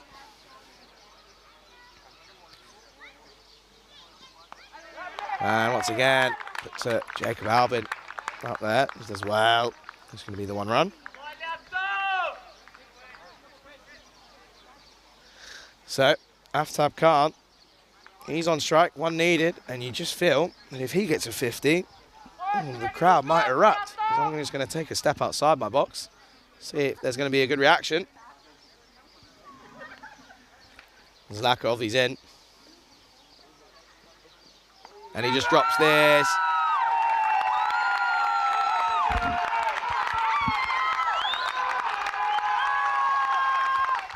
And that is a lovely moment there. Aftab Khan, he's loved by all as he goes on. He makes a lovely 50, which is appreciated by everyone here at the ground. And see how much that means to both of these two as he moves to 50 off of, again, just 28 deliveries. And I think this is going to be a really nice moment, which you're going to pick up on your screen. And he just runs past me. I thought he was running all the way to congratulate him, but no, he runs through. But again, a really incredible bit of batting from Aftab Khan. As that now leaves him at the end of the 15th on 173 for 3.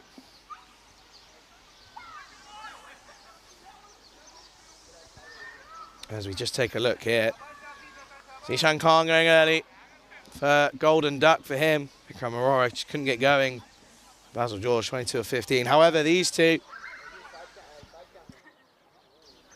well, they've taken the game away, haven't they?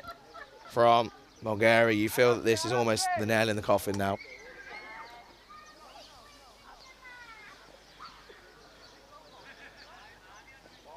So it's going to be Prakash Mishra to continue.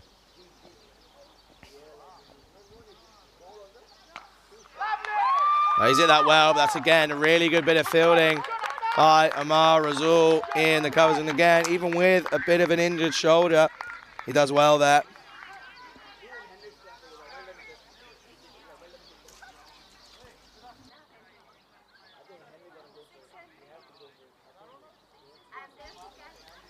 This is again short outside the off stump, and it's just going to be 1 run.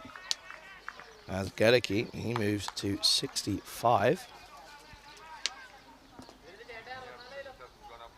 And you see that, just over a run. 6 runs and over now. 31 needed off of 29 deliveries.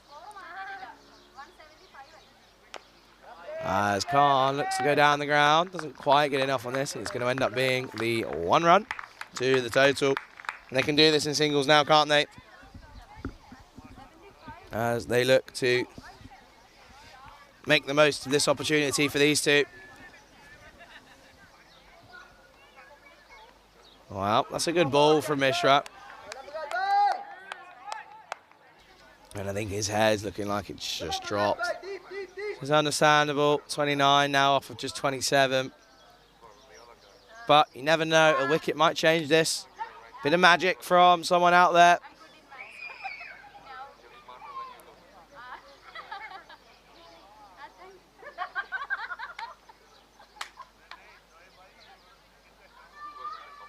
There's a couple of field placing being changed.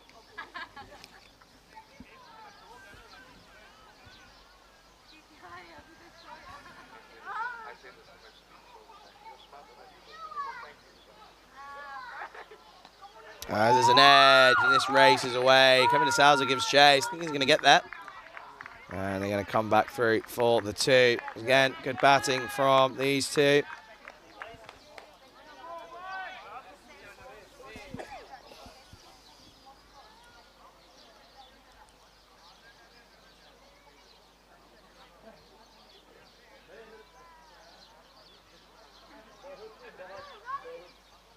Well, Gedicke holds out to the man, and he comes off to a standing ovation from all the spectators here at the ground.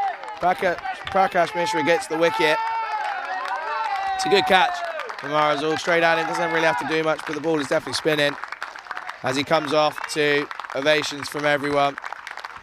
Applauds all round, and he'll be happy as he manages to come through for his team and almost get them over the line. Just a little bit of work left to do, but he's going to back his team here as the new batsman comes in.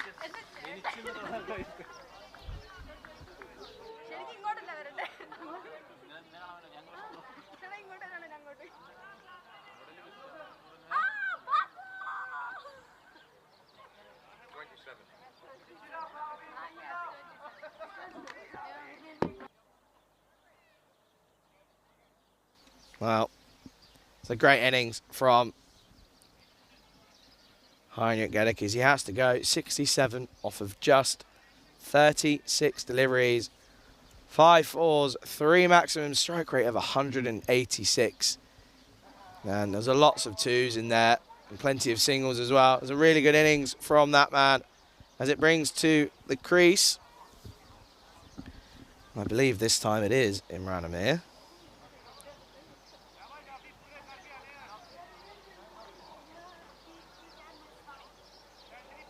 But it's going to be Jacob Albin here, as at the end of 16, Malta 178 for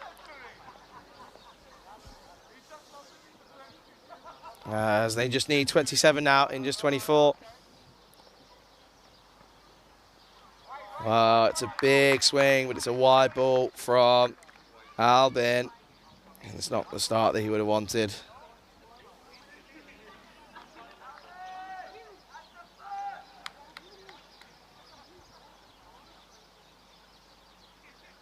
Can he have a reply here?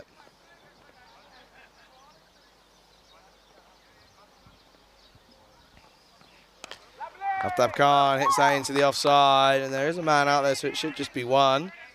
Does end up just being the single. So the new man, Imran Amir, is on strike. We've seen him.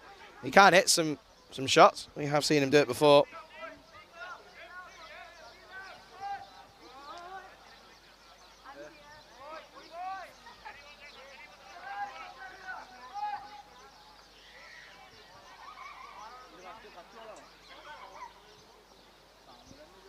And the new man is going to be on strike, Imran Amir, as he takes up his first ball. Plays this into the offside. They're calling for 2. Don't think they're going to come through, and it's going to end up just being the 1. So good work from the men out in the deep. The equation now, and it's at 24 off of 22 deliveries now for Malta. This has been a high scoring game. Which is really, really nice to see. Game's not quite over just yet, but you do feel that Malta are going to do this almost pretty comfortably. And, well, if there's going to be extras like that, just backs it up, doesn't it? They're just struggling with the ball, and they have done throughout the entire week. Batting hasn't been an issue, with plenty of players going on to score big runs. Just struggling with the ball. Fielding's been good. It's not really been a bit of an issue. It has just been the issue with the bowling. Too many wides, and as we say that, there's going to be another one. As it's now at exactly a runner ball for Malta.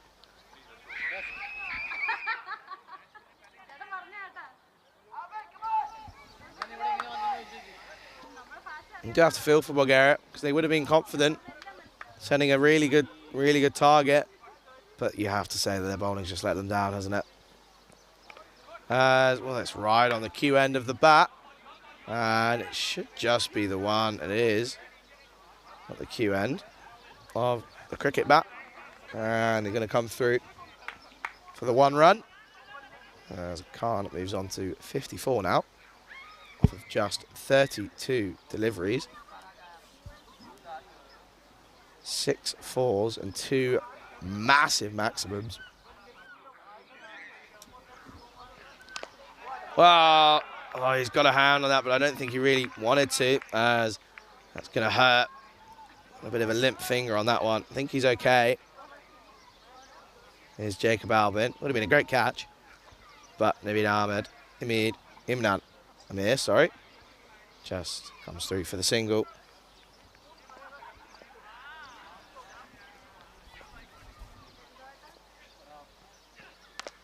Well, he goes over the top. Doesn't quite get all of this. It's going to be a big chase on here. He's not got the legs. They're going to go. I think it's just going to be 2 runs. And it's again a good chase out in the deep as they come through.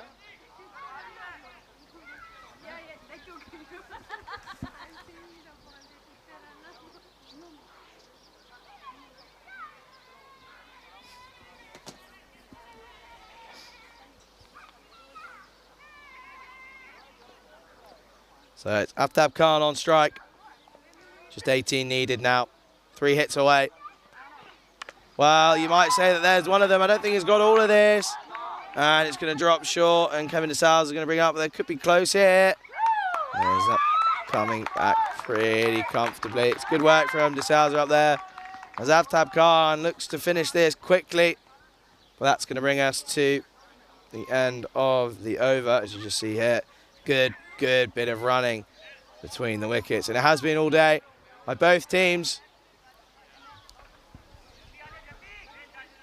And it brings us to the end of the 17th. Malta, they're 189 for 4, requiring just 16 off of 18 deliveries now.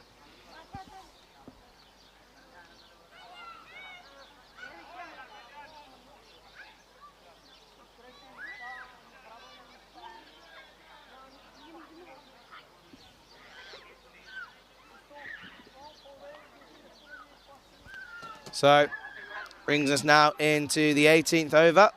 3 overs remaining, and well, this can be done in just 3 hits, can't it? 6, 6 and a 4 would be enough. And there's no doubt that Malta, this is going to do them a lot of confidence with players who may not have got a chance if the strength of the team was at its usual full strength. However, they've been given a chance and they've made the most of it. Aftab Khan has been played as a batsman, hasn't he? Not given the gloves as Heinrich Gedeke. He's had a really good game, hasn't he? A couple of good grabs, but you have to say as well.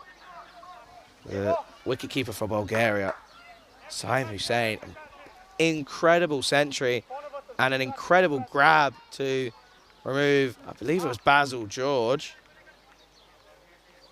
It was Basil George. As we're going to see. Delric Vinu continue here. 16 off of 18 needed for Malta.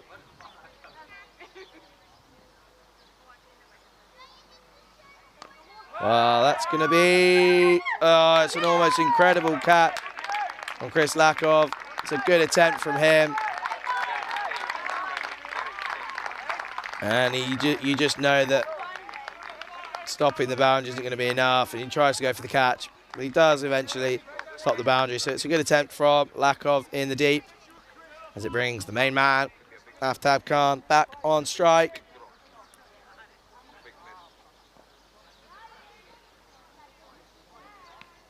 He's left this one. There is a bit of an appeal, but just going to be sliding down leg, you feel. I don't think he's going to be right there. So it's a dot ball, rare dot ball now in this game.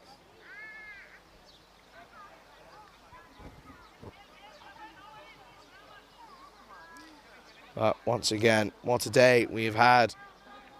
Some big runs, some outstanding catches, and some really, really good bowling as well as we come towards the end here. Aftab Khan, that's going to run away. 4 runs for Aftab Khan and for Malta. Great shot again from Aftab Khan coming in at number 4. What was it? Uppercut, wasn't it?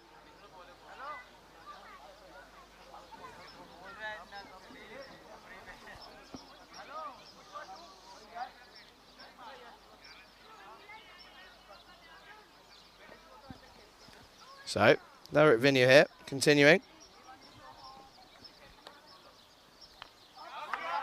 And this is just going to run down, and Time Hussein's going to have to give chase. Going to do well to get there. And it ends up being Chris Lakov who brings it in. It could be close. It's a good dive, much to the excitement of the crowd here. And this is what it's all about. Forget what the result is, but spectators enjoying the sport that all viewers, myself, everyone involved loved. And it was a really good effort. Mara's all just sort of stood there. But again, the sound of the crowd, the spectators coming in on this Saturday evening to enjoy some incredible cricket. And it's been a real pleasure as Derek Vinny continues here. And that's going to be respected back. Good bit of bowling from Derek Vinny.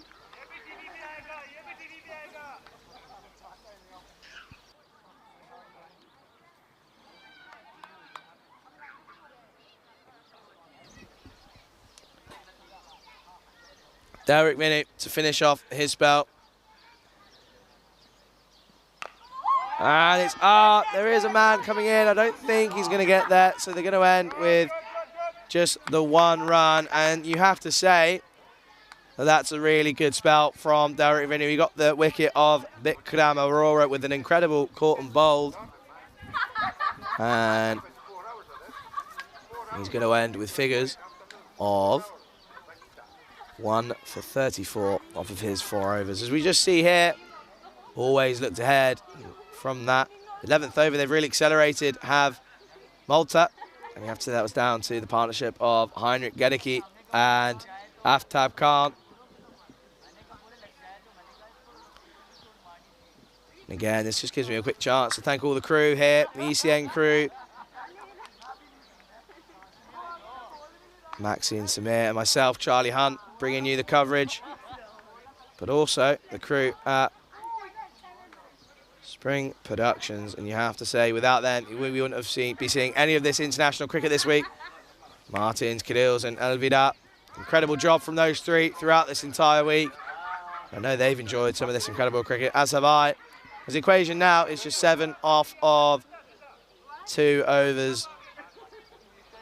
And I want to thank everyone for joining on the YouTube chat, or if you're watching fan code ECS, ECN coverage. And I'm sure you've been skipping between here and finals day up in Sweden.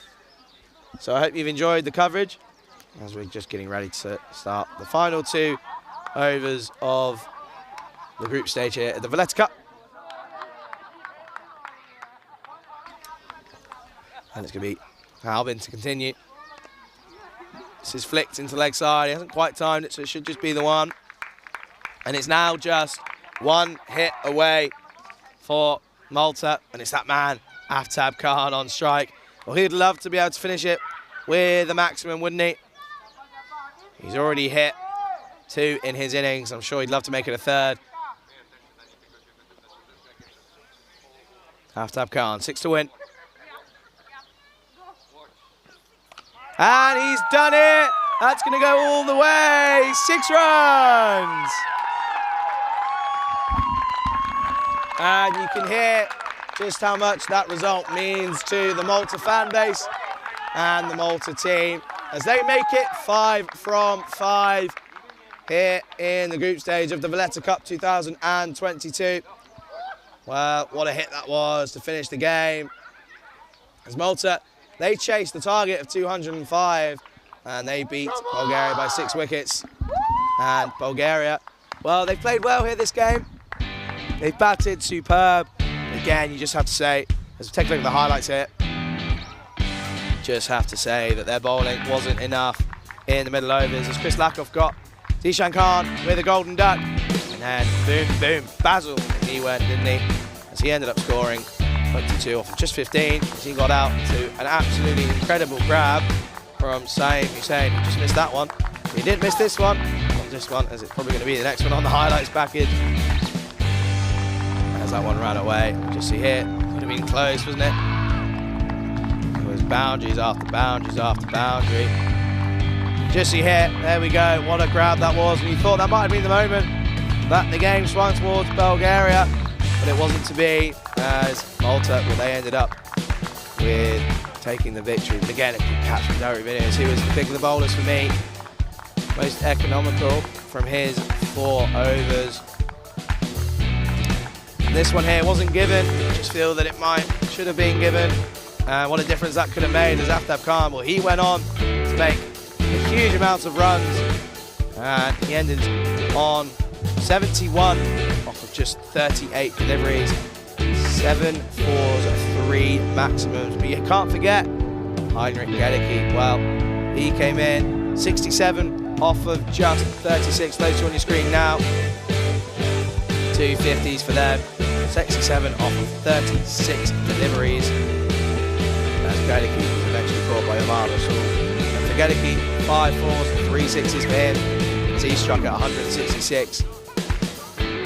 And it was, again, incredible bit of cricket. And it's been an absolute pleasure to bring you these pictures and the coverage of the final day in Malta of the Valletta Cup 2022. As you just take a look here as the sunset sets on the final day of cricket before we reach finals day tomorrow, which is sure to be an exciting, thrilling day of cricket here in Malta. T20 international cricket at its best here. And my name's been Charlie Hunt, and thank you to those watching in the chat. And you have been watching the Valletta Cup on the European Cricket Network.